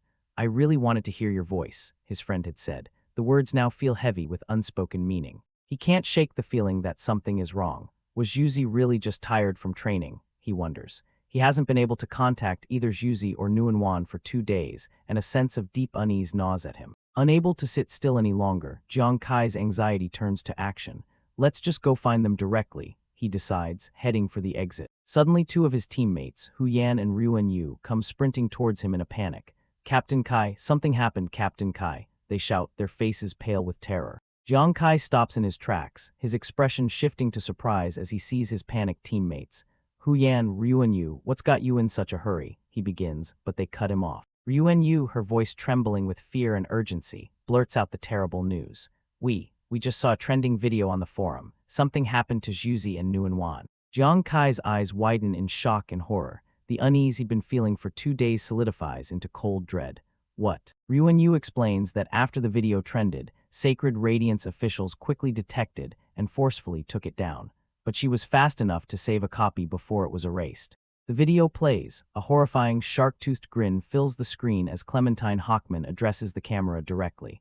"Hey, there should be quite a few people in Sacred Radiance watching, right?" he sneers. The footage shows the bloody aftermath of a battle, with the bodies of fallen Sacred Radiance warriors strewn across the ground. Clementine's voice taunts them. "If you have the guts, come here and save them." The camera then focuses on Nuanwan, battered, bloody, and on her knees, held captive by Clementine's soldiers. "We are very reasonable," he mocks. "If you send a high-ranking official at the commander level to come here and beg for mercy, maybe we will release them." Next, the video shows Juzi, barely conscious and bleeding from a severe neck wound. Clementine adds a layer of humiliation to his threat. "Of course, if you admit that you are a bunch of useless cowards who dare not do anything." Cutting off his own taunt, Clementine gives a chilling order to his men. "Men, hang these 2 people up." His soldiers move in, grabbing the incapacitated Juzi. The video ends with a final, sadistic ultimatum. As his men string up the badly wounded Juzi and Nuanwan from a tree, Clementine delivers his final message to the Sacred Radiance Kingdom. "Do nothing, then just wait and watch their blood drain away, drop by drop." A monstrous, green-hued figure is reflected in a man's eye. He is witnessing something terrifying, something that makes him question reality itself. His companions, the purple-haired Ruan Yu and a man in goggles, notice his distress and look at him with deep concern, wondering what has shaken him so. The sense of panic spreads. Another member of their squad looks down at a device in his hand, a look of pure confusion and dread on his face as he shouts, "What's going on?" The scene suddenly shifts, taking us back in time to the Lost Lands, 2 days before the current events unfolded. A system message announces the team's arrival in the Lost Lands, activating a language translation feature. However, their entry point is already a gruesome battlefield, littered with broken swords and blood, a dark omen of what's to come. A muscular warrior and the team's pink-haired healer, Nuanuan, look around in disbelief. The garrison that was supposed to secure this area is nowhere to be found. Yuling, one of the elite fighters, theorizes that the Tianheng and hot-blooded teams might have coordinated with other allies to lure the garrison away as part of a larger strategy. A blonde warrior reports to her captain, confirming their position at login point A and asking if they should proceed southeast. The team's leader, the veteran Commander Hua, listens to the report with a grim and resolute expression. Suddenly, a chilling emergency broadcast overrides their communications. It announces that the allied Tianheng and hot-blooded teams were ambushed by the very garrison they were supposed to meet. The team looks on in horror, realizing they have walked into a trap. As if on cue, menacing silhouettes begin to emerge from the dense woods around them. The ambushers have revealed themselves. Commander Hua's team is now completely surrounded. They stand back to back, preparing for a desperate fight against the mysterious enemies that have them cornered. Two of the ambushers step forward, laughing maniacally. They mock the team's foolishness, confirming that they fell for the false signal and rushed right into their deaths. Their leader, a terrifying figure with spiky hair and a nightmarish grinning mask, introduces himself. He is Clementine Hawkman, and he is here to begin a killing spree. Commander Hua and his warriors can only watch in shock as the monstrous Hawkman charges, his path leaving a trail of blood and death. Unable to contain his rage, the hot-headed warrior Yuling lets out a furious roar. Screaming a curse at the enemy, he charges forward, his sword gleaming with power. Commander Hua desperately yells for Yuling to stop his impulsive attack and retreat, but his warning comes too late. Yuling clashes with Hawkman in a brutal strike, pitting his electrified blade against the villain's armored body. Sparks fly as the two swords meet, but Yuling's attack is stopped cold. His blade can't even scratch Hawkman's gauntlet. A look of pure disbelief crosses Yuling's face. He can't comprehend how his powerful strike was completely ineffective. Hawkman looms over the stunned warrior, a menacing red glow emanating from his masked face. With a voice full of contempt, he asks, "Are you trying to tickle me?" With a wide, sadistic grin, Hawkman reveals the terrifying secret to his power. Unless he is killed in a single, decisive hit, any wounds he receives will only make him stronger. The horrifying truth hits Yuling like a physical blow. His face contorts in absolute terror as he realizes the kind of monster he is facing. Having broken his opponent's spirit, Hawkman moves in for the kill. He grabs Yuling by the head, lifts him up, and sneers that it's time for his head to bloom. Hawkman begins to crush Yuling's skull with his bare hand. Yuling screams in unimaginable agony as his eyes turn blood-red from the immense pressure before he is violently thrown aside. Yuling is sent flying backwards, utterly defeated by Hawkman's overwhelming power. The sheer force of the impact is brutal and decisive. The team cries out in horror. Commander Hua and the blonde warrior Xian scream Yuling's name in despair. The muscular Zhuzi and the healer Nuanuan also watch in terror, with Nuanuan crying out for her big brother Chen. Just as Hawkman savors his victory, one of his accomplices appears. The elegant, red-haired swordsman chides Hawkman for being rude, warning that his brutality might scare away his own cute prey. A system window introduces the newcomer. He is Wienhull, a level 50 swordsman. He stands confidently, presenting a new and formidable threat to the cornered team. And the villains aren't finished. A third member, a woman with long, flowing hair, appears and tells them to stop the nonsense and end things quickly. She is identified as Christina, a level 50 witch. The three villains banter amongst themselves. Hawkman jealously claims the heroes as his prey, but Christina coolly retorts that he is being too greedy, showcasing their arrogant and cruel dynamic. Though badly beaten, Yuling watches the trio, his mind reeling from their terrifying power. Yet a spark of defiance remains. He tells himself he must hold on. Seeing his team being dismantled, Commander Hua makes a desperate call. He orders the mighty warrior Zhuzi to break through the enemy line with him, while telling Xian to protect the team's healer, Nuanuan. The team shouts their assent, ready to follow his command. Accepting the command, Zhuzi lets out a mighty roar as a golden aura explodes around him.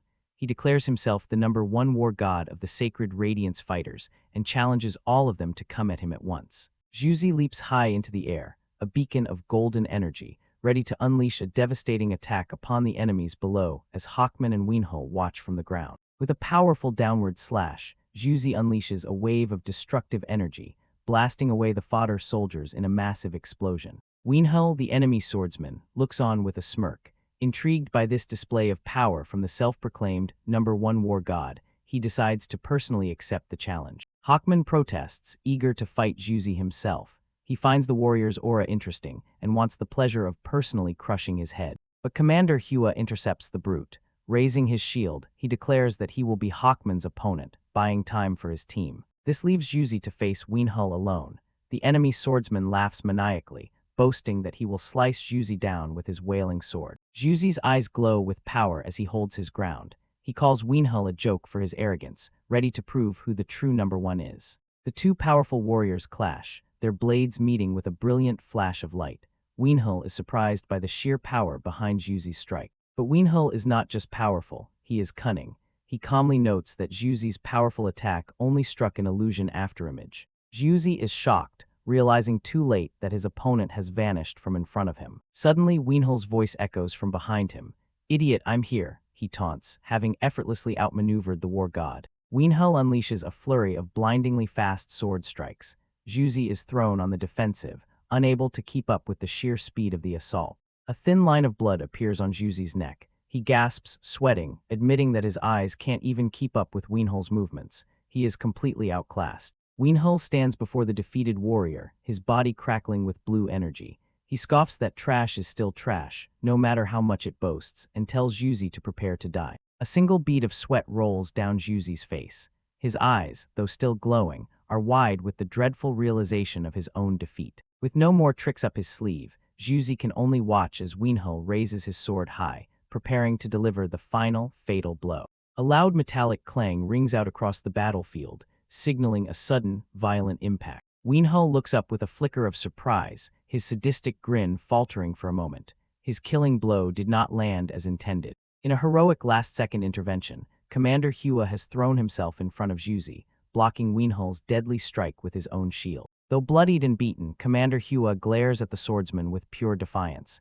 "You want to kill him?" he spits. "Did you ask me first?" Saved from certain death, Juzi can only stare in shock and gratitude, crying out, "Captain."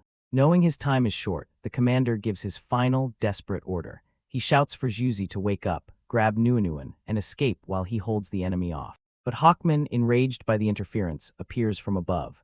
With a contemptuous sneer, he smashes his gauntlet down on the commander's head, brutally punishing him for his defiance. Juzi watches in absolute horror, as his captain is savagely struck down before his very eyes. The villains casually mock each other amidst the slaughter. Christina complains that Hawkman's incompetence allowed the commander to get past him, while Hawkman dismisses it, saying he just wasn't paying attention. As he faces certain death, Commander Hua's life flashes before his eyes. He recalls a conversation with Juzi, admitting he was always envious that only the hero Jiang Kai seemed capable of unleashing Juzi's true potential. But in that memory, he makes a solemn vow. There is one thing in which he will never lose to Jiang Kai, his unwavering resolve to protect his team members until the very last moment. The tragic flashback ends, returning us to the grim reality. Juzi stands alone, his captain and comrades lying dead or defeated in a field of blood. The captain's sacrifice was in vain. The slaughter continues as the witch, Christina, effortlessly strikes down the blonde warrior, Hua. She looks down on her fallen foe, mocking her for overestimating her own abilities. As Nuanuan desperately tries to tend to the dying Hua, an enemy soldier raises his sword to strike her down from behind. The battlefield is pure chaos. Juzi finds himself caught between Weenhull and Hawkman, who refuses to let his prey go. The situation is utterly hopeless. On the ground, the defeated commander Hua can only utter a final, broken curse at the monsters who destroyed his team. Fueled by pure rage at the sight of his fallen comrades, Juzi lets out one final, defiant roar, unleashing a powerful sword slash in all directions. The unexpected burst of power is so strong that it even gives Weenhull and Hawkman pause, their faces registering surprise at the warrior's tenacity. But it's too late for heroics. Nuanuan kneels on the blood-soaked ground, weeping over the lifeless body of her fallen comrade, Hua. His last-ditch attack having failed, Juzi makes a grim choice. He grabs the terrified Nuanuan, telling her that Hua is gone and they have to get out of there. Seeing them try to flee, Christina pulls out a glowing purple card, preparing to unleash another powerful spell to cut off their escape. As she attacks, she remarks that with this display of power, the sacred radiance has finally sent a decent guy, a backhanded compliment to Juzi's strength even in defeat. Hawkman, his body now wreathed in a sinister blood-red aura, declares their attempt to flee is futile. No one, he proclaims, will leave this place alive. The situation is bleak. Commander Hua lies defeated, and Juzi is forced to retreat with Nuanuan as the villains close in. A faint voice, likely the commander's last words, warns Juzi to be careful. Juzi desperately parries another furious assault from Wienhull, their blades creating a shower of sparks. He continues to fight for survival against impossible odds. Wienhull scoffs at Juzi, calling his primal force weak and dismissing his powerful attack as a mere stroke of luck. He boasts that he will now demonstrate the true power of his soul-devouring blade. Juzi grits his teeth, straining with every fiber of his being against Wienhull's overwhelming power. He pushes back, but he is clearly reaching his limit. Though he continues to parry, Juzi is steadily pushed back by Wienhull's relentless assault, his defense about to break. But the duel is cut short. While Juzi is locked in combat with Wienhull, Hawkman brutally intervenes, smashing down on the warrior from above and screaming for the idiot to die. The cowardly blow sends Juzi crashing into the ground, defeated. With their last defender fallen, the elite team from Sacred Radiance is completely annihilated. In the desolate Lost Lands, the ambush is swift and brutal. The team's healer, Nuanuan, screams in terror as two thugs close in, her hope evaporating in the face of overwhelming force. Suddenly, the mastermind of the ambush, the witch Christina, descends from above, her silver hair flowing. Annoyed, she remarks, "Enough is enough. It's still not over after fighting for so long." With a flick of her wrist, Christina unleashes her purple energy, ensnaring the warrior Juzi and hoisting him helplessly into the air. Juzi struggles against the magical bonds, his face contorted in a mix of pain and fury.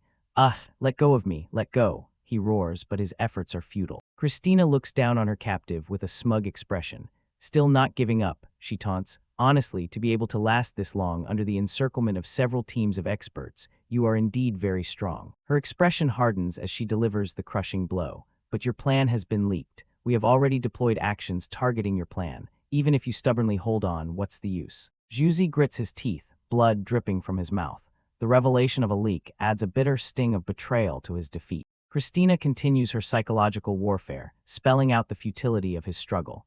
"Don't look at me like that. Your joint breakthrough with multiple countries can indeed increase your chances of winning, but the risk of leaks is also greater, isn't it?" A cruel smile plays on her lips as she twists the knife. "For example, a certain country might exchange your plan for a qualification spot." The implication hangs heavy in the air. Juzi's eyes widen in horrified realization. They weren't just outmatched, they were sold out from the very beginning. As Juzi processes the betrayal, a heavy boot stomps down on him. A new voice rings out, addressing the witch. "Hey, Christina, what are you talking about with this guy?" The owner of the boot, the brutish Hawkman, looms over the fallen Juzi with a sadistic grin. He mockingly asks Christina, "Don't tell me you're taking a liking to him, ha ha ha. What am I, Hawkman, inferior to this kind of good-for-nothing?" Before the argument can escalate, the third member of their party, the red-haired swordsman Wienhull, appears. With a smirk, he chides his brutish companion. Making this kind of joke with a lady is not gentlemanly behavior. Christina, ever the pragmatist, cuts through the banter. She turns away with a cold, determined look, ordering, "Let's give them a quick end." Despite her cruelty, Christina gives a moment of cold respect, looking at the tearful Nuanuan and the defiant Juzi. "They are respectable opponents," she murmurs. But Hawkman has other plans. He gestures towards the captives, his voice dripping with malice. "What's the hurry? We'll keep that healer to heal our injuries. As for this tough nut to crack, let's keep him around to play with Sacred Radiance." His face contorts into a terrifying, shark-toothed grin, revealing his true sadistic nature and his plan to torture Juzi for his own amusement. Meanwhile, far from the ambush site, two figures move stealthily through a dense forest, their purpose unknown. A soldier from the Sacred Radiance garrison stands guard, unaware of the shadow lurking behind him. It's Jiang Kai, moving with silent, deadly purpose. In a flash, Jiang Kai strikes, his movements a blur as he neutralizes the guard without making a sound. The soldier slumps to the ground, unconscious. The path forward is clear for the lone infiltrator. Standing over his handiwork, Jiang Kai looks ahead with unwavering determination. He makes a solemn vow, "Juzi, Nuanuan, I will definitely save you." The scene shifts to a high-tech military base where a massive teleportation gate swirls with energy. Below, soldiers stand guard while scientists monitor the portal, unaware that Jiang Kai is already among them, preparing to enter the Lost Lands alone. Back in the control room, high-ranking members of Sacred Radiance watch the disastrous events unfold on screen, their frustration mounting. One official questions the delay, asking, "It's been 2 days, hasn't the military arranged a new breakthrough team yet?" Another slams his hand down, exclaiming, "Damn it.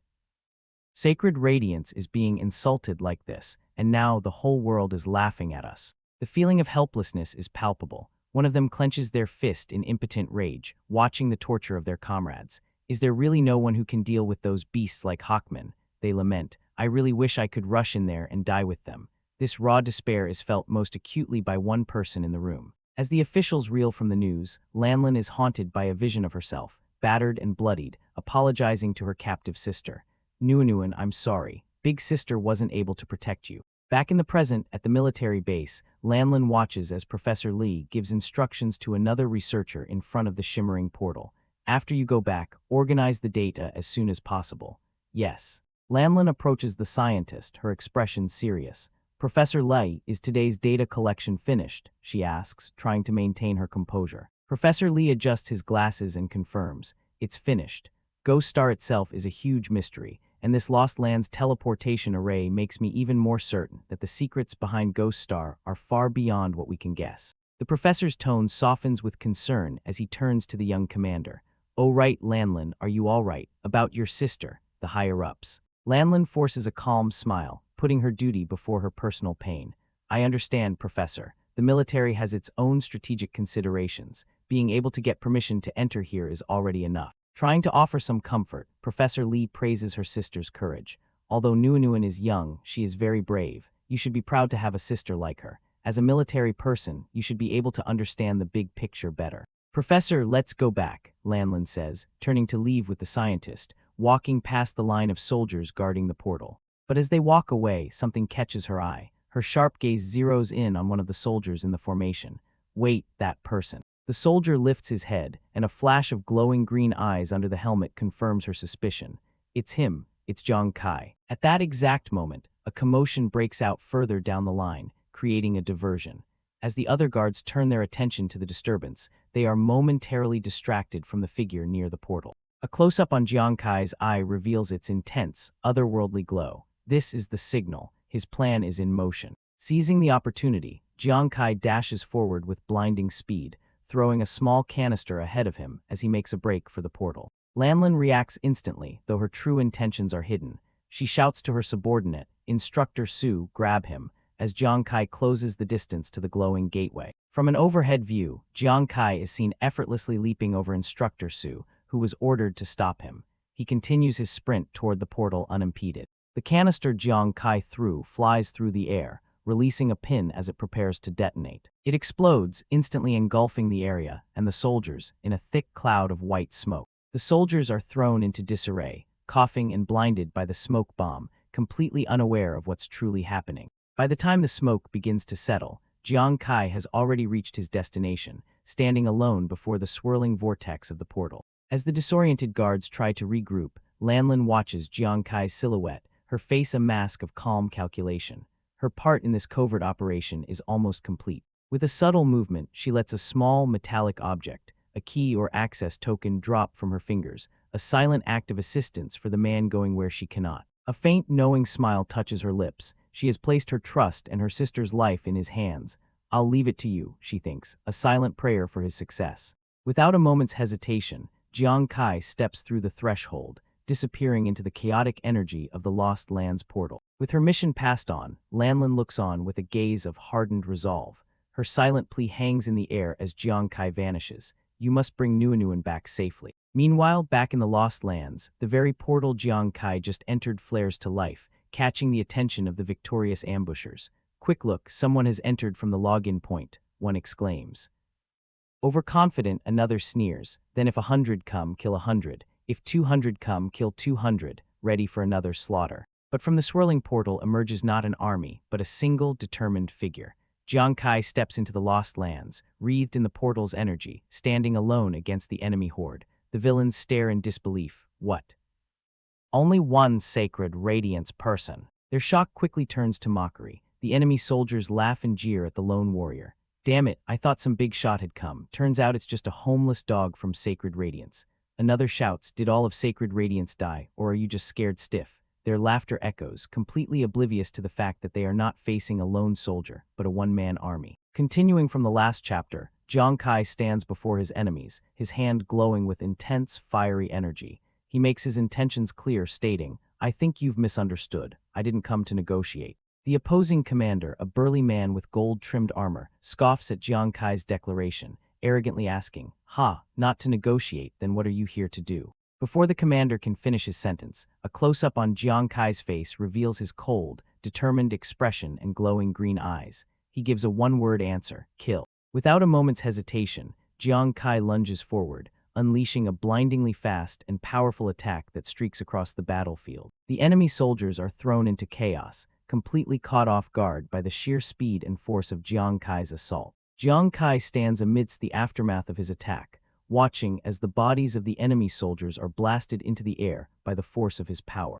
The scene shifts to a sterile military conference hall, where high-ranking officials are gathered for an urgent meeting. A regal-looking commander with long blonde hair, Commander Hua, presides over the meeting, asking for confirmation on the identity of the nation that betrayed them. A senior officer with graying hair and a goatee reports that it's Country H they canceled a mission under a pretext, and 3 of their teams have been discovered entering the Lost Lands. The highest commander of Zone A, an older man in a military uniform, slams his fist down in fury. He rages that these traitors have taken their tournament spots while their own people are being held hostage in the Lost Lands. Commander Hua looks on with a grim expression, voicing the desperation of their situation by asking if they are all just going to sit there and wait to die. Suddenly, a soldier bursts into the conference room, frantically reporting to Commander Hua that someone has entered the Lost Lands alone. Annoyed by the panicked interruption, Commander Hua shouts at the soldier, demanding that he report clearly and immediately explain what is going on. Sweating profusely, the soldier holds up a holographic display,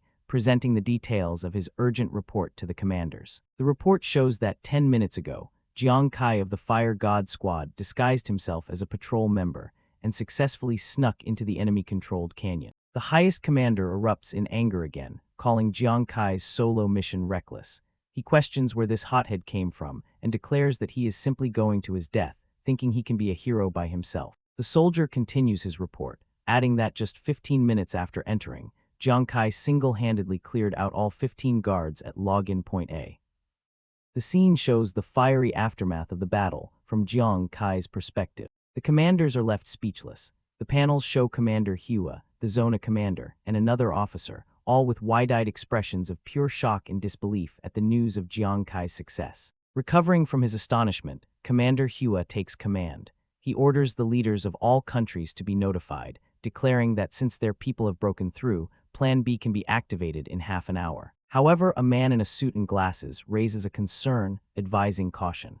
He argues that Plan B is a serious matter, and they should double-check everything to avoid a repeat of the Country H incident. The gray-haired officer counters, insisting that they must act. He argues that with 74 countries having now discovered the teleportation circle, time is running out. Jiang Kai has created the conditions for them, and they must seize the opportunity. The debate is settled. Commander Hua officially activates Dawn Mission Plan B, ordering all forces to commit and prepare to capture the Lost Lands. The officials rise and affirm the order with a resounding yes. The story then cuts to an exterior shot of the Jiangzhou City Military Region Psychological Treatment Center, a modern building under a clear blue sky. Inside, a group of patients in striped uniforms are gathered in a large room, watching a news broadcast on a holographic screen.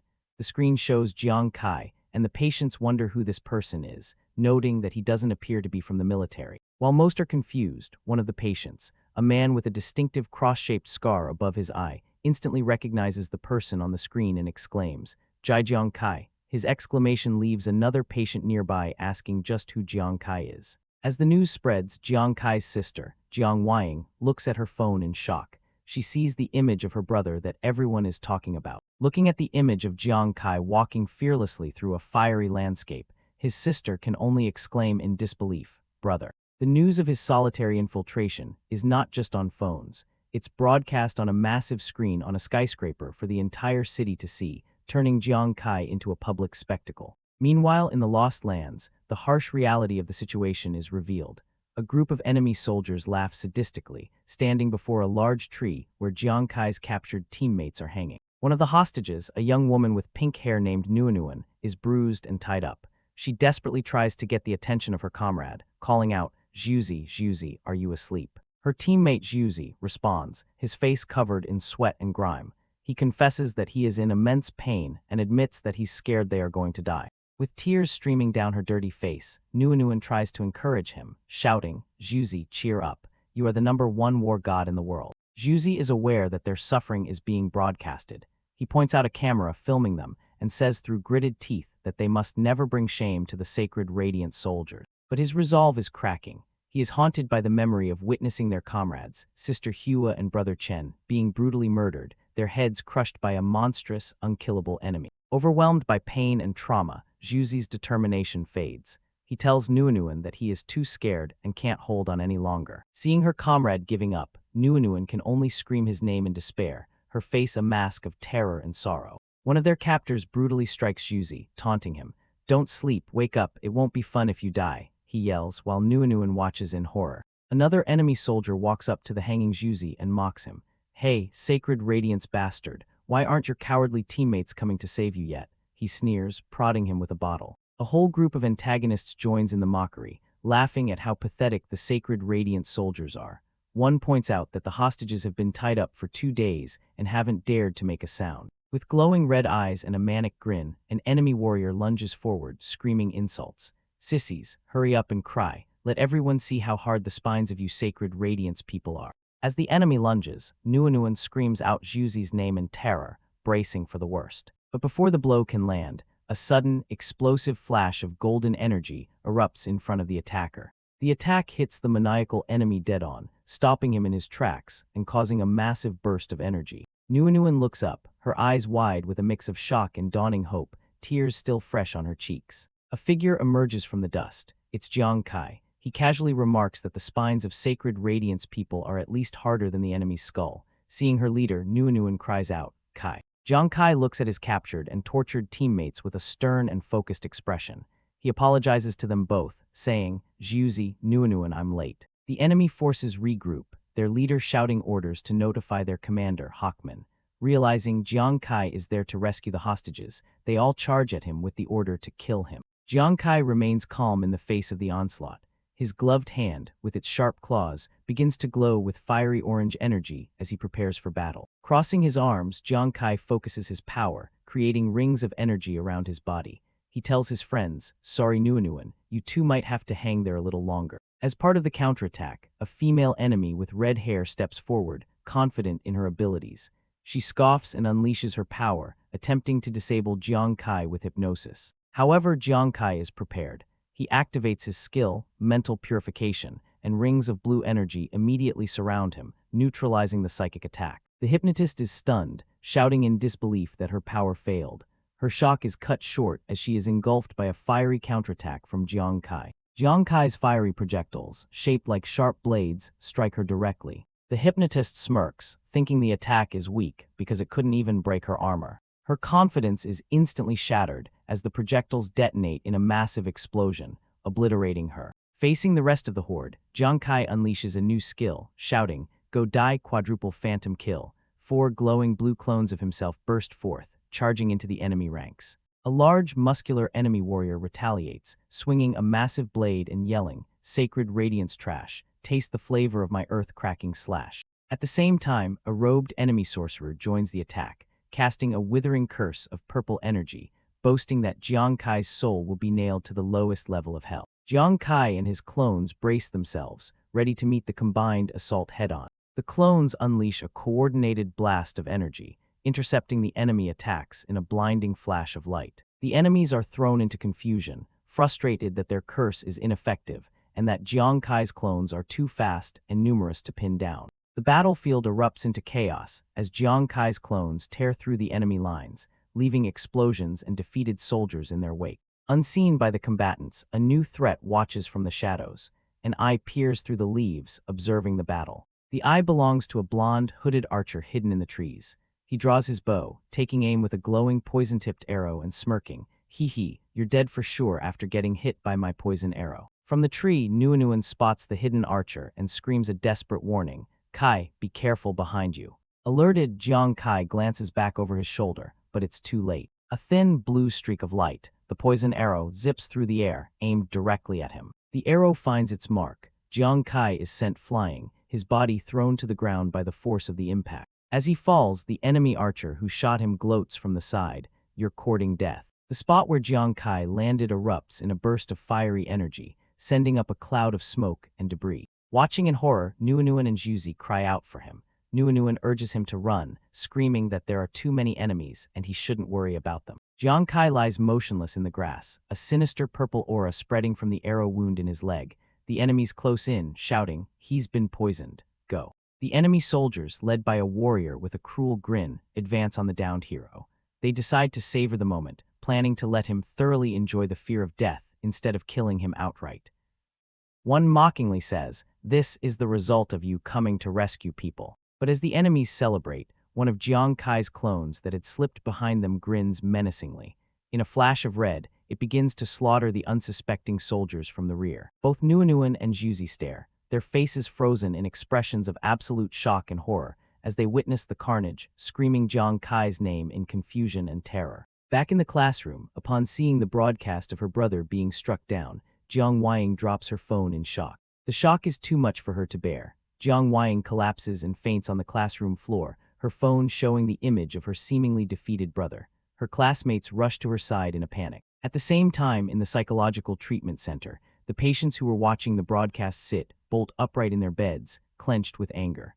The man with the scar furiously declares that this bunch of madmen deserves 1,000 cuts for what they've done. At the military headquarters, one of the commanders slams his foot down in rage as he watches the events unfold on the holographic monitor, seeing Jiang Kai apparently defeated. The highest commander of Zone A grinds his teeth in fury, his face a mask of cold, hard anger at seeing the hero, who represented their only hope, seemingly fall. Inside a military command center, a high-ranking commander with long blonde hair anxiously asks his subordinate for a time check on their operation. A soldier looks at his watch with a start, reporting back that there are only 10 minutes and 23 seconds left until the execution of Plan B. With a look of grim determination, the commander declares that this time, Plan B must succeed. He is determined to make the enemy pay the price for their actions. The scene shifts to the Lost Lands, where Kai's teammates are in a dire situation. A pink-haired girl named Nuan screams Kai's name in despair as she sees him, or what she thinks is him, struck down. Next to her, another teammate, Juzi, is tied to a tree. Despite his injuries, he defiantly shouts at their captors, challenging them to a one-on-one fight. Suddenly, a sound from the trees startles Nuan, her eyes widening in surprise. Next to her, Juzi hangs, beaten and bloody. Perched on a high branch, the real Kai looks down with a smirk, having finally arrived at the scene. He casually tells his friend to stop howling, chiding him for the noise. Tears well up in Nuan's eyes as she looks up, filled with shock and relief to see that Kai is alive and well. Juzi is equally stunned, a comical expression of disbelief on his face with tears and a nosebleed, wondering if he's seeing a ghost. Kai, looking slightly annoyed but amused by their reactions, tells Juzi and Nuan to stop staring so intensely at his face. The three friends are reunited, with Kai having jumped down from the tree to join his two captured teammates. Nuan, still confused, asks Kai what happened. She clearly saw him get hit by a poisoned arrow, and now she's bewildered to see two of him. Kai calmly explains that the arrow only hit his pants. The him that was attacked was just a clone he summoned using a new class skill. Juzi and Nuan are flabbergasted by the revelation.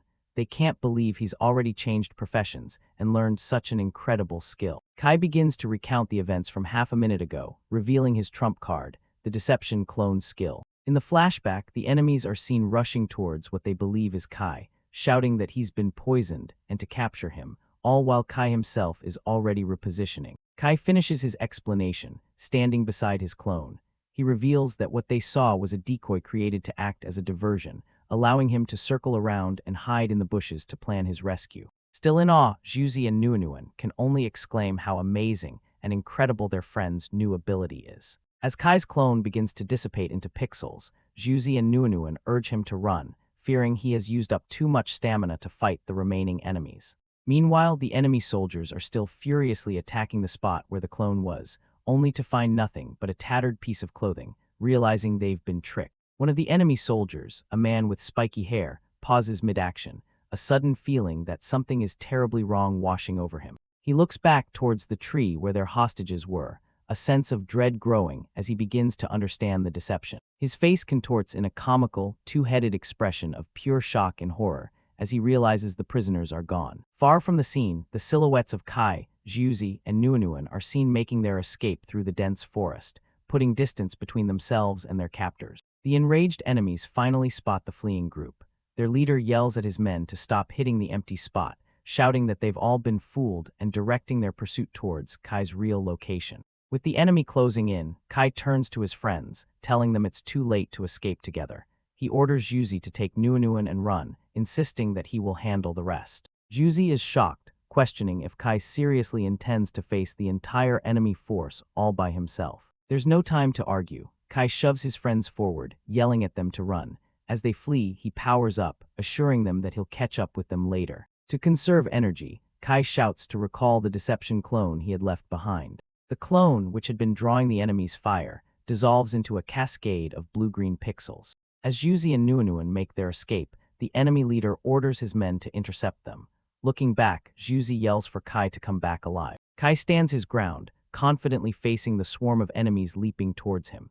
He dismisses them as small fries as fiery energy begins to envelop his arms. He unleashes a powerful attack, launching multiple streams of fire from his hands, defiantly shouting that they still can't kill him. The attack results in a massive explosion, engulfing the enemies and sending shockwaves through the forest as they cry out in pain.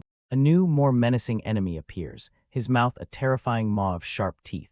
He furiously berates his defeated soldiers, calling them freeloading trash for being taken down by a single weakling. Enraged, the masked brute slams the ground, shattering it with his bare fists, while Kai lands gracefully after his aerial assault. He catches his breath and stands up, revealing a massive, muscular build. He's shocked to see that the one who caused all this chaos is just a kid. The brute orders his remaining men to ignore Kai and continue their pursuit of the escaping hostages. With frightened determination, the remaining soldiers obey, rushing off into the woods to chase down Juzi and Nuanuan. Just then another figure appears, a man with spiky red hair named Wienhull.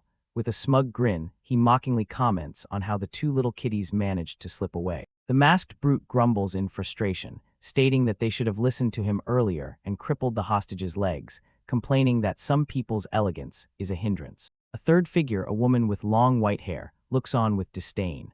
She coldly asks the red-haired man what the point of his methods is, besides getting her boots dirty. With a glare, the white-haired woman gives Wienhull a final warning, telling him to stop talking in his disgusting tone. The three new powerful antagonists stand together, a far more dangerous and coordinated threat than the previous soldiers.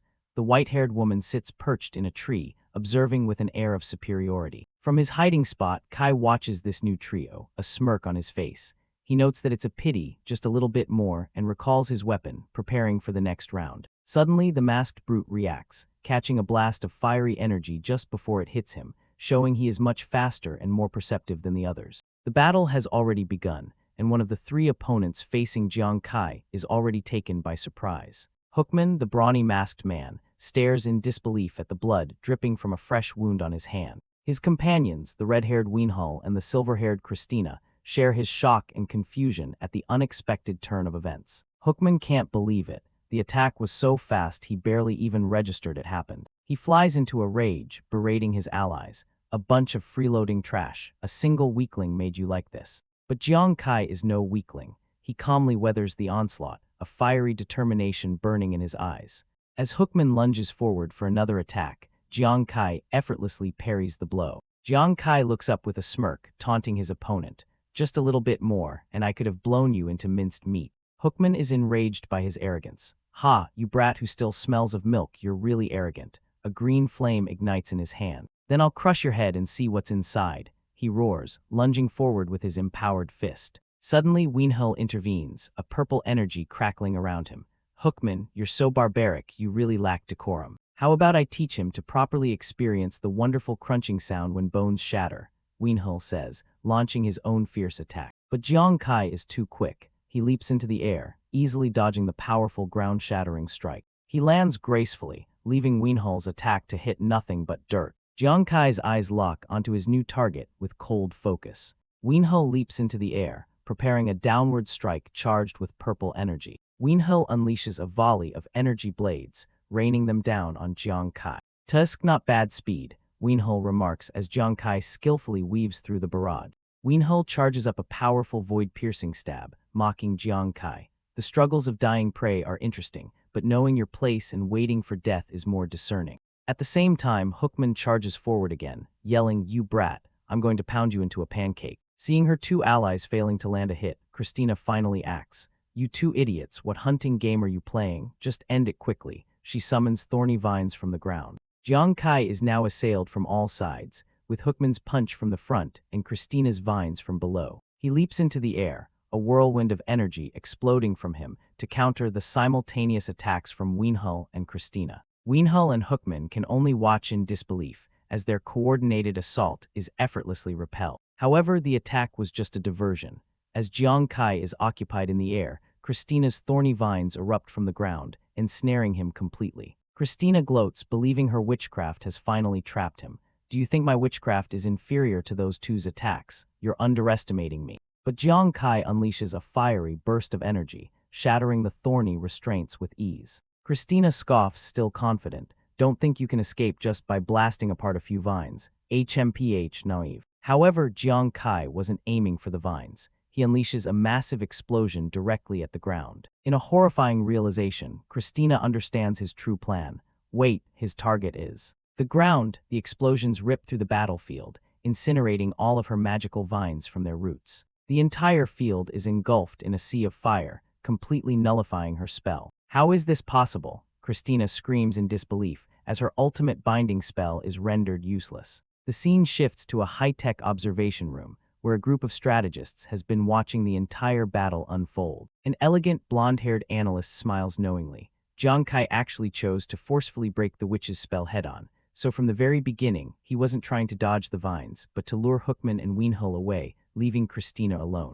An old, high-ranking commander next to him nods in agreement, pretending to retreat, but actually attacking. "This kid is too good at deceiving people." The old commander continues his assessment. "This kid has always been good at this." Just when everyone thought he was crazy for walking into a trap, for him, this might just be the beginning of turning the battle around. Back on the battlefield, Jiang Kai's plan has worked perfectly. He has successfully baited Hookman and Wienhull, creating distance between them and their magic user. The two melee fighters are now too far away to provide any immediate support to Christina. Now facing the isolated witch, Jiang Kai speaks calmly amidst the flames. "Christina, you're the only one who respected the sacred Radiance warriors. I'll give you a quick death." Christina scoffs at his words, channeling her own magic. What a joke. She summons her staff, its orb glowing ominously. "It's not certain who will die, don't get cocky. Your flames are supposed to compare with mine. Let me show you the power of nature," she declares, summoning a massive fireball. Jiang Kai smirks, accepting her challenge. "Then let's see who's stronger." He unleashes his own fiery attack to meet hers. The two torrents of flame rush towards each other. Within Jiang Kai's attack, a unique, ornate red blade becomes visible, acting as the core of the blast. The blade-infused fireball soars through the air, ready to clash with Christina's magic. Christina watches in horror. How is that possible? Just how strong is his attack? His attack, empowered by the red blade, begins to overpower hers, cutting through her flames as it speeds directly toward her. Realizing she is completely outmatched, Christina summons all her remaining power for a final, desperate defense. In the name of Dark Night, Wall of Black Witchcraft, Christina desperately throws up her magical shield, but Jiang Kai's attack, empowered by the mysterious red blade, is relentless. The blade pierces through her wall of black witchcraft, as if it were paper. The attack slams directly into her, overwhelming her completely. In her final moments, she can only look on in horror. "He actually broke my black witchcraft." A massive explosion engulfs her as she lets out a final cry of no. The dust settles, revealing Christina lying defeated in the center of a huge crater. Jiang Kai looks down upon his fallen foe. "You're a good opponent. It's just a pity you chose the wrong side." He turns and begins to walk away, the battle with one of his three opponents seemingly over. But as she fades away, Christina unleashes one final, posthumous attack. Jiang Kai is suddenly struck by a strange purple energy, taking him completely by surprise. A strange power courses through him, originating from the defeated witch. A system window appears before him, announcing, "You gain the status, Revenge Curse." The curse dictates that when the killer uses the same means used to kill the witch again, it will cause equal damage to themselves. Jiang Kai is stunned by the notification. What? He reflects on what he knows. Witches are a new profession that only appeared 3 months ago. They are mysterious, isolated, and have very few records. His analytical mind quickly processes the situation. "I didn't expect there's a skill similar to the Murloc boss's death revenge." He considers the curse's mechanics. What exactly does the curse mean by the same means? When I killed Christina just now, I used the upgraded Soul Pursuit. If I used the original Soul Pursuit, would it activate the curse? Just then, Hookman and Wienhull reappear, mocking him. You must have received the gift from Christina by now, right? Ha ha ha. Are you super regretting killing her first? What a pity that it's too late to find out now. Wienhull smirks, seeing Jiang Kai as a wounded animal. It's a shame. It seems the goddess of destiny is particularly stingy today. How long can a beast that has lost its claws struggle in the hunter's arena? Wienhull proposes a deal to Hookman. Hockman, how about a deal? Let me take care of this guy, and you can have everyone who appears after that. Hookman agrees. Hee hee. Okay, Tilda, but you have to leave his head behind. I want to personally blow it up like fireworks. Boom. With the deal struck, Wienhull faces Jiang Kai with a sinister grin. No problem. Then, he draws his sword, declaring, a sword drawn from its sheath should see some blood. He then unleashes a powerful slash infused with dark energy. The attack surges toward Jiang Kai. But Jiang Kai's eyes glow, his perception operating on another level. Phasing, he thinks. He activates his skill, his body becoming momentarily intangible as the deadly attack passes harmlessly through him. Wienhull is stunned, his eyes wide with shock. Vanished. In the next instant, Jiang Kai has already reappeared directly behind him, poised for a counterattack. But Wienhull is a seasoned fighter. He sneers. Do you think this is enough to subdue me? He uses an escape skill of his own, leaping away from Jiang Kai's attack. Wienhull analyzes the situation aloud. Your killing move, the throwing star, can no longer be used, and you can't use your escape skill a second time within a short period, can you? He smirks, gripping his own blade as a dark purple aura surrounds it. It's your skill to force me to use the soul-devouring blade, which I use against level 60 experts. His confidence turns into a maniacal grin. But I'm sorry now, you can go die. He lunges forward, unleashing his own ultimate move, piercing slash. Instead of dodging, Jiang Kai meets the attack head-on, summoning his own energy blades to parry. Jiang Kai is pushed back, taking a slice to his shoulder. You damn person. But the clash was a feint. Jiang Kai uses the opening to throw a new weapon, a glowing blue projectile. The weapon, a throwing star, flies straight towards an unsuspecting Wienhull. Wienhull is shocked, blood trickling from a cut on his face. Throwing star. He didn't expect Jiang Kai to have another projectile weapon. Jiang Kai sends another barrage of blue energy stars, flying towards him. Wienhull laughs, still believing he has the upper hand. Hess, in front of my soul-devouring blade, your weapon is not worth mentioning. He charges his blade with a massive amount of energy. Then let me be the one to cover your final hope. But as his attack surges forward, Jiang Kai's throwing star begins to transform. The blue card-like projectile morphs into a formidable red and black blade, easily slicing through Wienhull's attack. Wienhull's eyes widen in absolute terror. What? Before he can react, the blade impales him straight through the chest. Jiang Kai stands over his defeated opponent. I heard that this soul-devouring blade of yours is a unique grade weapon. But it doesn't look all that great, he says with a cold, mocking smile. Wienhull, coughing up blood, can only ask in his final moments, what kind of weapon is this? Jiang Kai coldly replies, tell me, as his blade finishes the job. With a final, brutal strike, Wienhull is eliminated. Jiang Kai reveals the card that summoned the blade. You only need to know that it's stronger than your soul-devouring blade. Now only Hookman remains. He looks down at the carnage, not with fear, but with amusement. Interesting, truly interesting. You helped me get rid of 2 strong enemies at once. I'll have less trouble during the global hegemony tournament. Jiang Kai smirks. Actually, there's an even easier way. For example, you won't even have the chance to participate in the tournament. Hookman simply replies, is that so? Hookman reveals a surprisingly analytical side. I've seen your methods clearly. A clone skill, which seems to help you recover your condition. Other than that, you're best at long-range attacks with hidden weapons. Speaking of which, that idiot Wienhull didn't understand even at his death. Christina died by your throwing star, and while under the revenge curse, you were able to kill him with a throwing star again, yet you remained unharmed. He narrows his eyes, his deduction complete. If I'm not mistaken, the throwing star you used to kill him just now wasn't a real throwing star, but some other weapon in disguise, right? Jiang Kai's silence is all the confirmation Hookman needs. Hookman continues, confident he has unraveled the mystery. It's fine if you don't admit it. I've also guessed that your attacks are a complete gamble on critical hits. You must have a talent for high critical hit multipliers, and the multiple throwing stars just happen to provide a stable critical hit rate, which is why your attacks look so terrifying. He arrives at his final, fatal conclusion. But in reality, you are not actually good at fighting, especially close combat. Jiang Kai's expression remains unreadable, a silent acknowledgement. Hookman believes he has found the weakness, unaware that he has walked perfectly into the final phase of Jiang Kai's plan. Continuing the intense battle, the opponent notices Jiang Kai's injury, pointing out that his stamina is draining. With a shark-like grin, Hookman sneers, confident that he has seen through all of Jiang Kai's tricks, leaving him with no chance of a surprise attack. Hookman reveals a glowing card, declaring himself the ultimate bane for an opportunist like Jiang Kai. A sinister red orb of energy materializes, swirling with dark power. Jiang Kai looks on with a stunned expression, seemingly surprised by this unexpected move. While Hookman menacingly wields the orb of dark energy, a group of high-ranking officials watches the battle unfold on a large monitor in a command center. Two of the observers cry out in shock, recognizing the fearsome ability, Blood of the Berserker. The scene explains the nature of Hookman's power. As a barbarian, the more injured he becomes, the stronger he gets, allowing him to enter a frenzied berserk state.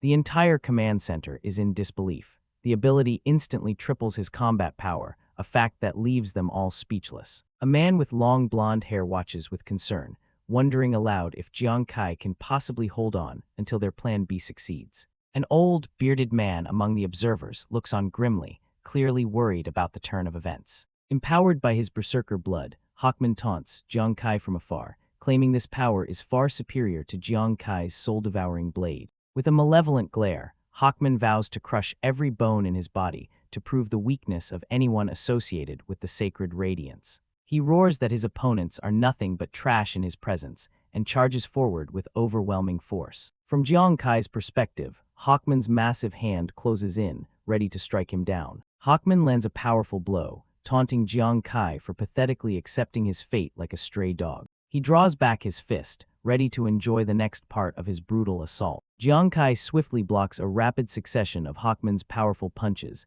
the impacts echoing with crushing force. Despite his attempts to block, Jiang Kai is overwhelmed by the force and slammed down toward the ground. Hookman looms over the fallen Jiang Kai, grinning as he prepares to deliver the final, skull-crushing blow. However, as he looks down, Jiang Kai stares back up from the ground with a bloody, yet defiant and confident smirk. Suddenly, a figure in a helmet watching the fight exclaims in realization, sensing a sudden shift in the battle. The tables turn in an instant. The Jiang Kai that Hookman had been fighting is sent flying, revealed to be a clone, as another figure dashes past. Meanwhile, in another location, a keen observer in striped pajamas watches the broadcast, a knowing smirk on his face as the clone is revealed. He laughs, having seen through the deception from the start. "I know," he exclaims, "the one who was caught has to be Jiang Kai's clone." The man with the goatee continues his thought, explaining that if it were Jiang Kai's real body, he'd be dead for sure. The fact that he's so calm must mean it's a clone. Another observer, a man with a scar on his face, agrees, noting that Jiang Kai is still a bit inexperienced, making the ruse easy for a veteran to see through.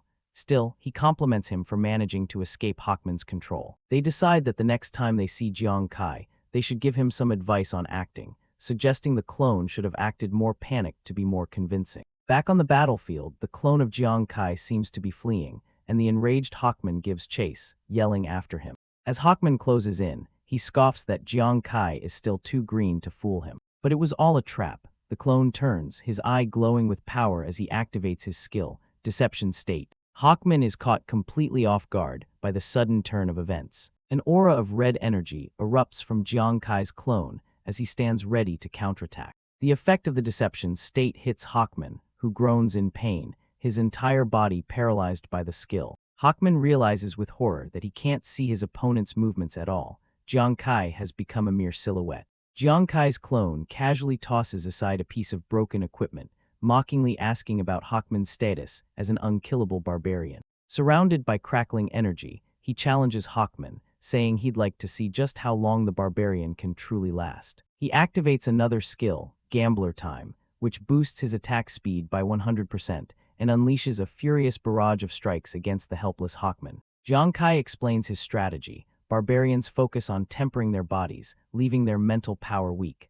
Under the Deception State, he can break through his armor with his twin blades. The scene briefly shifts to login point A, where the real Jiang Kai stands over a field of defeated enemies, his swords at the ready. A close-up shows his firm grip on the hilt of his katana. A status window displays the power of his weapon set, a 20% boost to attack speed, 15% to critical damage, and a powerful set effect that triggers an armor break on consecutive attacks. Back in the fight, the clone continues his relentless assault, slashing at Hawkman with blinding speed. Despite the flurry of attacks, Jiang Kai notes with a hint of frustration that he still hasn't managed to trigger a critical hit.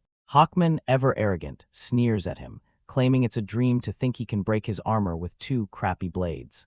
Jiang Kai's clone just smiles sinisterly, retorting that to break his enemy's turtle shell, his blades are more than enough. He lunges forward, his fist clenched as he prepares to unleash a powerful skill. He unleashes his devastating finishing move, Kick 'em while they're down. A skill window explains the terrifying power of Kick 'em while they're down. For every 1% of HP the target is missing, Jiang Kai's crit rate and multiplier increase by 1%, and he gains an additional 1% to his 4 basic attributes. The devastating attack manifests as a brilliant beam of light, striking the horrified Hawkman directly and setting the stage for the final phase of the assault. Jiang Kai's clone taunts the defeated Hawkman, calling his vaunted blood of the berserker nothing but trash. He continues his assault, dismissing the barbarian as nothing more than a rampaging beast as multiple slashes land all over Hawkman's body. As he attacks, he furiously asks if Hawkman dares to look down on sacred radiance, hurt his friends, and call himself his bane. With a final, explosive burst of energy, the attack sends Hawkman flying. The brilliant beam of energy from the powerful attack pierces through the sky. Hawkman's body crashes heavily onto the ground, utterly defeated. Jiang Kai's clone stands over him, his eye glowing as he declares that today, he will specialize in killing his so-called bane. He continues his relentless assault, brutally kicking the downed Hawkman. A close-up shows the attack tearing through Hawkman's armor, splattering blood. With a grim look of satisfaction, Jiang Kai confirms that his opponent's armor has been broken. Hawkman grits his teeth behind his mask, unable to comprehend the pain and defeat. In a desperate rage, Hawkman screams that he can't possibly lose and lunges forward for one last attack. As he screams, "I'll kill you," the screen is washed in red, reflecting his bloodlust and imminent death. A close-up on Hawkman's bloodshot eye shows the pure shock and terror of his final moment. He looks down in disbelief at the 2 bloody swords piercing through his chest, only able to utter a weak, "What?" Back in the command center, Commander Max is stunned. He notes that Hawkman's defense was already terrifying, especially with the Berserker buff, yet Jiang Kai still managed to break his armor and hit a weak spot. He continues his analysis, stating that while a high-quality katana can increase attack power and speed, it shouldn't be able to increase critical hit rate or multiplier, making Jiang Kai's abilities a mystery. The blonde man theorizes that Jiang Kai's true strength might be in close combat, not long-range attacks, but dismisses the idea, unable to believe someone so young could possess such power. The old, bearded man offers his insight, reminding them that Jiang Kai has always been known as a skilled long-range attacker. He elaborates that today, using close combat weapons, Jiang Kai has somehow unleashed an even more terrifying critical hit than ever before. The old man concludes with a chilling observation. Jiang Kai seems to be getting more energetic the more he fights, a fact confirmed by a shot of the clone's bloodthirsty grin. The clone stands over Hawkman's broken body and mockingly asks if he still enjoys crushing people's heads. He then reveals a glowing card, saying he has a hobby too, and that this is a good chance for them to exchange notes. Hawkman, bleeding and defeated, looks up in absolute terror at the implication of what is to come. With a cold glare, Jiang Kai's clone delivers a final warning. "Remember this, don't mess with us from sacred radiance." The card in the clone's hand glows, showing an image of Hawkman himself, as a dark spell begins to take effect. Hawkman screams in agony as ethereal blue blades repeatedly slash and impale his body. "Bastard, what is this?" he yells in pain and confusion. The relentless torture continues, and the once-proud barbarian is reduced to begging for a swift end. "Ah, kill me," he pleads. "If you have the guts, kill me." Shrouded in shadow with his eyes glowing menacingly, the clone calmly watches. "What's the hurry?" he asks coolly. "You'll have to enjoy this a little longer." The scene shifts to the Countrywide headquarters conference room, where Commander Max sits at the head of a large table, surrounded by the holographic projections of other officials in a tense meeting. Held back by 2 guards, the white-haired woman, Christina, shouts desperately towards her superior. She pleads with Commander Max to immediately send reinforcements to the Lost Lands, her voice filled with urgency and panic. The scene flashes back to 15 minutes earlier. The question of whether the formidable Hawkman has been killed hangs in the air, only to be answered by the gruesome sight of his brutal death. From a distance, Christina watches the entire event unfold, her silhouette standing against the chilling backdrop. In utter disbelief, Christina processes the scene. She can't comprehend how a mere kid from the Sacred Radiance Guild could torture a monster like Hawkman to such a degree, where even begging for the release of death has become an unattainable luxury. The kid in question, Jiang Kai, stands amidst a fiery aura, his hand glowing with a menacing power. He turns his attention to Christina, acknowledging that she was the only one who showed respect to his fallen comrades. As a strange form of courtesy, he offers her a quick death. The offer sends a chill down Christina's spine. She originally thought Jiang Kai was just pretending to be a good person, but now she understands the horrifying truth. His offer of a quick death wasn't a threat, but an act of what he considered extraordinary mercy. The memory of Jiang Kai standing over Hawkman's mutilated corpse flashes in her mind. His silhouette, wreathed in an aura of pure power and ruthlessness, confirms her deepest fear. This kid is simply too terrifying. The scene shifts back to the present, inside a high-tech command center. An unseen commander, Max, furiously berates Christina for barging in and interrupting his important meeting with commanders from various nations. Ignoring the reprimand, Christina tries to convey the severity of the situation.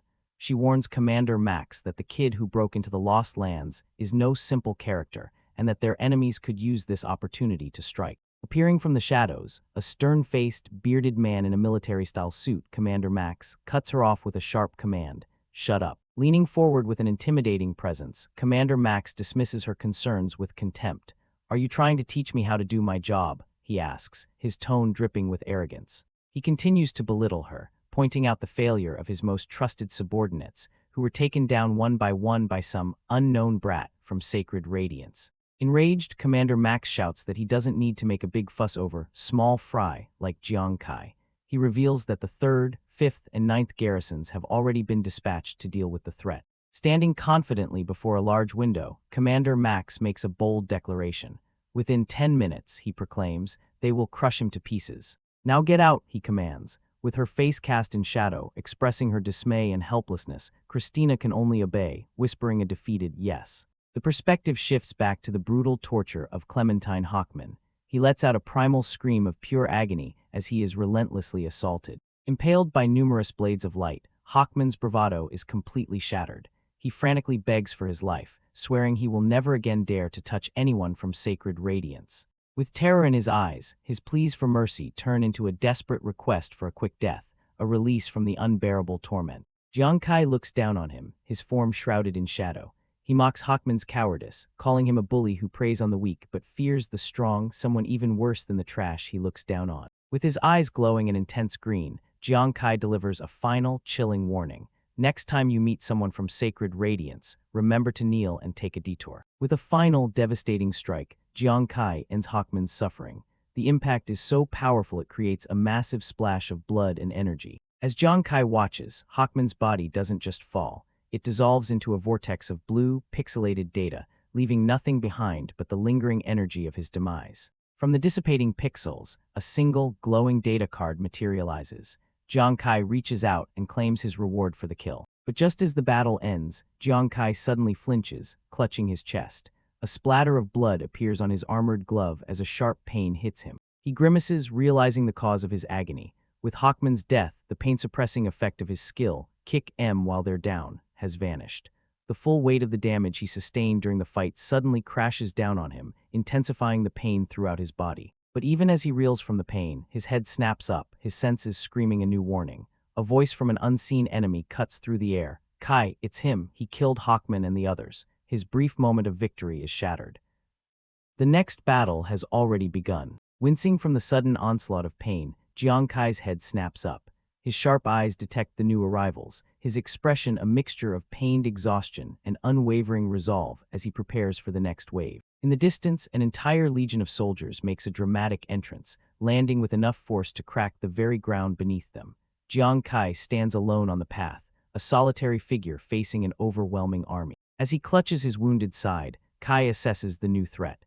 He immediately recognizes them as the garrison troops dispatched from the other login points, and he can't help but note that they all look formidable. Leading the charge is an imposing new commander, clad in heavy, ornate black armor with a distinctive horned helmet.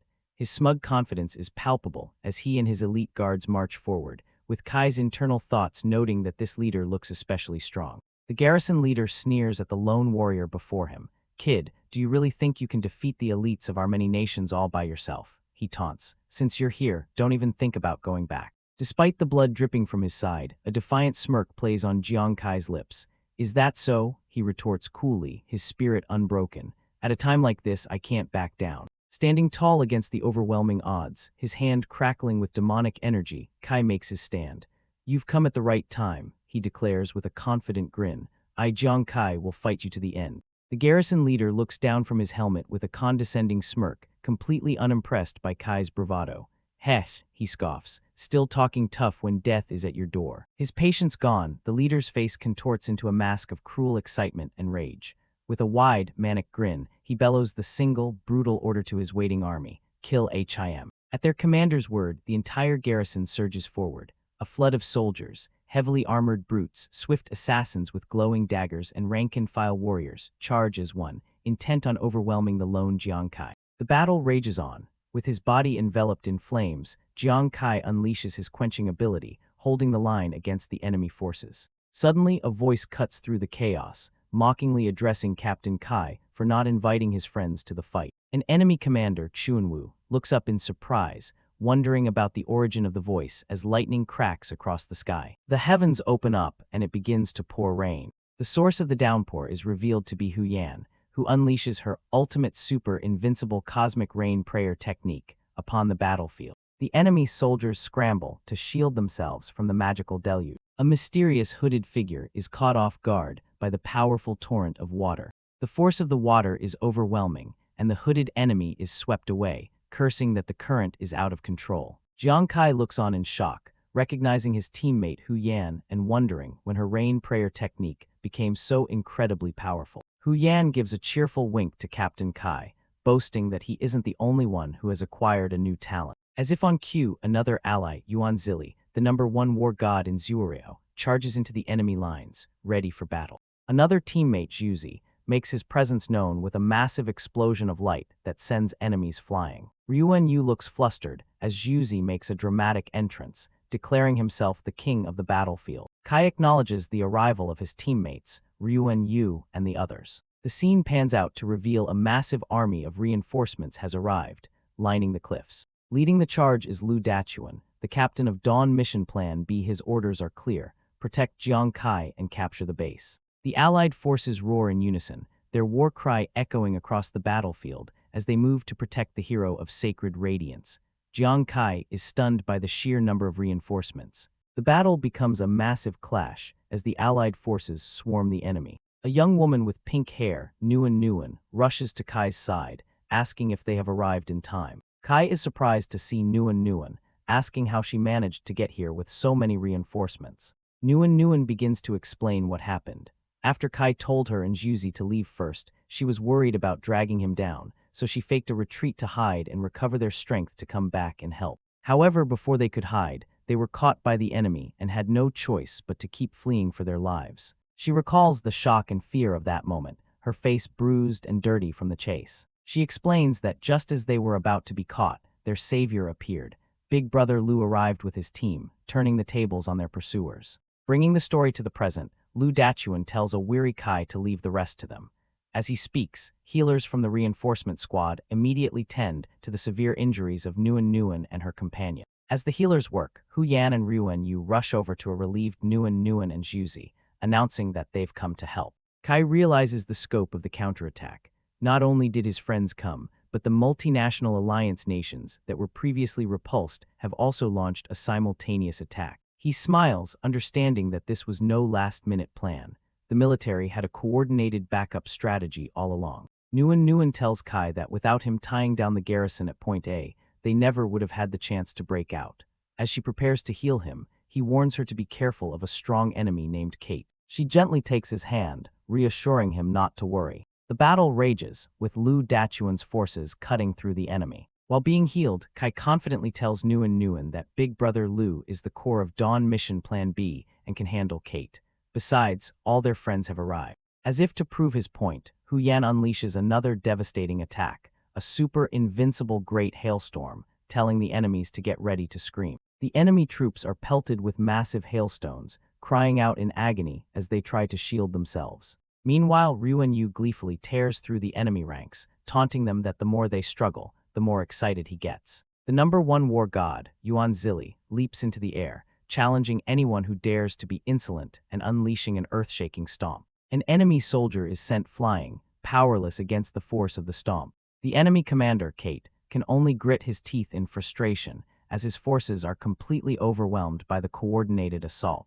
Realizing the battle is lost, Kate panics and screams for all his troops to retreat to the base immediately. The Allied forces celebrate as the news comes in. The breakout at points B, C, and D was also successful. They are now advancing toward the stronghold. Kai and Nguyen look at each other with triumphant smiles. They succeeded. A defeated Kate looks on in disbelief as the Allied forces advance, unable to comprehend how his garrison was broken through. Riding his fearsome mount, Lu Dachuan rallies his troops for the final push, commanding them to show the enemy the true power of sacred radiance. With a final cry of kill, the sacred radiance forces charge, ready to end the battle. The enemy soldiers are completely routed, screaming and fleeing in terror from the overwhelming might of the Allied assault. Nguyen cheers with joy, telling Kai that they won and sacred radiance was victorious. Kai tries to agree, managing to say, "Yeah, but his vision begins to blur from sheer exhaustion. Before he can finish his sentence, he collapses, much to Nguyen's wide-eyed shock. Nguyen cries out in alarm as Kai suddenly goes limp, catching him just as he collapses unconscious into her arms. She holds him close, his breath steady but deep in an exhausted sleep. The battle is won, but it took every last ounce of his strength. Looking down at the unconscious Jiang Kai, Nguyen smiles tenderly. She tells him that he has worked hard and that he can finally rest now.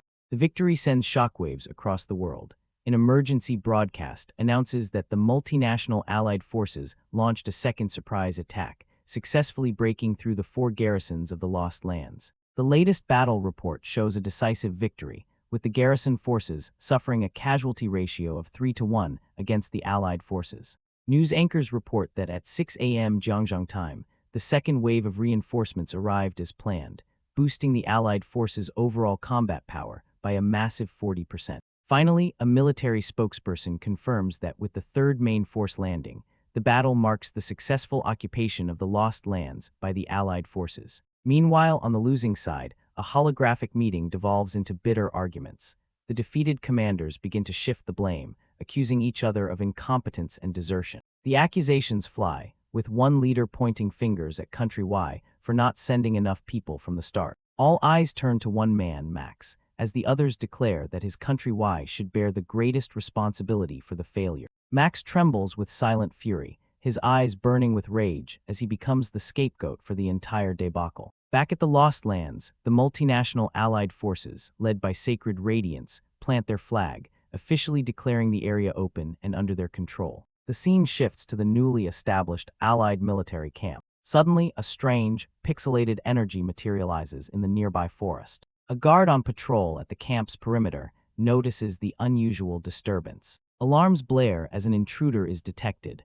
Guards rush out to confront the threat. Commander Wei is alerted, surprised by the sudden intrusion. He's shocked to see that it's just one person who has managed to break into the heavily fortified Lost Lands. Commander Wei wonders if this newcomer could possibly be another powerhouse on the level of little brother Jiang. He grows worried. With Jiang Kai still unconscious, dealing with another strong intruder could prove to be a serious problem. But the intruder immediately throws his hands up in surrender, pleading for his life. The man introduces himself as Harris, a representative of Country F, stating he has come to negotiate peace. Commander Wei and his guards are left confused by this unexpected turn of events. Before they can respond to Harris, another figure teleports in. He introduces himself as Kim Tae-ryuan from Country H and also wishes to negotiate peace. The guards react with anger, recalling a swordsman from Country F who killed many of their people.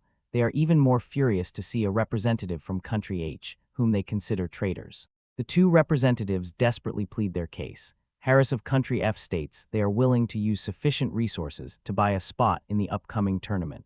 Kim Tae-ryuan of Country H quickly adds that they will pay double for a spot. Kim Tae-ryuan then turns to Harris with a sneer, mocking Country F for being rich enough to buy another tournament spot so soon after acquiring their last one. Kim Tae-ryun continues his insults, asking what right country F has to talk. He mocks their supposed strongest swordsman, who was instantly killed by the god from Sacred Radiance, declaring that if they hadn't been so useless, they wouldn't have been defeated. Infuriated, Harris confronts Kim Tae-ryun, demanding he repeat his words. As the two former allies are about to come to blows, Commander Wei looks on, sweating nervously at the unfolding drama. Finally, having had enough of the squabbling, Commander Wei explodes with rage, roaring for everyone to shut up. The sudden outburst shocks both Harris and Kim Tae-ryun into silence, their argument instantly forgotten. Commander Wei coldly dismisses their talk of a peace treaty, stating he didn't get any memo. He orders his soldiers to arrest them all. Following the successful breach of Point A's defense,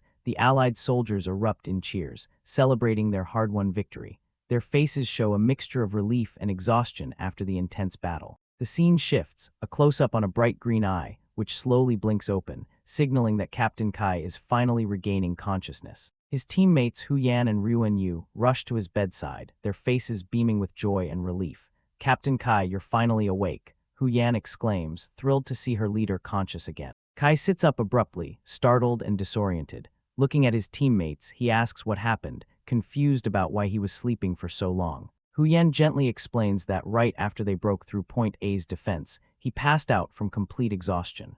Ryuan Yu adds that he's been asleep for 3 whole days. Ryuan Yu then recalls some concerning news, mentioning that a couple of days ago, Kai's sister, Yingzi, saw a video of him raiding the Lost Lands alone and fainted from shock at school. Kai is visibly shocked and distressed by the news about his sister. "What? Yingzi fainted?" he exclaims, his face filled with worry. Hu Yan shoots a glare at Ryuan Yu, chiding him for being overly dramatic. Ryuan Yu quickly backpedals, reassuring Kai not to worry. He explains that his other sister, Nguyen, confirmed that Yingzi woke up a long time ago and is safe. Moreover, she's incredibly proud of her big brother for being the hero of the Sacred Radiance's victory. Slightly relieved, Kai gets out of bed and stands before his two teammates, asking if what they've told him is true. Seeing that the mood has lightened, Hu Yan smiles cheekily and gives a thumbs up. To celebrate their victory, she offers to tell Kai a secret she's been keeping. Both Kai and Ryuan Yu turn their attention to her, their curiosity piqued by her mysterious offer. Hu Yan begins by reminding Kai of a question he asked her before, how her rain prayer technique had suddenly become so powerful. A brief flashback shows her taking a beating, highlighting her previous weakness. Kai recalls the conversation, asking if her power-up was due to a new talent or if she had leveled up. Ryuan Yu, growing impatient, urges Hu Yan to stop building suspense and get to the point. Hu Yan starts her explanation, revealing that things started to feel strange after they left the forest of the Howling Moon Wolf Demon. She felt lighter, and then, a few nights ago, something happened. The scene flashes back to that night. A system window suddenly appeared before her, announcing a congratulatory message. All her base attributes had increased. As purple energy swirled around her, Hu Yan could feel a new power awakening within her body. The system then confirmed her transformation, showing another message. A new talent, the power of control, had been acquired. Continuing her story, Hu Yan explains that this new talent allows her to control natural elements, demonstrating by manipulating wind to float a leaf and generating a spark of lightning at her fingertip. Back in the present, Hu Yan gives them a live demonstration. She gathers a swirling orb of water in her hands, showing how she can now control its flow, much to the amazement of Kai and Ryuan Yu. However, her control suddenly slips, and the water splashes everywhere, drenching an unsuspecting Ryuan Yu and startling Kai. Hu Yan apologizes sheepishly, admitting that she can only manage basic control for now. To perform a powerful attack like a rainstorm, she would still need the help of a compass. Ryuan Yu, wiping the water from his face, isn't upset. Instead, he's incredibly impressed, exclaiming how amazing it is that she got a new talent and a stat increase without even leveling up. Hu Yan chuckles, playfully suggesting it might have been a lucky system bug. But as she speaks, she notices Kai looking thoughtful and perhaps a bit weary from all the excitement. While Hu Yan celebrates her luck, Kai remains silent, his mind piecing things together. He knows it wasn't a bug.